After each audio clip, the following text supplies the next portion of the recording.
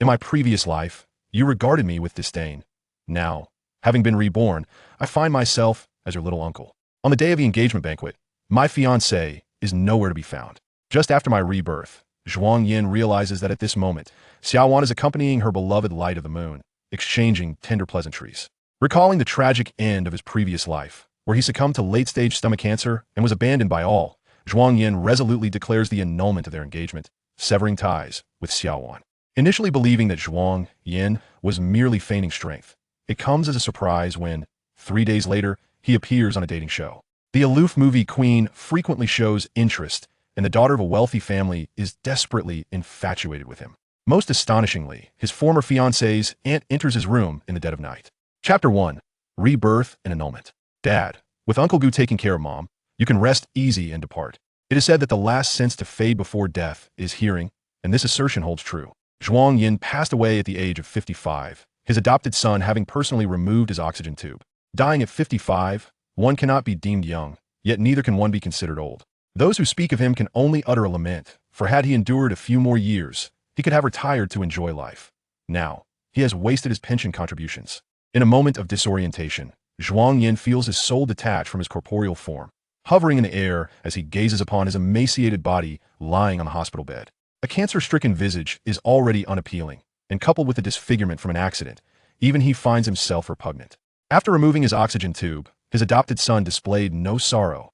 Instead, he smiled. Zhuang Yan bitterly reflects that in life, he was a loathsome presence, raised under the harsh discipline of his parents, while the son he painstakingly nurtured callously severed his oxygen. In death, even his wife of 30 years is absent, leaving him utterly forsaken. Reflecting on his past life, filled with regrets, it seems he never truly lived for himself, perpetually seeking to please and comply, ultimately becoming a spineless failure, a mere backdrop. If given the chance to start anew, if there truly exists another life, he vows to never live in such a manner again. Zhuang Yan, why hasn't one arrived yet? Is there something delaying her on the road? It's already 11 o'clock. You should call and hurry her. The voice of his mother, Tang Jing, resonates in his ears, causing Zhuang Yan to gaze at her in astonishment. In his memories, Tang Jing is lined with wrinkles. Her hair is stark white. She should not appear so youthful, especially since she passed away a decade ago. Noting his silence, Tang Jing frowns in discontent. I'm speaking to you. Why are you in a daze? Get yourself together. This engagement banquet absolutely cannot fail. Zhuang Yan surveys his surroundings, taking in the familiar scenery, the familiar faces, and his own body, now restored to its full senses. It dawns on him that he has been reborn, and on the very day of his engagement to Xia Wan. As Xia Wan is still absent, the guests below have begun to stir restlessly. Tang Jing's complexion darkens, and her gaze towards Zhuang Yan is far from that of a concerned mother. It is filled with disdain. In high society, all present are prominent figures, and Xia Wan's absence would undoubtedly tarnish the Zhuang family's reputation. Zhuang Yan refrains from calling Xia Wan, knowing full well she will not come, and instead strides towards the outer hall. Tang Jing calls out to him. Where do you think you're going?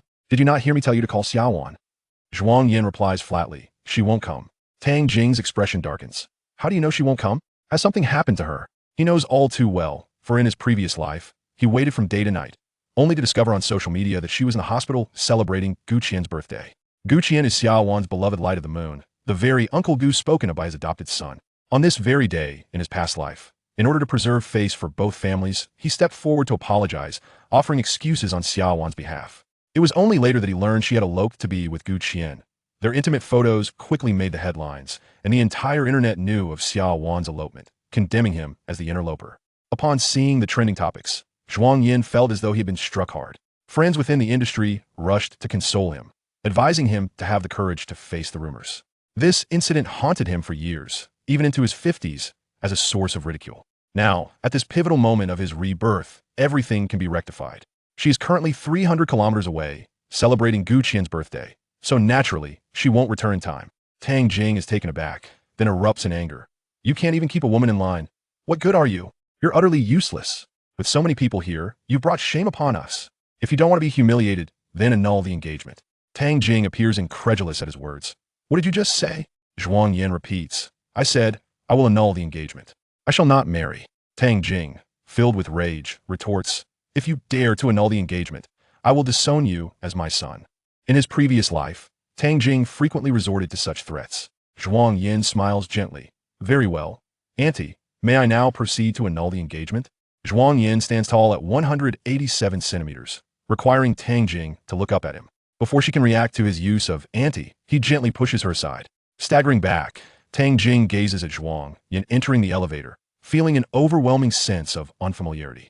Zhuang Yan walks lightly, his mood buoyant as he gazes at his reflection in the elevator doors. While not exceptionally handsome, he is certainly a striking figure, standing tall and radiating health, devoid of dark circles or wrinkles, and free from cancer. He places a hand on his stomach, planning to treat himself to a hot pot meal once this is over. The atmosphere is quite noisy. As Zhuang Yan exits the elevator, he overhears murmurs. Why hasn't Xia Wan arrived yet? Could it be that she is fleeing from the wedding? What a shame that the engagement banquet is marred by the absence of the heroine. The Zhuang family is destined to lose face on a grand scale today. Zhuang Yan is also quite pitiable, having pursued Xia Wan for 3 years. After finally enduring to reach the engagement, this unfortunate incident occurs. The current standing of the Zhuang family is not worthy of the Xia family. Were it not for the old acquaintance between old Master Xia and the Zhuang family, how could Zhuang Yan ever have a chance? Xia Wan's elopement is entirely understandable. Even if Zhuang Yan is flawed, he pales in comparison to that little star, Gu Qian. It is said that Gu Qian and Xia Wan have known each other since childhood. Had it not been for old Master Xia's intervention driving Gu Qian abroad, these two might have already been together, perhaps even with children. Gu Qian, a rising star in the entertainment industry, frequently trends on social media. His relationship with Xia Wan is no longer a secret, and his fans ardently support this couple, deeming them a perfect match. Although Zhuang Yan is the Xia family's designated son-in-law, he cannot possibly compete with Gu Qian, who has known Xia Wan since childhood. As they say, were it not for old Master Xia's prior acquaintance with their family, such a favorable marriage would not have been his to claim. In his previous life, Zhuang Yan only realized after the engagement that Xia Wan was deeply in love with Gu Qian. What others could easily discern, he naively believed that Xia Wan and Gu Qian were merely half-siblings. Upon discovering Xia Wan's white moonlight, Zhuang Yan did contemplate breaking off the engagement. However, the intertwined interests of both families, business dealings, and parental pressure rendered it impossible for him to simply withdraw. Ultimately, he proceeded with the engagement and even marriage, an emotionless marriage of convenience. Even after 20 years, Xia Wan harbored no feelings for him. Her heart belonged solely to Gu Qian, her white moonlight. Zhuang Yan's fervor gradually waned, leading him to devote all his efforts to work and wealth, cohabitating with Xia Wan, even opting to adopt children. Little did he know that this compromise would last a lifetime. Reflecting on his past life, Zhuang Yan continuously yielded to his parents and the family's business interests, sacrificing his own well-being to appease everyone, only to end up with a host of ailments. Having faced death once, Zhuang Yan has gained clarity. Some things cannot be forced, such as familial bonds and love. The more one worries about losing something, the more it controls them. Thus, Zhuang Yan now fears loss no longer and feels unburdened. On the day of the engagement banquet, the fiancé accompanies another man. Such humiliation. If I were him, I would call off the engagement on the spot. Zhuang Yan cannot do that. After all, their family has business ties with the Xia family, and he will need to rely on them for future cooperation. Does that mean he will guard the door while his wife strays? That is utterly disgraceful. Must this marriage be inevitable? Unless Zhuang Yan leaves the Zhuang family and relinquishes his inheritance of their billion-dollar assets, would you all be willing to make that trade? Amidst these murmurs, Zhuang Yan made his entrance, silencing the crowd. All eyes converged upon him, filled with scrutiny, curiosity, and a palpable anticipation for his folly. At 50, Zhuang Yan had witnessed countless storms. He stood tall and composed, exuding confidence as he strode onto the stage. Adjusting his tie and clearing his throat, he took the microphone from the host. I apologize for taking a moment of your time. I shall be brief. First, I extend my gratitude to all who have taken time out of their busy schedules to attend this gathering. Unfortunately, Xia Wan is unable to join us today. I hereby announce that Xia Wan and I are canceling our wedding. She harbors no feelings for me, and I feel likewise. From this day forth, we shall each lead our separate lives. The crowd initially stood in stunned silence, followed by incredulous murmurs. Is Zhuang Yan publicly announcing the annulment of the engagement? What is Zhuang family's business? Can a union of affluent families be dismissed so casually? Shouldn't there have been public relations preparations for this? Although Xia Wan may have affections for another, the Xia family possesses considerable wealth. Living separately post-marriage is certainly feasible, and Xia Wan herself is remarkably beautiful. Given her attributes, even if she were to stray, countless suitors would eagerly line up to pursue her. The anticipated embarrassment did not materialize. Standing on the stage, Zhuang Yan radiated like a beacon, exuding confidence and grace, his every gesture reflecting his nobility. The soft lighting enveloped him, lending an extraordinary charm to his visage. By the time one regained their senses from his striking appearance, Zhuang Yan had already departed from the backstage. Chapter 2. Zhuang Yan's departure. The moment he left, the crowd erupted in a frenzy, with some believing that Zhuang Yan was merely acting out of impulsiveness, and that once the storm had passed, he would return to the Xia family, groveling for forgiveness. It is not surprising they thought this way.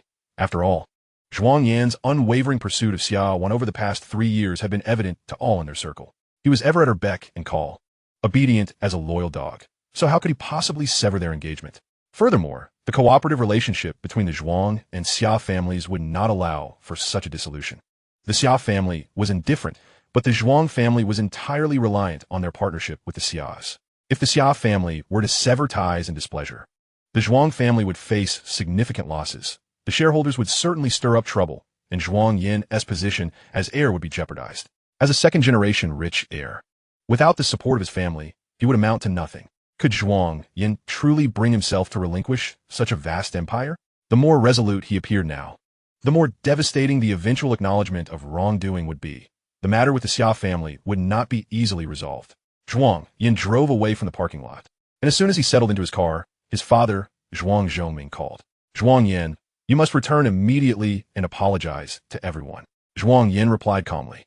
On what grounds should I apologize? What wrong have I committed? Shouldn't it be Xia Wan who owes an apology? Upon hearing this, Zhuang Zhongming's fury erupted. What gives you the right to demand an apology from Xia Wan? Zhuang Yan, I warn you, the Xia family is not to be trifled with. You would do well to be obedient and sensible. At 23, you are no longer a child. You should consider the bigger picture. Why did you announce the dissolution of the engagement without consulting us? Do you have no regard for your parents? You have never made things easy for us. And you have even caused your mother to faint from worry. If she's fainted, she should be at the hospital, not hearing this from me. How dare you speak to me like this? If you do not return today, you may consider yourself permanently exiled from this family. Very well. I shall make haste to pack, Zhuang Yan retorted before abruptly ending the call. Shortly thereafter, Zhuang Zhongming attempted to reach him again, but to avoid distractions while driving, Zhuang Yan blocked his number.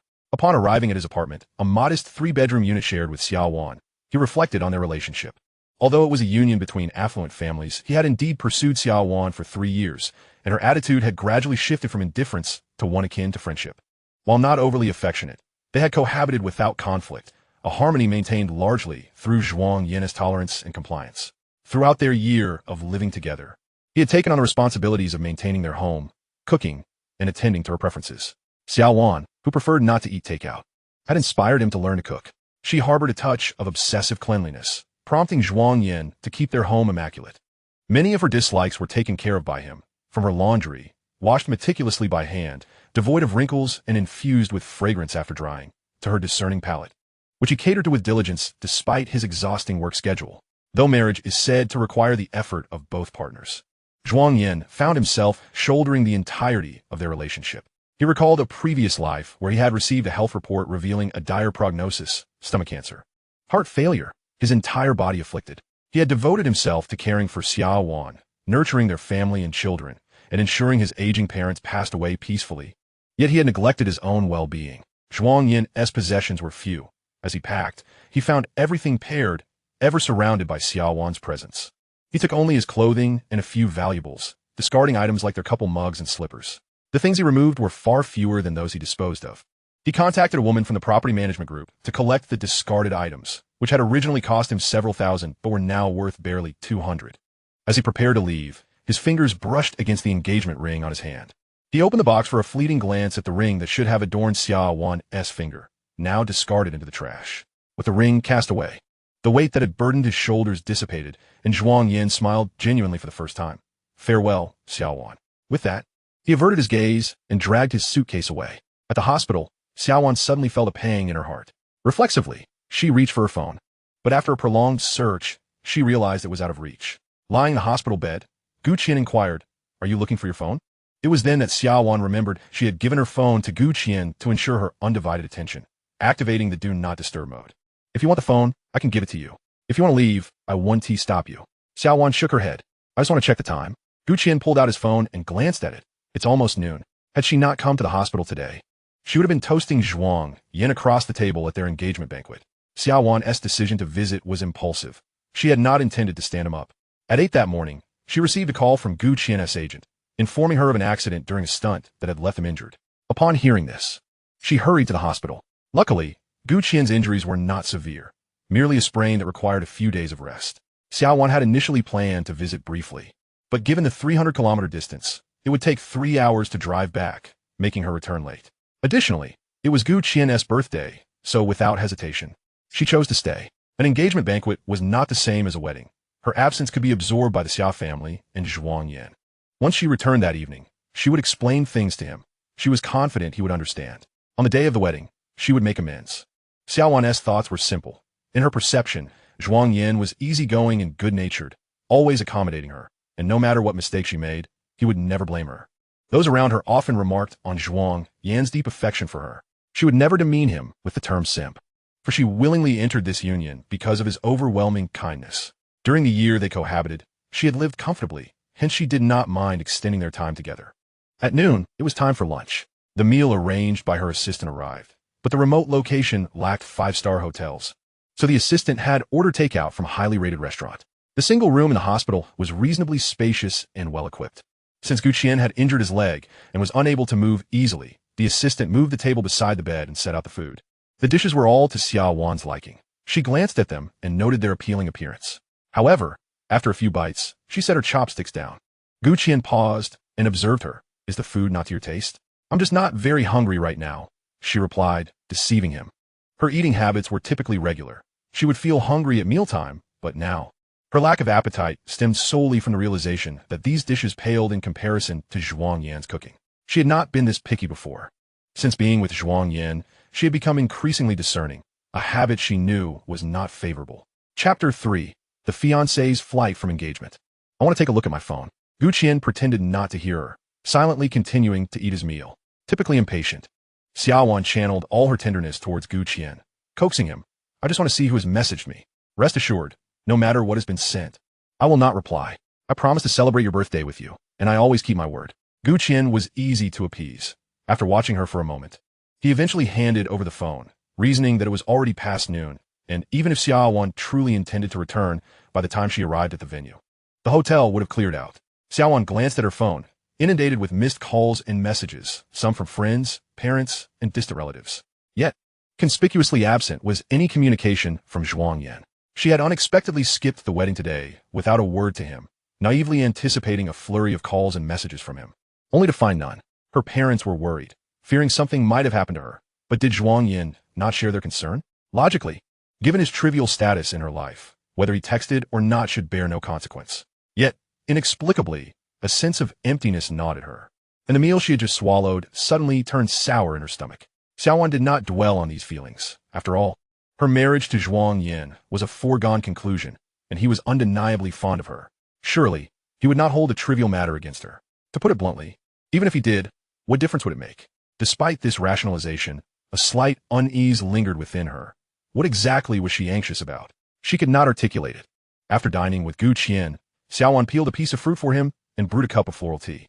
The pampered daughter of a wealthy family personally attending to him, even in small ways, brought Gu Qian satisfaction.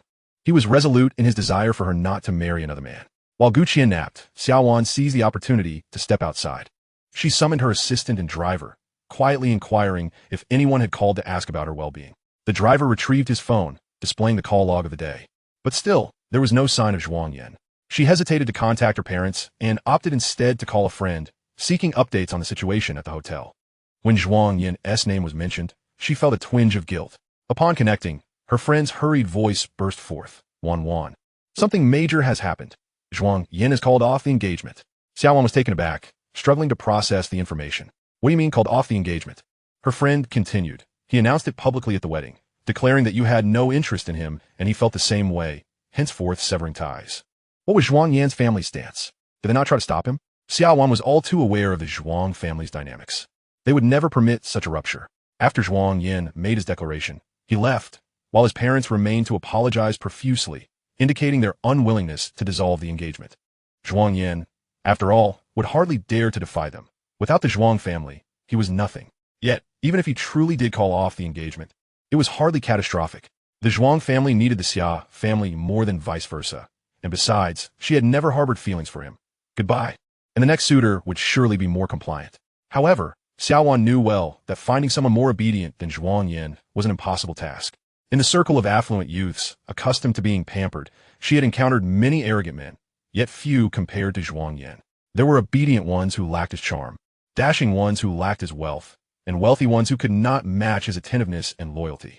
Beyond Zhuang Yan, she could not identify anyone else who would cook, clean, and cater to her whims as he did. Even Gu Qian fell short in comparison. Ants seemed to crawl under her skin as her friend continued to mock Zhuang Yan over the phone, but Xia Wan could only catch fragments of their conversation. How could they claim Zhuang Yan had no feelings for her? The fervor with which he had pursued her, always at her beck and call, belied any notion of indifference. Not only did her friend seem incredulous, but so did Xia Wan herself. Feeling guilty for abandoning Zhuang Yan at the engagement banquet, she resolved to prepare a small gift to appease him later that evening. For the time being, she had no intentions of calling off the engagement. "All right, I have things to attend to, so I want to keep you," she concluded.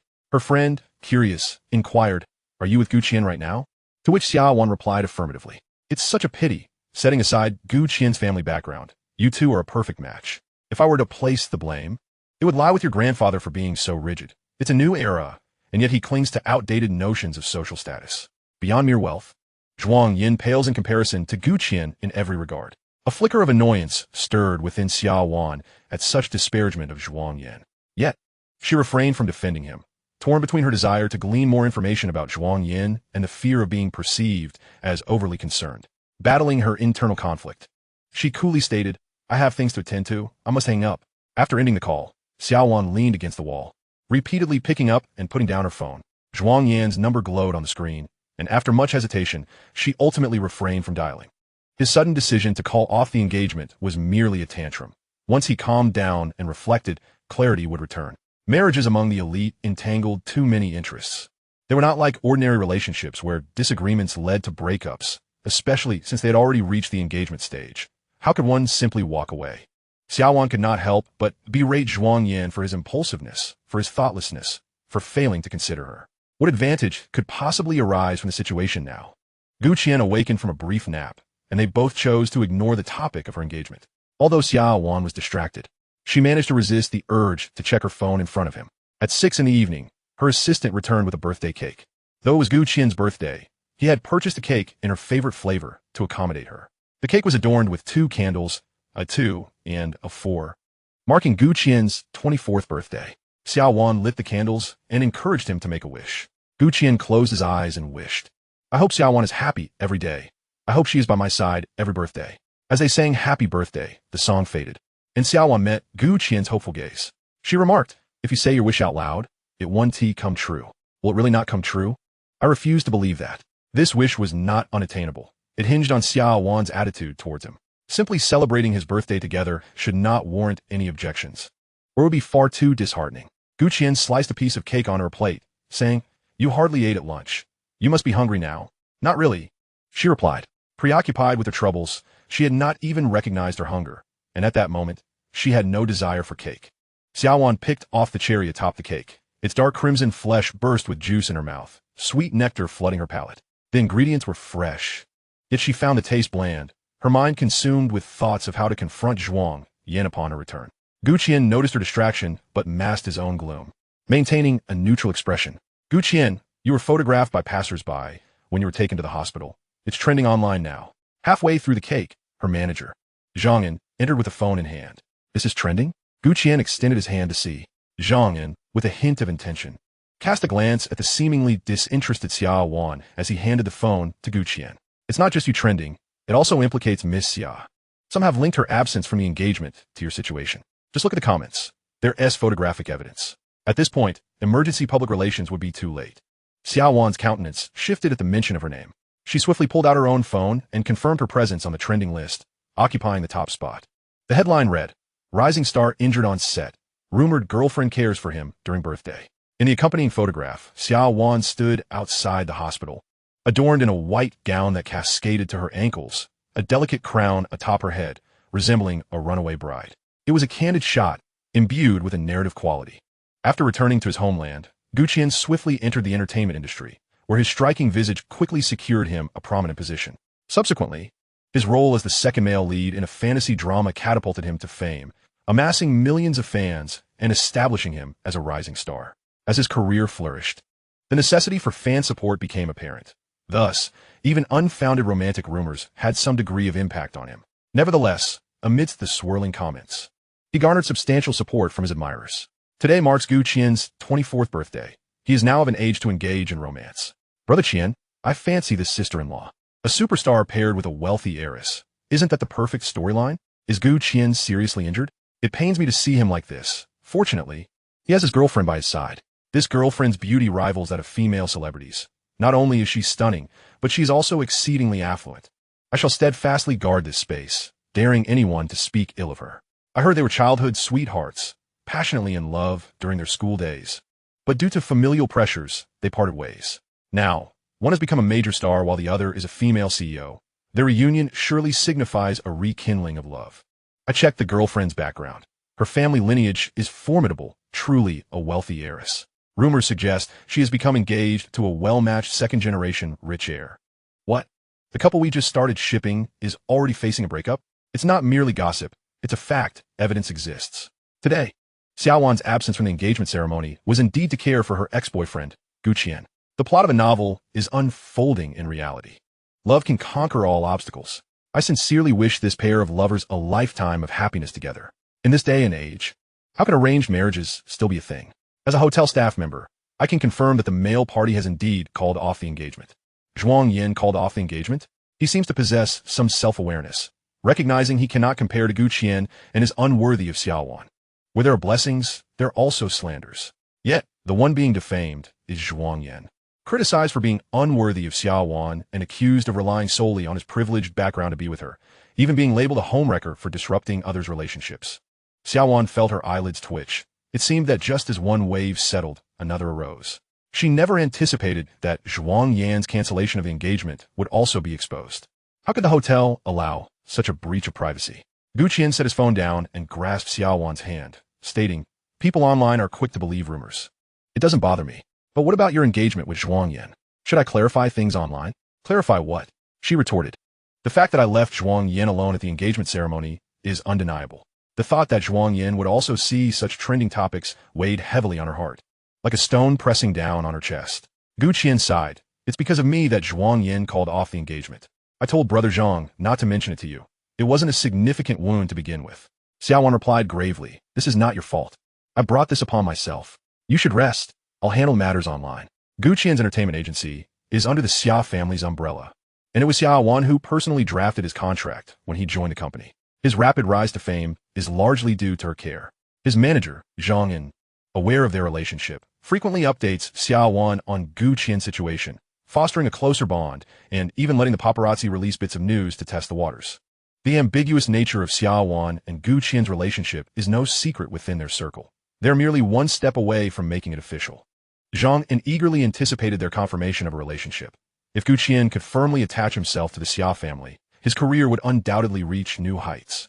Catching Gu Qian's glance, Zhang Yan cleared his throat and inquired, "Miss Xia, do you think I should explain things to Mr. Zhuang?" Xia Wan withdrew her hand. No need. Before Gu Qian could feel elated, he heard Xia Wan continue, instructing the PR department to release some information to overshadow the current trending topic, redirecting netizens' attention. It would all blow over in a few days. This is the nature of the entertainment industry. News stories are never in short supply. Today's trending topics may vanish by tomorrow.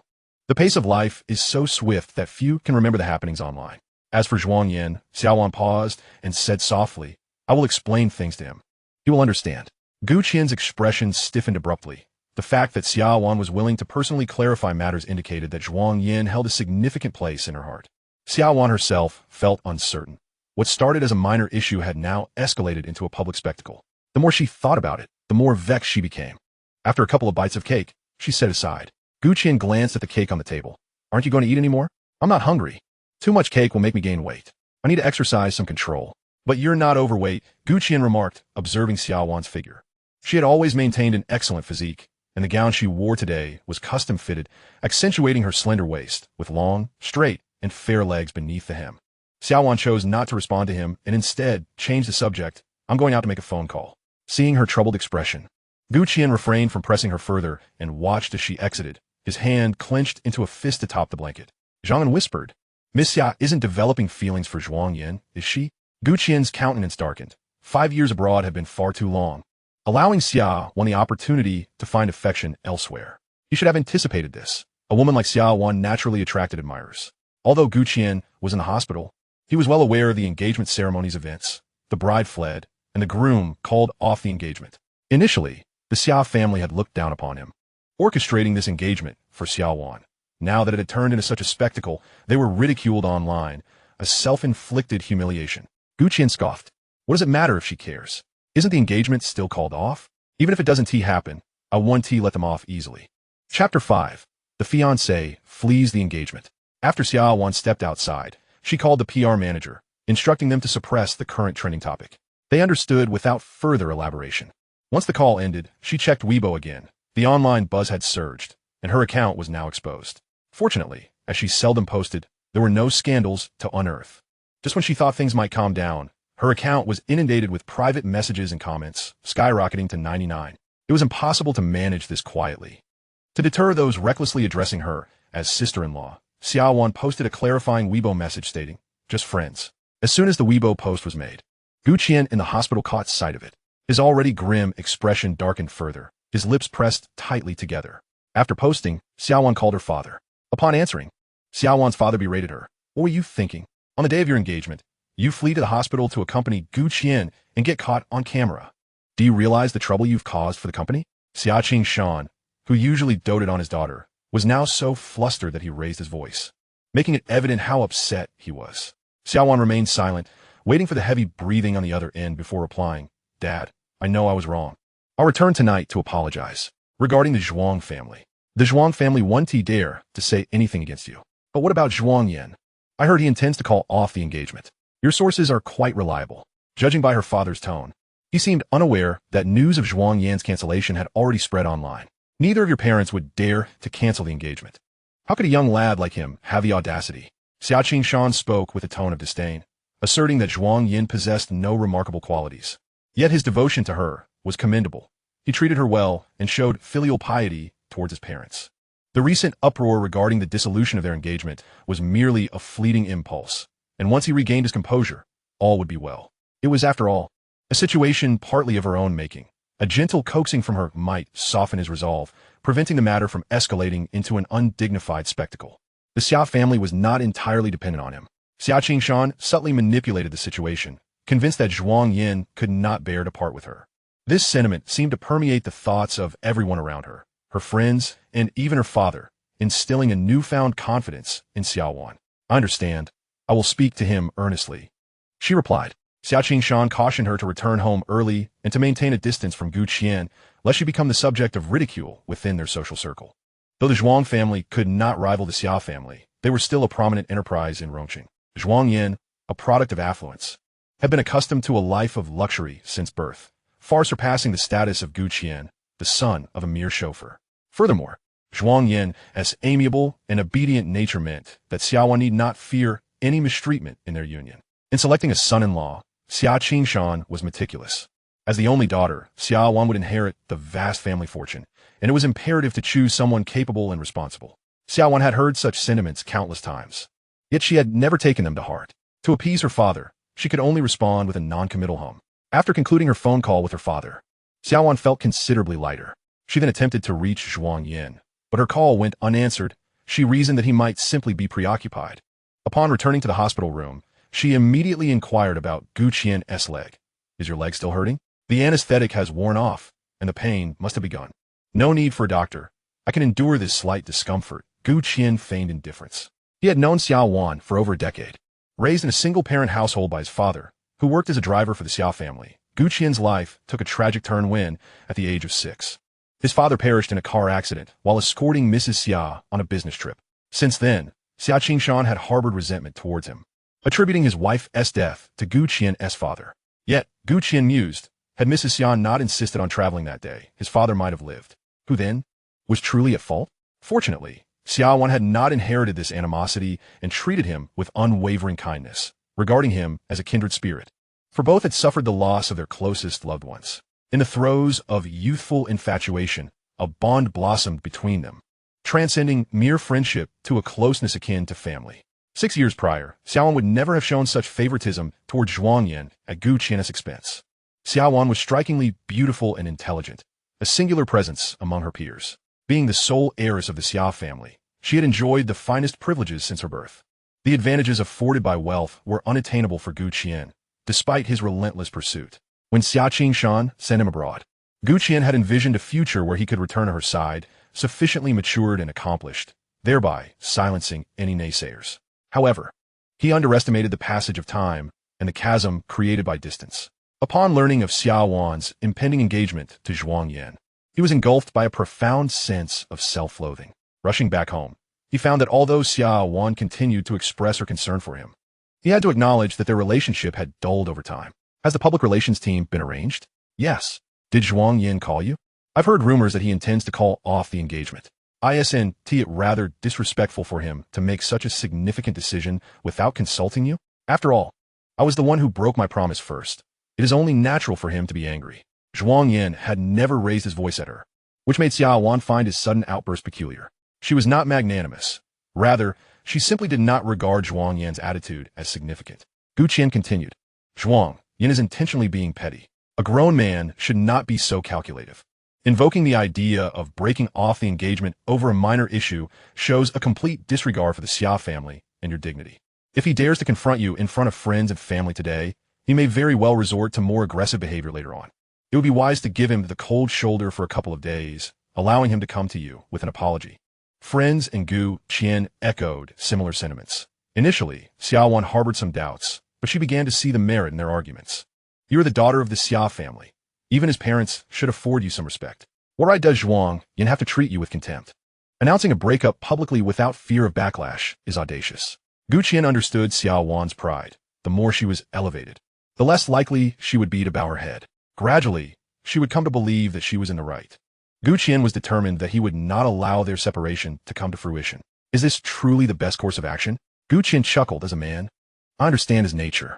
If you capitulate this time, he will only escalate his demands. You must recognize that your standing is always superior to his. My calf feels a bit uncomfortable. Could you assist me with a massage? Gu Qian propped himself up, feigning physical difficulty. His handsome features, combined with a deliberate display of vulnerability, would elicit Xia Wan's nurturing instincts, prompting her to be more attentive to his feelings. Without time for contemplation, Xia Wan's focus was swiftly diverted. She stood at the edge of the bed, gently caressing his calf. Chapter 6. The Fiancée flees the engagement. Zhuang Yan remained oblivious to the discussion surrounding him. Having just ended his engagement, he was preoccupied with finding a new apartment and job. He had blocked both Zhuang Zhongming and Tang Jing, and, unable to reach him, they resorted to freezing his bank account. They believed that by depriving him of financial resources, he would relent and return to the fold, obediently following their plans. He was 24 years old, not 14. He had learned to earn money during high school and had never spent a single cent of theirs during university. The funds in his WeChat account were more than sufficient for his upcoming needs. Zhuang Yan rented a modest 2-bedroom apartment, cozy and well-decorated, situated in a prime location. With a monthly rent of 5,200, a considerable sum. Satisfied with the place, he promptly signed the lease. Having few belongings made the move easy. Once settled, he reclined on the sofa, turned on the television, and selected a currently popular variety show, only to find, quite coincidentally, that Gu Qian was among the guests.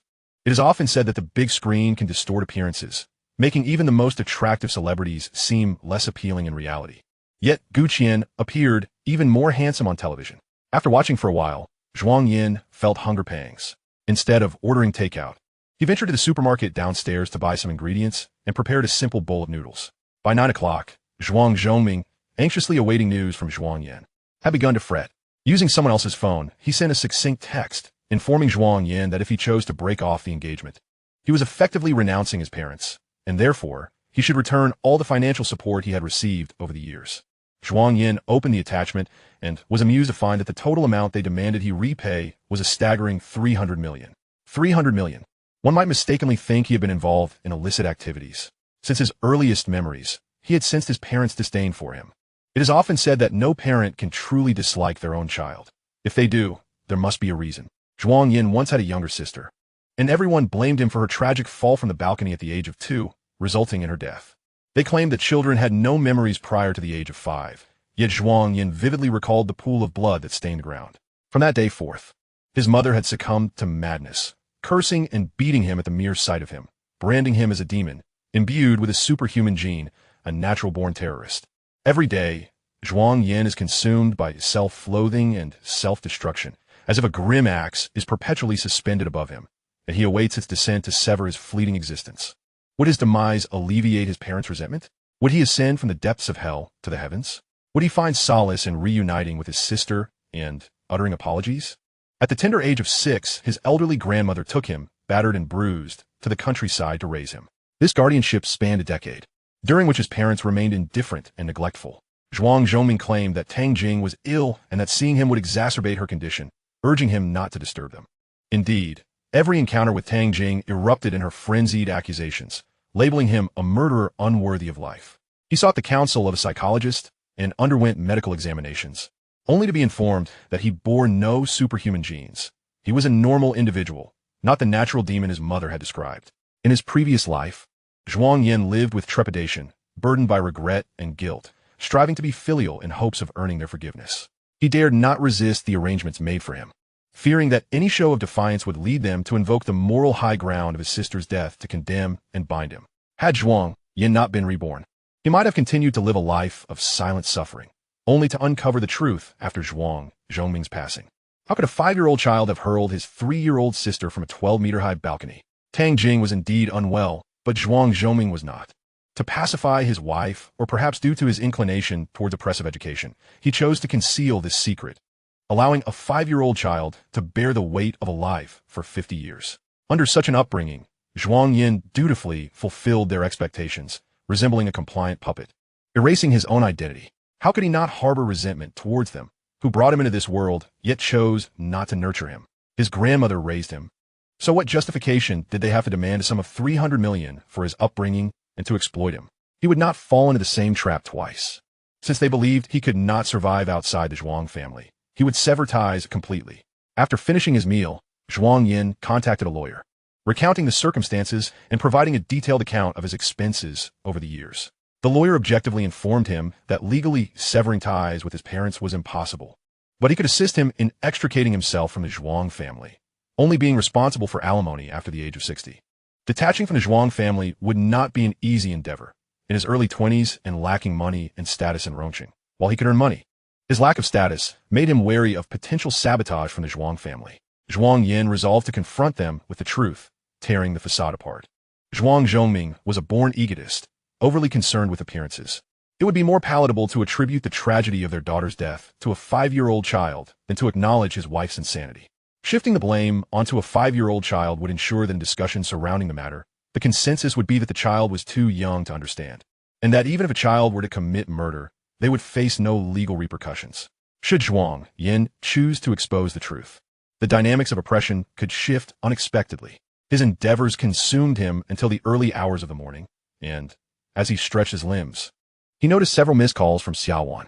Having silenced his phone, he had not heard them. Even if he had, he would not have answered, wishing to preserve his tranquility before sleep. His inbox was cluttered with messages, all inquiring about gossip. Zhuang Yan read them all in one go before tossing his phone aside and retreating to the bathroom for a shower. Meanwhile, Xia Wan had kept her promise to accompany Gu Qian for his birthday before departing. Despite having done little throughout the day, she felt utterly drained and desired a brief respite, yet sleep eluded her. Pressing her aching temples, she glanced out the car window at the night, then resumed her attempts to call Zhuang Yan. Once again, there was no answer, the cold tone of the automated message grating on her nerves. What was Zhuang Yan's issue? During the day, she could excuse his lack of response due to busyness, but at this hour, he should have completed whatever kept him occupied. It was hard to believe he had fallen asleep. Even in dreams, he should answer her call. All of her contact information was prioritized on Zhuang Yan's phone, complete with a unique ringtone and alerts. No matter when she called, he would answer immediately, even at 3 in the morning. If she asked him to drive to pick her up from afar, he would rise without hesitation. She had called him 4 times today. There was no way he had missed them. Chapter 7. An empty home. Zhuang Yan could not have missed her calls, which only indicated that he was deliberately ignoring her. How much longer would he hold onto his anger? What was he playing at? Miss, we've arrived in Rongqing. Where do you plan to go? Xia Wan had initially intended to return to her family and apologize to her father, but Zhuang Yan's continued silence irked her, prompting her to confront him in person. Are you really so petty, throwing a tantrum like this? Is it appropriate for a grown man to be so calculative? I merely missed one occasion. It's not as if I eloped with someone else. Having made the effort to approach him, she felt justified in questioning his refusal to return her calls.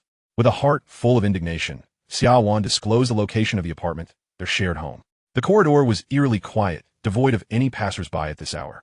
Rather than using her key, she pressed the doorbell repeatedly, but no response came from within. Frustrated, she stomped her foot, her gaze fixed angrily on the door as if willing it to yield. She had arrived at the doorstep. How could he not even open the door? The driver, sensing her rising temper, cautiously suggested, "Miss, perhaps Mr. Zhuang is not at home?" Xia Wan's expression faltered. If he weren't here, where could he possibly be? Did he return to the Zhuang family? Zhuang Yan detested returning to the Zhuang household. He seldom did so, even during holidays, for there was no place for him there. Xia Wan understood better than anyone the predicaments Zhuang Yan faced, yet she had still abandoned him at such a crucial moment yesterday, leaving him to become a laughingstock, berated by his parents. After a moment of silence, Xia Wan discovered a spare key hidden beneath a flower pot at the door. This key had been prepared by Zhuang Yan for her, knowing she often forgot to bring hers. The spare key had remained there for quite some time, but this was the first occasion she had used it. Every other time she returned home, Zhuang Yan was either beside her or already inside, and she would merely ring the bell for entry. As Xia Wan unlocked the door, darkness enveloped the interior. Once the lights flickered on, it was as if she had stepped into the same home she had inhabited for a year, yet it felt eerily hollow, filled with an unsettling dissonance. She first noticed the absence of shoes at the entrance. The kitchen was bare, and even the water cups on the table had vanished, along with the books and documents from the shelves. One might think a thief had ransacked the place, and even the most oblivious would recognize something was amiss. Rushing into Zhuang Yan's bedroom, she found the wardrobe completely empty. Staring at the vacant closet, Xia Wan remained frozen for an extended period. How could Zhuang Yan have left? Would he ever return? In the past, if Zhuang Yan were awake at this hour, he would be seated at his desk, diligently working. During idle moments, he would clean the house meticulously, leaving no corner unattended. His culinary skills were exceptional.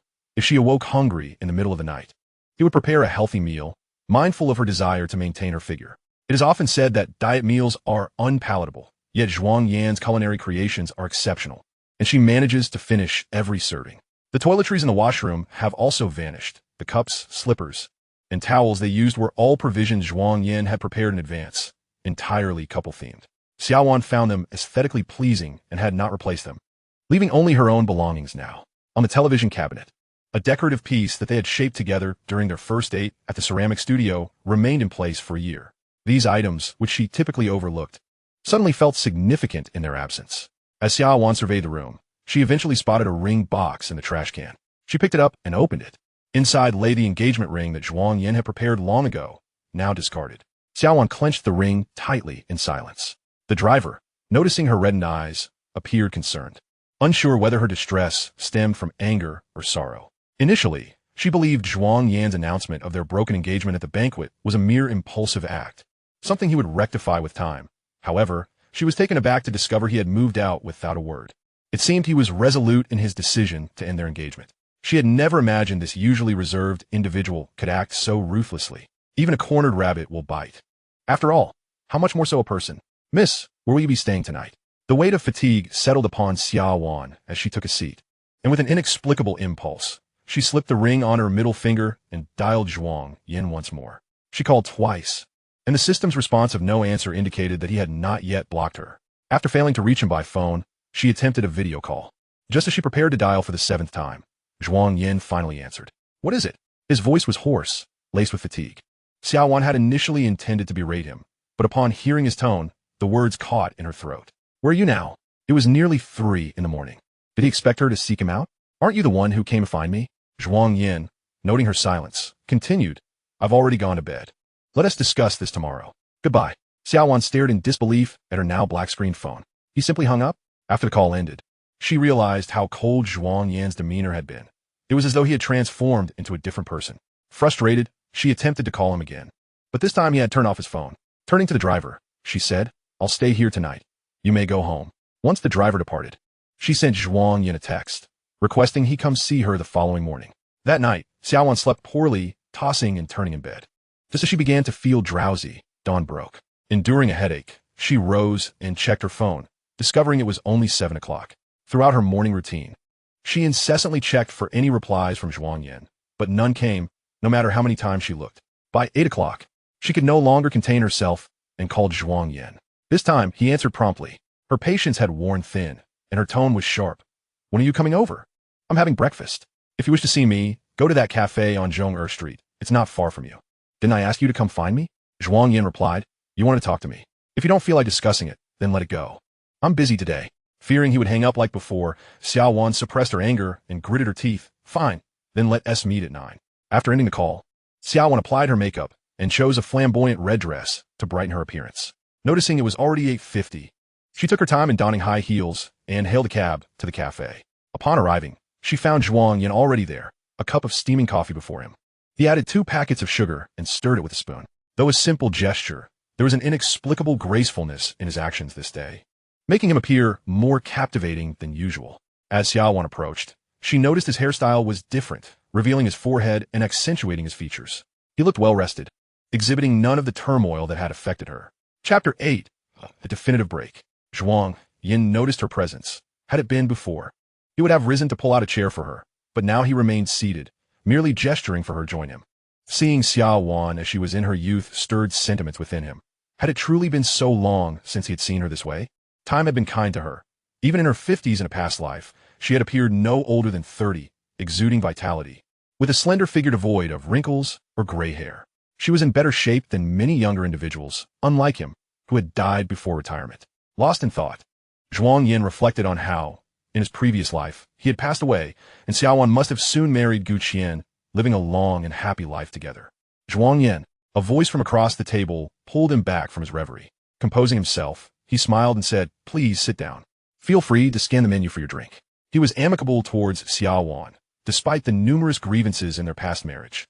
They were essentially victims of a forced union. While they had not been in love, they had shared 3 decades together, marked by mutual respect. Presently, he felt neither affection nor animosity towards her. Being familiar strangers was sufficient. Ideally, once today passed, they would sever all ties. Xia Wan regarded him with wide eyes, the red veins in her eyes betraying the tears she had held back. Do you have nothing to discuss with me? What is there to discuss? Why did you suddenly move out? I've called off the engagement. It wouldn't be appropriate to continue living together. Xia Wan's voice rose in disbelief. Are you truly going to break off our engagement? Can words spoken before so many people be untrue? Zhuang Yan replied with a smile. I saw the trending topic last night. You and Gu Qian seemed quite enamored, missing the engagement to celebrate his birthday. I believe in your feelings for him, so I want to compel you. After all, marriage is a mutual affair, and a forced union will not lead to happiness. Upon hearing this, Xia Wan's previously furrowed brows relaxed slightly. If your anger is due to Gu Qian, I can explain. I didn't intend to miss our engagement for his birthday. He was injured while filming, and his agent informed me it was quite serious. I feared an irreparable accident. Zhuang Yan, our engagement can be rescheduled. The Xia family will manage any negative repercussions. If you require compensation, I will endeavor to meet your requests. Having reached this point, Zhuang Yan, as a man, should not continue to hold a grudge. Was Xia Wan truly lowering herself to him? This was indeed a rarity. Zhuang Yan raised an eyebrow in surprise, his expression remaining gentle. I made myself quite clear, we share no feelings. If you merely seek a marriage of convenience, find someone else. No sooner had he spoken than he noticed Xia Wan's expression darken, her demeanor becoming as heavy as night. What do you mean we have no feelings? Who doesn't he know that you like me? Zhuang Yan found himself momentarily lost in thought. His affection for Xia Wan was a distant memory, long forgotten.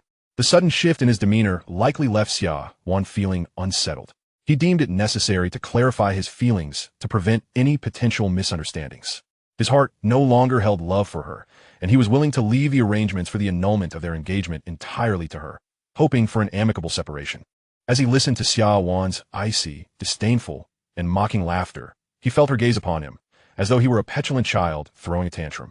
After decades of companionship, Zhuang Yan understood that Xia Wan was now at the peak of her ire. Despite her fury, her upbringing dictated that she would not raise her voice, especially in public. Zhuang Yan, if you wish to annul our engagement, have you considered your parents?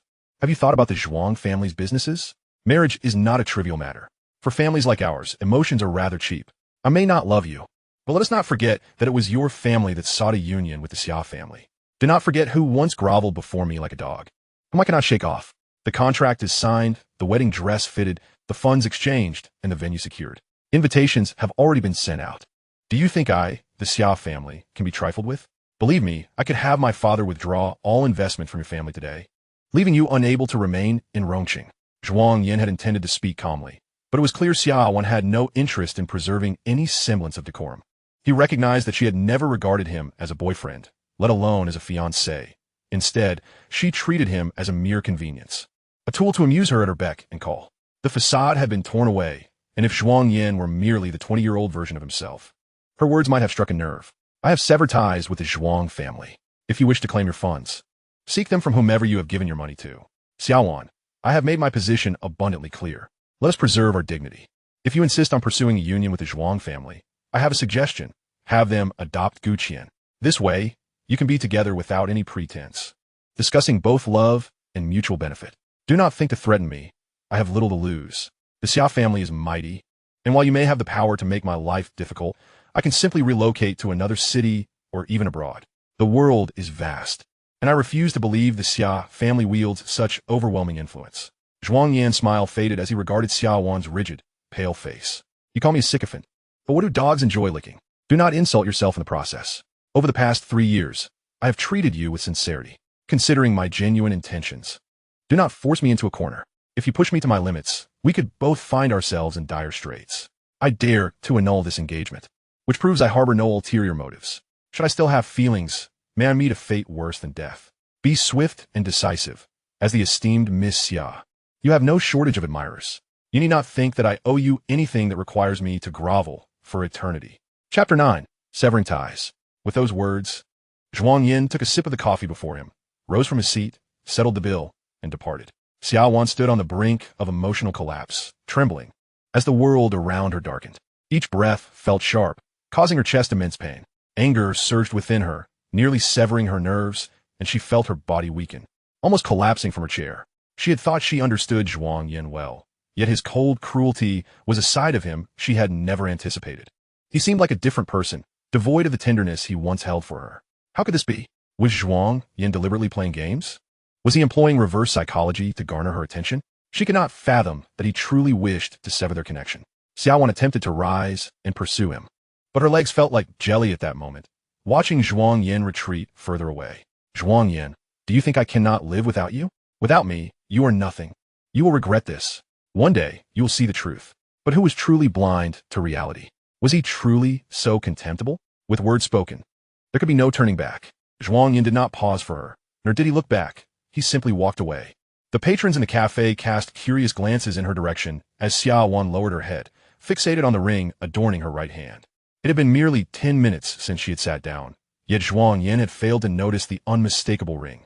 Perhaps he had seen it and chosen to ignore it. At that moment, she felt akin to a jester. She fought to maintain her composure, refusing to succumb to despair or create a scene in public. Her eyes stung with unshed tears, her nose tingling. She was not mourning Zhuang Yan's departure, but rather feeling the sting of humiliation. She had taken the initiative to salvage their relationship. So why was he intent on making her suffer, delivering such humiliating remarks? With a fierce determination, she tore the ring from her finger, intending to discard it. But as she turned toward the trash bin, she froze.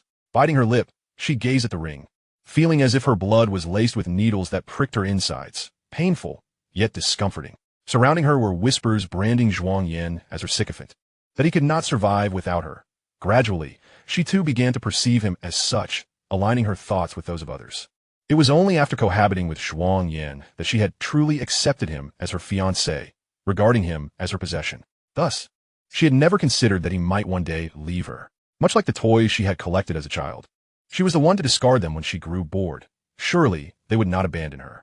Xia Wan found herself at a loss to decipher her emotions, still harboring doubts about Zhuang Yan's ability to sever ties with the Zhuang family.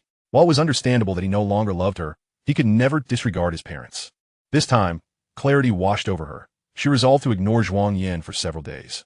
Even if he were reduced to begging on his knees before his parents, she would not cast him a single glance, nor would she intercede on his behalf. The arrogance he displayed today would only lead to his own folly in due time. Xia Wan recalibrated her mindset, quickly returning to her former self, the lofty young lady.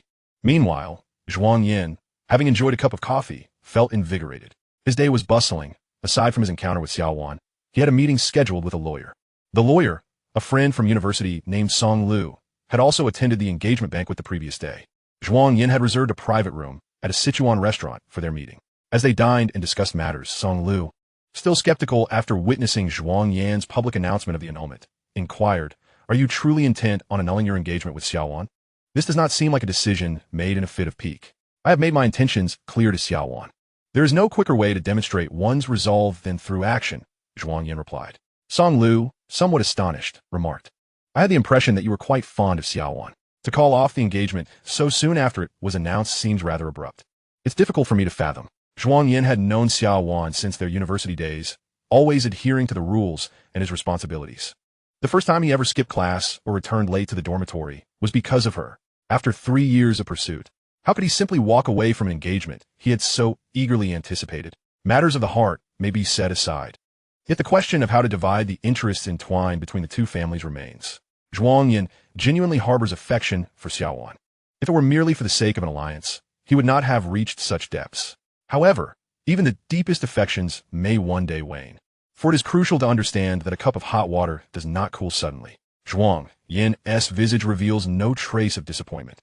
Perhaps the culmination of disappointment is simply acceptance. She has someone she cherishes, and if one were to liken marriage to a grave, then a forced union resembles a chaotic burial ground. Song Lu inquired, "Is the matter concerning you and that celebrity online true?"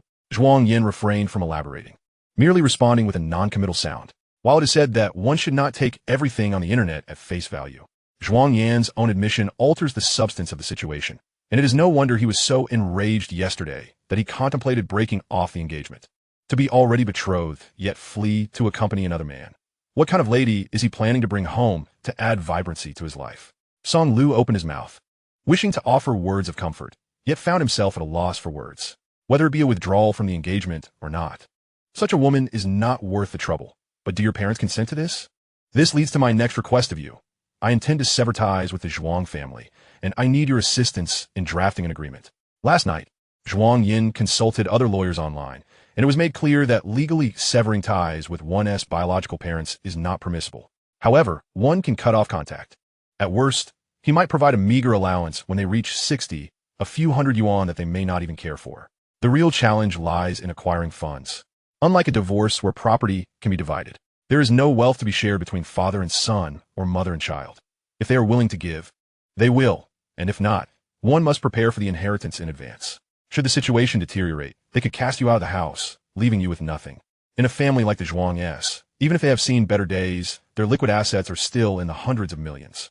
Does he truly not wish to inherit or partake in the spoils? I do not desire any wealth, not a single cent. If I am to sever ties, then I shall not covet the Zhuang family's riches. In his previous life, he inherited such wealth, toiling diligently day in and day out, while he amassed money. His health deteriorated, and he never truly enjoyed his life before passing. Thus, Zhuang Yan genuinely does not care for the so-called inheritance. Such vast wealth, and you would simply dismiss it? Zhuang Yan resolutely declared, "No." How audacious! Song Lu found himself speechless, internally chiding Zhuang Yan for his folly. Were he in this situation, he would have endured, for after all, Xia Wan had not truly betrayed him, even if love had waned.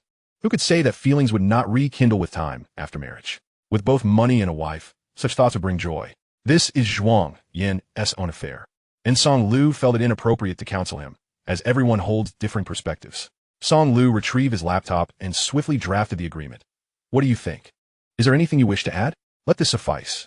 Zhuang Yan scrutinized the proposed document and found no fault. Once printed, it could be taken back for his parents' signatures.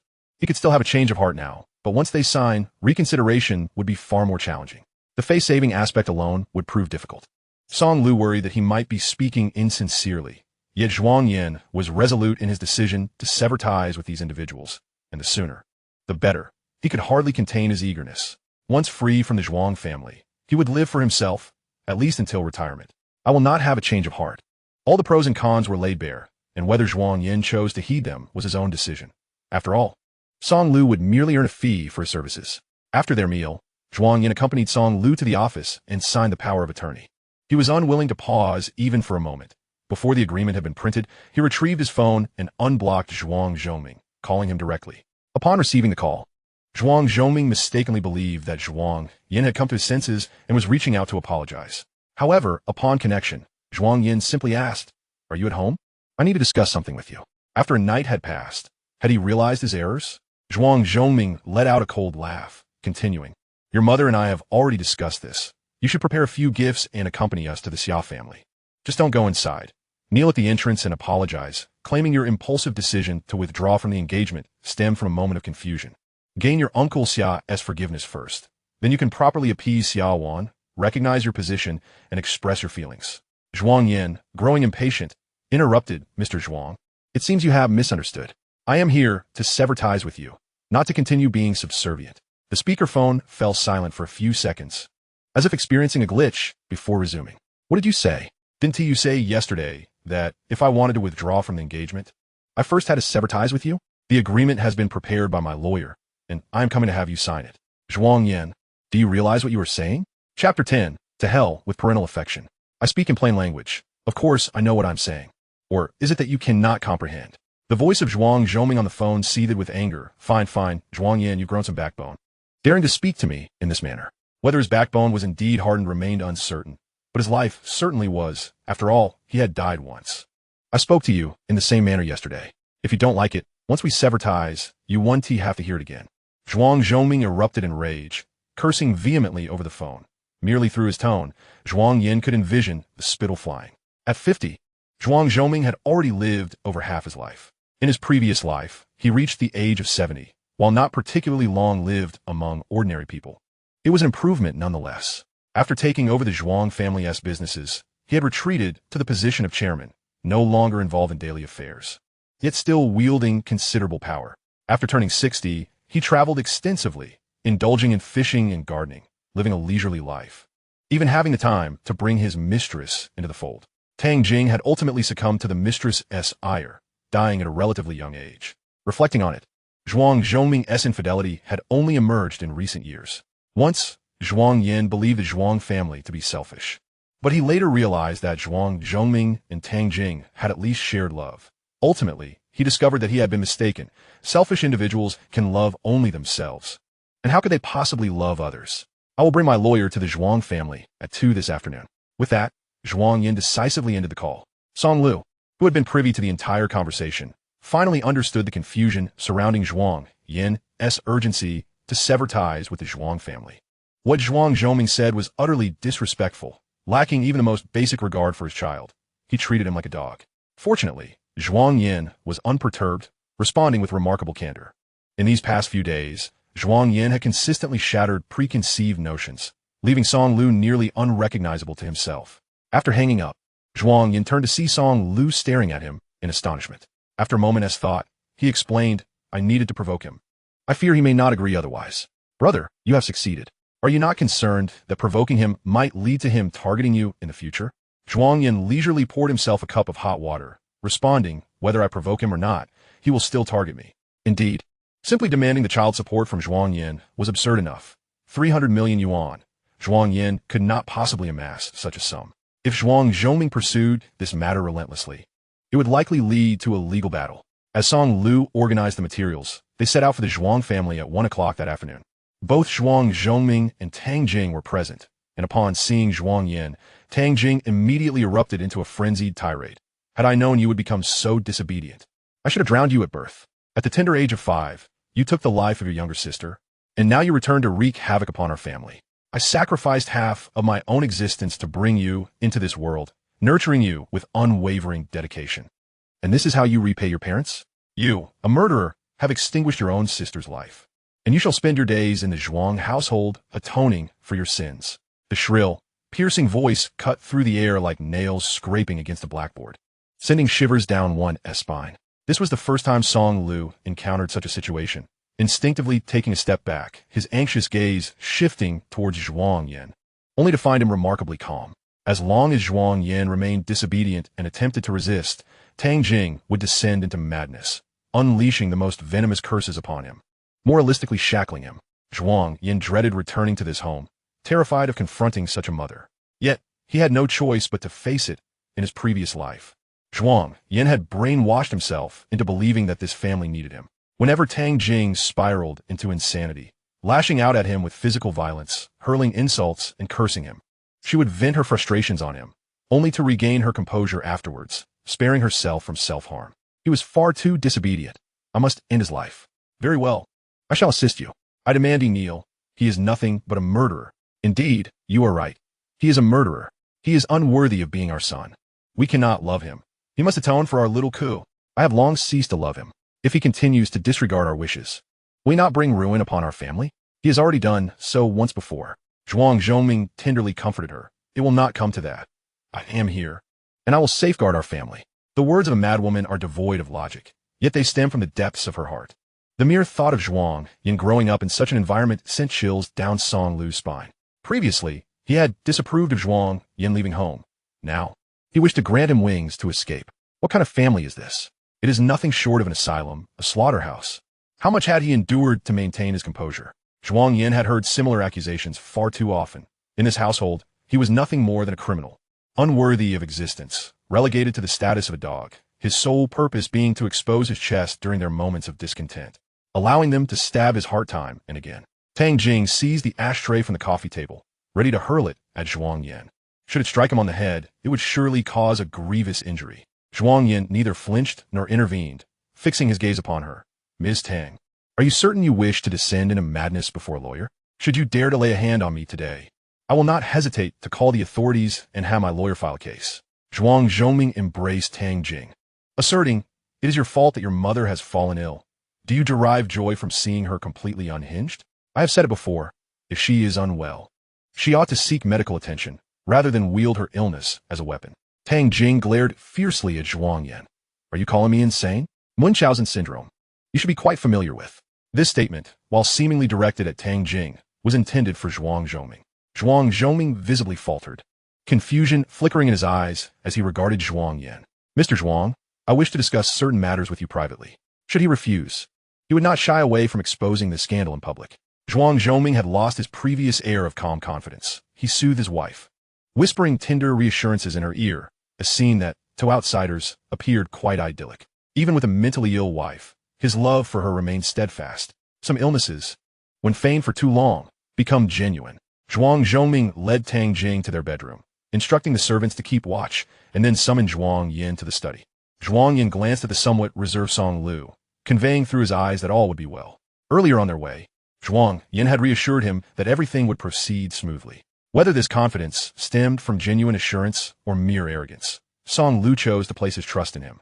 Upon entering the study, Zhuang Yan calmly produced the agreement. I desire nothing from the Zhuang family. If there are no objections, please sign. Unfazed, Zhuang Zhongming settled into his executive chair, lighting a cigarette before retrieving the ledger from his drawer. I have stated that you must sever ties with us. First, return the money. He doubted Zhuang Yan could produce 300 million. This sum encompassed not only child support, but also the recent losses incurred since he joined the company. An utterly shameless demand. Upon viewing these detailed terms, Zhuang Yan couldn't help but chuckle. Mr. Zhuang, I am not negotiating. I am notifying you. I have been living with my grandmother since I was 6, raised by her until the age of 18. I cannot fathom what audacity you possess to demand a return of 300 million. Only you know how these figures were concocted. And do not attempt to entangle me in your convoluted arguments. Should you provoke me further, I will not hesitate to expose the truth about Ms. Tang's second daughter's demise, allowing the eldest son to take the fall. Chapter 11. A stinking home with venomous parents. Zhuang Zhongming could no longer remain composed. Do you have proof? How dare you say such things? 18 years have passed. The Zhuang Yan of those days was but 5 years old, with memories foggy at best. What evidence could there possibly be? And when you accuse me of being a murderer, do you possess any evidence? Your mother saw it, and so did the household staff. Pray tell, how could a 5-year-old child, barely a meter tall, throw a 3-year-old over a 12-meter-high railing? Zhuang Yan scoffed. Post this online. I'm certain many will help clarify. Zhuang Zhongming slammed his palm on the table, rising abruptly, his eyes filled with rage, attempting to intimidate him through sheer force. In the parent-child dynamic, parents maintain an absolute position of power. Absolute authority equates to absolute tyranny. Even when aware of their faults, they refuse to concede. For Zhuang Yan, Zhuang Zhongming habitually exerted pressure, employing punitive measures and a stick-based form of education. In his eyes, his son was not a child, but merely a useful tool. At 55, Zhuang Yan had long seen through the superficialities, his psychological maturity now surpassing that of Zhuang Zhongming. Zhuang Yan continued. A mother, upon her younger daughter's grave injury, neglects to call for emergency assistance, instead berating her son, insisting on waiting for her husband's return before taking her daughter to the hospital. The second floor is 5 meters above ground, with grass below. A fall from that height does not guarantee immediate death. It is far more likely that excessive blood loss led to missed opportunities for rescue. As the sole guardian present, the mother should reflect on her own shortcomings rather than lay blame on a 5-year-old child, incessantly hurling accusations of murder and labeling him a demon. Is that sane? As for you, a father who deliberately emphasizes that I alone killed my sister, forcing me to face police interrogation and coercing me into a confession, all while continuously imposing moral obligations upon me. Zhuang Zhongming could no longer maintain his lofty authority. He began to tremble, cold sweat forming on his brow, panic evident in his eyes. When he met Zhuang Yan's gaze, it was as though he were staring into a dark abyss, threatening to pull him in. Zhuang Zhongming staggered back, grasping the table for support. This is merely your conjecture, is it? Zhuang Yan retrieved his phone, displaying a medical report before Zhuang Zhongming's eyes. Zhuang Zhongming focused intently. It was a report detailing Tang Jing's evaluations at the psychiatric hospital. Munchausen syndrome is an extreme psychological disorder, often manifesting in mothers who, in a bid to garner attention and sympathy from those around them, intentionally harm or abuse their children, sometimes even resulting in their deaths. She loved you too much. After giving birth to her daughter, she felt that her child deprived her of your attention. To reaffirm her existence, or perhaps to reclaim your love entirely, she chose to eliminate her daughter. She is unworthy of the title mother, not even deserving of being human, to satisfy her own selfish desires. She not only murdered her daughter, but also destroyed her son. As Zhuang Yan spoke, it was akin to narrating someone else's tale. He had already endured profound sorrow. Even as he recounted the story, his heart still ached slightly. Leaning towards Zhuang Zhongming, he braced his hands on the table, in an attempt to obscure the truth. You have entirely renovated this place, even enclosing the balcony on the second floor with glass. Yet I can still unearth photographs from years past. I'm not a demon, nor am I the murderer of my sister. 2 children, both under 5, require adult supervision. Should anything happen, the caretaker bears the primary responsibility, as stipulated by law. The railing on the second floor is so high that only an adult could lift a 3-year-old and throw them down. At that time, only my mother was present. Thus she is the true perpetrator. To shield her and conceal the truth, you have gone so far as to ruin my life, forcing me to bear the stigma of murder. For years, the moment I sought to prove my innocence, she descended into madness. His pitch-black eyes fixed intently on Zhuang Zhongming, who flinched, desperate to retort, yet felt as if his throat were ensnared by a noose, his complexion paling. Zhuang Yan stood upright, a smile curving his lips, gentle yet reminiscent of winter sunshine. You wonder how the public would react if I were to disclose the entirety of this matter. How would they perceive the Zhuang family? Would the police assist me in reopening the investigation? Would you still maintain your reputation then? You dare! Zhuang Zhongming shouted, his voice loud but utterly devoid of impact, failing to instill any semblance of fear. His earlier composure was rapidly evaporating. Do you see that I dare? Zhuang Yan chuckled, the darkness in his eyes gradually igniting with light. Do not think of wagering against me, for you cannot afford the stakes. Sign the document now, while I'm still in control of myself. Delay too long, and I cannot guarantee what madness I might unleash. Zhuang Zhongming trembled, uncertain whether from anger or fear. Forcing a facade of calm. The Zhuang family possesses assets worth billions. You are the sole heir, and these riches will inevitably belong to you. Do you truly wish to forego them? I find your wealth repugnant. If I could, I would wish I had never been born into the Zhuang family. Never to be your child.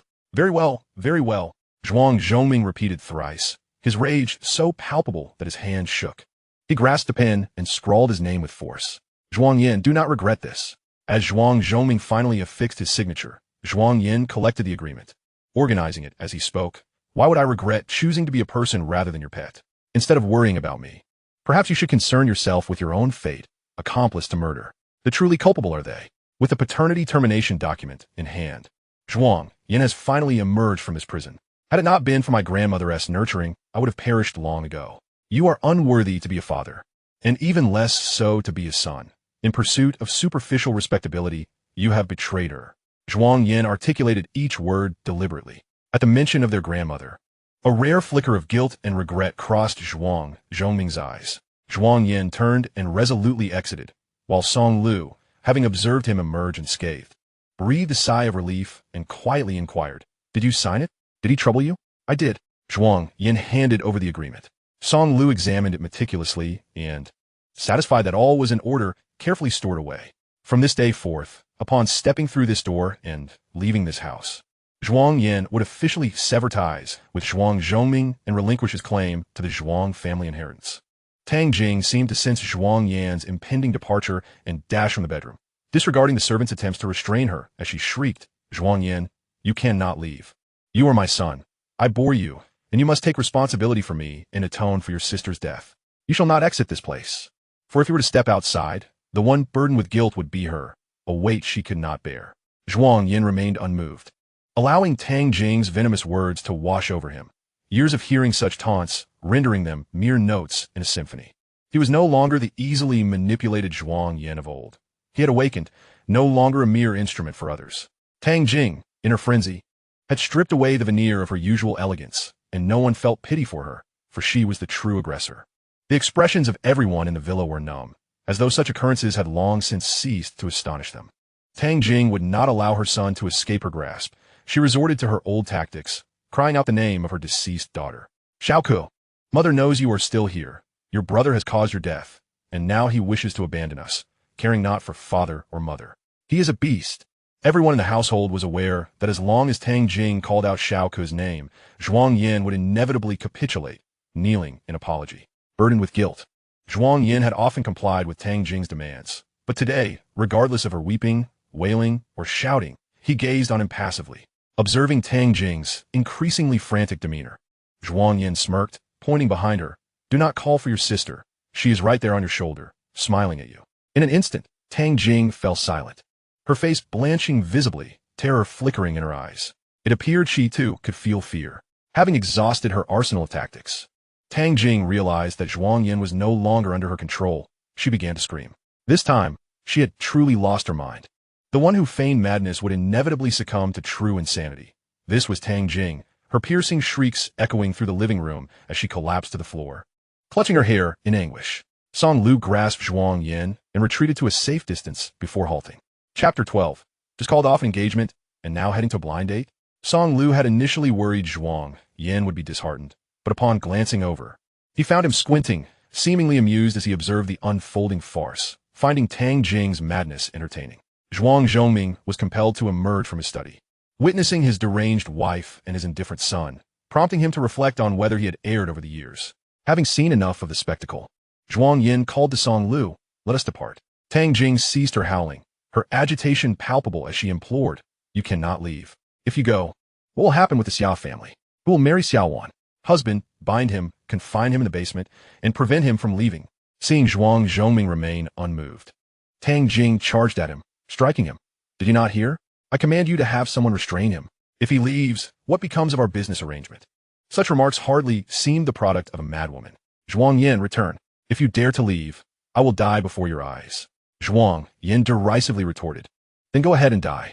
Jump off a building, take sleeping pills, cut your wrists, drown yourself, hang yourself. Choose your method of demise. After all, your death would afford you the opportunity to apologize to your daughter." Zhuang Zhongming interrupted with a broken voice. "Zhuang Yan, that is enough." "Enough of what?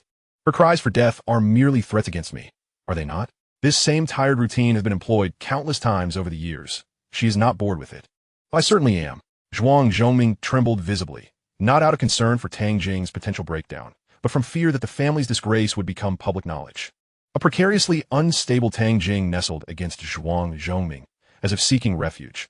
"Darling, seize his cards. Do not give him a single penny. If he dares to leave, let him starve outside." This time, Zhuang Yan remained silent, merely scoffing, his scornful gaze more wounding than any words could convey. Without a backward glance, he exited, leaving Tang Jing to scream in frustration. In the end, even Zhuang Zhongming could no longer tolerate her outbursts, uttering a few curses, the cacophony seemingly threatening to tear the roof asunder. As Zhuang Yan stepped through the door, he lifted his gaze to the sky, the azure expanse dotted with white clouds, a vivid harbinger of his bright future. Song Lu exhaled deeply, patting Zhuang Yan on the shoulder. "Do not be disheartened. Which I saw me troubled." Zhuang Yan let out a light chuckle. "I shall not mourn for that which is utterly unrelated to me." Indeed, Song Lu wore a complex expression. Having such parents and growing up in this environment was no easy feat. It finally dawned on him why Zhuang Yan was so eager to extricate himself from his household. Zhuang Yan was reluctant to dwell on the past. What was done, and one must look forward. Song Lu had numerous questions he yearned to ask, particularly regarding the mysterious death of his sister. After knowing Zhuang Yan for so many years, he had never even been aware of her existence. Yet, fearing to touch upon Zhuang Yan's sorrowful memories, he opted for silence. You called off your engagement with Xia Wan, and now you've severed ties with the Zhuang family. So, tell me, will there be any further business dealings between the two families? Those matters are theirs. They do not concern me, Zhuang Yan replied. In his previous life, the Zhuang family indeed navigated through some hardships with the assistance of the Xia family. But without Zhuang Yan's efforts in business negotiations, gaining the trust of partners, the Zhuang family would not have reached their current standing. Relying on others is far less prudent than relying on oneself.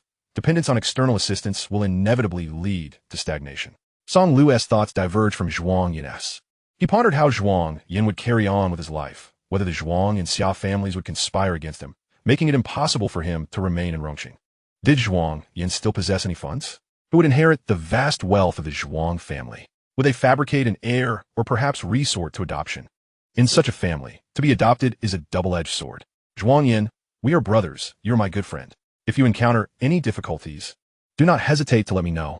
Then introduce me to a job, Zhuang Yan replied earnestly. Song Lu assumed that Zhuang Yan was genuinely in need of money, and he began rummaging through his mind for various job opportunities suitable for him. Zhuang Yan possessed both talent and looks. Ordinary jobs were unworthy of such a young master. Yet the more prestigious positions were often fraught with obstacles and opposition. Scratching his head, Song Lu said, I actually have a high-paying job in mind. Just signing the contract would yield 200,000, with potential profit sharing later on. If it takes off, it could reach as high as $1 million. For many ordinary people, saving $1 million is a lifetime achievement, and this sum would easily see you through this transitional period. Zhuang Yan's interest was piqued. What kind of job? Not long ago, I assisted a director friend in drafting several agreements. He is currently preparing a variety show and is in need of personnel, Song Lu elaborated. As Zhuang Yan listened, a sense of familiarity washed over him, until he suddenly recalled the name of the show. Love on the Journey is a slow-paced variety show centered around romantic matchmaking, featuring 3 pairs of male and female guests, including both ordinary individuals and celebrities. The show rapidly gained popularity and became a sensation. Time had elapsed, and Zhuang Yan could hardly remember the details, only that it had caused quite a stir online, particularly as it was broadcast live, where every little action was magnified. The participants from his previous life were all exceptional individuals from various fields, naturally generating buzz. Compared to them, Zhuang Yan felt rather ordinary. Please provide me with the director's contact information. I would like to discuss this with him. Song Lu had braced himself for a refusal, but upon hearing Zhuang Yan's affirmative response, he was momentarily taken aback before eagerly replying, Absolutely. Given your current situation, the director will certainly want you. How so? Your popularity is soaring. The entire internet is abuzz with discussions about you. Although not all of it is flattering, you inherently attract attention. By appearing on the show in the public eye, you may even have a chance to redeem yourself. Although Zhuang Yan had never ventured into this industry, it did not imply a lack of understanding. The prospect of quick earnings was indeed an opportunity. Upon learning that Song Lu intended to introduce Zhuang Yan to the show, the director expressed an eagerness to meet and discuss matters further. Zhuang Yan was not idle either. Through Song Lu's introduction, he contacted the director and promptly arranged a meeting. Initially, he anticipated a thorough discussion before any hiring decision was made, yet to his surprise, the director arrived with a contract in hand. Zhuang Yan, I have heard about your situation, and I warmly welcome you to join my program. Here is the contract. Take a look, and if all is satisfactory, please sign. After quickly sizing up Zhuang Yan, the director's eyes sparkled, reminiscent of a famished individual gazing upon a banquet. Director, shouldn't you consider this more thoroughly? My reputation is currently quite tarnished, and I have just severed ties with the Zhuang family. Plus I am without employment. All of this has been relayed to me by lawyer Song. Reputation is merely a reflection of what others say. Only those who truly know you understand who you are. This show will allow many more people to understand you. In their brief interaction, the director found himself drawn to the humble young man before him. Setting aside all else, Zhuang Yan's appearance was undeniably appealing, and with the director's extensive experience, he was certain that this program would be a resounding success. Having spent years in the entertainment industry, the director was skeptical of the negative narratives circulating online. Zhuang Yan carefully examined the contract, and once he confirmed that everything was in order, he grabbed a pen. Just as he was about to sign, he inquired, Director, is there a script for this? There is no script, just be yourself. After all, it's a live broadcast, and even the most meticulously crafted script can falter eventually. As the director sipped his tea while observing Zhuang Yan sign the document, he feared that Zhuang Yan might reconsider. Once the signing was complete, he swiftly collected the contract. Do you have a Weibo account? Zhuang Yan nodded. Let us follow each other. The director produced his phone. Please verify your identity on Weibo. Are you in such a hurry? Of course. Filming starts the day after tomorrow. Be sure to pack your belongings and arrive on time. I cannot stress this enough. The director reiterated his urgency. Zhuang Yan took out his phone, followed the director, and began the process of verifying his account. It was evident that the director was quite busy. Immediately after the contract was signed, he was called away by a phone call. He patted Zhuang Yan on the shoulder. Do not be anxious. Let things unfold naturally. Take the next few days to adjust your mindset. Zhuang Yan nodded. Meanwhile, as soon as they followed each other, netizens began to take notice. Through information provided by online users, Zhuang Yan learned that this was an observational variety show, where in addition to the live guests, there would be external observers. These observers would watch the live broadcast from the studio, sparking discussions and resonating with the audience, while the staff would edit the highlights and controversies into the final cut. According to the schedules leaked by netizens, Gu Qian would appear as an observer on the show. Zhuang Yan finally understood why the director had been so captivated upon seeing him. One cannot deny that contemporary netizens possess a hint of detective prowess. As soon as the director followed Zhuang Yan, someone promptly uncovered his identity. Even before Zhuang Yan's account was verified, they accurately deduced it was him from the words he posted on Weibo. Once the verification was completed, his private messages and comments exploded, propelling him onto trending searches. With discussions skyrocketing, Zhuang Yan's dating show, Gu Qian, Xia Wan, Zhuang Yan love triangle. Gu Qian observing Zhuang Yan in love? Rivals meet? Zhuang Yan just called off his engagement and is now participating in a dating show. Guests on love on the journey. Zhuang Yan in love on the journey. Overwhelmed by the incessant notifications from Weibo, Zhuang Yan found it exasperating and promptly activated privacy settings. Just as he finished, a text notification popped up. Xia Wan, you're going to participate in a dating show? You must not go, do you hear me? Zhuang Yan saw the message, but chose to ignore it. Upon returning home, he grabbed some clothes to take a shower, and when he emerged, he found several more text messages awaiting him. Xia Wan seemed to be addicted to messaging him. They were no longer in a relationship, so why was she still meddling?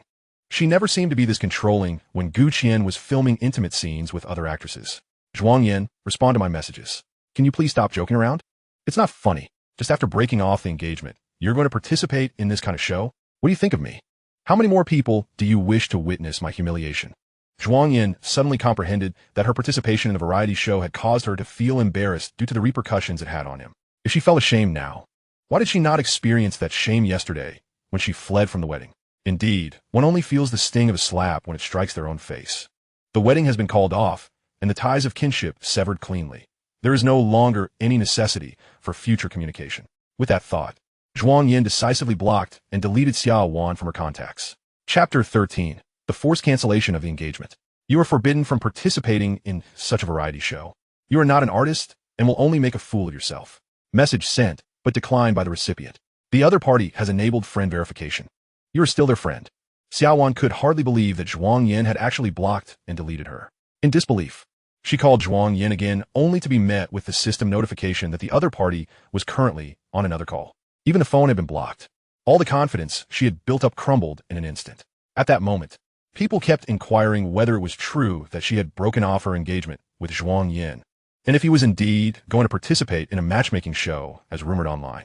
Xia Wan was infuriated to the point of feeling her scalp tingle. She grabbed a decorative item from her bedside table and hurled it to the ground. Upon shattering it, she realized that it was a photograph of her and Gu Qian from years past. After Gu Qian went abroad, she had preserved this photo well, keeping it on her bedside table for 5 years. Now, in a fit of rage towards Zhuang Yan, she had smashed it to pieces. The glass protecting the photo was shattered into fragments, and Xia Wan's anger seemed utterly unwarranted. The loud crash drew the attention of those outside. A servant cautiously knocked on the door. Miss, are you all right? I'm fine, pay me no mind. Xia Wan suppressed her fury, her face dark as she stared at the shards of glass on the floor. After a while, footsteps approached again. This time, it was Xia Qingshan. Wan, Aunt Zhang said you made quite a racket in here. Open the door so I can check on you. Xia Wan, exasperated, replied, I really am fine. Just open the door. Xia Qingshan's tone grew firm and insistent, leaving no room for refusal. Reluctantly, Xia Wan opened the door for her father. Upon entering, Xia Qingshan immediately noticed the glass shards on the floor. He frowned and instructed the servant to clean the room. What did you return? Have you eaten? I came back in the afternoon and had a little something. After meeting with Zhuang Yan, I returned home. I couldn't sleep last night, so I went straight to bed after arriving at the Xia residence.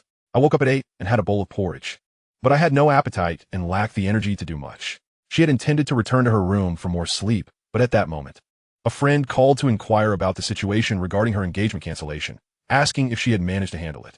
Feeling embarrassed, she chose not to tell the truth. Now her father was questioning her as well.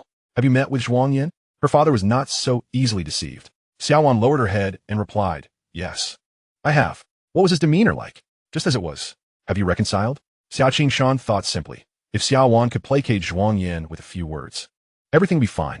Given the relationship between their families, Zhuang Yan had no good reason to call off the engagement. Xia Wan remained silent.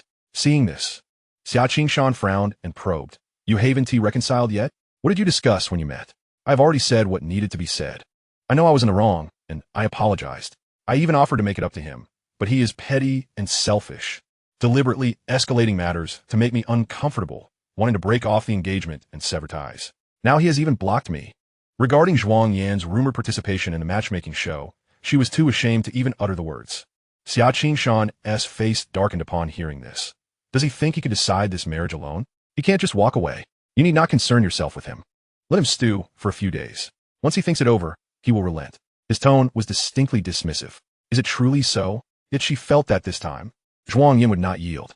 Dad, what did the Zhuang family say? They called me at noon to apologize, saying they would bring Zhuang Yan to the Xia residence to apologize for the sake of both families' reputations. I was inclined to let it go, as it was initially your fault, and it's normal for him to be upset. However, now that he refuses to back down, there is no need to extend any further concessions. Even if they come to apologize, do not easily relent. This engagement isn't finalized yet, and if Zhuang Yan dares to act disrespectfully now, what will happen when there are children to consider? Xia Qingshan's words did little to comfort Xia Wan. She inquired, what if Zhuang Yan were to sever ties with his parents in order to break off the engagement? Xia Qingshan scoffed. How could that be? Why not? Zhuang Yan only compromises when he cares about them. But what if he no longer does? After all, his parents have not treated him well. Xia Qingshan understood Xia Wan's concerns. If you are worried, I will call the Zhuang family. Xia Wan was indeed eager to ascertain the Zhuang family's current stance and Zhuang Yan's situation. In her presence, Xia Qingshan took out his phone, located Zhuang Zhongming's number, and dialed. The wait was excruciating, and Xia Wan felt nervous, fearing she would hear an unwelcome outcome. When the call connected, Zhuang Zhongming's voice, tinged with a hint of pleading, came through. President Xia, what brings you to call me at this late hour? I wanted to inquire about Zhuang Yan's current situation. Is he still insisting on breaking off the engagement? This question seemed straightforward, as Xia Qingshan believed Zhuang Yan had no valid reason to cancel the engagement.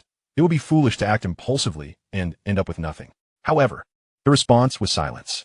Even Xia Qingshan, though slow to catch on, sensed something was amiss. What is going on? Is he truly going to break up with my daughter?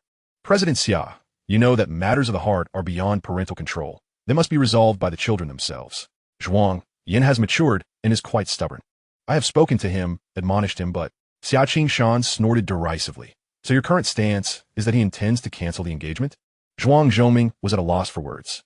Cancellation is one thing, but we would like the money returned as well. My daughter is exceptional. She can find any man she desires. It is Zhuang Yan's misfortune not to appreciate her. There are plenty who would cherish her. Does he truly believe that without your family, my daughter cannot marry? Zhuang Zhongming feebly replied, yes, you are right. Wan is exceptional. And Zhuang Yan is unworthy of her. Zhuang Yan has already severed ties with us. I am truly powerless in this situation. We are at fault towards your daughter, and we will do whatever it takes to make amends. However, the investment we made cannot be returned. Or perhaps you could grant us a little more time to sort things out. Though the phone was not on speaker in the stillness of the room, every word was crystal clear. When Xia Wan heard that Zhuang Yan had indeed severed ties with his family to facilitate the cancellation of their engagement, her heart sank. As if gripped by a firm hand, Zhuang Yan had truly cut off all connections with the Zhuang family. He would not marry her.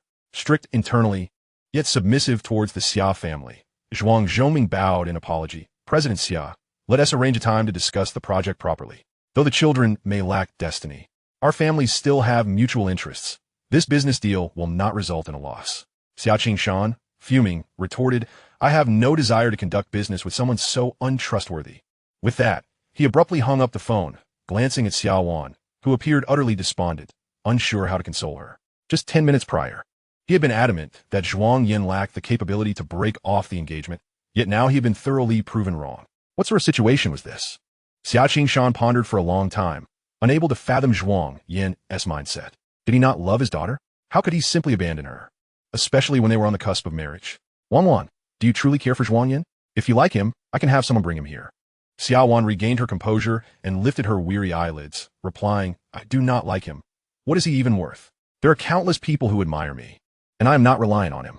If he wishes to withdraw, let him. Hearing her words, Xia Qingshan breathed a sigh of relief. It is good that you think this way. Upon reflection, if Xia Wan had truly harbored feelings for Zhuang Yan, she would not have fled her wedding yesterday.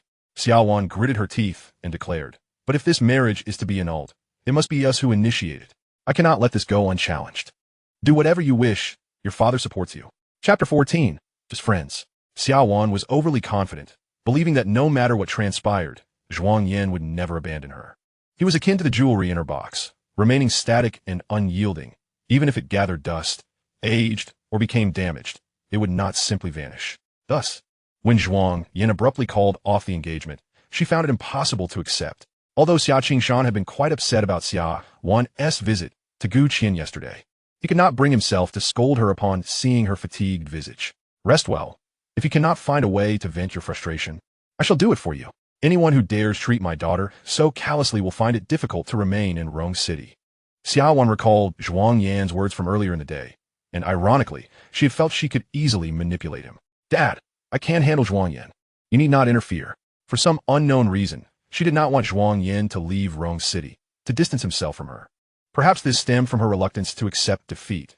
There's a saying online that the best way to take revenge on an ex is to live better than them. Though Zhuang Yan could not be classified as her ex, he should not have unilaterally terminated their engagement and blocked her without discussion. She intended to show Zhuang Yan that acting impulsively would lead to nothing but failure. Xia Qingshan reassured her, if any trouble arises, I will stand in for you. There are plenty of men. Find one who is more obedient, but do ensure that his family background is superior to the Zhuang family. Xia Wan understood that her father was subtly hinting at Gu Qian. After Xia Qingshan left, she picked up her phone and noticed a video call from Gu Qian 5 minutes prior. Xia Wan returned the call. Gu Qian, still in the hospital, appeared more spirited than yesterday. Are you all right? Did Uncle Xia blame you for yesterday's events? No, he replied, then inquired, and Zhuang Yan, have you met? Did you clarify things? Xia Wan's tone stiffened. I do not wish to discuss him right now.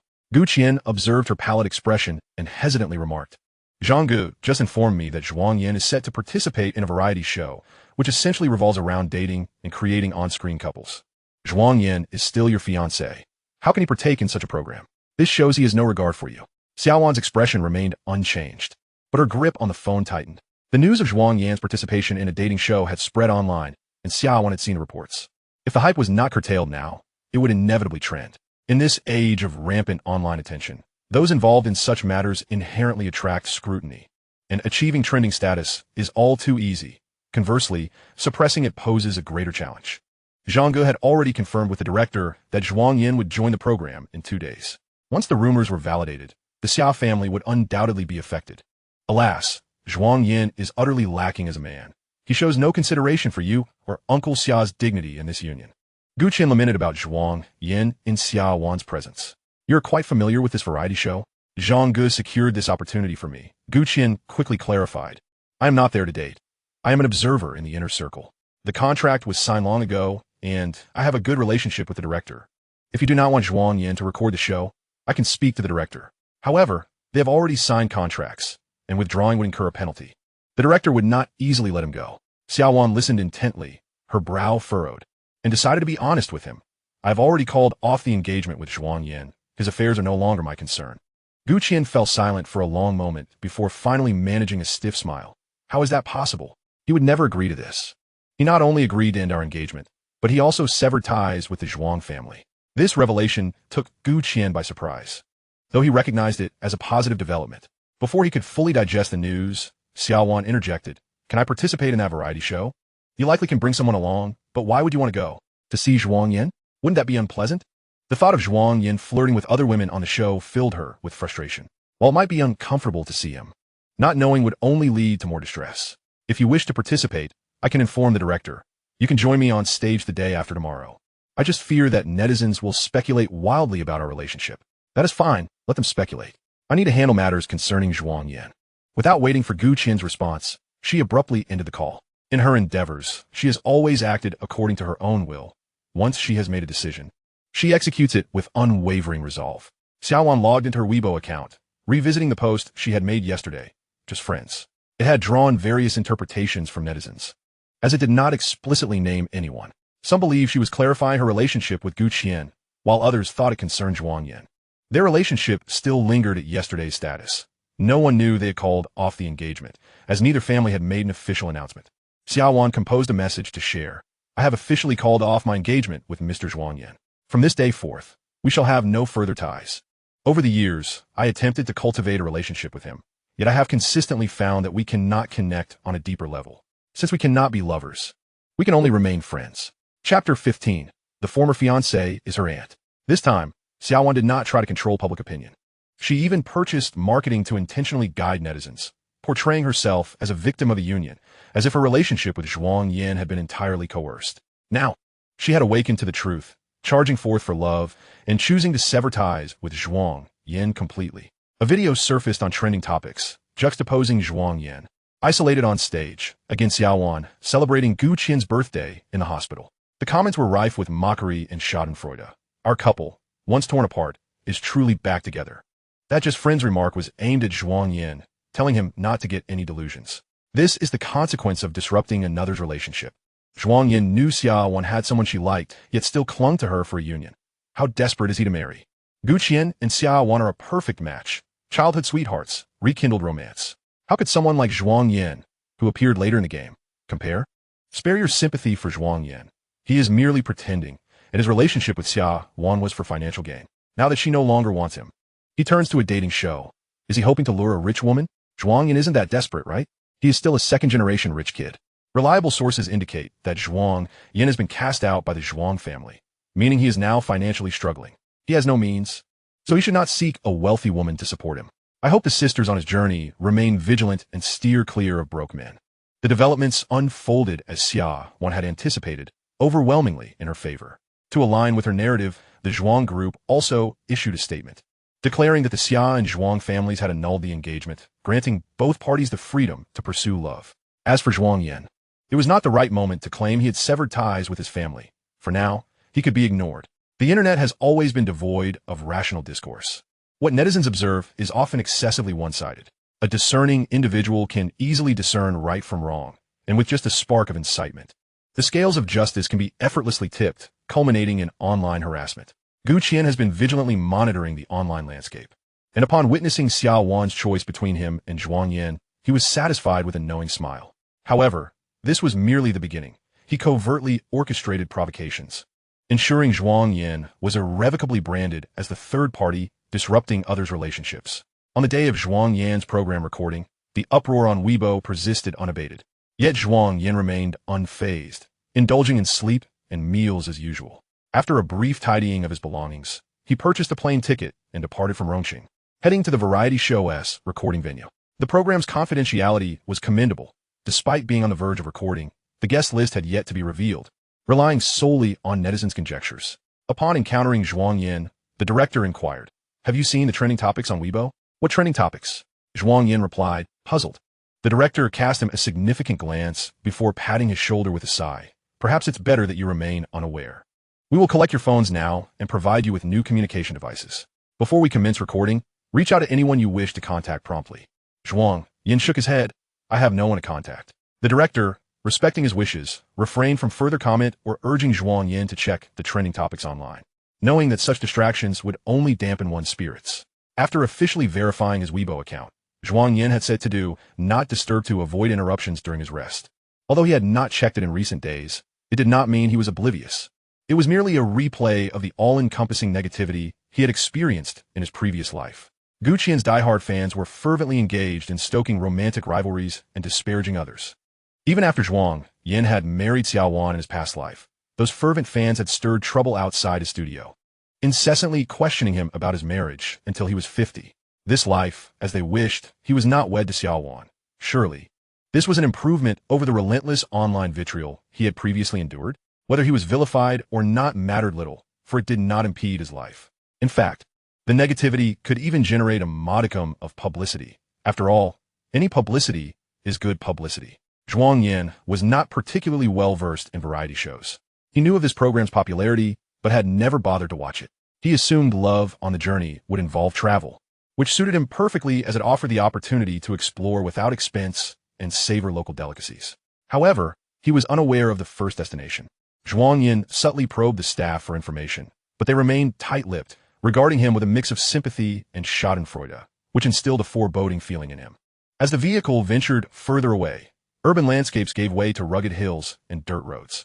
After a bumpy 3-hour journey, the vehicle gradually came to a halt. Zhuang Yan awoke from his slumber, drawing back the curtain to behold a picturesque landscape. The environment was quite pleasant, though the accommodations might be jarring for one accustomed to city life. The first stop of Love on the Journey was a rural locale, intended for participants to immerse themselves in the local culture and glean genuine emotions from nature and labor. The production team had spent little on renting a quaint courtyard, contrasting sharply with the lavish villas of other dating shows. Their setup resembled a modest flat with a rustic round table and 6 plastic chairs. The bathroom was situated outside, with 2 restrooms designated for men and women, clearly hastily constructed, and nearby was a pig pen that permeated the air with an unpleasant odor. Zhuang Yan was the first to arrive. With time to spare, he assisted the crew in setting up the cameras. The environment elicited a frenzy in the comments section. Isn't it risky to date in such a place? The moment I heard travel and romance, I knew it was unreliable. Countless couples have split during trips. If it goes well, they might marry. If not, they could break up midway. Has it started? Who arrived first? I heard the participants are affluent. What a joke it is to be dispatched to such a remote area. With the rise of numerous variety shows, this particular format was rare, drawing many curious onlookers. Zhuang Yan explored the house, which contained 4 bedrooms, 2 doubles and 2 singles. Hearing commotion from downstairs, he opened the window to find someone arriving. A black SUV slowly rolled in, and upon the door opening, a flash of red emerged.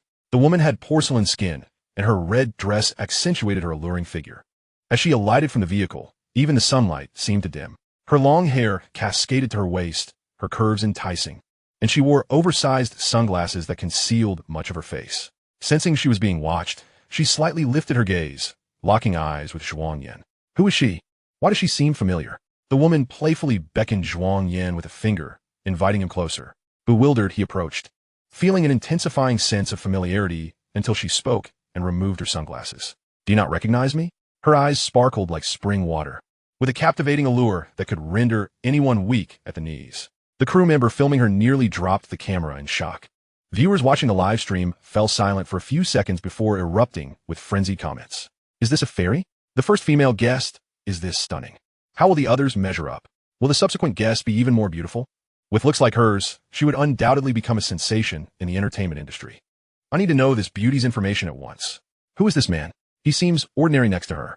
He looks familiar. I feel like I've seen him recently. Isn't that Zhuang Yan? He seems to know the female guest. Lucky him. Zhuang Yan looks dazed in front of such a beauty. Indeed, Zhuang Yan was momentarily stunned, but not merely by her beauty. He was astonished to find her here. Lu Yan, Xia Wan's aunt. From the moment Lu Yan removed her sunglasses, Zhuang Yan was left speechless. A whirlwind of emotions swirling within him. Was the production team attempting to stir the pot by inviting Xia Wan's aunt? The prospect of potentially being paired with Lu Yan for dates sent shivers down his spine. Chapter 16. The ex-girlfriend also arrives. Zhuang Yan directly inquired, "Why are you participating in this variety show? If I can, why can't you?" Lu Yan commanded him, "Go, help me retrieve the luggage from the trunk." Zhuang Yan was thoroughly perplexed. In his past life, Lu Yan was a staunch advocate against marriage, and he had never heard of her tying the knot before her death. He had never encountered her in a dating show before either. As for Lu Yan, although she was Xia Wan's aunt, she was only 4 years her senior. Zhuang Yan had met Lu Yan a year prior when he and Xia Wan had just established their relationship during the Spring Festival. He had accompanied Xia Wan to her grandfather's home. They had exchanged WeChat contacts, but their private communication had been minimal. After marrying Xia Wan in his previous life, he frequently visited the Lu family. He had always regarded Lu Yan with the utmost respect, treating her as an elder. In such a scenario, encountering her made Zhuang Yan feel rather flustered. Just imagine participating in a dating show where one of the female contestants is your elder. The sensation is undeniably peculiar. Though in this lifetime he has severed ties with Xia Wan, The ingrained notions cultivated over 30 years are not easily cast aside. With a simple gesture, Lu Yan beckoned, and Zhuang Yan dutifully carried her suitcase indoors. The two hefty suitcases contained who knows what, and they were quite heavy. Once they reached a secluded area, Lu Yan leaned in and teased, "What, do you still regard me as your little aunt?" Zhuang Yan found himself at a loss for words. Lu Yan drew closer, her fragrance lingering in the air, and she lightly patted the dust off his shoulder, saying, "You've already called off your engagement with Xia Wan, so don't think of me as your little aunt anymore. From now on, refer to me as Lu Yan or Yin Jia. Just don't get it wrong." Zhuang Yan nodded stiffly. Lu Yan appeared to be in high spirits, humming a tune as she turned away. At that moment, no one was aware of their connection. But should it come to light that Lu Yan was Xia Wan's aunt, the online community would surely be ablaze with excitement. Presently, the audience in the live stream was abuzz with inquiries about who Lu Yan was, how she knew Zhuang Yan, and what their relationship entailed. The show had barely begun. Yet Lu Yan's beauty had already propelled her into trending topics. Zhuang Yan observed her retreating figure, bemused by the production team's audacity to stir the pot. He chose not to dwell on his discomfort. He would gradually acclimate. This program was scheduled to last at most a month, and once that month passed, they would part ways. Zhuang Yan, being a person of broad-mindedness, had come to embrace the philosophy of contentment after his rebirth, as he often reiterated. As long as the remuneration was satisfactory, everything would follow suit. Others began to arrive in succession, each one having driven to this remote location. Zhuang Yan instinctively scrutinized the newcomers, and upon recognizing them, his eyelids fluttered, for it was the first time he felt regret over his decision. Among the female contestants, not only was Xia Wan's aunt present, but also her close friend, and Xinrong. During his previous marriage to Xia Wan, she had served as a bridesmaid, and during their time together, she had not hesitated to belittle him, claiming he could never measure up to Gu Qian and was unworthy of Xia Wan. Zhuang Yan could easily imagine how tumultuous the ensuing atmosphere would be. As for another contestant, her beauty rivaled that of Lu Yan. Unlike Lu Yan's sultry allure, she embodied a freshness akin to morning white camellias in her elegant white haute couture gown, her slender waist and long legs reminiscent of a model. The flutter in Zhuang Yan's eyelids was attributed to her. She was his first love, Jiangning, the youngest recipient of a Grand Slam in acting in the country.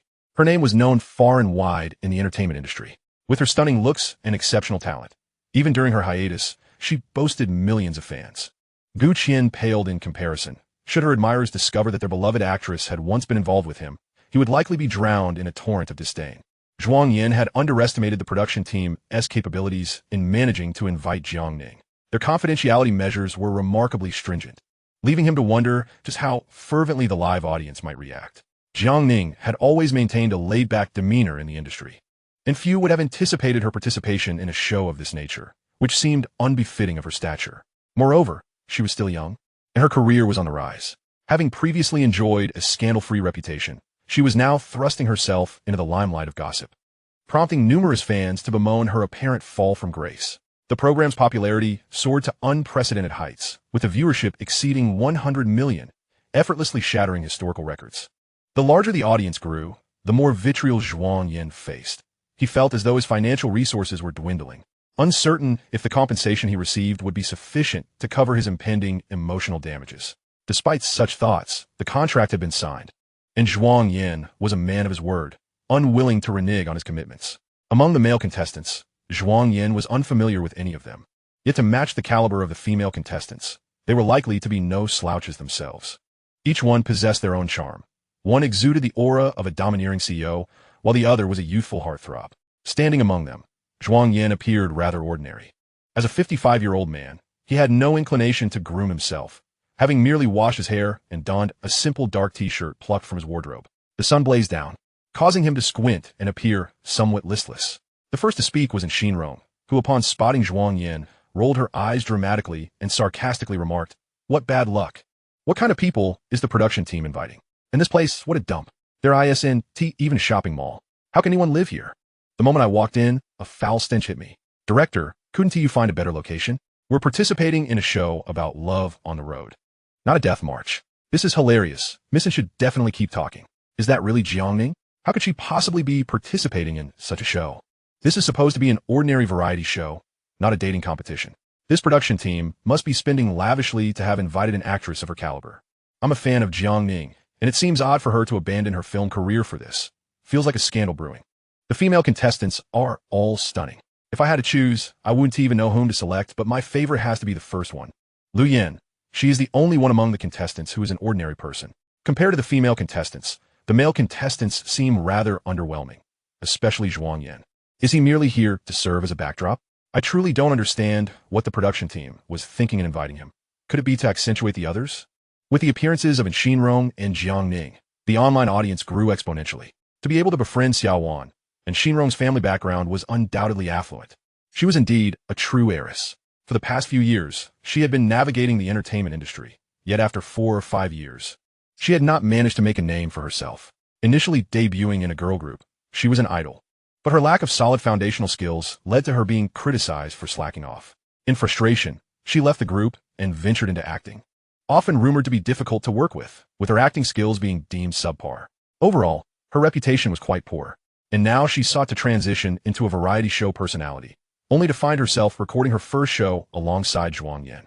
Regarding in Xinrong's mockery, Zhuang Yan chose to ignore it and approached the 2 male contestants to introduce himself. Hello, I'm Zhuang Yan. Hi, I'm Fang Chun. Ling Xian.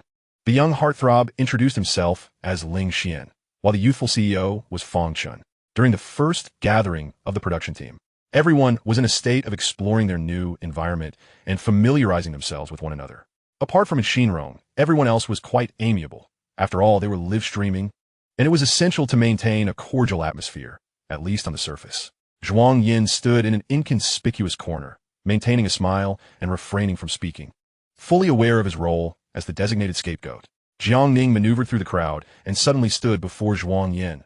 Xiao Yan, long time no see. Her lips curled into a gentle smile, her voice as soothing as a spring breeze. Zhuang Yan felt a mix of emotions but responded politely, long time no see. Seemingly oblivious to Zhuang Yan's aloofness, Jiang Ning continued, how have you been lately? I heard you called off your engagement. The moment she spoke, nearly everyone's gaze shifted toward him. It was unclear whether Jiang Ning was naturally oblivious or deliberately provocative. I'm doing well. Thank you for your concern, Teacher Jiang. In the entertainment industry, it was customary to address anyone of note as teacher. Jiang Ning slightly furrowed her brow, a fleeting glimmer of sorrow crossing her eyes. I hope we can coexist amicably from here on out and support one another through difficulties. Zhuang Yan returned her sentiment with a polite, yes, certainly. The live stream camera zoomed in on them, creating an atmosphere thick with tension, as some viewers were curious about their relationship, while others were eager for drama, many hoping for a confrontation to unfold. And Xinrong, unable to contain her curiosity, directly inquired, do you know each other? What is your relationship? Zhuang Yan pondered how best to elucidate her connection with Jiang Ning. With a smile, Jiang Ning responded, one could say we are childhood sweethearts. The term childhood sweethearts felt excessively intimate, as it could easily have been replaced with ordinary friends. Upon Jiang Ning's utterance, a moment of silence enveloped the surroundings, prompting her to glance at Zhuang Yan and ask, Xiao Yan, am I mistaken? In such a setting, Zhuang Yan could not feign ignorance. We have known each other since childhood. Lu Yan, stationed behind the camera, exhibited a subtle change in expression. The live stream erupted once more with fervor. Is there a mistake? How could Jiang Ning know Zhuang Yan? Their connection seems tenuous at best. Their relationship appears quite close, far beyond mere friendship. If they're indeed childhood sweethearts, how could they be just ordinary friends? It feels as though Jiang Ingho's gaze towards Zhuang Yan harbors unspoken sentiments. I am curious about what transpired between them. And Xinrong, please ask more. Is anyone blind? Which male guest present does not surpass Zhuang Yan? How could Jiang Ingho possibly be interested in him? Zhuang Yan's luck seems astonishing. He knows all these female guests. Knowing them does not imply he will be chosen. In the observation room, Xia Wan and Gu Qian sat together. Ultimately, she had joined him in participating in this program, becoming one of the observers. The recording took place in Rongqing, where a temporary set had been constructed. As it was Xia Wan's first foray into variety shows, she lacked experience and relied heavily on Gu Qian for guidance. Initially, she could still engage in conversation with him, but upon seeing Zhuang Yan on the live stream, she found herself unable to avert her gaze from the screen. Xia Wan harbored a veiled intention. Since she could not prevent Zhuang Yan from participating in this frivolous show, she would tarnish his reputation, ensuring that other women would not be drawn to him. Among the female guests, she had discreetly inquired about them, and only knew of Xinrong, her friend, who would naturally not favor Zhuang Yan, which reassured her. The identities of the other 2 female guests remained elusive, as the production team had made last-minute changes, leaving her to await the live broadcast for revelation. The first to appear was Lu Yan, and upon seeing her aunt on the show, Xia Wan felt incredulous. almost believing she was hallucinating. Given Lu Yan's stature, what was she doing amidst such revelry? However, upon recognizing her, Xia Wan felt a sense of relief, no matter the circumstances. Zhuang Yan could not possibly develop romantic feelings for her aunt. Yet, when she observed Lu Yan directing Zhuang Yan to assist her with her luggage, Xia Wan's displeasure manifested as a frown, sensing an oddity in Lu Yan's overly familiar demeanor towards Zhuang Yan, as if it concealed ulterior motives. Lu Yan, well aware of Zhuang Yan's broken engagement and the strained relations with the Xia family, should have exercised discretion, yet she drew closer. The final female guest was unexpectedly none other than the celebrated actress Jiang Ning, whose Weibo followers numbered 60 million. Among the trio, she appeared to be the most likely candidate to cultivate a romantic relationship with Zhuang Yan, inciting an inexplicable sense of crisis within Xia Wan as she tightened her grip on her water cup. Yet, upon reflection, Jiang Ning, an actress of such remarkable caliber, adorned with countless accolades, had encountered all manner of men in the entertainment industry. Zhuang Yan seemed utterly commonplace in comparison. What chance did he stand? Surely, she would be inclined towards one of the other two male guests. Jiang Ning could not possibly overlook Zhuang Yan. Just as this thought crossed her mind, she witnessed Jiang Ning stride directly towards Zhuang Yan. When she observed Jiang Ning greet him warmly and clarify to everyone their relationship as childhood sweethearts, Xia Wan nearly crushed her cup in her grasp. Chapter 17. The variety show commences. Despite being aware that the scene was being recorded and that the cameras would magnify her current emotions, Xia Wan found herself unable to restrain her darkening expression. No one was more eager than she to comprehend the nature of Zhuang Yan's acquaintance with Jiang Ning. Why had she never heard of this childhood sweetheart? How much had he concealed from her? Gu Qian, timely in his commentary, echoed the sentiments of the live audience, expressing surprise at Zhuang Yan's acquaintance with Jiang Ning. Wan, you have known Zhuang Yan the longest. Did you know he had such a friend? I have not heard him speak of it. I am indifferent to his affairs, Xia Wan retorted with a cold laugh. Are you truly indifferent? Then why does your expression betray you so? It seemed evident that Zhuang Yan and Jiang Ning shared a connection that was far from ordinary. These two should be the most likely to intertwine. Among the observers, besides Gu Qian and Xia Wan, were four others. Hosei Liu, actor Lin Fan, team leader Xun Li, and psychologist Su Nuo. It seems that way, Xun Li remarked, prompting Xia Wan to shoot her a frosty glance. At that moment, someone posed another question. Who is Lu Yan? She is stunning. She cannot possibly be a mere internet celebrity. If she were, she would have already achieved fame. To prevent any misguided matchmaking, Xia Wan spoke candidly. She is my aunt. Your aunt is so young? Xia Wan remained silent. It is no wonder she appears so familiar with Zhuang Yan. It seems unlikely they would develop anything. Initially, I found myself rooting for them. Xia Wan's previously softened expression darkened once more, and she contemplated rising to leave. Fortunately, they soon shifted their discussion to other individuals and ceased mentioning Zhuang Yan. Zhuang Yan had meticulously calculated every possibility, but had not anticipated Jiang Ning would so brazenly announce their relationship in front of such a multitude. Was she intent on ensuring his downfall online? Zhuang Yan was not so vain as to believe Jiang Ning had come solely for him. Their past was a distant memory, and given that they had parted ways over 30 years ago, he would not have recalled her had he not seen her today. And Xinrong scoffed, childhood sweethearts? You've never mentioned this before. Zhuang Yan retorted, what concern is it of yours? Why should I divulge my personal affairs to you? Are you truly so invested in my life? Who cares about you? Your audacity knows no bounds. If you are indifferent, then refrain from meddling in my affairs. Though he was prepared for rebuke, he would not silently endure unreasonable treatment. Ignoring and Xinrong would only embolden her further. To Zhuang Yan, she resembled an immature child. While he would not stoop to her level, he would not shy away from imparting lessons when necessary. As tensions threatened to escalate, the director promptly intervened to announce the first task, to clean the premises thoroughly. Once the house was deemed presentable, the production team would conduct an inspection, and only upon passing would they be allocated food. And Xinrong, brimming with pent-up frustration from her earlier exchange with Zhuang Yan, turned to the director, exclaiming, with just 6 of us, how can we possibly manage such a large space? Indeed, if you cannot complete the task, there will be no lunch for you. There are 3 hours until mealtime. Oh, and we will only provide ingredients. You must prepare the meal yourselves. This task felt utterly cliched and rather exhausting. The guests, apart from Zhuang Yan, were all adorned in glamorous attire. Actresses, stars, CEOs, and young ladies gathered together, none of whom appeared suited for household chores. And Xinrong disdainfully surveyed the dilapidated courtyard, littered with cobwebs and insects, causing her scalp to prickle. Fong Chun, the eldest among the guests, spoke up. I come from a rural background and am quite familiar with such environments. Shall I organize the division of labor? No one objected. The men, possessing greater strength, took on many of the heavier tasks, while the women were assigned to dusting and sweeping, with Zhuang Yan tasked with cleaning the kitchen. Though it may appear effortless, the kitchen is, in fact, the most heavily soiled area. Fortunately, the production team has prepared cleaning tools, and he methodically retrieves the dishes from the cabinets, wiping them down before washing, and subsequently placing the clean tableware outside to dry. He adeptly scrapes away the grease clinging to the sides of the pot, and the once yellowed and darkened countertop gradually regains its pristine whiteness. This task is remarkably accommodating for those with obsessive-compulsive tendencies. Zhuang Yan clearly engages in household chores frequently, as evidenced by his proficient technique. Zhuang Yan's speed is impressive. He suddenly becomes less irksome to him. What cleaning agent is he using? It's so pristine. It's exceedingly friendly for those with obsessive-compulsive disorder. The production team should share a link. In stark contrast to Zhuang Yan, the others appear utterly inexperienced in household tasks, floundering in their efforts. Zhuang Yan shoulders the greatest workload, yet he completes it with remarkable swiftness, within less than 2 hours.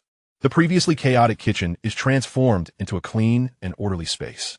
After finishing, he leans against the wall, sipping water while observing. And Xinrong, startled by a spider web, screams, while Jiangning dully organizes the bedroom. Lu Yin works with surprising speed, though her dress restricts her movements, prompting her to remove her high heels and tie her skirt in a knot. Ling Xian stands on the stairs, cleaning the ceiling and wiping the windows, while Feng Chun tends to the weeds outside. One might expect Zhuang Yan to assist, but instead, he leisurely watches. Some begin to feel a sense of unfairness, particularly in Xinrong. Moments ago, she nearly quarreled with Zhuang Yan, and now she seems to command him as if he were a servant. Zhuang Yan, why are you just standing there? Come lend a hand. The sooner we finish, the sooner we can eat. I'm starving. And Xinrong instinctively orders Zhuang Yan, assuming he would certainly help, having frequently seen Xia Wan boss him around, treating him like a dog, making him do everything. Indeed, in such circumstances, any person of refinement would typically offer assistance. Zhuang Yan sets down his cup and retorts, I manage my own tasks. Your hunger is no concern of mine. And Xinrong is taken aback, unable to fathom Zhuang Yan's refusal, and angrily responds, you have nothing to do right now. What is wrong with helping out a bit? Why must I help you just because I'm free? Do you lack hands or brains? Zhuang Yan counters. You. Feng Chen steps in to ease the tension. And Xinrong, let me assist you. I'll finish up here shortly. Frustrated, and Xinrong glares at Zhuang Yan before turning to Feng Chen, expressing her gratitude. Thank you. You're truly kind. Unlike some who exhibit no gentlemanly demeanor or spirit of teamwork. No wonder they get dumped. The program has barely commenced, and the conflict among the guest team has escalated to personal attacks. Zhuang Yan pretends not to hear and inquires of the director. Director, I've finished cleaning my area. May I take a stroll? You may, but as I've mentioned, I'll 1T distribute food if the house isn't clean, the director reminds him, likely hoping to see if Zhuang Yan will stay to assist the team. Zhuang Yan remains steadfast in his refusal. Do as you wish. I'm not hungry right now. In the past, Zhuang Yan would have been concerned about others' opinions and acquiesced, but now he refuses to engage in thankless tasks. He senses that the upcoming rural life will be increasingly hectic. Helping once will likely lead to further requests. He cannot allow himself to be exploited simply because he works quickly. Moreover, in terms of division of labor, he has already assumed the bulk of the responsibilities, while the girls have merely swept the floors and wiped the tables, tasks that are quite light. Zhuang Yan has established a persona for himself, a socially oblivious, emotionally inept man, impervious to Xinrong's barbs, which she hurls at him in vain. Chapter 18. The Fishing Lives of Middle-Aged Individuals. In any case, those who criticize him number in the millions. One more or one less makes no difference. The director does not intervene. Then you may go, but return before 1 o'clock. All right. Zhuang Yan does not venture far, meandering nearby where the landscape is dotted with farmlands. A fish pond lies 500 meters from the cottage. After reaching the age of 50 in his previous life, Zhuang Yan found his greatest joys in fishing, gardening, and playing chess. Accompanied by a cameraman, he wanders about, reveling in the tranquility and fresh air of the village, while passers-by curiously gaze at them without approaching. Spotting someone fishing, Zhuang Yan approaches. Brother, I fish here? You can, but it's not easy. I've sat here all morning and only caught 2 Crucian carp. Not enough for a meal, the fisherman replies. Just as he finishes speaking, the fisherman receives a phone call from his family, urging him to return for lunch. I'm heading back for a meal. If you wish to fish, you can borrow my rod and return it after you're finished. Zhuang Yan accepts without hesitation. Taking the fishing rod from him, that sounds wonderful. Thank you. If I catch any fish, I'll share half with you. Where do you live? Sure. I live in that white house over there. The fisherman, momentarily awkward in front of the camera, chuckles sheepishly before departing. Zhuang Yan, delighted, takes the fishing rod, changes the bait, and squats down in a new spot. Watching others fish is rather tedious. Many viewers exit Zhuang Yan's livestream, some leaving scathing comments. "I'm out. This is too boring. Why fish when there are so many other activities? Didn't you hear the brother say the fish are hard to catch?" And Xinrong's criticisms are spot on. Zhuang Yan lacks team spirit, preferring to sit idly rather than help everyone finish their tasks quickly so they can have lunch. It's no wonder his fiancée left him. He deserves it. The fisherman only caught 2 small fish after a whole morning. How could Zhuang Yan hope to catch any? He.s. just slacking off. He'd be better off cooking instead. Can this rich second generation even cook? I doubt he.s. doing anything but waiting for the meal to be prepared back at the cottage. Don't leave him any leftovers. Let him eat pig slop. Suddenly, the fishing rod twitches, and the previously lackadaisical Zhuang Yan abruptly lifts the rod. The weight pulling down suggests a sizable catch. Slowly rising, he carefully reels in the line, pulling a 5-pound carp from the water. Those who had just mocked him for his inability to catch fish are left dumbfounded. Zhuang Yan nonchalantly tosses the fish into the basket and resumes his fishing. Originally intending to leave, passers-by lingered. That must be a coincidence. I know. It's the beginner-esque luck. It's noon. Are the fish starting their lunch too? I'm staying right here. I don't believe Zhuang Yan can catch a second one. The rod twitches again, and Zhuang Yan raises it once more, judging by the feel. It's a 3-pound fish. Wow, impressive. The number of viewers in Zhuang Yan's livestream has surged from an initial 100,000 to a staggering 2 million, even prompting the director in the cottage to curiously check his phone. While some spend an entire morning catching merely 2 small fish, others manage to reel in 4 large fish in half an hour. Zhuang Yan seems to possess a natural talent for fishing. He cannot quite explain this gift, but as long as there are fish in the water, he can catch them. Those who had initially criticized him have now fallen silent. The only ones still vocally opposing him are Gu Qian's fans. Zhuang Yan weighs the basket of fish. It's enough for a meal. So he gathers his fishing rod and heads towards the fisherman's home. "Brother, I'm returning your fishing rod. So soon? Did you catch anything?" "I did, 4 of them. Let us split them." Zhuang Yan sets down the basket. "4?" The fisherman approaches incredulously, having assumed Zhuang Yan had caught only small fish. Not realizing the basket was nearly full, he weighs it and estimates it to be 15 pounds. One cannot help but feel envious. Why can others catch so many fish effortlessly? Impressive indeed. Such an adept angler. If he continues fishing for several more days, won't the pond's fish be completely depleted? "Brother, let us share the catch. My family consists of only 3 members. A 4-pound fish would suffice for us. You can take the remaining 3 home, as your crew is larger. We won't be able to consume 3 fish anyway." Zhuang Yan devised a plan. "How about this, brother? May I borrow your kitchen? I'll prepare all 4 fish, and then we can divide them." "That works, as long as you don't mind the hassle." The angler warmly welcomed Zhuang Yan into the kitchen, placing the ingredients and seasonings in plain sight. With the angler's assistance, the 4 fish were quickly cleaned, and Zhuang Yan decided to make a fish hot pot for lunch, utilizing the broth for dinner to blanch vegetables. He opted for a sauerkraut soup base, which catered to everyone's palate. He reserved some fish fillets to prepare a fish porridge, resulting in 3 large pots filled to the brim with deliciousness. One could tell from Zhuang Yan's culinary techniques that he possessed remarkable skills.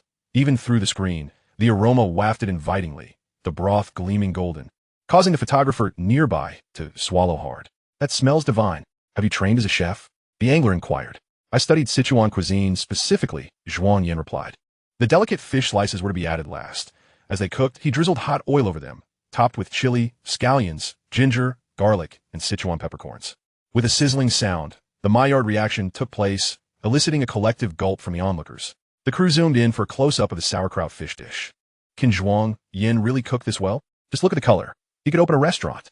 I'm so hungry, I want to eat this right now. I've decided to order sauerkraut fish for takeout today. Those who claim Zhuang Yan couldn't cook should come forward and eat their words. With this much food, it must be for everyone to share.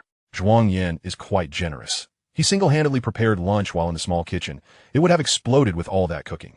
Initially, skeptical individuals began to reconsider their opinions of Zhuang Yan as they witnessed his culinary prowess. He portioned the fish into separate bowls, sharing equally with the angler and his family. Since they hadn't eaten yet, they felt awkward receiving ready-made food. So they promptly went out to gather fresh vegetables from the garden to bring back to the small house. Meanwhile, those in the small house finally finished cleaning, and after the director's inspection passed, they distributed the food according to the rules. Cooking became a daunting task, as the program's provided meals were all raw. Additionally, with only a wood-burning stove and a large pot, controlling the heat was impossible. The cooking turned into a disaster. The once spotless kitchen that Zhuang Yan had cleaned was now a mess. After an hour of struggle, the results were either burnt or undercooked, and the taste was indescribable, both salty and fishy, rendering it inedible. Ultimately, they had to settle for boiled vegetables paired with porridge, resembling a rather unappetizing diet meal. Originally, food for 6 had now dwindled to half that amount. Fang Chun took the initiative to assume responsibility. "It's all my fault. I burnt the vegetables and wasted the ingredients." And Xinrong comforted him. "It's normal to struggle when it's your first time cooking. I accidentally used sugar instead of salt earlier." Fang Chun had been particularly attentive to her today, and Xinrong appreciated it, willing to speak well of him. She thought that if they were to choose a romantic partner for outings, she would definitely choose Fang Chun, as she favored mature men who were gentle and considerate, always thinking of her needs. Fang Chun shyly smiled. "Thank you for comforting me." And Xinrong, feeling extremely hungry, found little appetite seeing the current meal. Fang Chun suggested, "Let us eat first, and then take a break. There might be more tasks in the afternoon, and we can think through dinner preparations later." Ling Xian then inquired, "Where is Zhuang Yan?" And Xinrong pouted, "I don't know where he has gone off to be lazy. Since there is so little food, let's not save any for him. He didn't even help with cooking." Chapter 19, Rural Romance. Zhuang Yan had cleaned the kitchen by himself. How could he not have a share of the food? According to the distribution of duties, he was entitled to a portion as well. Meanwhile, you, who contributed the least and spoke the most, do you think you've grown an extra tongue? Or perhaps your mother never taught you to respect others? Lu Yin was losing her temper, all because of Zhuang Yan, and Xinrong was taken aback. It was the first time someone had spoken to her so harshly in her life, especially during a live broadcast. Her eyes reddened with indignation. "Lu Yin, how dare you say that to me? Don't think just because you're 1's aunt, I 1T stand up to you." Lu Yin crossed her arms defiantly. "Go ahead, I'm listening." And Xinrong's reaction was nothing short of childish. At best, one could call it thoughtless, and at worst, ill-mannered. Even if she were permitted to insult Lu Yin, she wouldn't know what to say. Lu Yin had joined this program solely for one person, showing no interest in anyone else. From Xinrong's words, everyone gleaned that Lu Yin was Xia Wan's aunt, and Xia Wan happened to be Zhuang Yan's former fiancée. This connection clarified why Lu Yin was familiar with Zhuang Yan, perhaps even advocating for him as a relative. Fang Chen paused for a moment before suggesting, without a phone, "We can't reach Zhuang Yan. How about we eat first and save his portions separately? I'll go find him. I'll go look for him." Several voices chimed in, and they turned to see Lu Yin and Jiang Ning speaking simultaneously. Their eyes met, and Jiang Ning, wary, said, "Miss Lu, you've been busy all morning. It's best to sit down and enjoy your meal. I'll go find Xiao Yan. I'm too full from dealing with certain people to eat. A walk might help clear my head.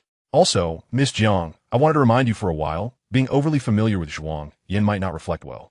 She could tell that despite Jiang Ning's apparent closeness to Zhuang Yan, he regarded her merely as a friend without deeper feelings. Jiang Ning replied coldly, "I've called him Xiao Yan since childhood. If Zhuang Yan isn't bothered, why should you be? I'm worried about your fans. After all, Zhuang Yan has already faced enough backlash online." Jiang Ning fell silent. The tension between them felt taut, like a drawn bowstring. Were they really about to argue over Zhuang Yan?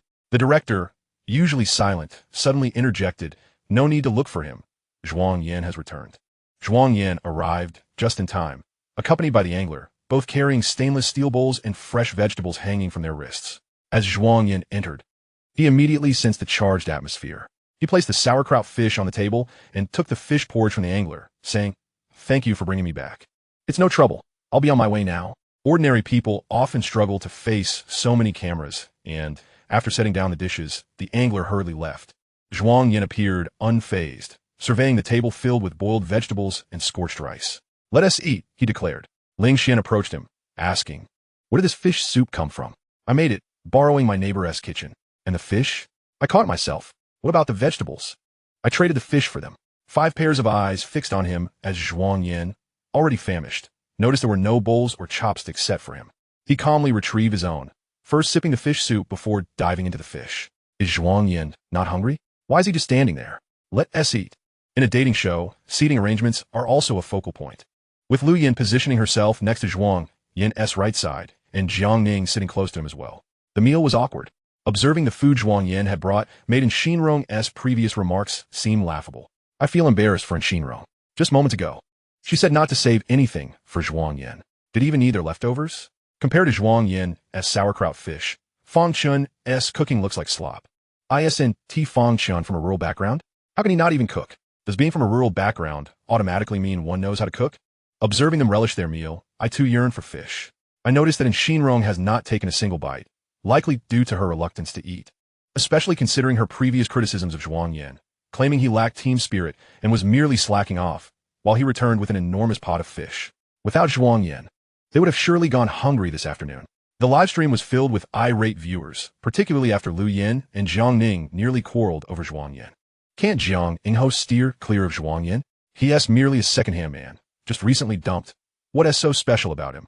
I do not oppose beautiful women seeking romance, but must they pick up every piece of trash? Fang Chun and Ling Xian are far better options. I trust Jiang Ning's feelings for Zhuang Yan are purely platonic. To my astonishment, the real victor appears to be Zhuang Yan, flanked by Jiang Ning and Lu Yin, one embodying innocence and the other exuding sensuality. If I were him, I would be utterly delighted. I wonder what Xia Wan thinks of this. Jiang Ning might still harbor feelings for Zhuang Yan, but Lu Yin surely cannot, especially after hearing Xinrong refer to Lu Yin as Xia Wan's aunt. Zhuang Yan nearly became her nephew-in-law. How could she possibly be attracted to him? Especially since he has offended the Xia family? I suspect Lu Yin joined this program to vindicate her niece. I concur. I too lean towards the notion that Lu Yin's participation is motivated by the desire for retribution for her niece. Xia Wan gazed at the table of sauerkraut fish on the screen, recalling that when she first met Zhuang Yan, he lacked culinary skills, learning to cook solely for her. Aware of her fondness for Sichuan cuisine, he sought out a chef and learned to prepare his first dish, sauerkraut fish. At noon, as the observers took their meals, Xia Wan had takeout before her, ordered according to her preferences by Guqian. Initially, the food was palatable. Yet upon seeing the pot of sauerkraut fish and fish congee in the live stream, her appetite waned. Who knew Zhuang Yan possessed such culinary prowess? Watching this makes me crave sauerkraut fish. Perhaps we should organize a group outing for it tonight. There is more to Zhuang Yan's skills than this. Understanding Xia Wan's notorious temperament, the other observers refrained from inquiring about Zhuang Yan. Xia Wan fixated on Zhuang Yan's livestream, thus missing the exchange between Jiang Ning and Lu Yan. Only through the barrage of comments did she learn that the two nearly clashed over Zhuang Yan, both expressing their intent to seek him out. Xia Wan felt a surge of agitation, her eyes locked onto the comments, hoping to glean some valuable insight from them. Perhaps Lu Yan truly joined this program to avenge her. Memories flooded back of her childhood when she and this aunt were quite close. Their age difference was minimal, and upon their first meeting, she had called her sister, much to the amusement of the adults around. At some point, however, they drifted apart, their relationship becoming increasingly distant. After lunch, all but Zhuang Yan took the initiative to clean up the table and wash the dishes. In contrast to other dating reality shows where cooking and cleaning are shared tasks, leading to various memorable moments, the director suggested they draw lots for teams. And Xinrong muttered, "Aside from Zhuang Yan, who here can actually cook? But you can't just let Zhuang Yan do everything," someone retorted. "I never said I wouldn't help," she replied. After witnessing their culinary skills, Zhuang Yan feared not much except the risk of food poisoning. Having survived stomach cancer, he now holds particularly high standards for food. "I'll handle the cooking. You all can assist and wash the dishes," he declared. The director responded, "We need to assign roles. Let us draw lots." With that, and Xinrong had no objections. The drawing held great significance, and Xinrong wished to avoid drawing Zhuang Yan, unaware that what she wished to evade was precisely what others coveted most. Jiang Ning glanced at Zhuang Yan, nervously selecting a lot that left her palms sweaty. Lu Yan was the last to draw, appearing nonchalant while secretly fixating on Zhuang Yan. If gazes were threads, Zhuang Yan was likely ensnared by her intense stare. Such an overt gaze was hard to ignore, and when Zhuang Yan looked up, their eyes met. Seeing Zhuang Yan's astonished expression, Lu Yan smiled and picked up the last paper ball from the table. Everyone eagerly watched the slips in their hands, eager to discover their team arrangements. And Xinrong unfolded her slip, exhaling in relief. Jiang Ning's face paled. Lu Yan observed their expressions and realized she had secured a favorable outcome. It was indeed Zhuang Yan. As anticipated, when the paper was revealed, it bore Zhuang Yan's name, and Xinrong and Fang Chun, Jiang Ning and Ling Xian, Lu Yan and Zhuang Yan. This outcome was met with unanimous delight, Jiang Ning's fans exhaling in relief, the comments flooded with gratitude. Thank goodness Jiang Ning did not draw Zhuang Yan. Let us hope Zhuang Yan keeps his distance from Jiang Ningho. Let this arrangement be set. Do not let Jiang Ning and Zhuang Yan team up. Fans remained oblivious to their idol's despondent demeanor.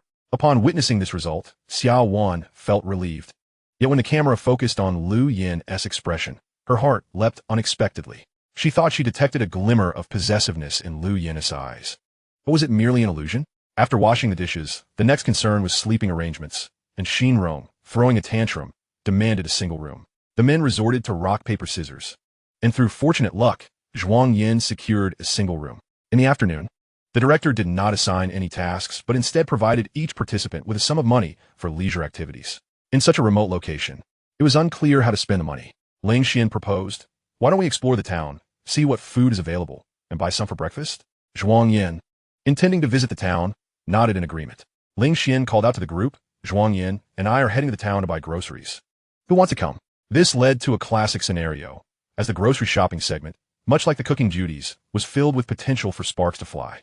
"Let us go," Lu Yin suggested. Jiangning followed suit, stating, "I want to buy some things in town." "I'm not going," and Xinrong interjected dismissively. "There's nothing to see in town. I'd rather sleep at home." Fang Chun, harboring feelings for Xinrong, seized the opportunity for solitude. "You all go ahead.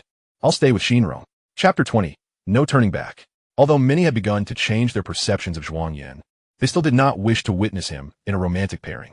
The production team arranged for a van, prompting Lu Yin to ask, "Who's driving?" Jiangning replied, "I can't." "I'll drive," said Ling Xian, taking the keys.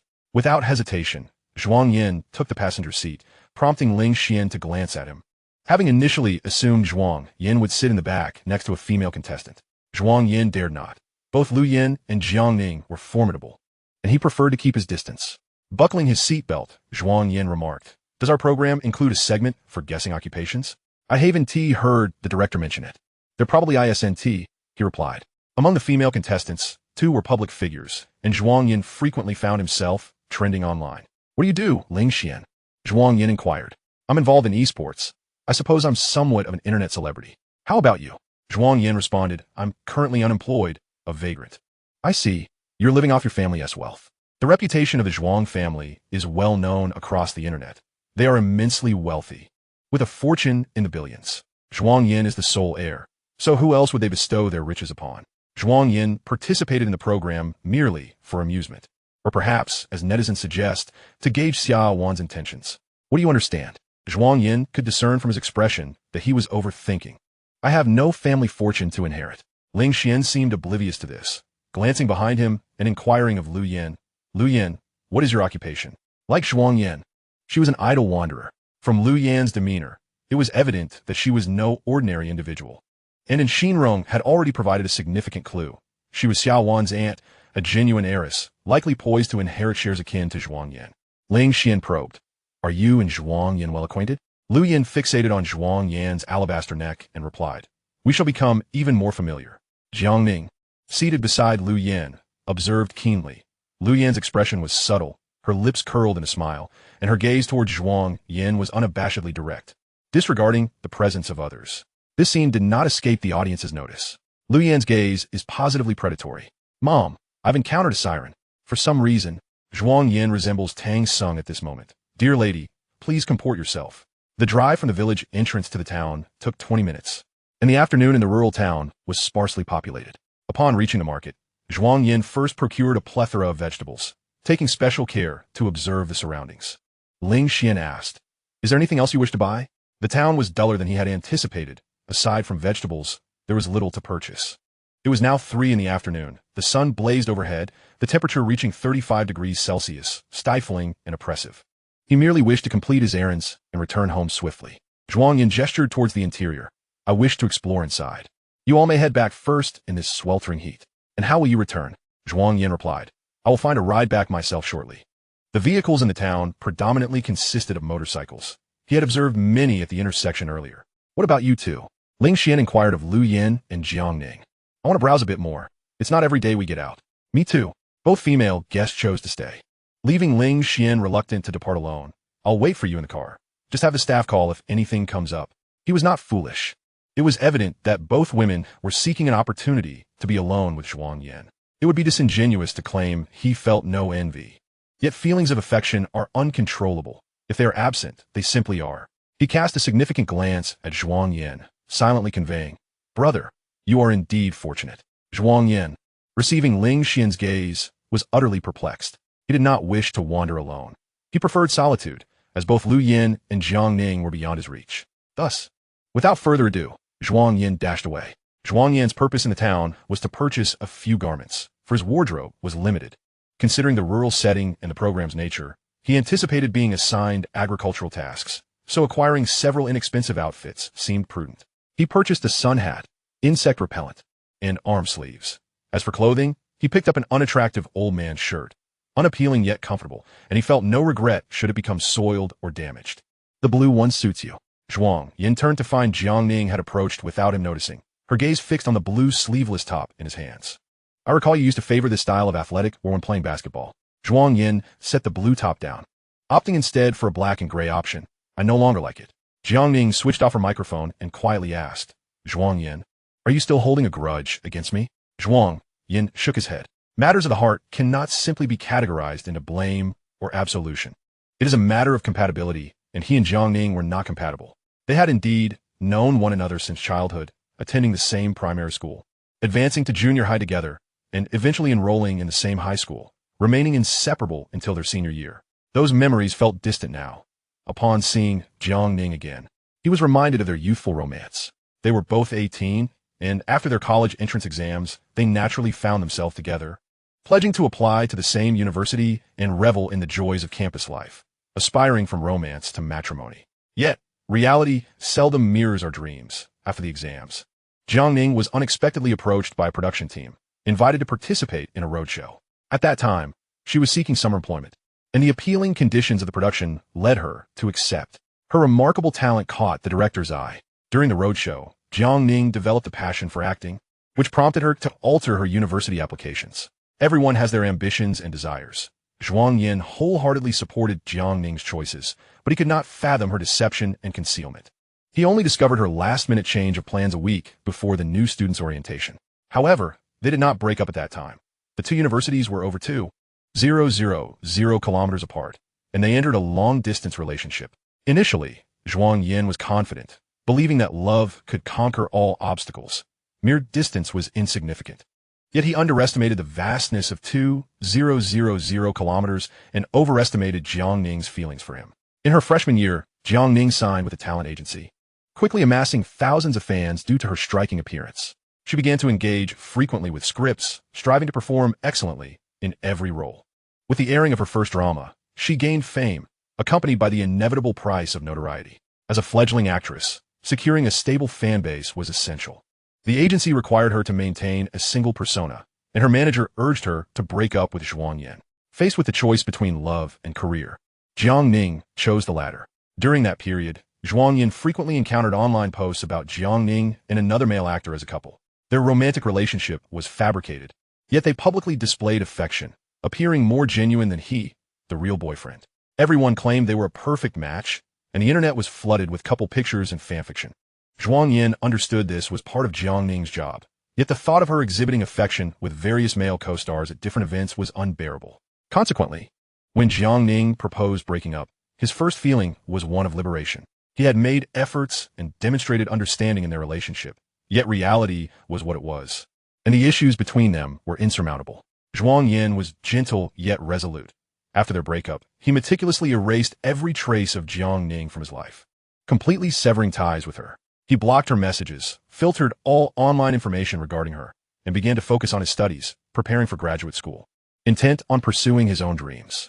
It was only upon meeting Xia Wan that he realized the truth in the saying that the quickest way to forget someone is to engage in a new romance. 2 years post-breakup, Zhuang Yan had nearly forgotten Jiang Ning. Now, when Jiang Ning asked if he still held a grudge, it had been 50 years. What once loomed large had dwindled to triviality under the weight of time. Zhuang Yan responded earnestly, Jiang Ning, we have moved on. If you wish to avoid my presence online, it would be best for you to keep your distance. He concluded with a jest. Jiang Ning felt a pang of pain in her chest, finding it preferable for Zhuang Yan to resent her than to witness his expression of relief. Zhuang Yan, do you truly not care for me anymore? We have known each other for so long. Now that you're no longer engaged and I am single, can you not give me another chance? At the moment she learned of Zhuang Yan's broken engagement, no one could fathom her elation. She canceled all her commitments, secretly participating in this program, hoping to rekindle their relationship. They had once been the individuals who understood each other best. She knew his preferences, and no one could compliment him better than she. Zhuang Yan shook his head. Jiang Ning, you know my character. Once broken, it is broken. I did not go back. Chapter 21. Matters of First Love. Zhuang Yan was bitten by a snake once, and he feared the rope for 10 years. Jiang Ning now finds herself regretting her decisions. It is too late. She is oblivious to the mindset with which she joined this program. If it was indeed for him, she feels compelled to apologize. For she is not one to entertain the idea of rekindling a past romance. A shattered mirror, no matter how well it is mended, will always bear its cracks. Had it not been for the sight of the photographer in the distance and her microphone being switched off, Zhuang Yan would have genuinely preferred to avoid further conversation with Jiang Ning. Selecting several outfits, she stuffed them into a plastic bag, and with discounts, the 5 pieces barely amounted to 100 yuan. I'll go look elsewhere, she declared, hastily departing as though fleeing from a contagion. Jiang Ning made no attempt to follow. She lacked the courage to pursue. She had anticipated Zhuang Yan's rejection, yet hearing the confirmation shattered her carefully constructed resolve. Suddenly, a crew member approached, phone in hand. Teacher Jiang, your call. As adults, they each possess their private lives and careers. The director forbids guests from bringing their phones for fear that online discourse might disrupt the filming. Thus, prior to recording, they were required to surrender their phones to the staff, who would return them only in case of urgent calls or messages. Jiang Ning accepted the phone and, upon seeing it was her agent calling, stepped away from the camera and turned her back to the photographer. Jiang Ning, I advise you to keep your distance from Zhuang Yan. I want to criticize your choice to lower yourself to participate in this ridiculous program. But do you not possess an ounce of dignity? You, a renowned actress, pursuing a man who just ended an engagement. What are you thinking? Have you truly not forgotten Zhuang Yan after all these years? He is merely a man. What do you desire? I can find you someone else. The agent's voice faltered. You've already broken up. Zhuang Yan is just an ordinary man. Why can't you move on? It was a conundrum Jiang Ning had pondered all day. She had assumed that after 5 years, Jiang Ning would have long forgotten him, only to discover she had participated in this matchmaking show for his sake. Participating was one thing. After all, many treat reality dating shows as mere vacations. If she could enjoy herself, it would be acceptable, but the moment she laid eyes on Zhuang Yan, she appeared as though she had lost her worth, nearly revealing their past relationship upon their first encounter. I'm not over him, Jiang Ning shouted, and as the words left her lips, an overwhelming sense of grievance surged within her. Her eyes stung, and tears began to flow unbidden. Sister Lan, I want him. I've already lost 5 years with him. I finally waited until he called off his engagement. We had an agreement. Once I achieved my grand slam, you would not interfere in my love life. I have waited so long for this day, so please do not advise me, nor pressure me. After a moment of silence, the agent spoke earnestly. Ning Ning, I genuinely wish what is best for you. I watched the program live. Zhuang Yan has clearly moved on. He does not love you, nor does he care. Why endure this pain? Given your standing, what man can't you find? Why hang your hopes on a single tree? He will care about me. If he were married, I could convince myself to let go, but he is single. Why shouldn't I pursue him? He has a tarnished reputation. That is all fabricated, Jiang Ning countered. I know him better than anyone. In the entertainment industry, you, as a veteran, must realize that falsehoods abound. Jiang Ning was clearly intent on this course, and the agent, exasperated, responded, Jiang Ning, your fans will not approve. Out of all the choices, you select a man who just ended his engagement and publicly participate in a variety show to pursue him. Even if you do not consider your own reputation, think of Zhuang Yan's. Both of you are trending. Do you realize how badly he is being criticized? The public backlash is severe. This left Jiang Ning in silence. The thought of abandoning Zhuang Yan due to insignificant online opinions left her feeling resentful. She had strived so hard for him. Sister Lan, please do not advise me any further. I have listened to you for 5 years. This time, I wish to heed my own heart. Jiang Ning abruptly ended the call, handed her phone back to the staff, and gazed vacantly in the direction Zhuang Yan had departed. He claimed he would never look back. But what if he found himself hungry for what he had left behind? She could not simply choose to forfeit without making an attempt. Zhuang Yan had thoroughly explored the street, purchasing everything he could think of, leaving his wallet nearly empty. Ling Xian and the others waited for him in the car. And feeling a bit guilty for loitering, Zhuang Yan decided to return. As he carried several large bags, Ling Xian curiously inquired, What did you buy? Some clothes. A good sun hat medicine. What on earth for? Zhuang Yan explained, After all, we are living in a rural setting. The director may soon assign us agricultural tasks. That is unlikely, Ling Xian replied, eyes wide with alarm, but then reconsidered, realizing it was indeed possible since it was only their first day. Better safe than sorry, Ling Xian muttered under his breath. Had I known it would be like this, I wouldn't have participated. Zhuang Yan chuckled silently, stealing a glance in the rearview mirror, where he inadvertently made eye contact with Jiang Ning before quickly averting his gaze. This subtle interaction did not go unnoticed by Lu Yin, who leaned against the car window and squinted, letting out an annoyed click of her tongue. Perhaps fatigue had set in, for no one spoke during the ride. Zhuang Yan closed his eyes, feeling drowsy. What did Jiang Ning and Zhuang Yan discuss in town? Jiang Ning looks quite distressed. Could it be that they argued? The comments streamed in with concern. I truly believe Jiang Ning has feelings for Zhuang Yan. One cannot hide the gaze of affection. Jiang Ning must be out of her mind. She is still on the rise and should focus on her career instead of pursuing romance. If she truly wants to date, her fans would not oppose it. She could at least choose someone better. Why settle for someone else's discarded man? There are so many better options than Zhuang Yan. Fang Xun and Ling Xian are far superior. I hope she opens her eyes and makes a better choice. If Jiang Ning continues to fixate on Zhuang Yan, I will unfollow her. As a fan of Jiang Ning's career, my heart aches for her. From every angle, Zhuang Yan simply does not deserve her. Regardless of how long they have known each other, unworthiness remains unworthiness. If Jiang Ning insists on liking Zhuang Yan, it only reflects poorly on her judgment. Jiang Ning has been losing fans ever since joining this program. Upon returning to the small cabin, it was already 5 o'clock. Zhuang Yan began tidying the kitchen to prepare dinner, washing the vegetables that would be cooked. Some participants assisted, including Xinrong, who peeled 2 potatoes nearby. Zhuang Yan glanced over and casually complimented, "You peel quite neatly, with no waste." And Xinrong huffed, "Of course. I'm quite skilled at peeling. When I peel apples, I never break the skin." Zhuang Yan, in a tone akin to praising a child, responded, "That's impressive. It seems you have some talents after all." And Xinrong beamed with pride. "Then help me peel the lotus root and yam. But remember to wear gloves when peeling the yam." "Got it." And Xinrong replied, reaching for a lotus root from the basket. Fang Chen approached. "Xinrong, let me help you." And Xinrong continued her task, not looking up. "No need to worry about me. You go do something else." Zhuang Yan suddenly discovered a way to engage with Xinrong. By complimenting her, she responded like a kindergarten child, glowing with delight from a simple praise. "This lotus root is peeled beautifully, and the yam is cleaned so well. I never expected the young lady to be so capable. I thought you wouldn't know how to do chores. That's easy. Is there anything else you need me to do? Then please help set up the table outside, and wash a few bowls, and peel the garlic too." For a moment, and Xinrong contemplated her actions. Why did she, who disliked Zhuang Yan, choose to heed his words? However, in the next moment, she heard Zhuang Yan say, "You can certainly manage this little task, can't you? You've peeled the potatoes so expertly. You can surely wash the dishes until they shine and tidy the table impeccably." Zhuang Yan gazed at her with warmth, his eyes revealing a hint of affection, as if he were addressing a child of just a few years.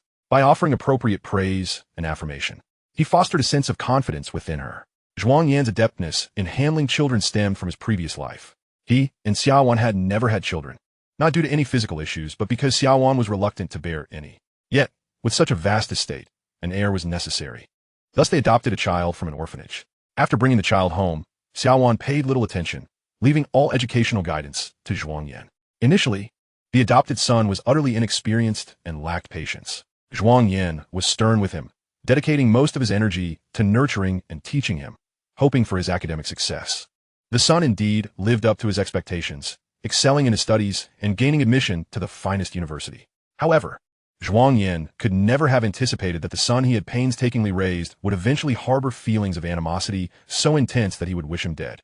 In this lifetime, he would not marry Xia Wan. And for the ungrateful adopted son, let whoever desires to care for him do so. He would not take on that burden any longer. And Xinrong felt a slight discomfort at Zhuang Yan's praise, sensing it was peculiar, yet could not suppress her joy. Well, all right then. Her ease in being coaxed was entirely attributable to her upbringing. The Yan family had 3 children, with Xinrong being the middle child, overshadowed by an elder sister and a younger brother. She became a neglected one in the household, struggling academically and falling short in every endeavor. Her parents overlooked her, often referring to her as a mere ornament, incapable of anything significant, less attractive than her sister, and lacking the intelligence of her brother. Throughout high school and university, her peers were those who excelled, while she was merely admitted through financial means. She understood that few in her social circle held her in high regard, considering even her parents looked down upon her. Later, she ventured into the entertainment industry, eager to debut. While she achieved her goal, she remained burdened by the label of being inept, still perceived as someone who could do nothing right, lacking affection and compliments from others, the more she aspired to excel, the more she faltered. And Xinrong thought she had become accustomed to this, yet she would still feel elated by the slightest praise from others. Chapter 22. Such a good girl. And Xinrong despised Zhuang Yan, yet she could not help but strive to impress him further. As she rinsed the bowls and chopsticks, busy wiping down the table, beads of sweat glistened on her forehead. In truth, and Xinrong was not a bad person. Her harsh words were merely a means to vent her frustrations on Xia Wan, who was one of the few in her circle that did not disdain her. Lu Yan, sensitive to the heat, sought a shower after breaking a sweat. She changed into casual attire for ease of movement.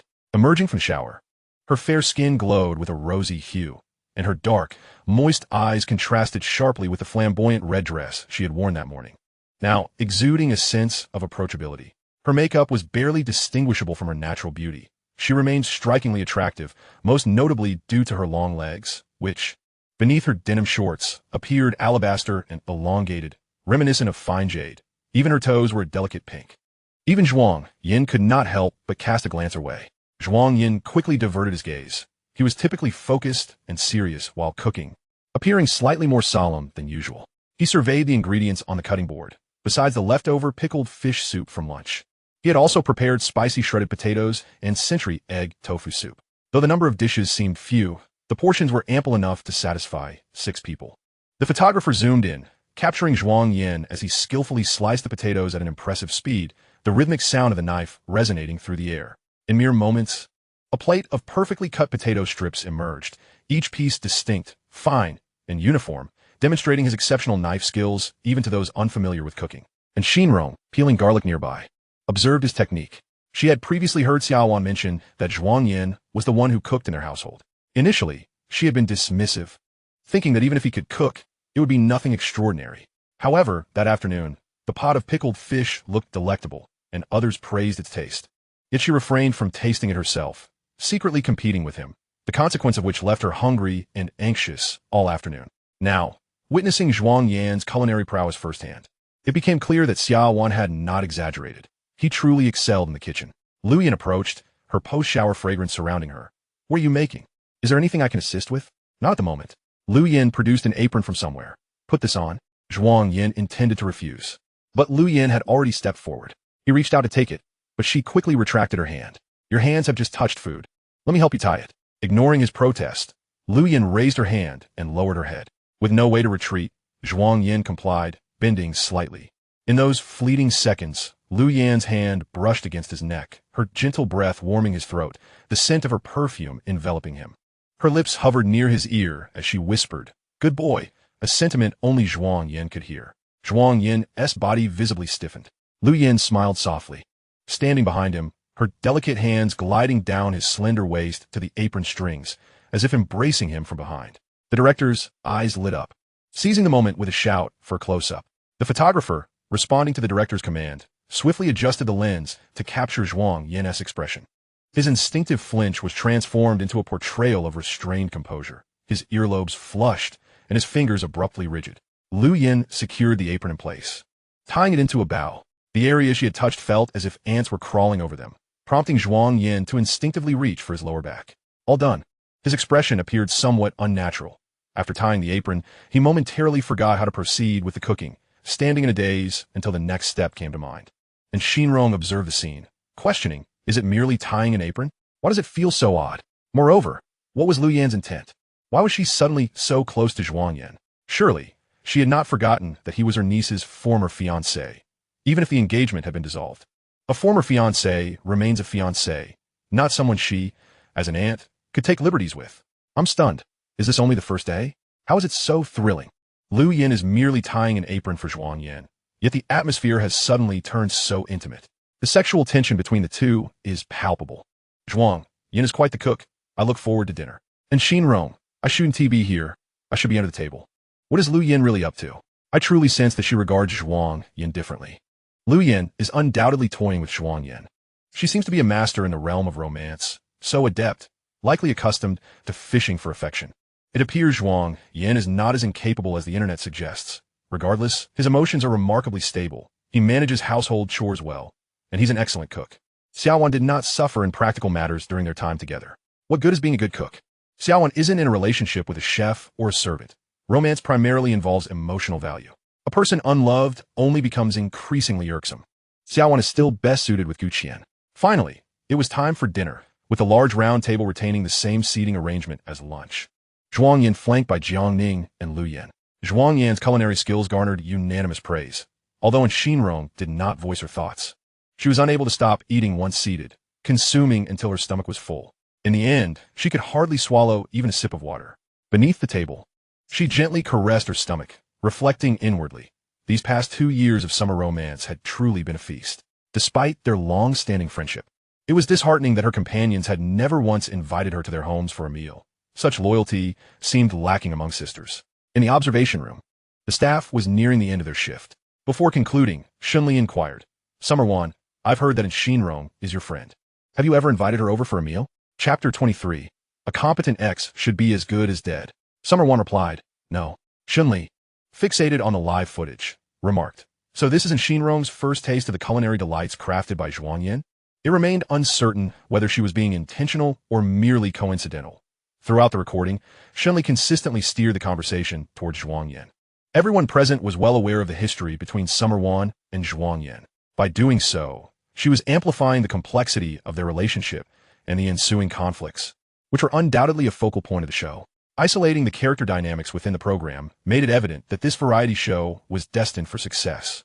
Freshly out of a marriage, Summer Wan was now witnessing her ex in a romantic entanglement with none other than her aunt and good friend.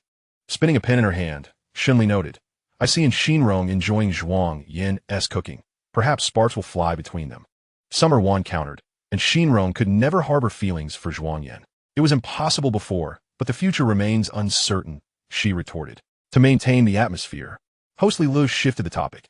"After today's live broadcast, which couple do you find most promising?" It was still too early to discern any real chemistry. And Xinrong and Fang Chen, perhaps. Fang Chen's interest in her is rather apparent. "I concur," another chimed in. "What about you, Gu Qian?" After a day filled with activity, Gu Qian had contributed little, and when the host unexpectedly directed a question at him, he hesitated before responding. "I also believe Fang Chen and Xinrong have potential." "And the others?" Gu Qian glanced at Summer Wan beside him before adding, "I think Zhuang Yan and Jiang Ning. They must have known each other previously. And it seems Jiang Ning is quite concerned about Zhuang Yan." Upon finishing his statement, he sensed a shift in Summer Wan's demeanor. "I too believe they have a chance," Shunli agreed. "Currently, the main attraction of this show is Zhuang Yan. His charisma is far from the disparaging comments circulating online, and I rather admire him."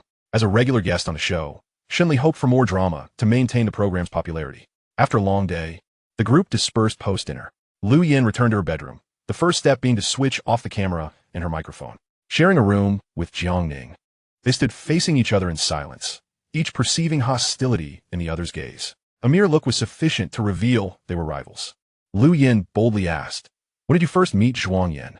Jiang Ning replied unabashedly, "Long ago. I met him when I was just 7. Our families lived close by, and we attended school together, shared meals, and even slept over. His grandmother treated me wonderfully. In fact, we almost had an arranged marriage." Thus, her claim of being childhood sweethearts was not an exaggeration. The two were akin to adversaries at the negotiation table, each testing the other's hand. Revealing one's cards first would lead to defeat. In the pursuit of victory, deceit and intimidation were permissible. Jiang Ning was declaring her dominion, demonstrating to Lu Yan, "Zhuang Yan is mine. By the time I met him, you were likely unaware of his existence." "You mentioned almost," Lu Yan retorted, taking a seat with her legs crossed.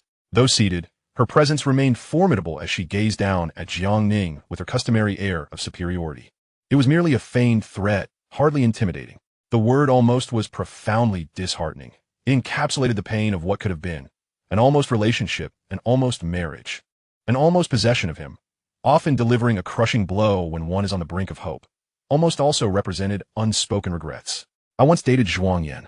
Lu Yan was not to be underestimated. Jiang Ning resolved to make her aware of her own limitations. She understood the essence of affection, recognizing the glimmer of longing in Lu Yan's eyes. Lu Yan remained unfazed. "And so what? You broke up, did you not? This only indicates that you didn't love him enough. Had you truly cherished him, you would never have let him go." Jiang Ning's complexion paled. She yearned to retort, but found herself at a loss for words. Initially intending to intimidate Lu Yan into retreat, she was the one who faltered first. Yet, the exchange was far from over. Lu Yan continued, "Miss Jiang, Have you ever heard the saying that a proper ex should be as good as dead? Your acquaintance with Zhuang Yan predates mine. Yet love is not solely about chronology. Jiang Ning clenched her fists, her nails digging into her flesh as she feigned composure. We may have broken up, but that doesn't preclude reconciliation. We were each other's first love, and first loves are the most unforgettable. As for you, I heard from Shinron that you were Summer Wan's aunt. In comparison, you are the least qualified here. Lu Yan's gaze turned icy. Qualification is not for you to determine. Whether or not we, as first loves, can reconcile has no bearing on you. After a brief exchange of icy laughter, it was evident that this skirmish had no clear victor. It was merely the beginning. The mountain air was crisp, accompanied by the serenade of croaking frogs. Zhuang Yan enjoyed a restful sleep, undisturbed by dreams, awakening refreshed the following morning. The temperature hovered around 23 degrees, with a refreshing chill in the air that invigorated him. Rising early, he faced east and performed a series of Tai Chi exercises, including Ba Duan Jin and Wu Qin Shi. To those unacquainted, it might seem he was merely putting on a show for the program. But any university student would recognize the skill with which he executed each movement, demonstrating years of practice. After 3 sets, a light sheen of sweat covered him, leaving him feeling revitalized, as if his body had been rejuvenated. In his youth, Zhuang Yan had taken his health for granted, but after being diagnosed with various ailments, he began to take better care of himself. By the age of 50, his routine consisted primarily of practicing Ba Duan Jin, unsure of the overall state of his health, yet finding solace in the knowledge that he was doing something beneficial. After finishing, Zhuang Yan tossed a handful of goji berries into his thermos. Has Zhuang Yan really been up this early? Has he risen to practice? And is he really soaking goji berries in his thermos? Since yesterday, I've sensed that Zhuang Yan's actions are quite mismatched for his age. Fishing, cooking, health regimens, sleeping by 9, and now rising early to practice. Sleeping by 9 is likely due to yesterday's exhaustion. I can't recall the last time I went to bed that early. It must have been in elementary school. As the others remained asleep, Zhuang Yan entered the kitchen to prepare breakfast, cooking a pot of congee in the rice cooker and steaming the buns he had purchased from town the previous day, while also preparing 2 cold dishes. Seeing that he had some free time, the director called him aside for a solo interview. Did you sleep well last night? Are you adjusting to the environment? I adore this place. The air is refreshing. I typically suffer from insomnia, yet last night I slept exceptionally well. Let's talk about your impressions of the guests on set. Is there anyone you feel particularly drawn to? Attraction? It seems challenging to choose anyone at this stage. Zhuang Yan chuckled awkwardly. Currently, I don't feel a connection. The director nodded, explaining the show's rules. 3 days from now, you will send a heart-throbbing text to your chosen guest. Think it over carefully before you send it. Chapter 24. The possibility of exchanging dating partners. Is there a segment in the program for sending these messages? The director explained that a one-way arrow indicates a failed pairing, while a two-way arrow signifies success. The heart-throbbing messages are sent using anonymous phone numbers, so the recipient will not know who sent them, relying solely on their intuition. The content of text messages can be quite casual and need not necessarily convey deep emotions. The director expressed concern that Zhuang Yan might suffer in this regard and provided an example as a reminder. Previously, there was a male guest who was indecisive and sent affectionate messages to every female guest, ultimately facing online backlash, being labeled a playboy. Zhuang Yan originally intended that, since he was not particularly fond of anyone, he would send a thank you message to different individuals. I will think it over carefully. He must choose a one-way arrow. Thus, the first to be eliminated is Jiang Ning, leaving him with Lu Yan and Shinron. Lu Yan's attitude towards him is somewhat peculiar, should he choose Shinron. Given her demeanor towards him, she would undoubtedly not send him a message. The director inquired, how was your previous relationship with Jiang Ning? Zhuang Yan remarked that they were childhood friends, but they lost contact after university. What was your first reaction upon seeing her? He replied, I was quite surprised. I never expected her to participate in such a variety show. Zhuang Yan hesitated, quickly clarifying, Director, I did not mean to sound discriminatory. I understand. No need to be anxious, the director reassured. It was not just Zhuang Yan who was taken aback. Even he had not anticipated Jiang Ning would reach out to him, as the initial choice had been a female artist from her agency. In the choice between an ordinary artist and a film queen, the answer is evidently clear, especially since this was Jiang Ning's first foray into variety shows, which would undoubtedly add more value to the program. Contemplating this, the director added with a knowing glint in his eye, do you know why Jiang Ning came to participate in this variety show? Zhuang Yan shook his head, feigning ignorance. I don't know.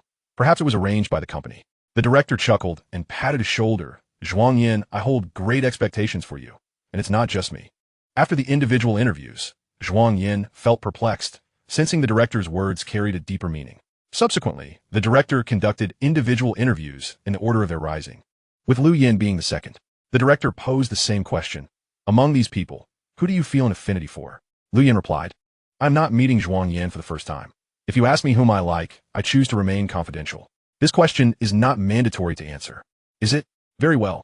The third to be interviewed was Fong Chun, who openly admitted to having feelings for Xinrong. What are your impressions of the other two female guests? Fong Chun responded, I have only seen Jiang Ning on television. In person, she is even more beautiful than on screen. My impression of her is still based on her film. As for Lu Yin, she comes across as quite distant. My impression of her isn't strong enough for a comment. The fourth to appear was Jiang Ning. When faced with the director's question about whom she would send a heart signal to, she stated, I do not wish to disclose that at the moment.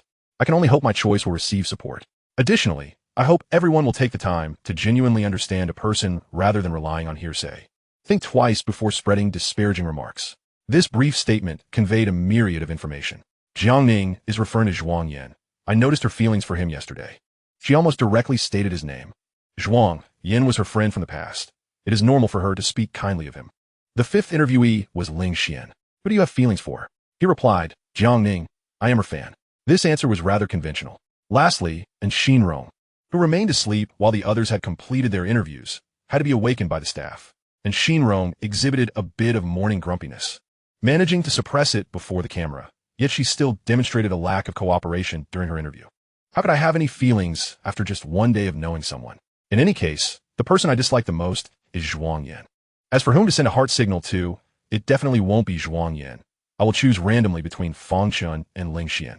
Her straightforwardness garnered both admirers and detractors, the latter being more numerous according to the comments, criticizing her for a lack of respect for others.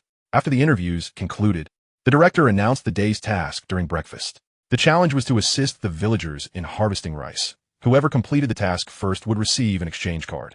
This so-called exchange card would allow them to swap their future dating partners. Is there a time limit for the task? Yes, it is set at 3 hours. What happens if the task is not completed? Those who complete the task within the allotted time will receive living funds. Those who do not will receive nothing. The necessity to earn living funds through completing tasks led many to believe the production team was quite frugal. Having spent a considerable amount the previous day, their living funds were now dwindling, and there were many expenses to cover in the village. Thus, they needed to earn this money. After breakfast, the group set off for the rice fields. By this time, at 9 o'clock, the sun had already risen, and the temperature was around 25 degrees Celsius. Not too hot, but would sort of 33 degrees by noon. And Xinrong dawdled while applying sunscreen. Even while farming, she insisted on looking her best on camera, a habit retained from her girl group days. In his previous life, Zhuang Yan had cultivated vegetables and tended to flowers. But harvesting rice was something he had only witnessed in short videos on his phone. It appeared deceptively simple, akin to mowing grass, yet in practice, it was quite challenging. A group of pampered individuals found it impossible to adapt to the mud, feeling hot and itchy. Zhuang Yan diligently learned, demonstrating strong focus and even greater initiative. After listening, he began to operate. Initially unaccustomed, he gradually discovered a rhythm. He was determined to obtain that exchange card. If he did not wish to date someone later on, he could simply swap himself out. Zhuang Yan believed he was working at a good pace when a rustling sound emerged behind him. Turning, he saw Lu Yin rushing towards him, her formerly pristine and beautiful face now smeared with mud, her hair interlaced with rice straw. Her clothes were also covered in dirt. If he recalled correctly, Lu Yin had some tendencies towards cleanliness. In that moment, Zhuang Yan could hardly believe she had any such inclinations. Lu Yin gritted her teeth, her eyes reddening, her mind solely fixated on the exchange card, which would allow her to choose her preferred partner for dates freely. Alongside Lu Yin, Jiang Ning was also making swift progress. Zhuang Yan glanced at her before turning back to continue harvesting rice. Was Lu Yin working so hard for that exchange card? Who was she doing it for? With this thought, he slowed his pace, gradually coming to a halt, while Lu Yin quickly caught up to him. The director's stipulated 2-hour time frame was completed, and Lu Yin had finished in just 1 hour.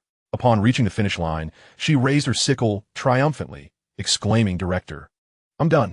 I'm the first. Everyone stopped to gaze at her, and Jiang Ning's eyes revealed a fleeting hint of disappointment. She was just a bit short. Lu Yan's beauty had been confirmed yesterday, yet today she shone even more dazzlingly, her appearance unblemished by the mud that clung to her. Zhuang Yan was momentarily distracted. Being closest to Lu Yin, he noticed a smear of crimson on her hand. You've hurt your hand. Chapter 25. Lu Yin fishing for Zhuang Yan willing to bite.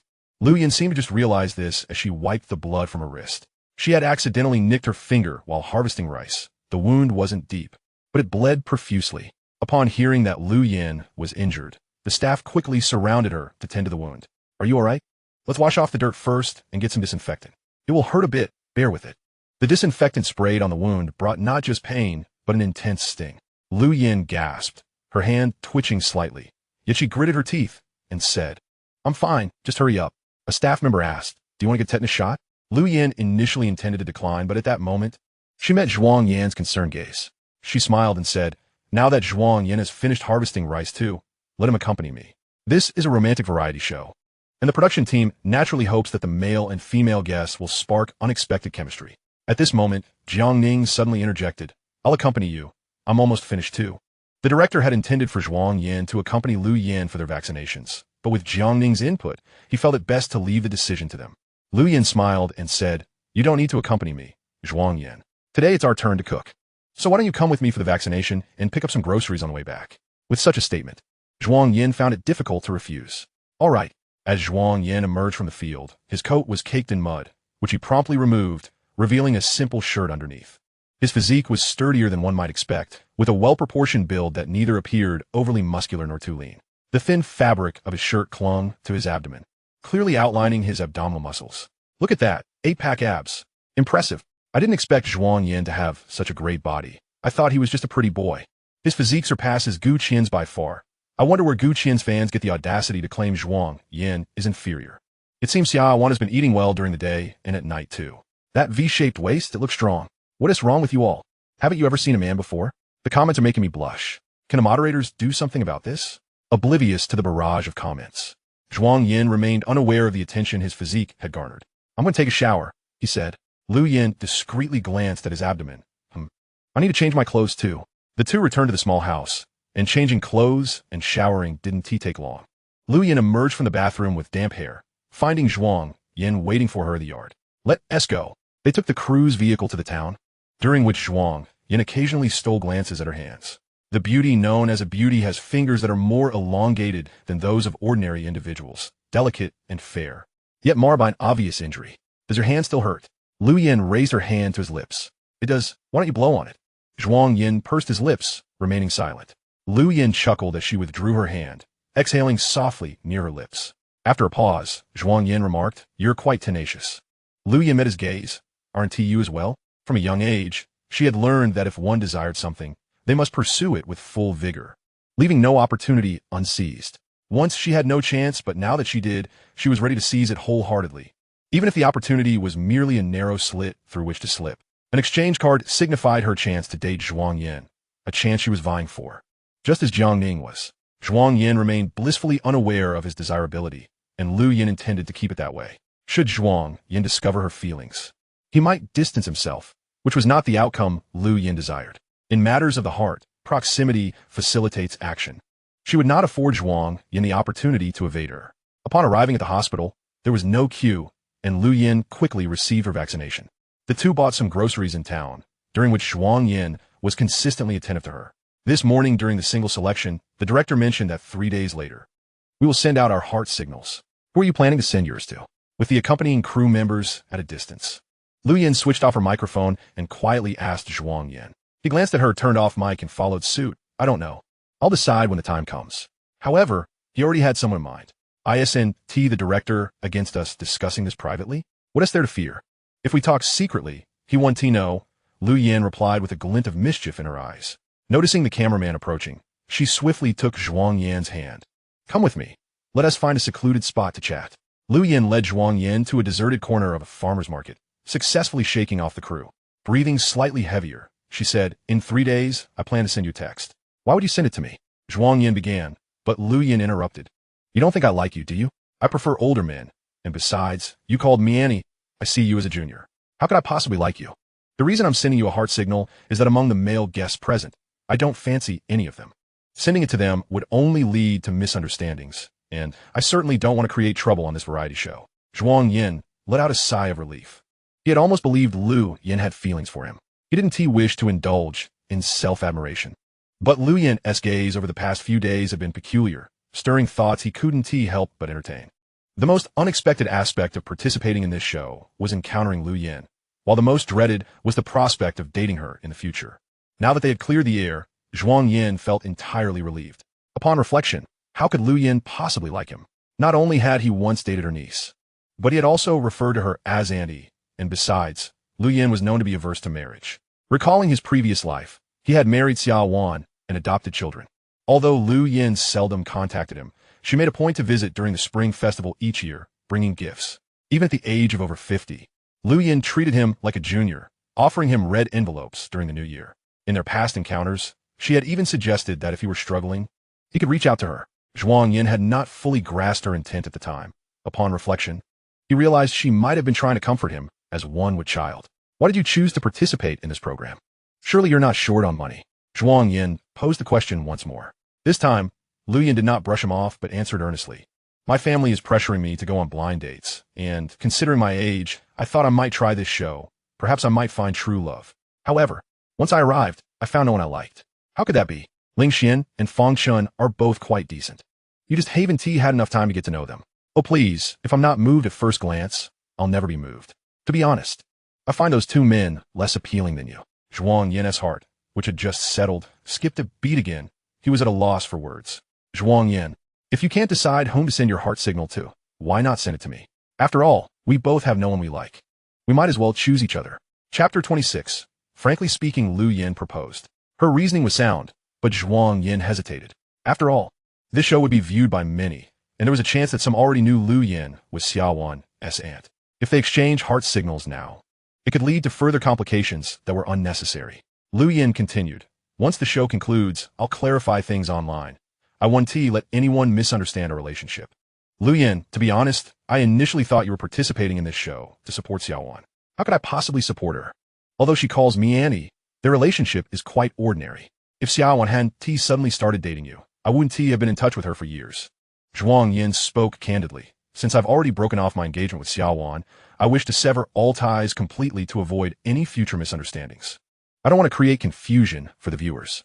After the show, he simply wanted to lead his own life without entanglements with either the Xia or Lu families.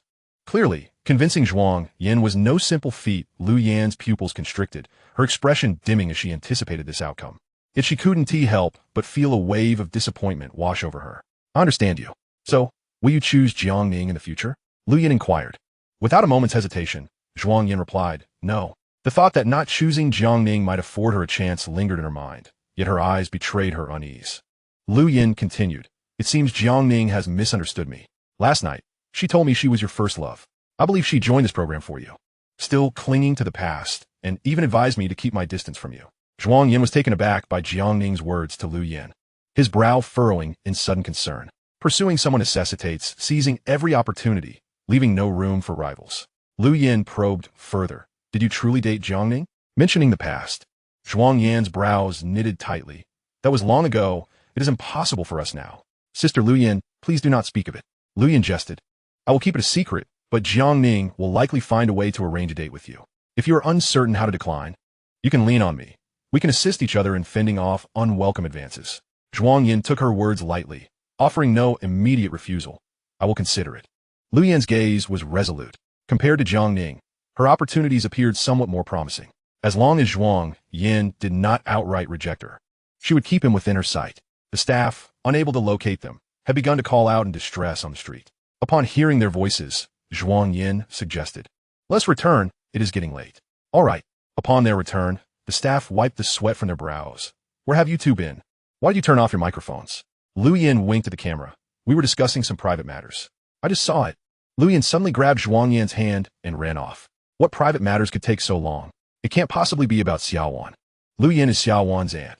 I hope they aren't getting into anything troublesome. There are leaves in her hair. They must have gone into the woods. Can they really engage in such thrilling antics in broad daylight? Is it really necessary to be so suggestive? Once back, Zhuang Yan headed straight to the kitchen to cook, with Lu Yan assisting. Her injured hand made it inconvenient for her to wash vegetables, so she settled for other tasks. I'd like to stir-fry a couple of dishes for lunch.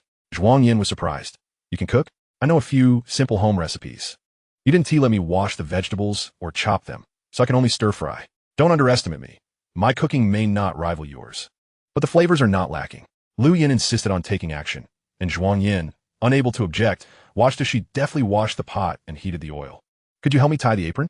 Zhuang Yan retrieved the apron from the wall and held it out to her. With one hand wielding a spatula and the other grasping vegetables, Lu Yin nudged her head toward the apron strings, creating the illusion from a distance that she was burrowing into Zhuang Yan's embrace. Standing behind her, Zhuang Yan lowered his head to tie the strings.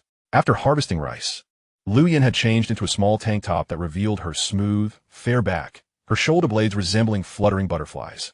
Zhuang Yan dared not gaze too long, focusing intently on tying the strings. At that moment, Lu Yin added the vegetables to the pan, but the flame was too high. With a crackle, the fire flared up. Startled, Lu Yin stepped back, her back pressing against Zhuang Yan's chest. The heat of the day meant their clothing was minimal, allowing them to feel each other's warmth and heartbeat. Zhuang Yan reacted swiftly, exhibiting an uncommon calmness. Upon seeing the flames, he pulled Lu Yin behind him, swiftly covering the pan with a lid and adjusting the heat. Are you all right? Lu Yin, still shaken, patted her chest and said, You startled me, but thankfully, I was tea burned. Lifting the lid revealed the vegetables had burnt. Zhuang Yan scooped them out. Let me handle the cooking. Lu Yin, slightly embarrassed, replied. I had hoped to impress you, but controlling the heat proved more difficult than expected. That's how cooking goes. How about you keep an eye on the fire? All right. Lu Yin touched her apron, asking, Do you want the apron? You should wear it. I don't need it. Standing behind Zhuang Yan, she glanced outside at the shadows, a faint smile gracing her lips. Chapter 27, Ambition of a Wolf. Jiang Ning, have you been at home all this time? Lu Yin suddenly asked. Zhuang Yan instinctively glanced back to see Jiang Ning standing quietly in the yard, her expression melancholy, having been there for some time, unnoticed. Jiang Ning approached. Have I interrupted you? Lu Yin reassured her, Of course not. We are simply making dinner. Jiang Ning struggled to maintain a composed demeanor, her lips twitching slightly, revealing her inner turmoil. She recognized Lu Yan's possessiveness over Zhuang Yan. Only someone as oblivious as Zhuang Yan would remain unaware. Having witnessed Lu Yin tie an apron on him yesterday, she had refrained from interrupting, only to find them even closer today, more intimate than before. Should she remind Zhuang Yan to distance himself from Lu Yin? If Zhuang Yan realized Lu Yin had feelings for him, he would likely wish to keep his distance. Contemplating this, she moved closer to Zhuang Yan. Is there anything else I can assist with? Lu Yin flashed a gracious smile. Sure. The actress maintained her composure, quickly regaining her emotions as if nothing had transpired. Lu Yin rested her chin on her hand, her gaze toward Jiang Ning filled with curiosity. What about Xinrong and the others? Lu Yin inquired. Jiang Ning explained, and Xinrong is a bit slow. She is afraid of bugs, but with Fang Chun assisting her, they should return soon. Lu Yin glanced at her watch. It's been 2 hours. If they haven't finished, we might face a shortage of funds for our living expenses. Just then, the sound of footsteps announced Ling Xian's arrival. Have you all started cooking? Where are Fang Chun and Xinrong? They're still behind and will be a while. I'm going to take a shower first. After a few more minutes, and Xinrong's voice could be heard, laced with complaints. I never want to harvest rice again. Can I please have a different task next time? The field is filthy and smelly, and to top it off, there were snakes. That wasn't a snake. It was an eel. What is the difference if they look the same? Just keep that thing away from me. It's disgusting. In the midst of cooking, Zhuang Yan was sweating profusely, and Lu Yin approached with a wet tissue to help him wipe his brow. Zhuang Yan dodged her. No need. You focus on cooking. Look at how your sweat is nearly dripping into the dish. The thought of sweat contaminating the food was indeed unappealing, and Zhuang Yan stood still, allowing Lu Yin to wipe his sweat. Jiang Ning, momentarily distracted, noticed Lu Yin once again getting familiar with Zhuang Yan. Despite Lu Yan's ulterior motives, her face remained calm, as if she were merely wiping sweat. Zhuang Yan's nape and earlobes were sensitive areas. After wiping his forehead, Lu Yan's fingers trailed down his jaw to his earlobe, brushing against his Adam's apple, and then moving to his nape.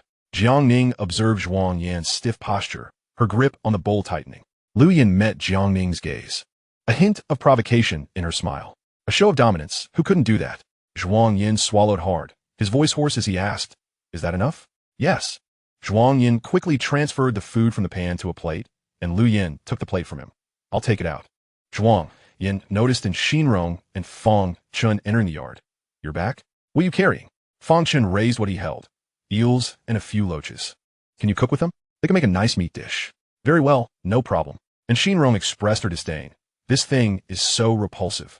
Can it possibly be delicious? I refuse to eat it, and you, Zhuang Yan, are not allowed to prepare it either. The mere thought of the pots and pans in the kitchen being used for such ingredients made her wish to forego the kitchen altogether. Fangchen looked at her helplessly. This is genuinely delectable. You should give it a try. I want tea. If you dare to cook it, I will smash the pot. Among all those present, only Fangchen had the patience to coax her, while Zhuang Yan was not in the mood for it. You all should take a shower. Once you're done, we can eat. Fangchen placed the bucket at the kitchen door. Zhuang Yan glanced inside and saw 2 large eels and 4 sizable loaches, which would certainly fill a large bowl once prepared. Eels are a rare delicacy, essential in Sichuan cuisine. Their current living expenses have been curtailed, and with meat dishes becoming increasingly scarce, they needed a hearty meal to muster the energy for work. Zhuang Yan resolved to prepare the eels, taking the bucket outside to sharpen the knife, gutting them, and removing the bones with remarkable skill comparable to that of seasoned chefs. It had been a long time since he had eaten them, and just the thought of their flavor prompted him to ask Lu Yan to assist in preparing the seasonings. A dish of fresh ginger and eels soon emerged from the pot, the aroma immediately indicating its deliciousness. The viewers in the live stream were practically drooling. And Xinrong is so overly dramatic. She acts like a princess, and aside from Fangchen, no one seems to like her. I wonder what she is doing on this show. She's inept at everything. Would it not be better for her to return to her life as a wealthy heiress? Can someone who's tried to share their thoughts? Is eel really that tasty? The eel does look rather disgusting. Those afraid of snakes would hesitate to touch it. I can understand why Xinrong is frightened. Since the live stream began, my impression of Zhuang Yan has improved significantly. I never expected he could handle eels. His knife skills could easily mislead one into thinking he is a chef. I just finished eating, and now I'm hungry again. I ship the pairing of Lu Yan and Zhuang Yan. The age gap is delightful. I guarantee that Lu Yan absolutely likes Zhuang Yan. We'll see them sending flirty texts by the day after tomorrow. I can't wait. And Xinrong took her time showering, not only washing her body, but also her hair, and after finishing, she styled her hair, applied light makeup, spritzed perfume, and put on sunscreen. The entire process consumed an hour. Jiang Ning called her twice before she finally emerged from her room. Initially, and Xinrong felt no hunger. But upon seeing the spread laid out before her, her stomach rumbled audibly. Just as she was about to sit down, she spotted a large platter of unfamiliar meat in the center, and a foreboding feeling crept over her.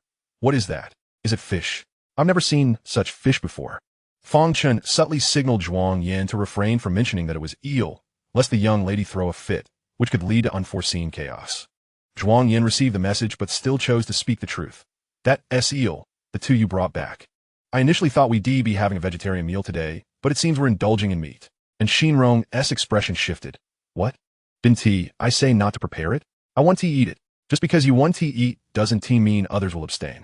This isn't to your home. Zhuang Yan calmly replied, picking up a piece of eel and placing it in his mouth before chewing and exclaiming, "It's truly delicious. This should be enjoyed while hot. So you all should eat quickly." Apart from Xinrong, the others present were not picky eaters, and upon hearing Zhuang Yan's endorsement, they eagerly grabbed their chopsticks. It's genuinely delightful. I'm trying eel for the first time. It looks quite intimidating, but the meat is so tender and without bones.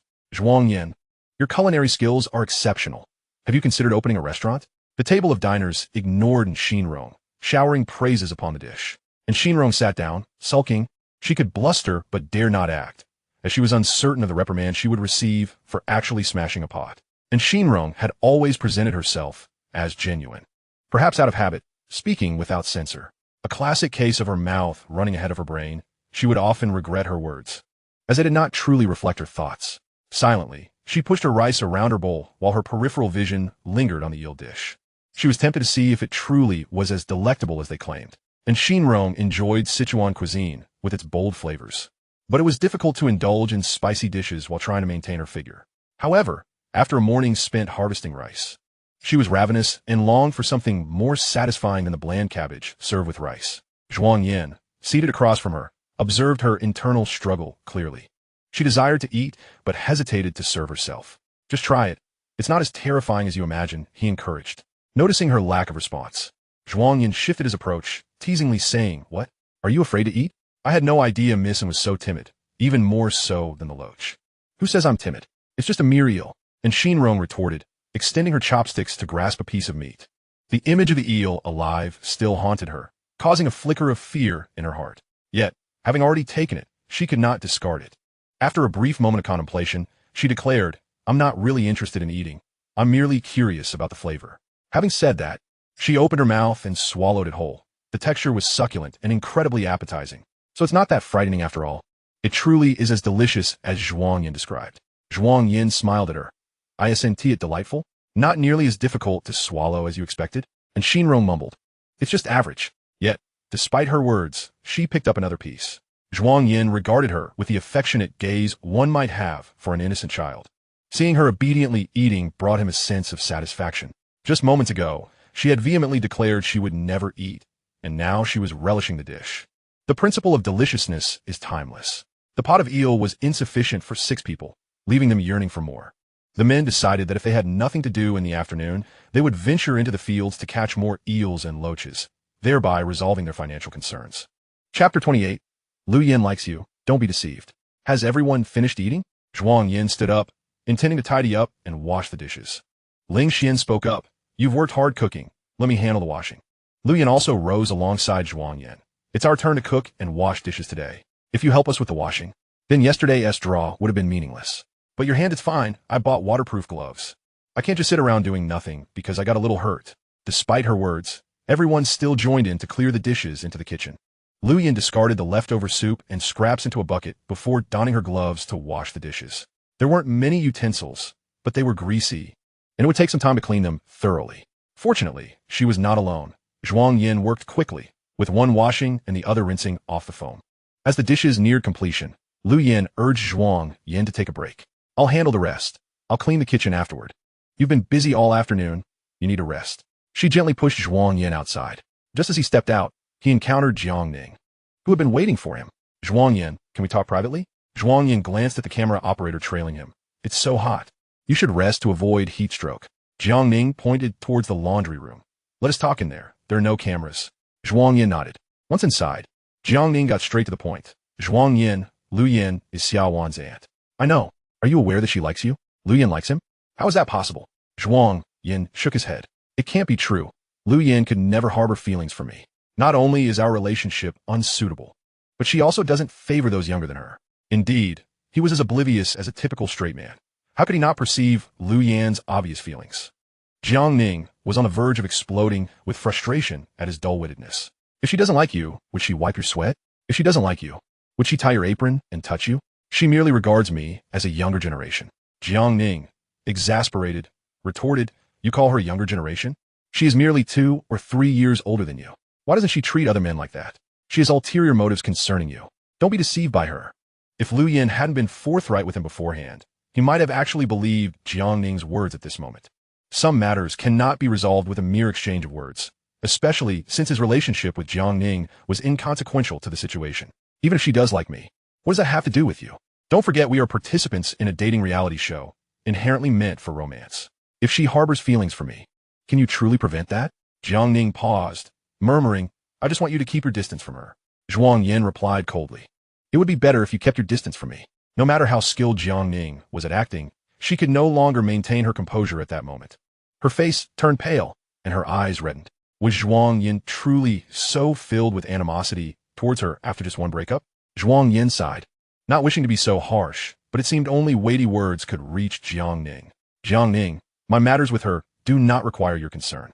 If you genuinely wish the best for me, I reiterate, keep your distance. I fear your fans may misunderstand. There is no misunderstanding. She genuinely likes you.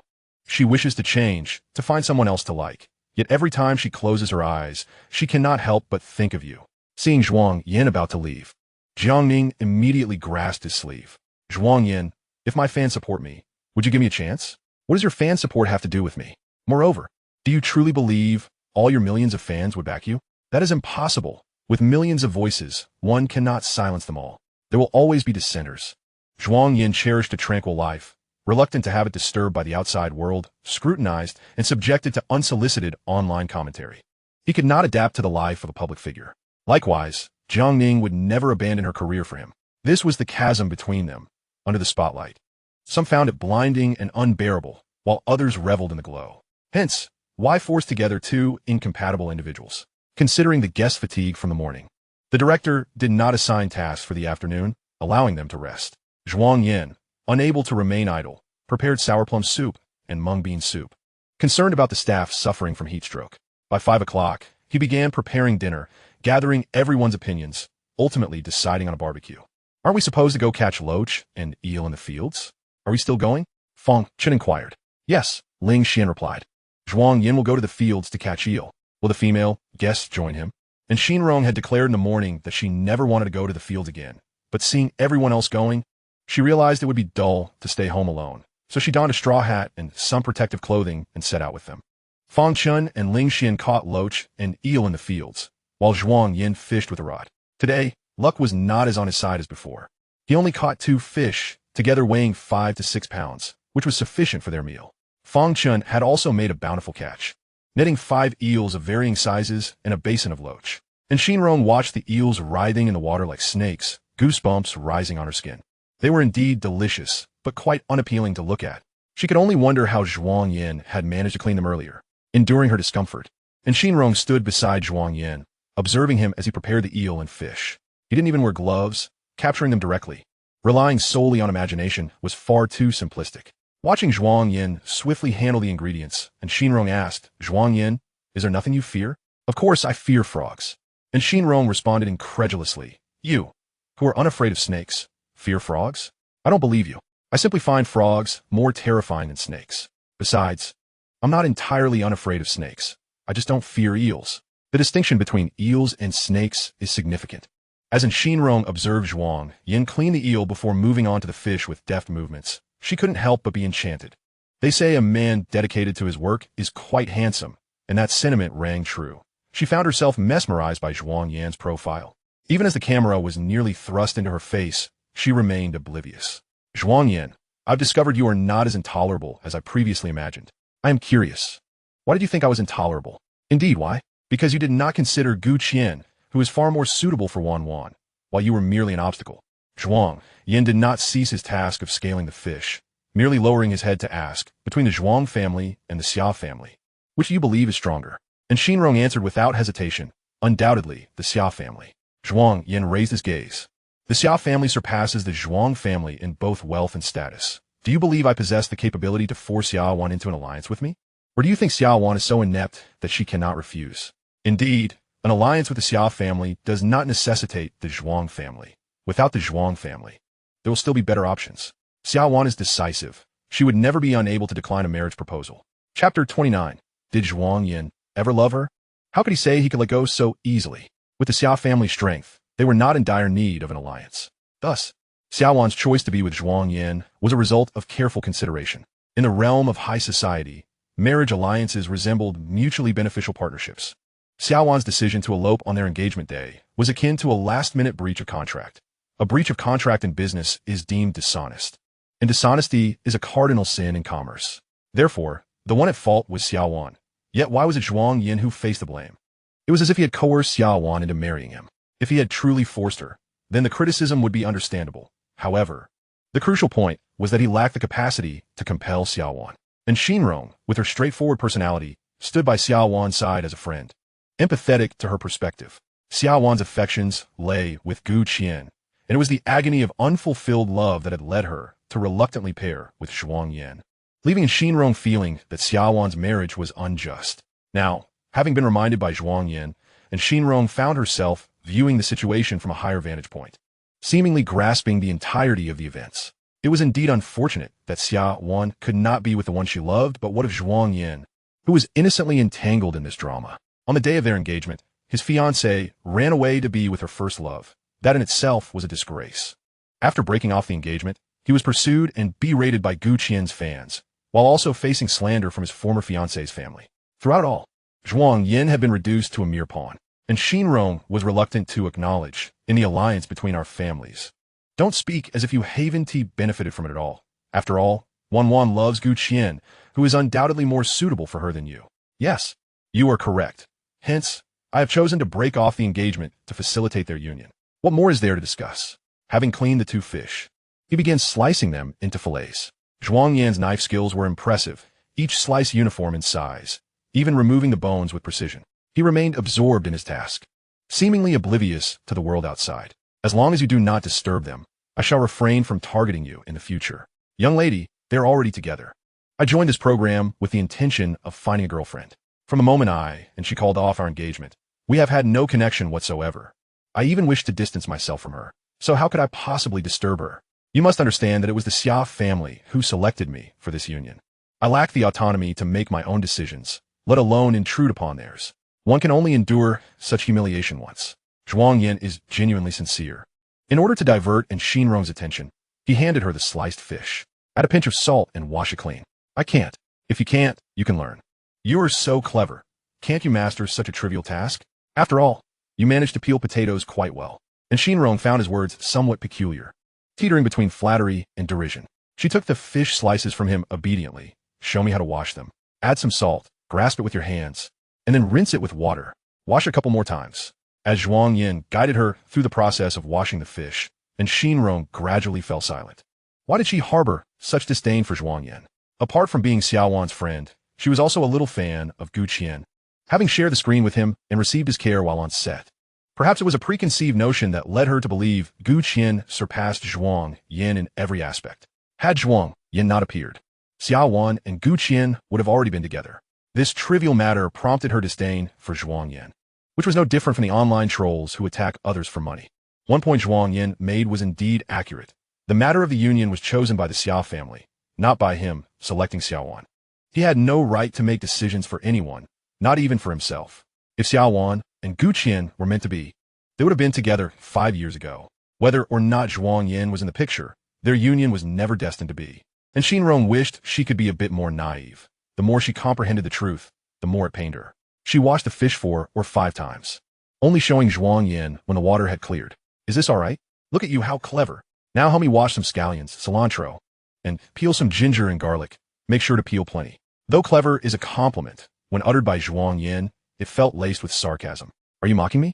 Zhuang Yan ceased his actions, standing upright, and earnestly replied, How could I? You are a diligent helper, quick with your hands, and you always complete the tasks I assign you.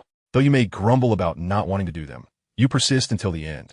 I see your dedication, but there is still room for improvement. There he went again, employing that infantilizing tone, and Shinrong's heart fluttered slightly. The viewers in the live stream recognized that Zhuang Yan was sweet-talking her, yet Shinrong remained oblivious, naively believing it, and genuinely began to assist.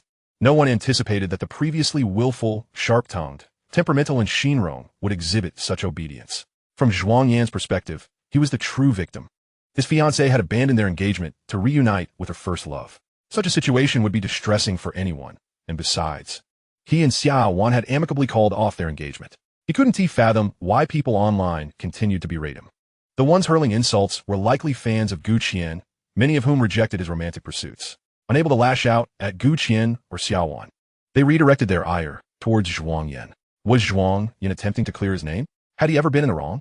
It was rather the fiancé who had, without cause, delayed a man for 3 years. Did a man's 3 years not hold value? If she could not forget her first love, why pursue a union? The arrangement with Xia Wan was undoubtedly a gain for Zhuang Yan. The narrative that painted him as a victim was misplaced. What need was there for emotion in a union? Xia Wan did not harbor feelings for Zhuang Yan, yet the Xia family's investment was substantial. What could Zhuang Yan offer Xia Wan? He could not even provide basic emotional value. Would his culinary skills suffice? Xia Wan might as well date a servant. Zhuang Yan did not truly love Xia Wan. If he did, how could he join a dating show merely 3 days after their breakup? He was in it for the money. Today, Shinrong was particularly quiet, obediently following Zhuang Yan's instructions. Zhuang Yan treated her as if she were a child, surprised at how easily she could be managed.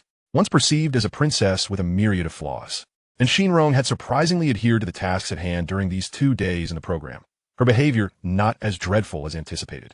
The director, observing the live stream, scratched his head, his expression akin to having bitten into a lemon. This situation was somewhat tricky. He had not expected Zhuang Yan to voice such sentiments in this context. While the current buzz was beneficial, it was essential to remember that this was a live broadcast, with every action under scrutiny. Xia Wan sat in the observation room, watching intently. Did Zhuang Yan not fear offending the Xia family? Although the two families had ended their engagement, their business ties remained, and the Xia family could withdraw their investment at any moment. With hundreds of thousands discussing the matter, it was too late to intervene. In the observation room, everyone discreetly monitored Xia Wan's reaction. Her demeanor was far more composed than expected. She observed the live stream without even a crease of her brow. This was perhaps the first time Zhuang Yan had mentioned his previous relationship since joining the program. Xia Wan, I have a question for you. During your 3 years with Zhuang Yan, did you ever have feelings for him? Only Shun Li, who had been subtly targeting Xia Wan since the program commenced, would dare to ask such a question. Xia Wan replied no. Shun Li, seated opposite her, regarded her with curiosity. Not even after 3 years? What about Zhuang Yan? Did he ever have feelings for you during that time? What was your dynamic like? Is it truly, as the netizens say, that your union was purely utilitarian without any emotional entanglement? Xia Wan did not respond immediately, instead lost in contemplation. The Zhuang Yan she recalled bore little resemblance to the Zhuang Yan she observed now. Just 3 days prior, she would have answered without hesitation that Zhuang Yan loved her. Those around her could sense his affection. How could she, as the involved party, be oblivious to it? Yet, as netizens pointed out, if Zhuang Yan genuinely loved her, how could he join a dating show just days after the breakup? Humans are not mere plants. Who could remain emotionless? Could someone who had genuinely loved simply stop loving at will? Or was it possible that Zhuang Yan's affection had been a facade from the beginning? That he had never truly loved her? A warm hand clasped hers. It was Gu Qian. Teacher Shun, as observers, we are to observe the guests, not ourselves. Your question encroaches on personal privacy, and Xia Wan has the right to decline to answer. Chapter 30. Truth or Dare? What is there to fear? This isn't live. Feel free to speak. The director can always edit it out later. Of course, if Miss Ya feels I've infringed upon your privacy, you may choose not to answer. I merely hope we can have a light-hearted recording and share our thoughts. Shunli deftly deflected the situation, extricating herself from the tension. Shunli often targeted Xia Wan, not only for the sake of generating buzz, but also due to an underlying animosity towards her. Xia Wan could not comprehend why Shunli harbored such dislike. After all, this was their first encounter. Perhaps it was the envy that arose from being overshadowed by someone exceptional, a sentiment she had encountered before. Host Li Lu attempted to alleviate the chilly atmosphere. It's all fine. Let us chat freely. If anyone prefers not to speak, that is perfectly all right. Let us continue watching the screen. I'm curious about the barbecue Zhuang Yan and the others are preparing. Just when it seemed the moment would pass, Xia Wan unexpectedly responded to Shun Li's earlier inquiry. I find it difficult to comprehend Zhuang Yan. Previously, those around me insisted that he held great affection for me. But upon reflection, it seems that love can indeed be performed. Perhaps, as netizens have suggested, alliances are forged solely for profit, devoid of genuine emotion. I am grateful that throughout these 3 years with him, I have managed to safeguard my heart and not allow myself to become ensnared. Gu Qian's demeanor softened as he grasped Xia Wan's hand. To the onlookers, they appeared as an exceptionally affectionate couple. Internally, however, Xia Wan did not share the placid expression she wore. When Gu Qian held her hand, she instinctively clenched her fist, refusing to relinquish her grip even within the warmth of his palm. Xia Wan cared more for Zhuang Yan than she had anticipated, perhaps even unbeknownst to herself. As she articulated her thoughts, she felt a pang of disappointment, coupled with the ire of being forsaken by Zhuang Yan. Her gaze seemed fixated on the livestream screen. What thoughts occupied her mind at that moment? She yearned to confront Zhuang Yan, questioning whether his kindness over these 3 years was ever sincere, and how he could so casually declare his lack of love. Her mind was a tempest of confusion, and only when Gu Qian held her hand did clarity slowly return. Her relationship with Zhuang Yan had concluded, and to pose such questions would only bring her humiliation. Why should she squander her time and energy on matters and individuals of little consequence? Presently, Zhuang Yan had been cast out by his parents, signifying that any future romantic interests would be genuine affections, untainted by familial agendas. If Zhuang Yan's love for her was merely a performance, what might it entail when he truly loved someone else? Would it surpass the depths of his feelings for her by 1,000-fold? The thought of a man who feigned affection for her, now potentially bestowing genuine love upon another woman, filled Xia Wan with an inescapable pang of bitterness that surged within her. Gu Qian, still holding Xia Wan's hand, remarked, I could never deceive a girl for the sake of gain. Here, I sincerely hope that Zhuang Yan treats those around him with genuine emotion in the future. One cannot feign sincerity for an entire lifetime. Meanwhile, in the small cottage, Zhuang Yan had prepared all the ingredients and was ready to grill. Fang Shun and Ling Xian had also set up the barbecue station, while the female guests assisted by fetching stools, drinks, and washing the dishes. Zhuang Yan took charge of grilling the meat, sweating profusely, his cheeks flushed from the smoke, his hair damp. Not only was Zhuang Yan adept at cooking, but his barbecue skills were also exceptional. As he sprinkled seasoning on the meat, the onlookers could not help but swallow in anticipation.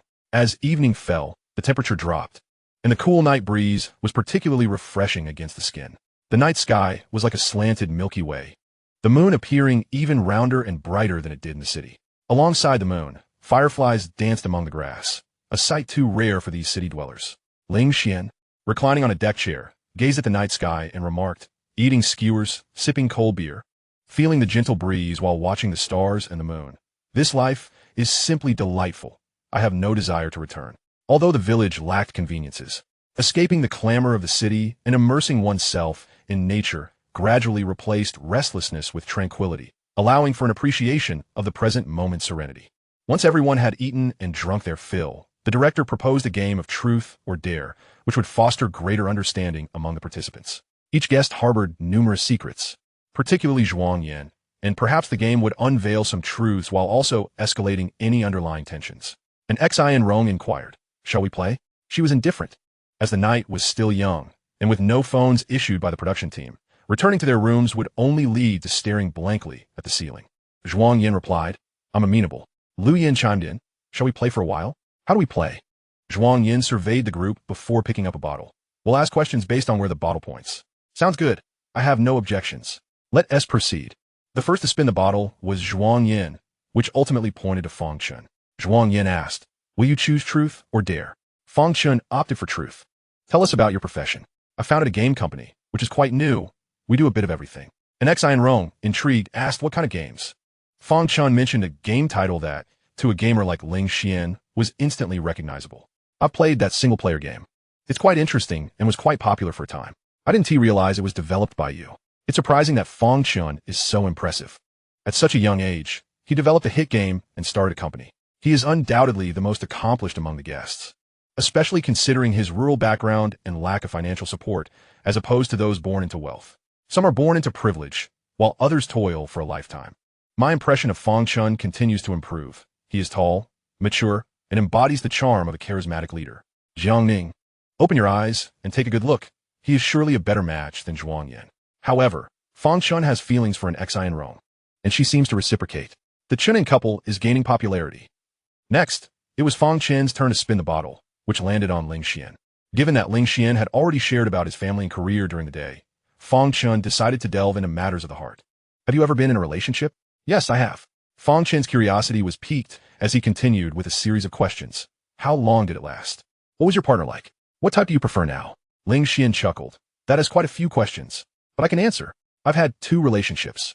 The first was with a senior during my freshman year, lasting a year until she graduated, after which we parted ways. The second was an online relationship that lasted for 6 months before we met, and we were together for 2 years before breaking up. As for my type, she enjoyed the two-dimensional world and cosplay, and her preferences were rather diverse." Ling Xian jested. "So why did you break up?" "We had differing opinions on life, making it difficult to reach consensus." Fang Chun followed up. "How long has it been since your breakup?" This time, Ling Xian did not respond. "That question can wait for next time." Ling Xian spun the bottle again, which pointed to Lu Yan. Instead of directly answering, he scanned the surrounding guests before smilingly asking, "Is there someone among the male guests here who captivates your heart?" Lu Yan raised an eyebrow and replied playfully, "Indeed." All eyes turned toward her. She had only been here for 2 days, and already she had someone in mind. With only 3 male guests present, who could it be? Zhuang Yan was equally surprised. As earlier Lu Yan had confided in him that she had no romantic interest in the show and would signal her feelings to him to avoid misunderstandings. How was it that in such a short time, she had developed feelings for someone? Love can strike like a whirlwind. Who could Lu Yan be interested in? She had spent much time closely interacting with anyone these past 2 days. Could it be Zhuang Yan? Zhuang Yan looked astonished. It seemed he was not the one. Could it be that upon hearing about Fang Chun's profession, she was suddenly smitten? It is hard not to be taken in by such an impressive male guest. I wish to be cherished by a beautiful elder sister too. Ling Xian instinctively felt that Lu Yan's interest lay with Zhuang Yan, and after stealing a glance at him, he tentatively asked Lu Yan, "Could you describe some characteristics?" Lu Yan smiled and replied, "That's the second question, and the production team has requested that we not reveal our crushes too early, to maintain suspense for the audience. Now it's my turn to spin." Lu Yan controlled her strength, and the bottle pointed directly at Zhuang Yan. Truth or dare? Chapter 31. Regarding the exes, a fleeting glimmer of mischief flickered in Lu Yan's eyes as Zhuang Yan, guided by instinct, opted for a daring challenge. Upon hearing Zhuang Yan's choice, Lu Yan let out a subtle sigh of disappointment. After all, this was a live broadcast, and the dares could not be too outrageous, lest they be confined to the proverbial little black room. Had Zhuang Yan chosen to speak the truth, Lu Yan would have inquired whether he would accept a younger partner and bring home an older sister. Should that question have been posed, It would likely lead to the conclusion that the person stirring her affections was indeed Zhuang Yan. Unable to achieve her goal, Lu Yin gazed at Zhuang Yan for a moment before suggesting, "Your hair has grown a bit long. Let me give you a trim tomorrow." A simple haircut was a reasonable request, and Zhuang Yan nodded in agreement. The bottle was once again spun by Zhuang Yan, landing on Jiang Ning. She chose the truth, secretly eager to discover what question Zhuang Yan would pose to her. However, Zhuang Yan found nothing pressing to ask, while the onlookers in the audience in the live stream were more impatient, wishing they could jump in and inquire themselves. Zhuang Yan is as stiff as a plank. Why not ask her something? Inquire about her private life, her romantic history, her type. Each question could easily trend on social media. What a splendid opportunity for gossip. Any paparazzo would be overjoyed. Jiang Ning broke the silence, asking, "Have you thought about what you want to ask me?" She suggested discussing her career. The moment Zhuang Yan's words left his lips, the atmosphere fell silent. And Xinrong, who was never one to hold back, bluntly remarked, "Zhuang Yan, are you foolish? Who doesn't know about Jiang Ning's career? Is it necessary for you to ask? If you're unsure what to inquire about, let me take the reins." Jiang Ning, do share your criteria for a partner. Let us see if any of the male guests here fit the bill. Zhuang Yan, sensing the precariousness of the situation, felt his heart race. The crowd's gazes turned towards Jiang Ning, filled with anticipation and curiosity. After taking a sip of her drink, Jiang Ning replied, "I like guys who can cook." Among the male guests present, only Zhuang Yan possessed culinary skills. The camera focused on him, searching for a hint of a different expression. But Zhuang Yan maintained his composure, oblivious to the curious glances directed at him. The atmosphere grew tense. No one dared to break the ice with a joke. Is Jiang Ning subtly hinting at Zhuang Yan? He's the only male guest here who can cook, after all. Others may cook too, just not as well as Zhuang Yan. One must admit, Zhuang Yan is an excellent chef, and he is not bad-looking either. It's only natural to have feelings for him. Alas, it feels as if the roof is about to cave in.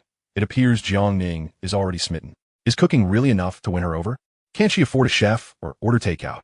Jiang Ning quietly took the bottle, attempting to control her strength, which proved to be a challenging endeavor.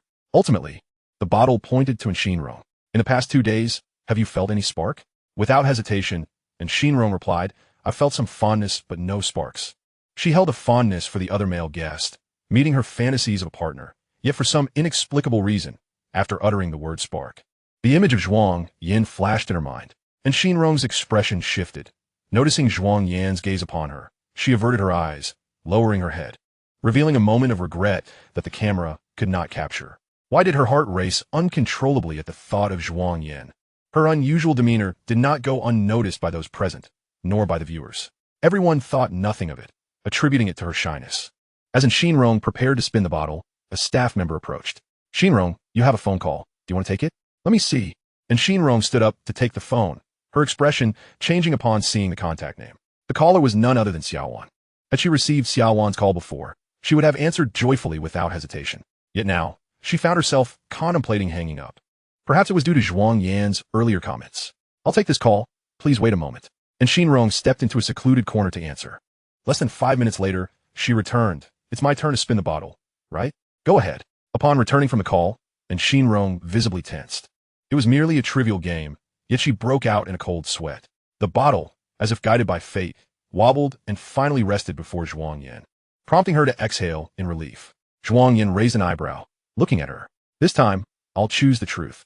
What do you wish to ask?" And Xinrong inquired, "Would you consider reconciling with your ex?" No, this was not her question, but rather one that Xia Wan wished to pose.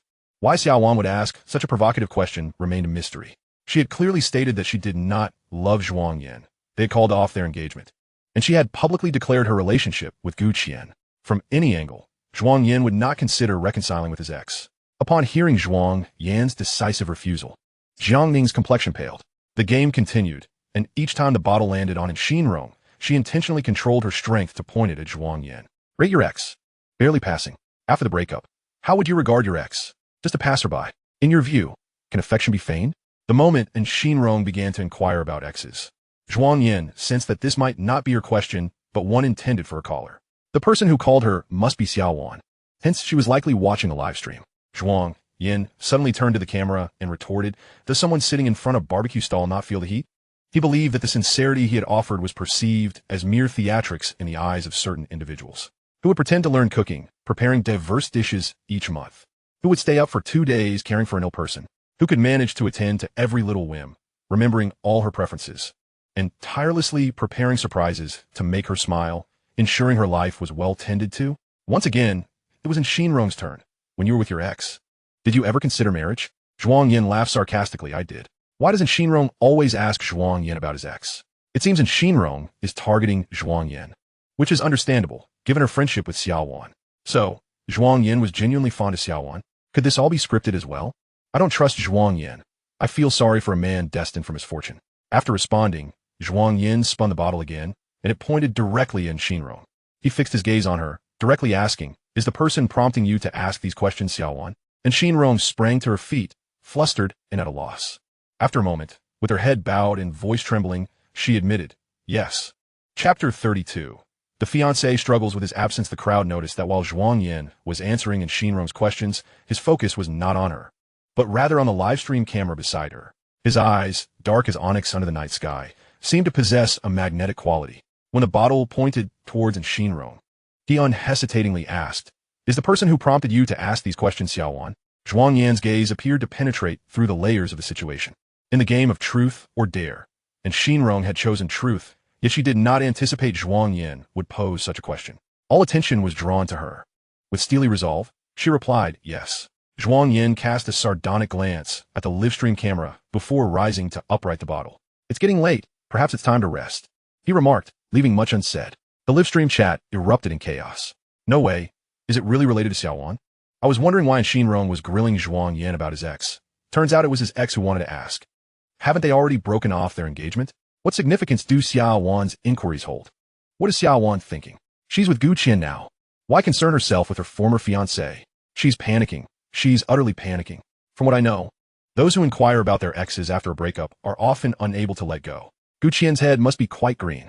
Is Xia Wan unwell? She is eyeing someone else's pot while eating from her own bowl. That may not be entirely fair. Perhaps Xia Wan is simply curious. Could this be scripted? After a breakup, I too would keep tabs on my ex. Just hearing he is worse off than me would bring me joy. I don't believe it. I just started shipping Gu Qian and Xia Wan. It cannot be. Perhaps Xia Wan is watching the live stream, just like us. This is exhilarating. Zhuang Yan's insight is remarkable. With just a few questions, he deduced that the person behind Shinrong was Xia Wan, confronting the matter openly. If I were Xia Wan, I'd be digging my toes into the ground in embarrassment. In stark contrast to the clamor of the live chat, the atmosphere in the room was markedly quieter. As Zhuang Yan stood to leave, everyone remained frozen in their previous positions, the loud croaking of frogs resonating around them. Lu Yan let out a laugh, drawing the attention of those present. She adjusted her hair and slowly rose, saying, "This game is quite amusing. Let's play again next time. I'll head back to my room now." With Lu Yan's departure, the others followed suit, standing up one by one to leave. In the observation room, Xia Wan's face drained of color, her eyes bulging as she stared at the live stream. At the moment Zhuang Yan glanced at the camera, their gazes seemed to transcend the distance and collide. For a fleeting instant, she truly believed Zhuang Yan could see her through the lens. "So, it turns out you were on the phone with Shinrong while you went to the restroom. Xia Wan, what do you truly think? Do you genuinely care about Zhuang Yan's opinion of you, or are you simply unable to let him go?" Seizing the rare opportunity to provoke Xia Wan, Shunli would not hold back. Xia Wan remained silent, standing up and leaving without recording any further. "Hey, she's leaving just like that? Can't she take a joke? I was merely curious. After all, such sensitive topics 1T make the final cut. Aren't you all curious?" They were indeed curious, but dared not ask, given Xia Wan's status, which afforded her a degree of immunity from offense. "Shunli, know your limits." Gu Qian suddenly slammed the table, his gaze icy as it fell upon her. Shunli's expression stiffened momentarily before she retorted, "Why are you venting your frustrations at me when you should be angry at Xia Wan for losing her cool?" The other observers quickly intervened, and the assistant director, realizing the recording could not proceed, decided to call a night.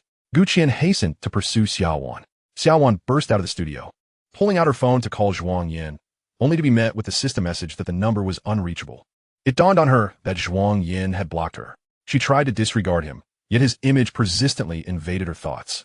He had once confessed he had considered marrying her. They had indeed been on the brink of marriage, had she not sought out Gu Qian that day. Her phone vibrated, and Xia Wan's first instinct was to think it was Zhuang Yan, but upon checking, it was Gu Qian calling. If there had been a mirror before her, she would have seen just how disappointed her expression was.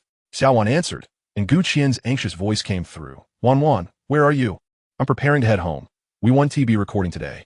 She often acted on impulse, driven by her whims without regard for the consequences. I can take you home. No need. I prefer to return alone today. A few seconds of silence ensued on the call before Gu Qian hesitated. Don't take what Shunli said to heart. I don't care. Will you still come to record tomorrow? I will. After all, I signed a contract. I must at least fulfill one episode. Though she verbally affirmed it, Xia Wan felt a retreat brewing in her heart, uncertain of how to confront Zhuang Yan during the live stream. Despite the fact that Zhuang Yan could not see her, an inexplicable sense of guilt washed over her.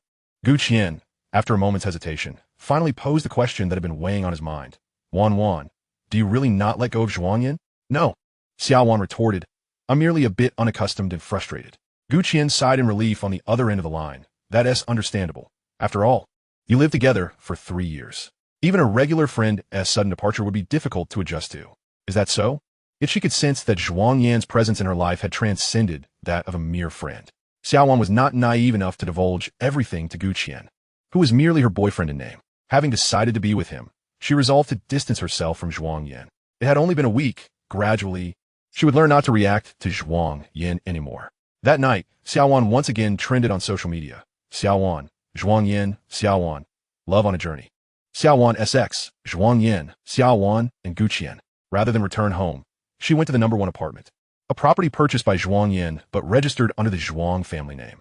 After their breakup, the apartment was reclaimed by the Zhuang family, with Zhuang Zhoming initially planning to sell it. However, Xia Wan wished to keep it, so it was directly transferred to her name as compensation. The apartment was sparsely furnished, and she would need to purchase a new set of cookware to prepare meals. Xia Wan attempted to restore everything to its former state but found no identical styles after searching online for quite some time. Suddenly, she understood a profound truth. Some things, once lost, could never be retrieved. Upon returning to the apartment and lying down, Xia Qingshan called her.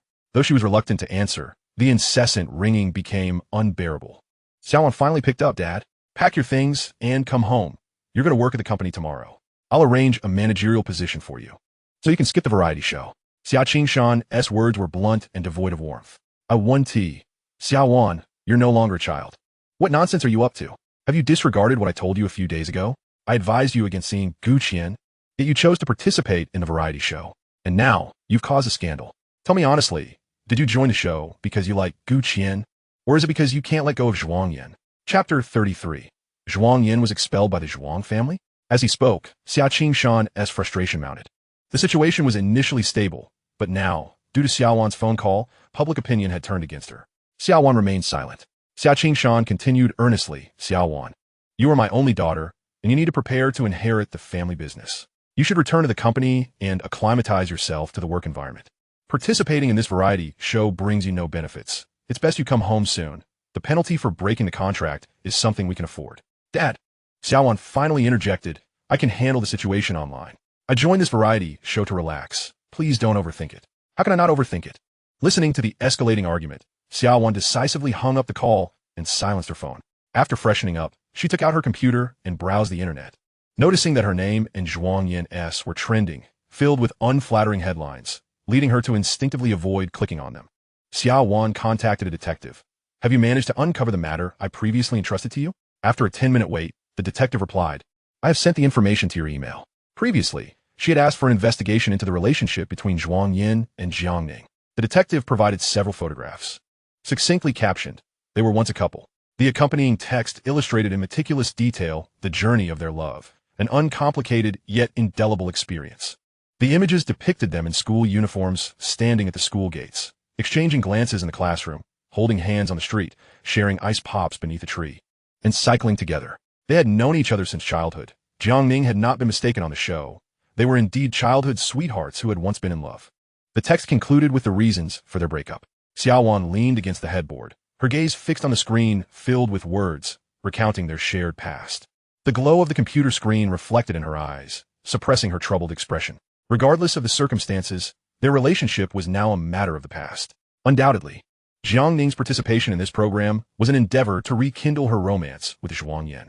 Given that Jiang Ning was Zhuang Yan's ex, whom did Zhuang Yan's responses tonight pertain to, Jiang Ning or her? Who was the ex he wished to marry? Xia Wan found herself engulfed in confusion, her heart growing heavier with each thought. She enlarged one photograph, her fingertips brushing against the image, unable to resist caressing it. The Zhuang Yan in the photograph bore little resemblance to the present-day Zhuang Yan. He appeared more youthful, his face cherubic, clad in his school uniform, exuding a sunny charm. The adoration in his gaze directed at Jiang Ning was palpable, brimming with joy and affection. Xia Wan recalled that Zhuang Yan had never looked at her with such eyes. The photograph was dated 5 years ago. It hadn't been long, yet Zhuang Yan seemed transformed, as if he were an entirely different person. Xia Qingshan did not believe that Xia Wan could resolve the situation. Unable to reach her by phone, he summoned a public relations team instead. They first leaked that Zhuang Yan was a notorious playboy, disseminating photographs of his past nightclub outings online, accompanied by sensationalized narratives. In today's digital age, netizens often relished scandal over truth, resulting in an avalanche of rumors. A mere handful of photographs, however, was insufficient to tarnish a reputation entirely. Thus, Xia Qingshan reached out to Zhuang Zhongming, urging the Zhuang family to publicly announce Zhuang Yan's disassociation from them. Once they did so, Xia Qingshan promised to overlook past grievances and continue collaborating with the Zhuang family. Without hesitation, Zhuang Zhongming agreed, perceiving Zhuang Yan as less significant than a lucrative business deal. Since Zhuang Yan had chosen to sever ties with the family, he would never be welcomed back. Without delay, Zhuang Zhongming took to his account to issue a statement. Zhuang Yan had been disowned, and from this day forth he was no longer my son. Accompanied by a formal disownment letter, Zhuang Zhongming issued this announcement via his personal account, fearing that some might miss it, and subsequently shared it through the company account. Given the trending topics surrounding Zhuang Yan, the buzz quickly escalated, thrusting the announcement into the limelight within half an hour. Headlines proclaimed, Zhuang Yan was expelled from his home. He had severed ties with his parents. He was no longer the heir of the Zhuang group, Zhuang Yan, and nightclubs. The public's reaction intensified, and Zhuang Yan's reputation, which had been on the mend, now plummeted further. A child rejected, even by his parents, must be worthless. Why have Zhuang Yan's parents disowned him? What could be the reason? He must have a flawed character, judging by the insults directed at him these past few days. The Zhuang family's silence implies the accusations are true. Zhuang Yan's participation in this show must be a marriage scam. His only redeeming quality was his wealth. And now that he has been cast out, he has lost his status as the sole heir, with no money and no legitimate job. Why was he invited to the program? I remember Zhuang Yan previously claiming to be unemployed. I thought he was joking, but it turns out he was serious. Zhuang Yan is on the verge of becoming an average Joe. Now I understand why. On the first day of filming, Zhuang Yan made sauerkraut fish. He was reminding everyone that he is sour, pickled, and superfluous. According to the disownment letter, Zhuang Yan severed ties with his parents after the broken engagement. Could there be more to this? Zhuang Yan's father. Could you elaborate on why you chose to disown your son? Zhuang Zhongming, of course, dared not respond. Faced with inquiries from netizens, he remained silent, aware that the more he spoke, the more mistakes he would make. The disassociation was a factual matter, and issuing such a statement was not erroneous. However, anything beyond that was not for public consumption. He feared that revealing too much might anger Zhuang Yan and expose deeper truths, like the scandalous details surrounding his biological mother and the tragic death of his daughter. Information that must remain undisclosed, as it would be a colossal embarrassment. Public opinion was not entirely one-sided. A faction of rational netizens actively sought the truth. The following day, Xia Wan awoke to find the online landscape had shifted dramatically. The internet was rife with chaotic rumors, alleging that Zhuang Yan was a scoundrel, a libertine, a playboy who frequented nightclubs, straddling 2 boats, and a spoiled rich kid. Accusations of past bullying surfaced, attributing all manner of misdeeds to him. The sudden emergence of slanderous information had led to Zhuang Yan becoming a pariah online, with no evidence to support these claims other than a single image of him entering a bar. To amplify the effect, Xia Qingshan had even commissioned numerous AI-generated face swaps.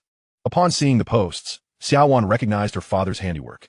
Having spent a sleepless night, she opened her eyes to a throbbing headache and, enduring her discomfort, called Xia Qingshan. Dad, did you orchestrate the false information about Zhuang Yan online? Xia Qingshan replied in a grave tone, yes. Xia Wan pressed urgently. Why would you do this? I told you I would handle it myself. And how do you intend to manage it? Xia Qingshan scoffed. You are my daughter. Do you think I am unaware of what's in your heart? Your kindness toward Zhuang Yan has only led to your being criticized online. As your father, my actions are not meant to harm you. But the information you leaked is fabricated. What of it? As long as the public believes it, it becomes their truth. If Zhuang Yan isn't criticized, then you will be. Even Zhuang Zhongming has cast him aside. Why do you care so much? Xia Wan, listen to me. I will allow you to continue filming this program. If you refuse to comply, I will have no choice but to have you forcibly brought back. Xia Wan warned, I will not retract the online marketing. Do not fret too much for him. In time, people will forget. Xia Wan felt a jolt of shock, rendered speechless. Chapter 34. The former fiancé's aunt seems to be seducing him. Jiang Ning rose earlier than Zhuang Yan that day. When staff observed her leaving empty-handed, she returned half an hour later with a bag. Teacher Jiang, what do you have in your hand? Century eggs.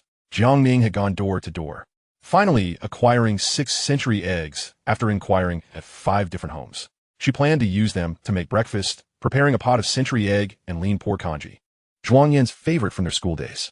As Jiang Ning simmered the congee, Zhuang Yan awoke, seemingly unfazed and continuing his practice in the courtyard as if yesterday's events had not occurred. In a closed-set recording of the program, unless the director informed them, they would remain oblivious to the online tumult. The director had repeatedly cautioned the surrounding staff to keep quiet, fearing it might affect the guest's mood. Nevertheless, Zhuang Yan sensed an unusual shift in the atmosphere, as the staff's gazes towards him were markedly different from usual. After the congee was perfectly cooked, Jiang Ning quietly observed from aside. What seemed to be a mundane affair to outsiders was, in her eyes, a cherished moment where she wished time could stand still, allowing her to remain in the company of Zhuang Yan indefinitely. With staff members watching, she soon rose to return to her room to change clothes. Lu Yan had also awakened. Freshly washed, she approached Zhuang Yan, scissors in hand. Zhuang Yan, come here, she called, just as Zhuang Yan finished his last session. A light sheen of sweat glistened on his forehead as he wiped it away. What is up? He inquired. The adventure you promised me during our gaming session last night. Lu Yan reminded him. Upon noticing the scissors she held, Zhuang Yan recalled her intention to give him a haircut. Lu Yan procured a low stool for Zhuang Yan to sit upon, and from seemingly nowhere, retrieved a plastic bag to tie around his neck. Just as she was about to begin, Zhuang Yan seized her hand. Sister Lu Yan, do you know how to cut hair? He asked skeptically. Of course. Why else would I be doing this? She replied, her tone leaving little room for doubt. Zhuang Yan felt a twinge of unease, akin to a lamb awaiting slaughter. Lu Yan gently pressed his head down, adjusting her stance. Stay still. Don't worry, I won't mess it up, she assured him. With that, she commenced her work. The soft snipping sounds mingling with the air, as strands of hair began to cascade down. Several locks fell against his neck, causing a slight itch. Zhuang Yan instinctively reached to scratch, but suddenly felt warm breath against his neck, prompting a reflexive shrug and a lean away. What are you doing? He asked, startled. I'm blowing your hair. A few strands have landed on your clothes. Oh, your ears are quite red. Could be my breath that caused that. Lu Yan teased with a playful smile. Zhuang Yan chose not to respond. As she continued to cut, she occasionally blew air toward his ears or touched the back of his neck. Her fragrance was intoxicating, and her soft touch sent electric shivers down his spine, even to the base of his tailbone. This was merely a haircut, yet Zhuang Yan felt as if he were sitting on pins and needles, struggling to suppress his bodily reactions. Noticing the beads of sweat forming on his brow, Lu Yan offered him a tissue, but Zhuang Yan intercepted. I can wipe it myself. Just don't move while I'm cutting. You might end up with a bad haircut. Reluctantly, he lowered his hand. How much longer will this take? He asked. Almost done. Just a little adjustment, she replied, admiring her work. It looks so much better. Your hair was too long before, hiding your eyebrows and making you appear lackluster. Lu Yan gazed intently at his forehead, then reached out to touch the center of his brow. Zhuang Yan, has anyone ever told you that your forehead is particularly handsome? Zhuang Yan felt a flicker of aversion at the thought of others touching his forehead. Yet with Lu Yan, he found her touch oddly comforting, sending delightful shivers through him. No one has, he replied, his voice barely above a whisper. Lu Yan chuckled softly, the reason for her amusement remaining unknown. Her eyes drifted to his chin and lips. Your stubble is growing in. Let me help you with that as well. Zhuang Yan quickly declined. I can shave in my room. It's an easy task. I have the tools right here, and it won't take long, Lu Yan insisted, producing a sharp eyebrow razor from her pocket. Just be still. We wouldn't want to injure your face. With a hint of assertiveness, she maintained her position behind him, leaning forward to reach his stubble. As Lu Yan's fingertips brushed against his chin, Zhuang Yan found his line of sight completely obstructed by her bosom, rendering the sky invisible to him. Initially taken aback, he remained momentarily stunned. Oblivious to the effect she was having, Lu Yan leaned in closer, and Zhuang Yan instinctively recoiled, tumbling heavily to the ground, causing Lu Yan to jump in surprise. What's wrong with you? She exclaimed, her face paling as her hand trembled, nearly causing an accident with the razor. I'm fine, Zhuang Yan muttered, feeling an unfamiliar flush spreading across his cheeks and down his neck. Lu Yan had simply trimmed his hair, leaving it slightly longer than a buzz cut, and he appeared vibrant and healthy. As she had noted, His forehead was indeed striking, enhancing the overall contours of his face, particularly his deep-set eyes.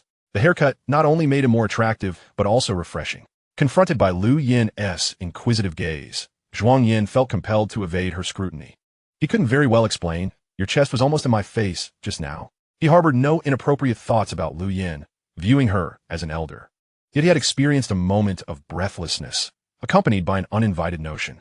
Was Lu Yin intentionally trying to entice him? Rising from the floor, he dusted off his clothes. I brought my razor, so you need not assist me with that, he stated. As he turned to leave, Lu Yin grasped his hand, suddenly asking, Zhuang Yan, if it were about marriage, would you care about the age of your partner? Her gaze held an unsettling intensity, and Zhuang Yan, slow to grasp the implication, felt a subtle shift in the atmosphere. He withdrew his hand, just as Lu Yin reached for him again. I would care. Just as you wouldn't prefer a younger brother, I wouldn't want an older sister or aunt. Lu Yin's expression hardened, tightening her grip on the razor. Having spoken, Zhuang Yan swiftly retreated to his room, acknowledging his instinct to escape. As he distanced himself from Lu Yin, clarity returned to his mind, and his heartbeat steadied. He touched his freshly cut hair, removing the plastic bag from around his neck. It seemed prudent to maintain a greater distance from Lu Yin in the future. After shaving, Zhuang Yan exited to find all the guests had risen. Jiang Ning had prepared a large pot of century egg and lean meat congee, accompanied by cold cucumber salad. And everyone who tasted it praised her cooking. Zhuang Yan, we've been waiting for you. Come sit and eat, Ling Xian beckoned. As Zhuang Yan approached, Ling Xian's eyes widened in surprise. What happened to your hairstyle? You look so much more spirited. This new haircut suits you well. You look handsome. Both Ling Xian and Feng Chen chimed in. Although Xinrong remained silent, her gaze remained fixed on Zhuang Yan, unwavering even as he drew closer. They often said that a change in hairstyle could transform a person, and having seen countless handsome faces during her time in the girl group, Zhuang Yan had never registered on her radar. Thus, when Summer Wan considered marrying him, she found it perplexing. However, upon closer inspection, Zhuang Yan did possess a certain charm. Perhaps he had simply been on the wrong path previously. As if nothing had transpired, Lu Yin remarked playfully, I did the haircut. What do you think?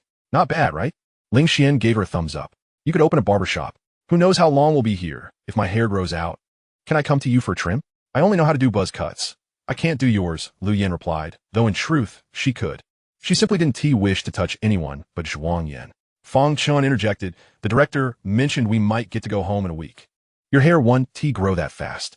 Zhuang Yan sat down, a bowl of untouched congee before him, served by Jiang Ning. Noticing him drink, she inquired, how does my congee compare to before? Tasting the familiar flavor, he immediately recognized it as Jiang Ning's cooking. Stirring memories of their high school days when she excelled at making various types of congee, particularly the century egg and lean meat variety, which he could devour in excess of 3 bowls.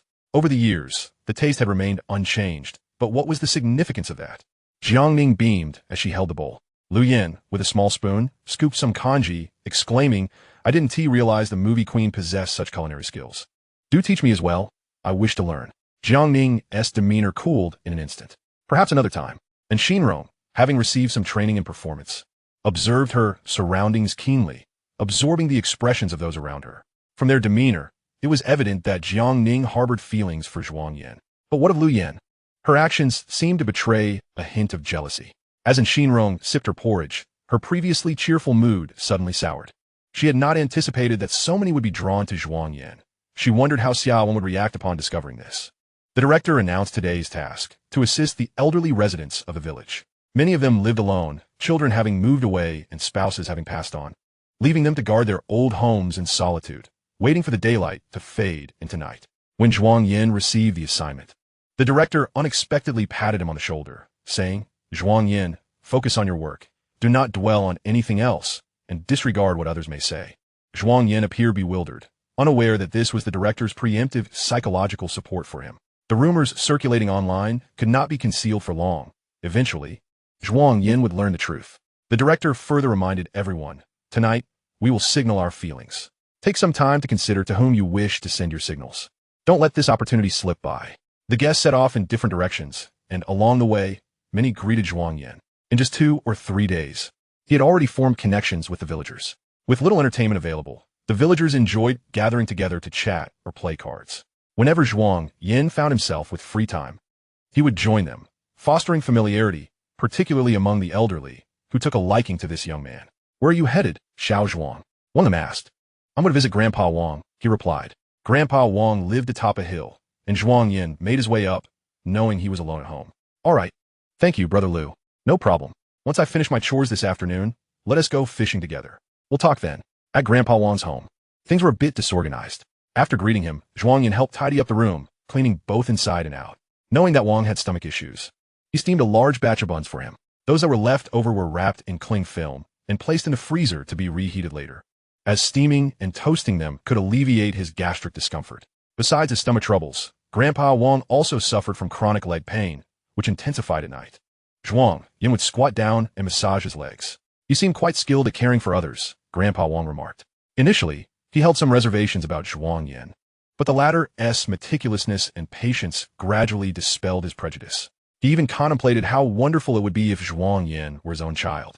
My grandmother often had leg pain, so I took the time to learn about related care and massage techniques, Zhuang Yan explained. The primary motivation for this knowledge was not just his grandmother's well-being, but also his own, in his previous life. He had sustained a leg injury that continued to trouble him as he aged, especially on rainy days. After completing the massage for Grandpa Wang, Zhuang Yan noticed the kitchen was low on firewood and took an axe to chop some. Grandpa Wang urged him to take a break, saying, "You've been at it for nearly a whole day. Sit down and rest for a while." "I'm fine. I'm not tired." He endeavored to do as much as possible, knowing the elder's health was fragile and he had no one to look after him. Once he departed, it might be a long time before he could return. When the topic of Grandpa Wang's family arose, he was reluctant to elaborate, merely stating that they were working away and he hadn't seen them in over a year. The last time was 2 years ago, and his memory was fading. He was nearly forgetting his grandson's face. He mused that the next time they met might be on the day of his death. Grandpa Wang's pessimistic outlook resonated with many, who reflected on the adage of raising children to prevent old age, questioning where that safeguard had gone. Zhuang Yan's live stream was filled with noise. Some accused him of being insincere and performing for show, while others hurled profanities at him. The vitriol was so extreme that the stream received multiple warnings, prompting the director to turn off the bullet comments altogether. Grandpa Wang's home had little more than homegrown vegetables, and he insisted Zhuang Yan take a substantial amount back with him. Unable to refuse, Zhuang Yan accepted a selection. "Grandpa Wang, I'll head back now. I'll come visit you again when I have the chance. Thank you for today." "It's nothing. I'll be here for a few more days. If you need anything, just call for me." After watching several live streams, it was clear that Zhuang Yan had done the most, and it was evident that he genuinely cared for the elderly.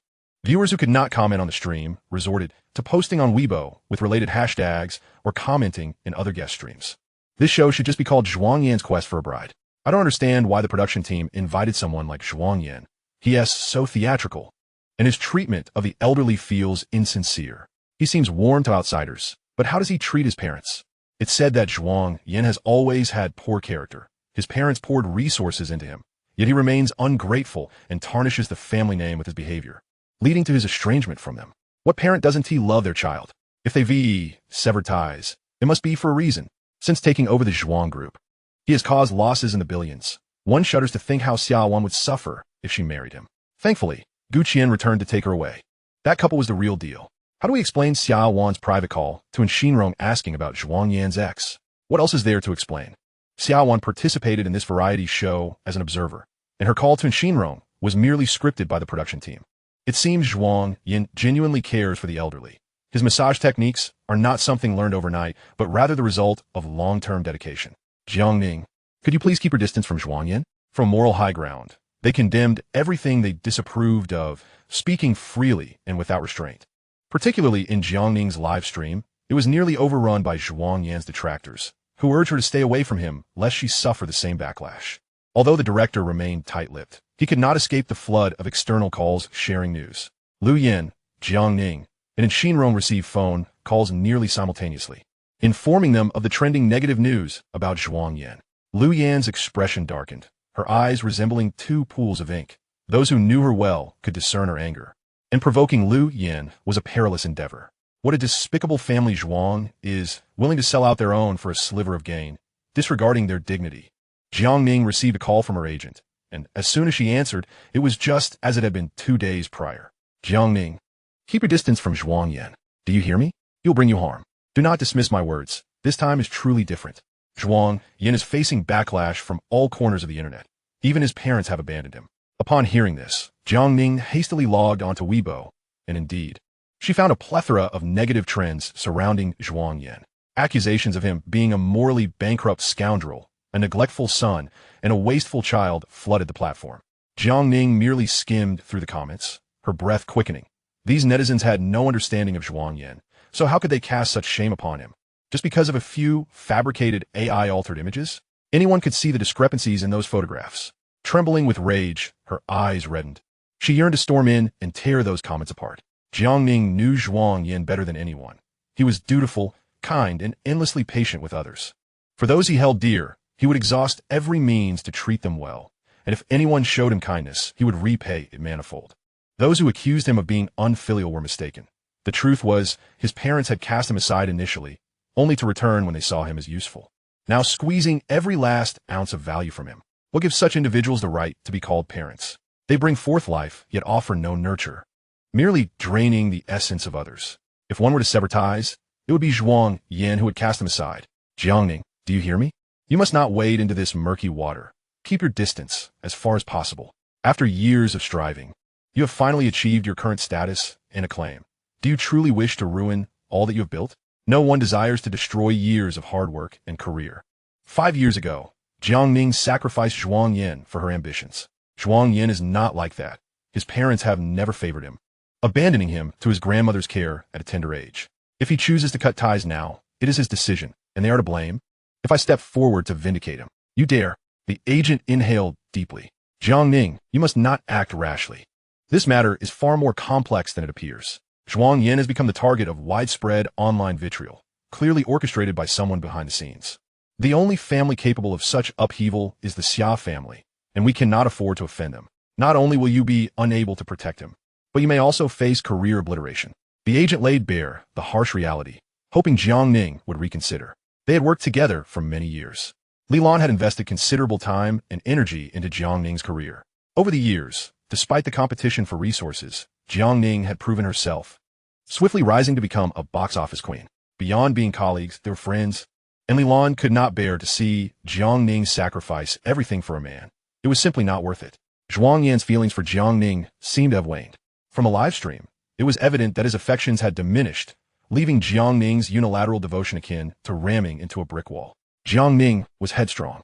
Early in her career, she had insisted on performing her own stunts in a fantasy drama, enduring weeks of rigorous training. Her body covered in bruises while others opted for doubles. Her stubbornness was both her strength and her greatest flaw. Ordinary persuasion and warnings would bear no fruit. The agent, Li Lan, resorted to tangible threats. Jiang Ning, do not dismiss my words lightly. I am offering you a friendly warning. Should you dare to voice support for Zhuang Yan, I will have you removed immediately. The company can certainly afford the penalty for breach of contract. Think this through calmly. Chapter 36. True feelings are revealed in adversity. Just as Jiang Ning prepared to log into Weibo, she was taken aback. After Li Lan's warning, the call was abruptly terminated, and before she could react, the staff confiscated her phone. Without her phone, she could not post on Weibo, but since they were currently recording a live program, she could still speak out for Zhuang Yan during the broadcast. As she began to seek out the photographer, she suddenly halted. Was it truly wise to voice her support now? Words without tangible evidence might not be well received. The audience could easily turn against her, and her fans might rebel. Moreover, her agent had already warned her that any public statement would lead to her removal from the recording, meaning she would lose the chance to pursue Zhuang Yan. If she left, Lu Yan would have no competition whatsoever. That morning, Lu Yan had flirtatiously cut Zhuang Yan's hair, embodying a demeanor that many women would find unappealing. Yet most men would relish. Coupled with the program's dating format, their constant proximity, and Lu Yan's penchant for seduction, what if Zhuang Yan succumbed to her allure? The program's producers would not allow Zhuang Yan to withdraw. Should he leave, she too would forfeit her chance to win his heart. Unsure how long she had been lost in thought, Jiang Ning felt a wave of dizziness wash over her. She leaned against the wall, slowly crouching down, swallowing back the urge to speak out. Since the director remained silent, she would feign ignorance, keeping Zhuang Yan in the dark until such time as she could no longer conceal the truth, demonstrating to him what it truly meant to stand by someone in hardship. For now, her only task was to support Zhuang Yan quietly. There was no need for further action. The public's outrage was but a fleeting moment. This too would pass. Once she reached this conclusion, Jiang Ning gradually stood upright, unsure of how long she had been crouched. Rising made her slightly unsteady, her legs numb and vision blurred. The photographer approached, camera in hand. Jiang, you don't look well. Are you all right? Jiang Ning composed herself, masking any signs of distress. I'm fine. Let us go. The audience was intrigued by whom Jiang Ning had just spoken with. Did she already know about the trending topic? Was it her agent calling to inform her about the trending news? If Jiang Ning truly cared about her fans' opinions, she should distance herself from Zhuang Yan. Her expression seemed to suggest she received an inconsequential call, betraying no reaction at all. Could it be that Jiang Ning remains unaware of Zhuang Yan's situation? I truly hope she is not being deceived. Someone should warn her to steer clear of that scoundrel. And Shinrong was the last to learn about the trending topic. While others dutifully surrendered their phones, she had secretly brought a smartwatch. The watch not only enabled calls, but also allowed her to check trending topics online. And Shinrong was somewhat clever. To avoid detection by the staff, she had hidden the smartwatch in her underwear on the first day, and since she had a private room, it had yet to be discovered. Each night, she would discreetly check the trending discussions online. The public's interest in her was minimal. It seemed the commenters lacked taste, as the majority were more invested in her pairing with Fong Chun. Thus, in recent days, she had been complying with her fans' wishes, engaging with Fong Chun openly. Tonight, she intended to send a flirty message, wanting to confirm whether the audience still supported her and Fong Chun. Her repeated checks indicated her hesitation, which stemmed from the frequent thoughts of Zhuang Yan invading her mind. And Shinrong opened Weibo. The smartwatch, though slightly smaller in screen size, possessed all necessary functionalities. Upon entering, she was met with a trending topic about Zhuang Yan. Stunned, she realized that the most discussed individual in their show was none other than Zhuang Yan, who had risen to notoriety through public outrage. To her surprise, this trending topic contained 10 separate discussions solely about him, each with significant traction. The most conspicuous of these was the claim that Zhuang Yan was a scoundrel who had frequented nightclubs multiple times during his relationship with Xia Wan, engaging in infidelity and juggling several romantic interests, which ultimately led to Xia Wan's dramatic escape from their engagement. Just how low had Zhuang Yan's character sunk that even his parents had disowned him, casting him out of their home. Henceforth, Zhuang Yan would be an ordinary individual, stripped of his status as the scion of the Zhuang family, bereft of connections and wealth. Every word was comprehensible, yet the overall meaning eluded her. Zhuang Yan had cheated during his relationship with Xia Wan. He had been cast out of his family. While she lacked the details of how Zhuang Yan severed ties with the Zhuang family, she was certain he had not been unfaithful to Xia Wan, nor had he frequented nightclubs. The only time he had entered such a venue was to seek out Xia Wan. And Shinrong gazed at the clandestine photo of Zhuang Yan in a nightclub. She recalled vividly that day when she and Xia Wan had booked a private room in the nightclub, playing a game of truth or dare with friends. Xia Wan lost, and someone suggested she send Zhuang Yan a text to invite him to the nightclub without revealing her location, then turn off her phone to see how long it took him to find her. There were many nightclubs in Rongqing, and that night, Zhuang Yan had nearly searched every one of them. By the time he found Xia Wan, he was breathless, his appearance a disheveled mess, hair in disarray, collar askew, shirt soaked with sweat, and his pale face accentuating his bloodshot eyes, filled with worry and panic as he looked at Xia Wan. In a nightclub, after sending you a message, a girl powered down her phone. Zhuang Yan was unable to reach her via call and could not contact her friends either. Panic-stricken, he broke into a cold sweat, fearing that Xia Wan might have encountered an unfortunate incident. During his frantic search for her, he dared not linger, racing across half the city and even reporting to the police. When he finally located Xia Wan, he was met with a barrage of ridicule from a group of bystanders. Look how Zhuang Yan fawns over you. What a devoted puppy he is. Doesn't he look like an exhausted dog, panting and all? Zhuang Yan, how long did it take you to find her? It has been 4 hours since she sent that message. Your search is rather sluggish. Clearly, you don't know Xia Wan well enough. Each person chimed in with their disparaging remarks, and Shinrong casually joined in with a quip. Yet, she had forgotten her words. What remained etched in her memory was Zhuang Yan's forced smile as he uttered, "Fortunately, you're safe." She pondered whether there had been a fleeting moment when Xia Wan had felt something for him, for even she, an outsider, had been touched by the scene. Now, netizens were using these photos to humiliate Zhuang Yan, accusing him of frequenting multiple nightclubs. Xia Wan was well aware of the truth. Why did she not speak out to defend him? It would only take a few words. Or was it that the one spreading the rumors was Xia Wan herself? Chapter 37, and Shinrong's heartfelt concern, an uncontrollable heartbeat. Within their circle, no one would dare to claim friendship with Zhuang Yan. Yet all who knew Xia Wan and Zhuang Yan were acutely aware of how devoted Zhuang Yan had been to Xia Wan over the past 3 years. No matter the circumstances, he was always at her beck and call, never losing his temper during their relationship. And after moving in together, he transformed into the ideal housemate, cooking, cleaning, and managing household chores with impeccable diligence. One could say he was the epitome of a supportive partner. If it weren't for Zhuang Yan's unwavering dedication, Xia Wan, a notoriously difficult person to please, would have ended their relationship long ago. The accusations of him being a scoundrel who prowled nightclubs, cheated during their relationship, and subjected Xia Wan to emotional abuse were utterly ludicrous. It was understandable that the netizens were misinformed. Could Xia Wan truly be unaware? Even Xinrong, who had always viewed Zhuang Yan unfavorably, found the widespread online vitriol perplexing and felt a surge of indignation on his behalf. Why wouldn't Xia Wan take to the internet to clarify a few points? Did she truly care so little for Zhuang Yan? Yet just last night, during a game of truth or dare, she had specifically called to ask him certain questions, and Xinrong bit her finger and glanced at her watch. The vitriol online was truly appalling. It nearly blinded her with rage. She stood up and dialed Xia Wan's number, uncertain if Xia Wan would answer at this moment. She was pleasantly surprised when the call connected. "Hello, Xia Wan, it's in Xinrong. Aren't you recording a show? How do you have your phone to call me? I secretly brought a phone watch. Don't let it slip, Xia Wan. I saw the trending topic online. Zhuang Yan is being utterly vilified. Those baseless accusations. Aren't you going to say something to clarify?" Xia Wan inquired. "What is happening online? Did she truly not know?" And Xinrong pressed on. "They're saying he has been clubbing while dating you, cheating on you. Everyone acknowledges that he is a devoted partner. How could he possibly betray you?" Xia Wan fell silent for a moment. "Are you concerned about Zhuang Yan? What does the situation have to do with you? Why are you so invested?" 3 rapid-fire questions left in Xinrong momentarily dumbfounded. "Do you not care for Zhuang Yan?" Xia Wan scoffed. "Why should I care about him? But last night you called me to ask about him. I don't wish to revisit last night's events. Asking you to inquire was merely a scripted arrangement by the production team. I have no interest in him." Her frigid tone and chilling words sent an unexpected tightness to Xinrong's chest. Anger flared within her, not at Xia Wan, but for Zhuang Yan. Recognizing this sentiment startled her. She never anticipated that one day she would feel anger on Zhuang Yan's behalf regarding Xia Wan. Taking a deep breath, and Xinrong ventured. "After so many years with Zhuang Yan, do you truly harbor no feelings for him?" "None.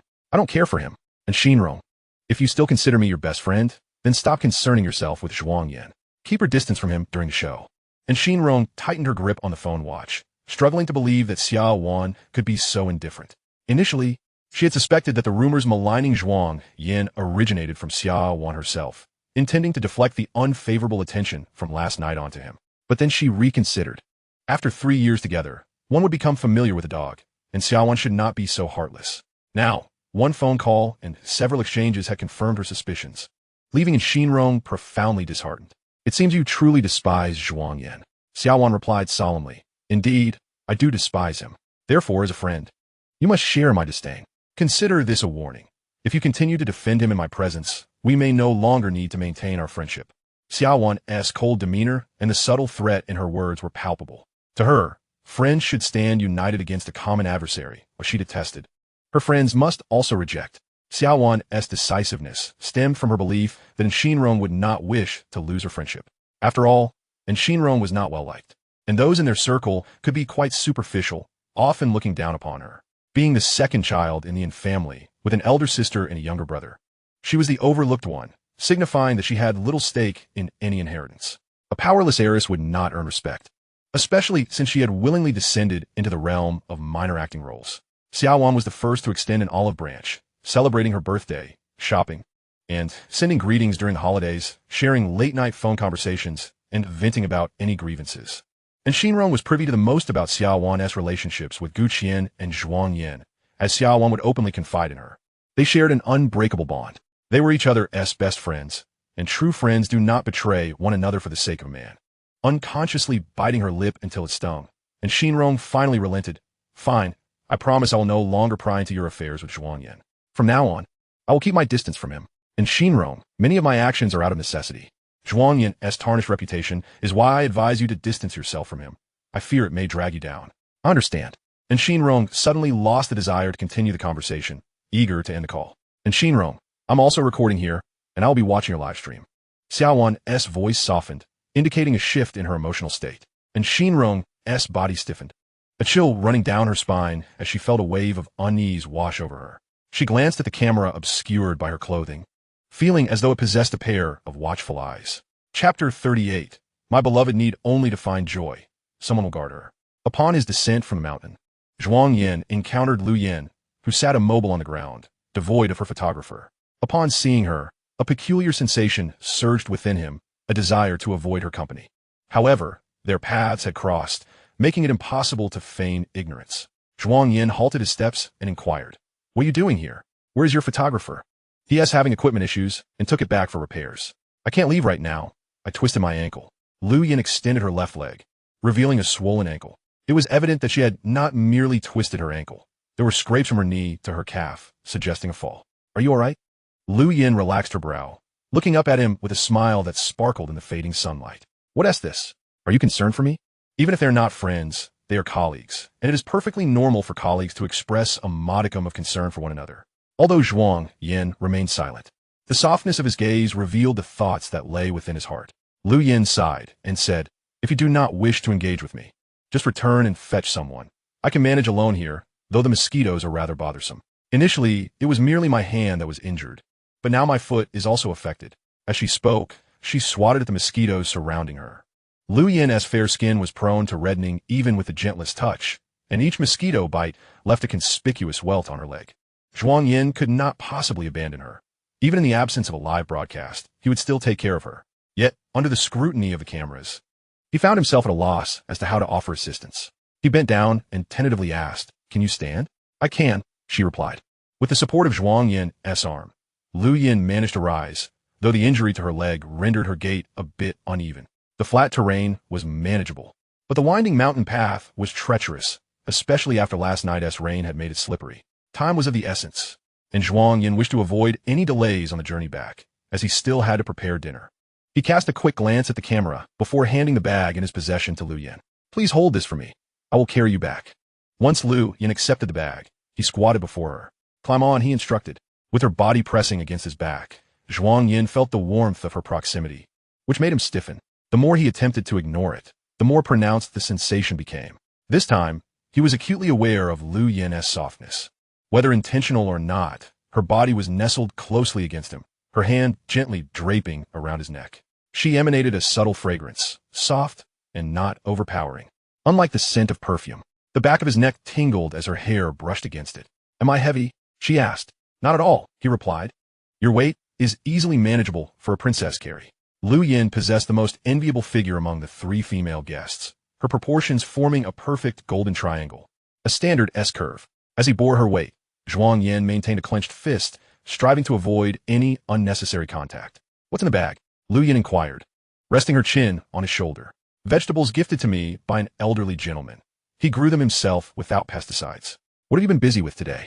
Lu Yan noted that Zhuang Yan's body temperature was significantly elevated compared to the morning, a condition typically arising only after vigorous activity. His arms were taut with muscle, veins prominent, as if filled with blood. "I chopped some firewood, tidied the house, and cooked," he stated. "You've accomplished quite a bit," she remarked, leaning her chin against his shoulder. Suddenly, in a flirtatious tone, she added, "Young people are fortunate, brimming with unspent energy." Zhuang Yan's body tensed. Had he not been gripping his fist so tightly, he might have nearly dropped her.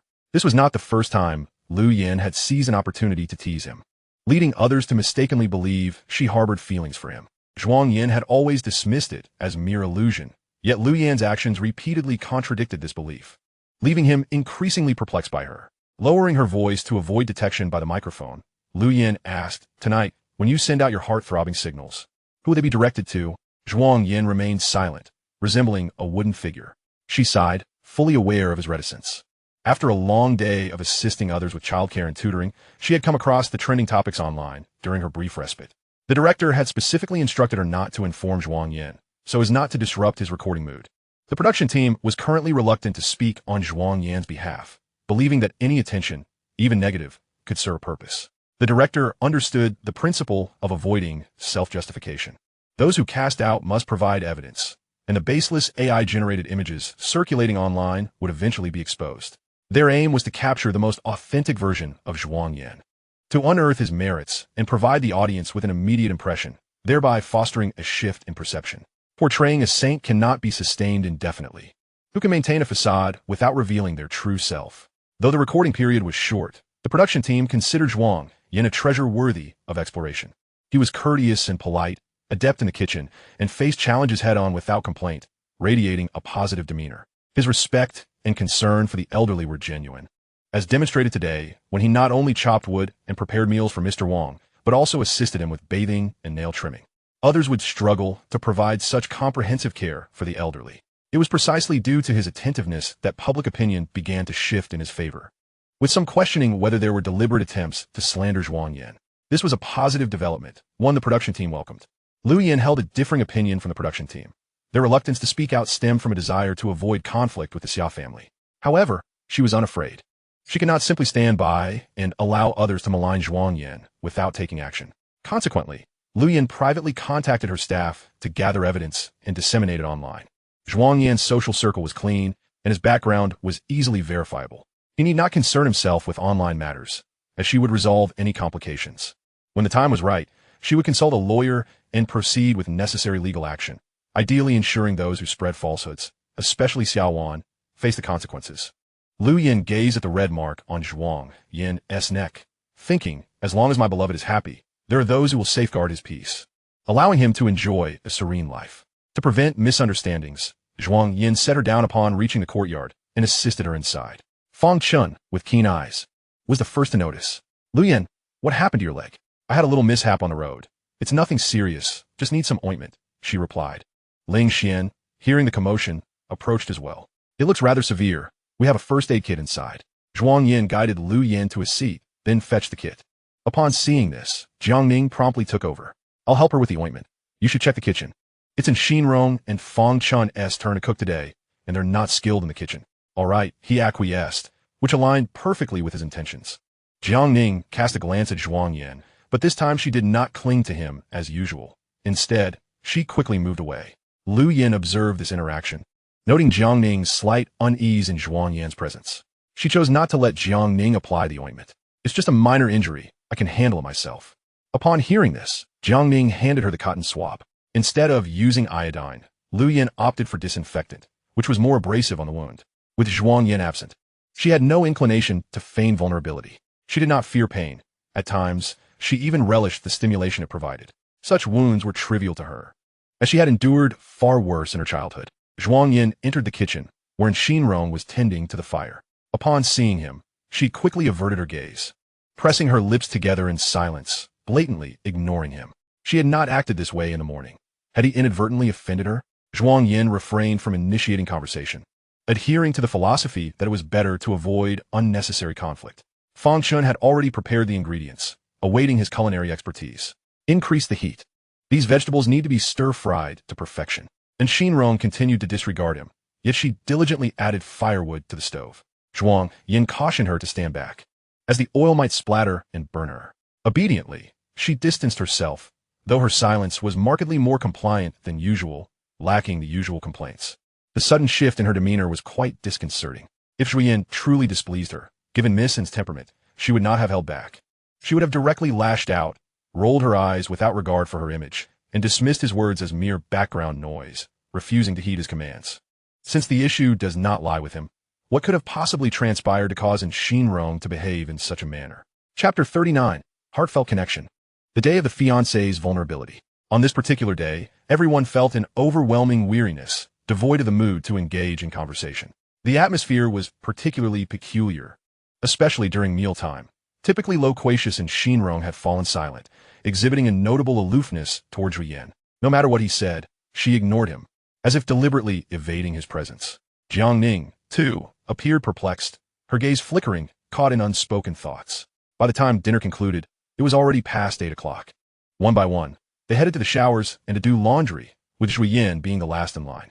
Jiang Ning was in the courtyard washing clothes, and the photographer had already retired for the night, no longer following them. Upon seeing Zhu Yan emerge from the shower, Jiang Ning called out to him, Zhu Yan, my mother mentioned she misses you and asked if you have time to visit her. She has prepared some delicious food for you. Since returning to the Zhua family, he had seldom gone back, and Jiang Ning's sudden mention of it prompted fond memories of his childhood visits to her home, where Aunt Lin had always been exceptionally kind to him, ensuring that he received treats through Jiang Ning and even attending parent-teacher meetings on his behalf. Once the show recording concludes, I will visit Aunt Jiang, he replied. Seeing that Zhu Yan remembered her mother gave Jiang Ning a sense of assurance. Who will you send your heartfelt signal to tonight? She inquired. The program rules prohibit disclosure, he replied. Will you send it to me? Just give me a hint. No hints. You'll find out in due time. Among the female contestants, there were only 3, with Jiang Ning having the most interaction with Zhu Yan. She would much prefer if he sent the heartfelt signal to Xinrong rather than to Lu Yan. Jiang Ning reminded him, "There's still half an hour until the messages can be sent. You should hurry back to your room." "All right, you go ahead first," Zhu Yan replied, maintaining a neutral demeanor that made him seem unapproachable. After she had taken a few steps, she abruptly stopped and turned to ask Zhu Yan, "Regarding the questions you answered about your exes last night, if it were me, what score would you give me? Does it matter? People who have broken up are akin to strangers. Would you care about a stranger's opinion?" He responded, "Have you forgotten I am an actress?" "An actress certainly cares about how strangers perceive her," she countered. Realizing this question might have put Zhu Yan in a difficult position, Jiang Ning did not press him further. "If you don't wish to answer, then forget it. I merely asked out of curiosity." She felt a sense of dissatisfaction. She and Zhu Yan had only been together for a year, and their relationship had been strained due to their acting careers, often finding themselves sneaking around for their dates. The thought of Xia Wan having spent 3 years with Zhu Yan left her feeling resentful. She could not blame anyone but herself for her initial choices. She had hoped that once her career flourished, she might still win Zhu Yan back, balancing both career and love, yet it seemed as if he had forgotten her entirely. She longed to prove herself in comparison to Xia Wan. Both were exes, yet who remained the most unforgettable in his heart. Women like Xia Wan did not deserve Zhu Yan's affection.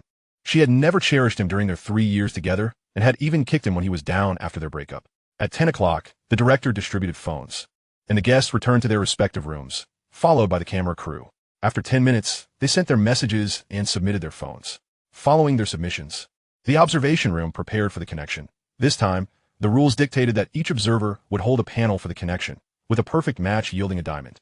Marking a personal competition, the 6 contestants engaged in discussion, while Xia Wan quietly fixated on her panel, her gaze uncontrollably drawn to Zhu Yan's photograph. Shunli was the first to make her choice, boldly linking all 3 female contestants to Zhu Yan. Her intuition suggested that they all harbored feelings for him, being younger. Childhood friends and playful adversaries made for a compelling narrative. Ling Xian was likely to send his message to Jiang Ning, as he had expressed his admiration for her on the first day. Feng Chun, without a doubt, would choose in Xinrong. It was glaringly obvious. As for Zhu Yan, I found myself in a quandary. Alas, being too popular posed its challenges. By process of elimination, he certainly would not choose anyone related to his exes, thus ruling out Lu Yan and Xinrong. Hence, he would opt for Jiang Ning. Hostly looking concurred, "I, too, support this choice," as the two have known each other since childhood. However, psychological analyst Su Nua shook his head in dissent, stating, "I believe Yan will not send his message to Jiang Ning. I have observed him consistently avoiding her." Who would Zhu Yan select between Lu Yan and Xinrong? Drawing Zhu Yan's line proved to be the most challenging task, and everyone hesitated. Gu Qian pondered for a moment before declaring, "I believe he will choose Lu Yan, as they have had the most interaction." This morning, Lu Yan even gave Zhu Yan a haircut. For that reason alone, I think he might send a thank you note. The award-winning actor Lin Fan chimed in, "Let us not overcomplicate matters. A text message does not necessarily equate to a love confession. It could very well be a note of gratitude, as Gu Qian suggested." Shunli turned to Xia Wan. "We have deliberated for quite some time. Xia Wan, who do you think Zhu Yan will send his message to? You have known him the longest and should have some insight."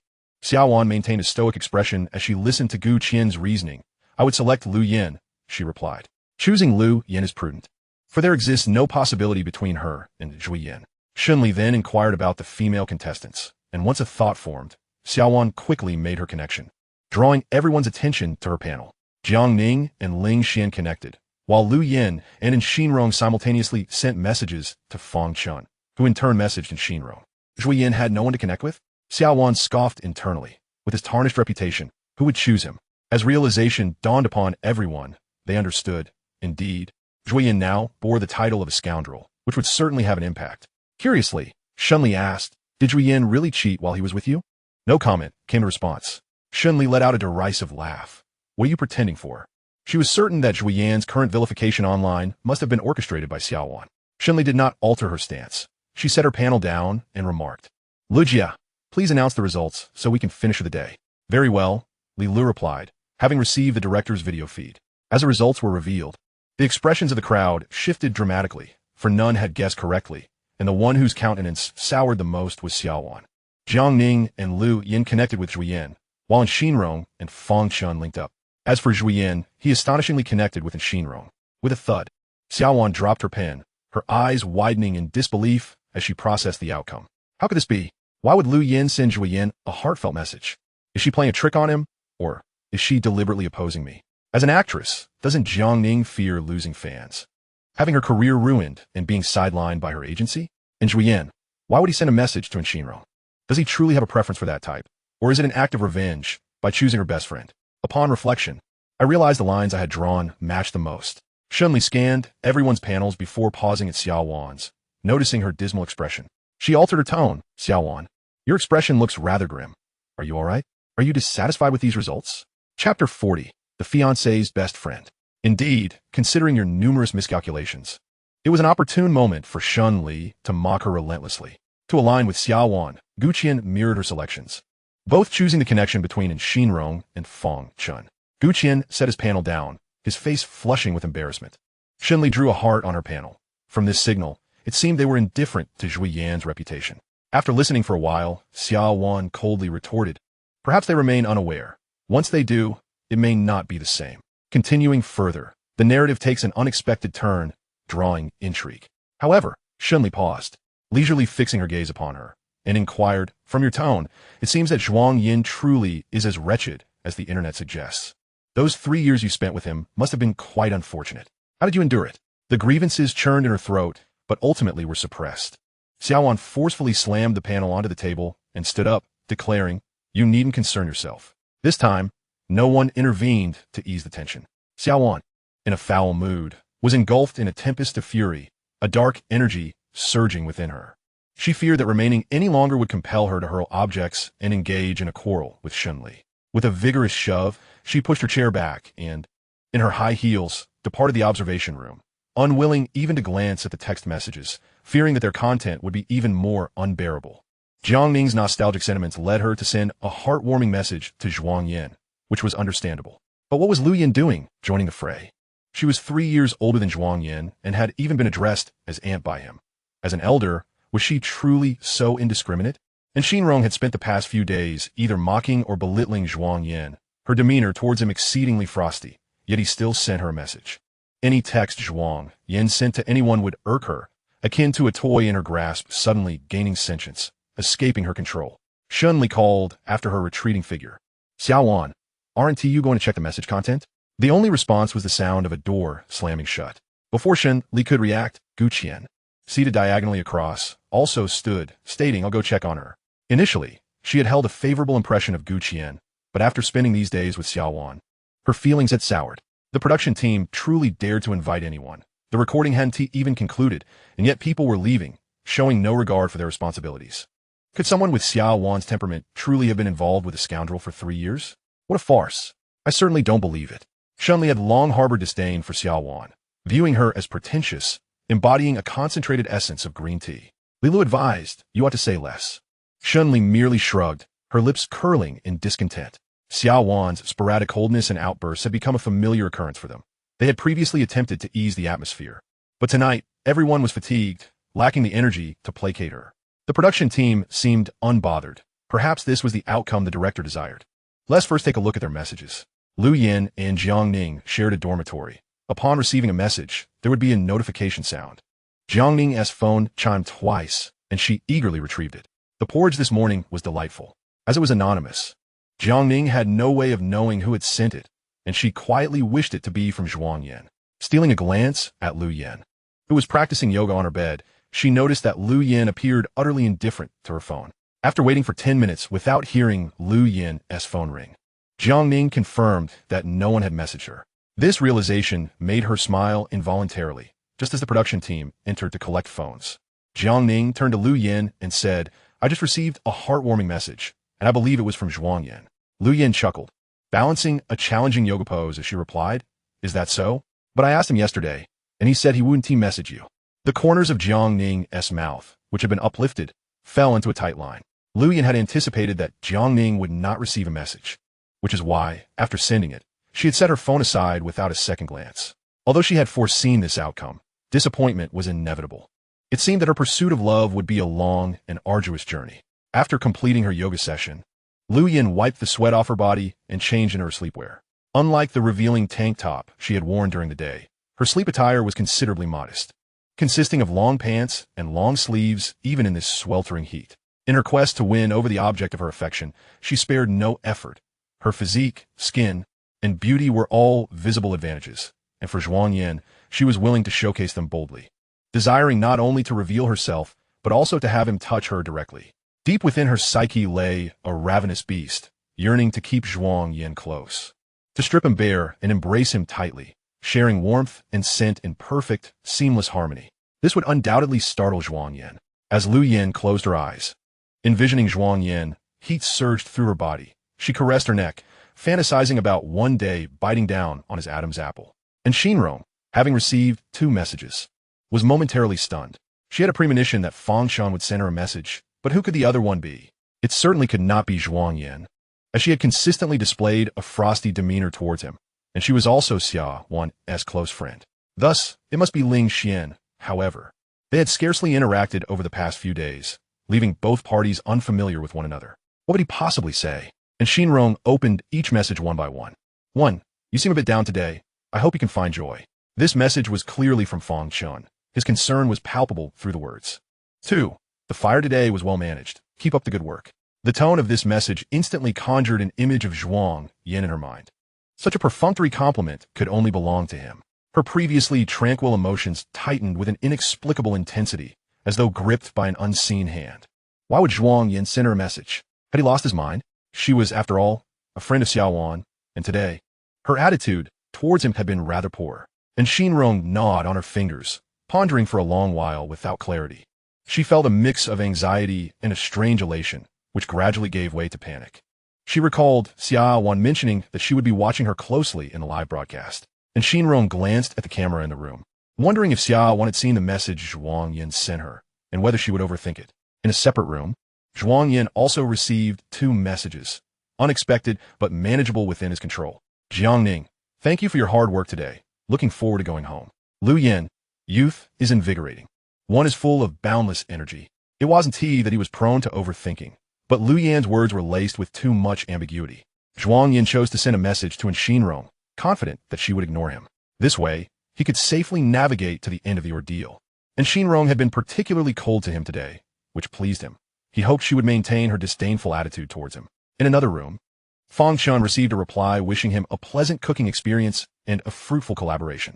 This was a friendly message, as he had only cooked alongside Xinrong that day. Fang Shan's intentions had always been directed towards Xinrong. Receiving a reply was already quite satisfying. Ling Xian, in a separate room, received no messages and sighed, his expression despondent as he set his phone down. Observing this, Fang Shan felt a jolt of realization. If Ling Xian received no messages, it meant Zhuang Yan had been the sole recipient of 2. Chapter 41. The mediocre male lead in a dating show? No one expected that the most notorious Zhuang Yan would be the most popular among the 3, receiving 2 heartwarming messages and winning the favor of 2 female participants. What could possibly account for his charm? After spending these few days together, aside from his culinary skills, he seemed to possess few other merits. It was understandable that Jiangning sent Zhuang Yan a message, given their childhood acquaintance and lingering sentiments. But what about Lu Yan? What was her motive? She was, after all, Xia Wan's aunt, and Zhuang Yan had once referred to her as aunt in Xia Wan's presence. Initially, everyone assumed Lu Yan approached Zhuang Yan with the intent of teaching him a lesson on Xia Wan's behalf. However, as events unfolded, it became apparent that Lu Yan's affection for Zhuang Yan was anything but ordinary. Who would teach a lesson by pressing their chest against another? If that was a lesson, then consider me signed up. Fang Chun and Ling Xian exchanged incredulous glances, each perceiving a hint of disbelief in the other's eyes. The man's competitive spirit was immediately ignited. Fang Chun was comparatively at ease, as Xinrong had responded to him. However, Ling Xian had received not a single reply, leaving him feeling desolate and questioning his own worth. Was he truly that inadequate? Fang Chun inquired, "Have you seen the news online?" Everyone was astute, apart from Zhuang Yan. Everyone had secretly scoured the internet and was aware of the trending topics. Ling Xian retorted, "Are you referring to the rumors about Zhuang Yan? Do you genuinely believe they are merely rumors?" After a moment of silence, he mused that although he did not know Zhuang Yan well, their interactions over the past few days suggested that he was not as unsavory as the internet portrayed him to be. Fang Chun reclined on his bed, gazing at the ceiling. He has been cast out from his home, a person whom even his parents have forsaken. How virtuous do you think he is? Ling Xian furrowed his brow, feeling that Fang Chen's words were somewhat harsh. Unfazed, Fang Chen continued, for the indoor cameras had been turned off, and no one could witness his demeanor. He nonchalantly retrieved a lighter and lit a cigarette, offering the pack to Ling Xian. Care for one? Ling Xian shook his head. Among the three of us, Zhuang Yan is currently the least fortunate by all accounts, Fang Chen consoled him. I once thought he was a wealthy young master, but now he is devoid of money and influence, capable only of cooking decently. In terms of worth, he certainly pales in comparison to you. Fang Chen retracted the cigarette pack, acknowledging that he had interacted even less with Zhuang Yan and did not harbor any fondness for him. Yet he believed himself to be superior. Hailing from a rural background, he had triumphed through his own efforts to gain admission to a prestigious university. During his college years, he began securing investments to develop games. Although his company was modest, his income was substantial. When he mingled socially, others respectfully addressed him as Mr. Fang. His current success was a result of his own endeavors, unlike Zhuang Yan, who was born into affluence, showered with resources. At 24, lacking his own career, and having reportedly incurred losses exceeding 100 million since taking over his family business, such a person could only be described as a failure. If someone were to invest 100 million in him, perhaps he could squeeze into the top 100. He possessed an intelligent mind and talents that rivaled anyone else's.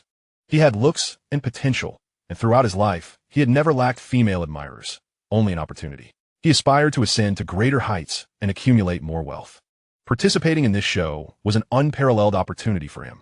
Thus, prior to filming, he had set his sights on Xinrong, whose family and corporation ranked among the nation's top 100, and she, a naive heiress, would be the easiest to deceive.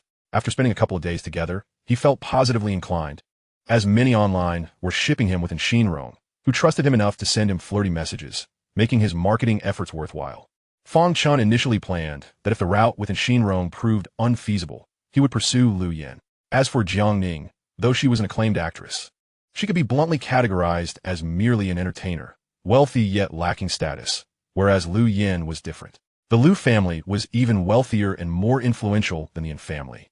But Lu Yan was older and had more life experience, making her a challenging target to deceive. Unless absolutely necessary, he was unlikely to change his choice. Before arriving, Fang Chen had been brimming with confidence, imagining which woman he would select as a girlfriend, with all his advantages. Winning over this group of women should be a matter of minutes. However, he had never anticipated that both Lu Yan and Jiang Ning would simultaneously choose Zhuang Yan. What could this useless person possibly possess that was so appealing? A wave of resentment surged within Fang Chen as he exhaled a puff of smoke, extinguishing the cigarette with his fingers midway. Tonight, whom did you send signals to? Let me guess, was it Jiang Ning? Ling Xian sheepishly scratched the back of his head. I'm a fan of hers. The word fan carried a hint of disdain, yet Fang Chen's expression was earnest. Perhaps the disdain was merely an illusion. I genuinely admire her. Who wouldn't be interested in a woman like Jiang Ning? She achieved a grand slam at such a young age, is talented, beautiful, and has no scandals.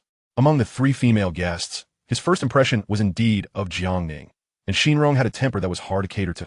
While Lu Yan was too aloof to approach, Lu Yan was not merely standoffish. She showed warmth only towards Zhuang Yan, offering to cut his hair, while others were met with her indifference. One moment, she was smiling at Zhuang Yan, and the next, her demeanor soured as soon as he left, lacking even the energy to feign politeness. Such capricious individuals were the most difficult to engage with. Comparatively, the somewhat aloof Jiang Ning appeared to be the most agreeable and easiest to interact with.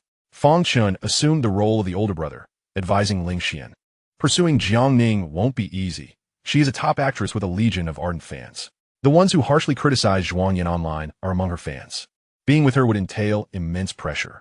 Ling Xian dismissed the notion that Zhuang Yan deserved the backlash, attributing it to his poor reputation. True, Fang Chen nodded. Without comparison, there is no harm. Fans will undoubtedly favor you over Zhuang Yan. If you genuinely end up together, there won't be as many dissenting voices. That also depends on whether she likes me. If she doesn't, fan support means nothing, Ling Xian replied, lacking Fang Chen's optimism. Jiang Ning currently had no particular interest in him and remained quite distant. Pursuing women was an art. The more one chased, the more repulsion it could incite. Fang Chen contemplated and suggested, perhaps modern women prefer men who can cook. Why not learn a few tricks from Zhuang Yan? I'll give it a try tomorrow. It's getting late. I need to sleep. After exchanging goodnights, they turned off the lights. In the darkness, neither could find rest. Ling Xian was troubled and despondent, while Fang Chen was strategizing how to bridge the gap with Xinrong. The following day, during the recording, apart from Lu Yin and Zhuang Yan. The others appeared somewhat haggard, exhibiting dark circles, red veins, and puffiness, clear signs of poor sleep. And Xinrong, in particular, felt uneasy at the thought of Xia Wan watching her off-camera. Upon encountering Zhuang Yan that morning, she wished to distance herself, reluctant to share the same frame with him. I consider you an adversary, yet you wish to court me? Chapter 42, The First Date. If I detest you so much, why would you still send her flirty messages? Is there something wrong with your mind? And Xinrong pondered whether Zhuang Yan was attempting to sow discord between her and Xia Wan by deliberately sending her those messages. If that were the case, Zhuang Yan was indeed wicked, and he did not deserve sympathy, even if he faced scorn from the entire internet. Zhuang Yan disregarded their expressions, ultimately focusing on Xinrong. Meeting her guarded gaze, he felt a sense of satisfaction. This was precisely the effect he desired, for her to be wary of him, to distance herself, to loathe him, so that she would never choose him. Henceforth, he would be Plan B, the backdrop of a polyamorous entanglement. Today's breakfast was prepared by Ling Xian, who had risen early to make a simple vegetable and lean meat porridge, along with a few fried eggs. While Ling Xian might falter in other culinary endeavors, his fried eggs were flawlessly golden. He had somehow procured a packet of ketchup, adorning Jiang Ning's serving with a smiley face, an artistic touch that displayed attention to detail. Though modest, such efforts were easily distinguishable. Which girl wouldn't he appreciate being treated uniquely? It signified that she held a special place in someone's heart. After sending flirty signals, everyone exhibited some change. Some engaged in subtle competition, while others found themselves ensnared in confusion. Compared to the earlier tentative interactions, the pursuit of affection was about to grow bolder, officially entering the arena of emotional conflict. In the previous iteration of this show, it was unclear how many couples had emerged. This time, due to his unexpected participation, the dynamics among the guests had shifted, and everything was thrown into disarray. Jiang Ning gazed at the fried egg before her. Her first instinct was to glance at Zhuang Yan, eager to discern his reaction. To her disappointment, Zhuang Yan remained utterly unfazed, engrossed in his kanji as if nothing could disturb his tranquility. Her previous suspicions now solidified into certainty. The message sent last night was not from Zhuang Yan. Ultimately, that message had reached Xinrong. As she sipped her kanji, she stole glances at Xinrong, who appeared somewhat distracted this morning. Since the previous afternoon, her demeanor had been uncharacteristically subdued, suggesting she was concealing something. Jiang Ning held little interest in the thoughts occupying Xinrong's mind. Her sole concern was why Zhuang Yan had chosen to send that message to her. And Xinrong had either ignored or mocked him, especially yesterday when she blatantly overlooked him. Did Zhuang Yan genuinely favor this, or was he merely settling for second best? The time apart from Zhuang Yan had been too lengthy. 5 years was ample time to alter one's habits and preferences. Jiang Ning lowered her gaze, gripping her chopsticks tightly, afraid to raise her eyes lest they betray the redness born of her suppressed grievances.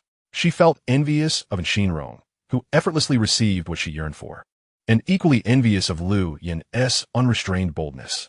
Lu Yan, noticing the fried egg on Jiang Ning's plate, remarked with a smile, "Jiang Ning, your egg is quite special. It has a heart shape, clearly made just for you." Ling Xian scratched his head, a hint of embarrassment in his voice as he said, "I just made it casually. It's not that great. The sentiment behind it is what matters. Those who understand will appreciate it." Lu Yan fanned the flames, considering that since Ling Xian was pursuing Jiang Ning, she wouldn't mind lending him a hand.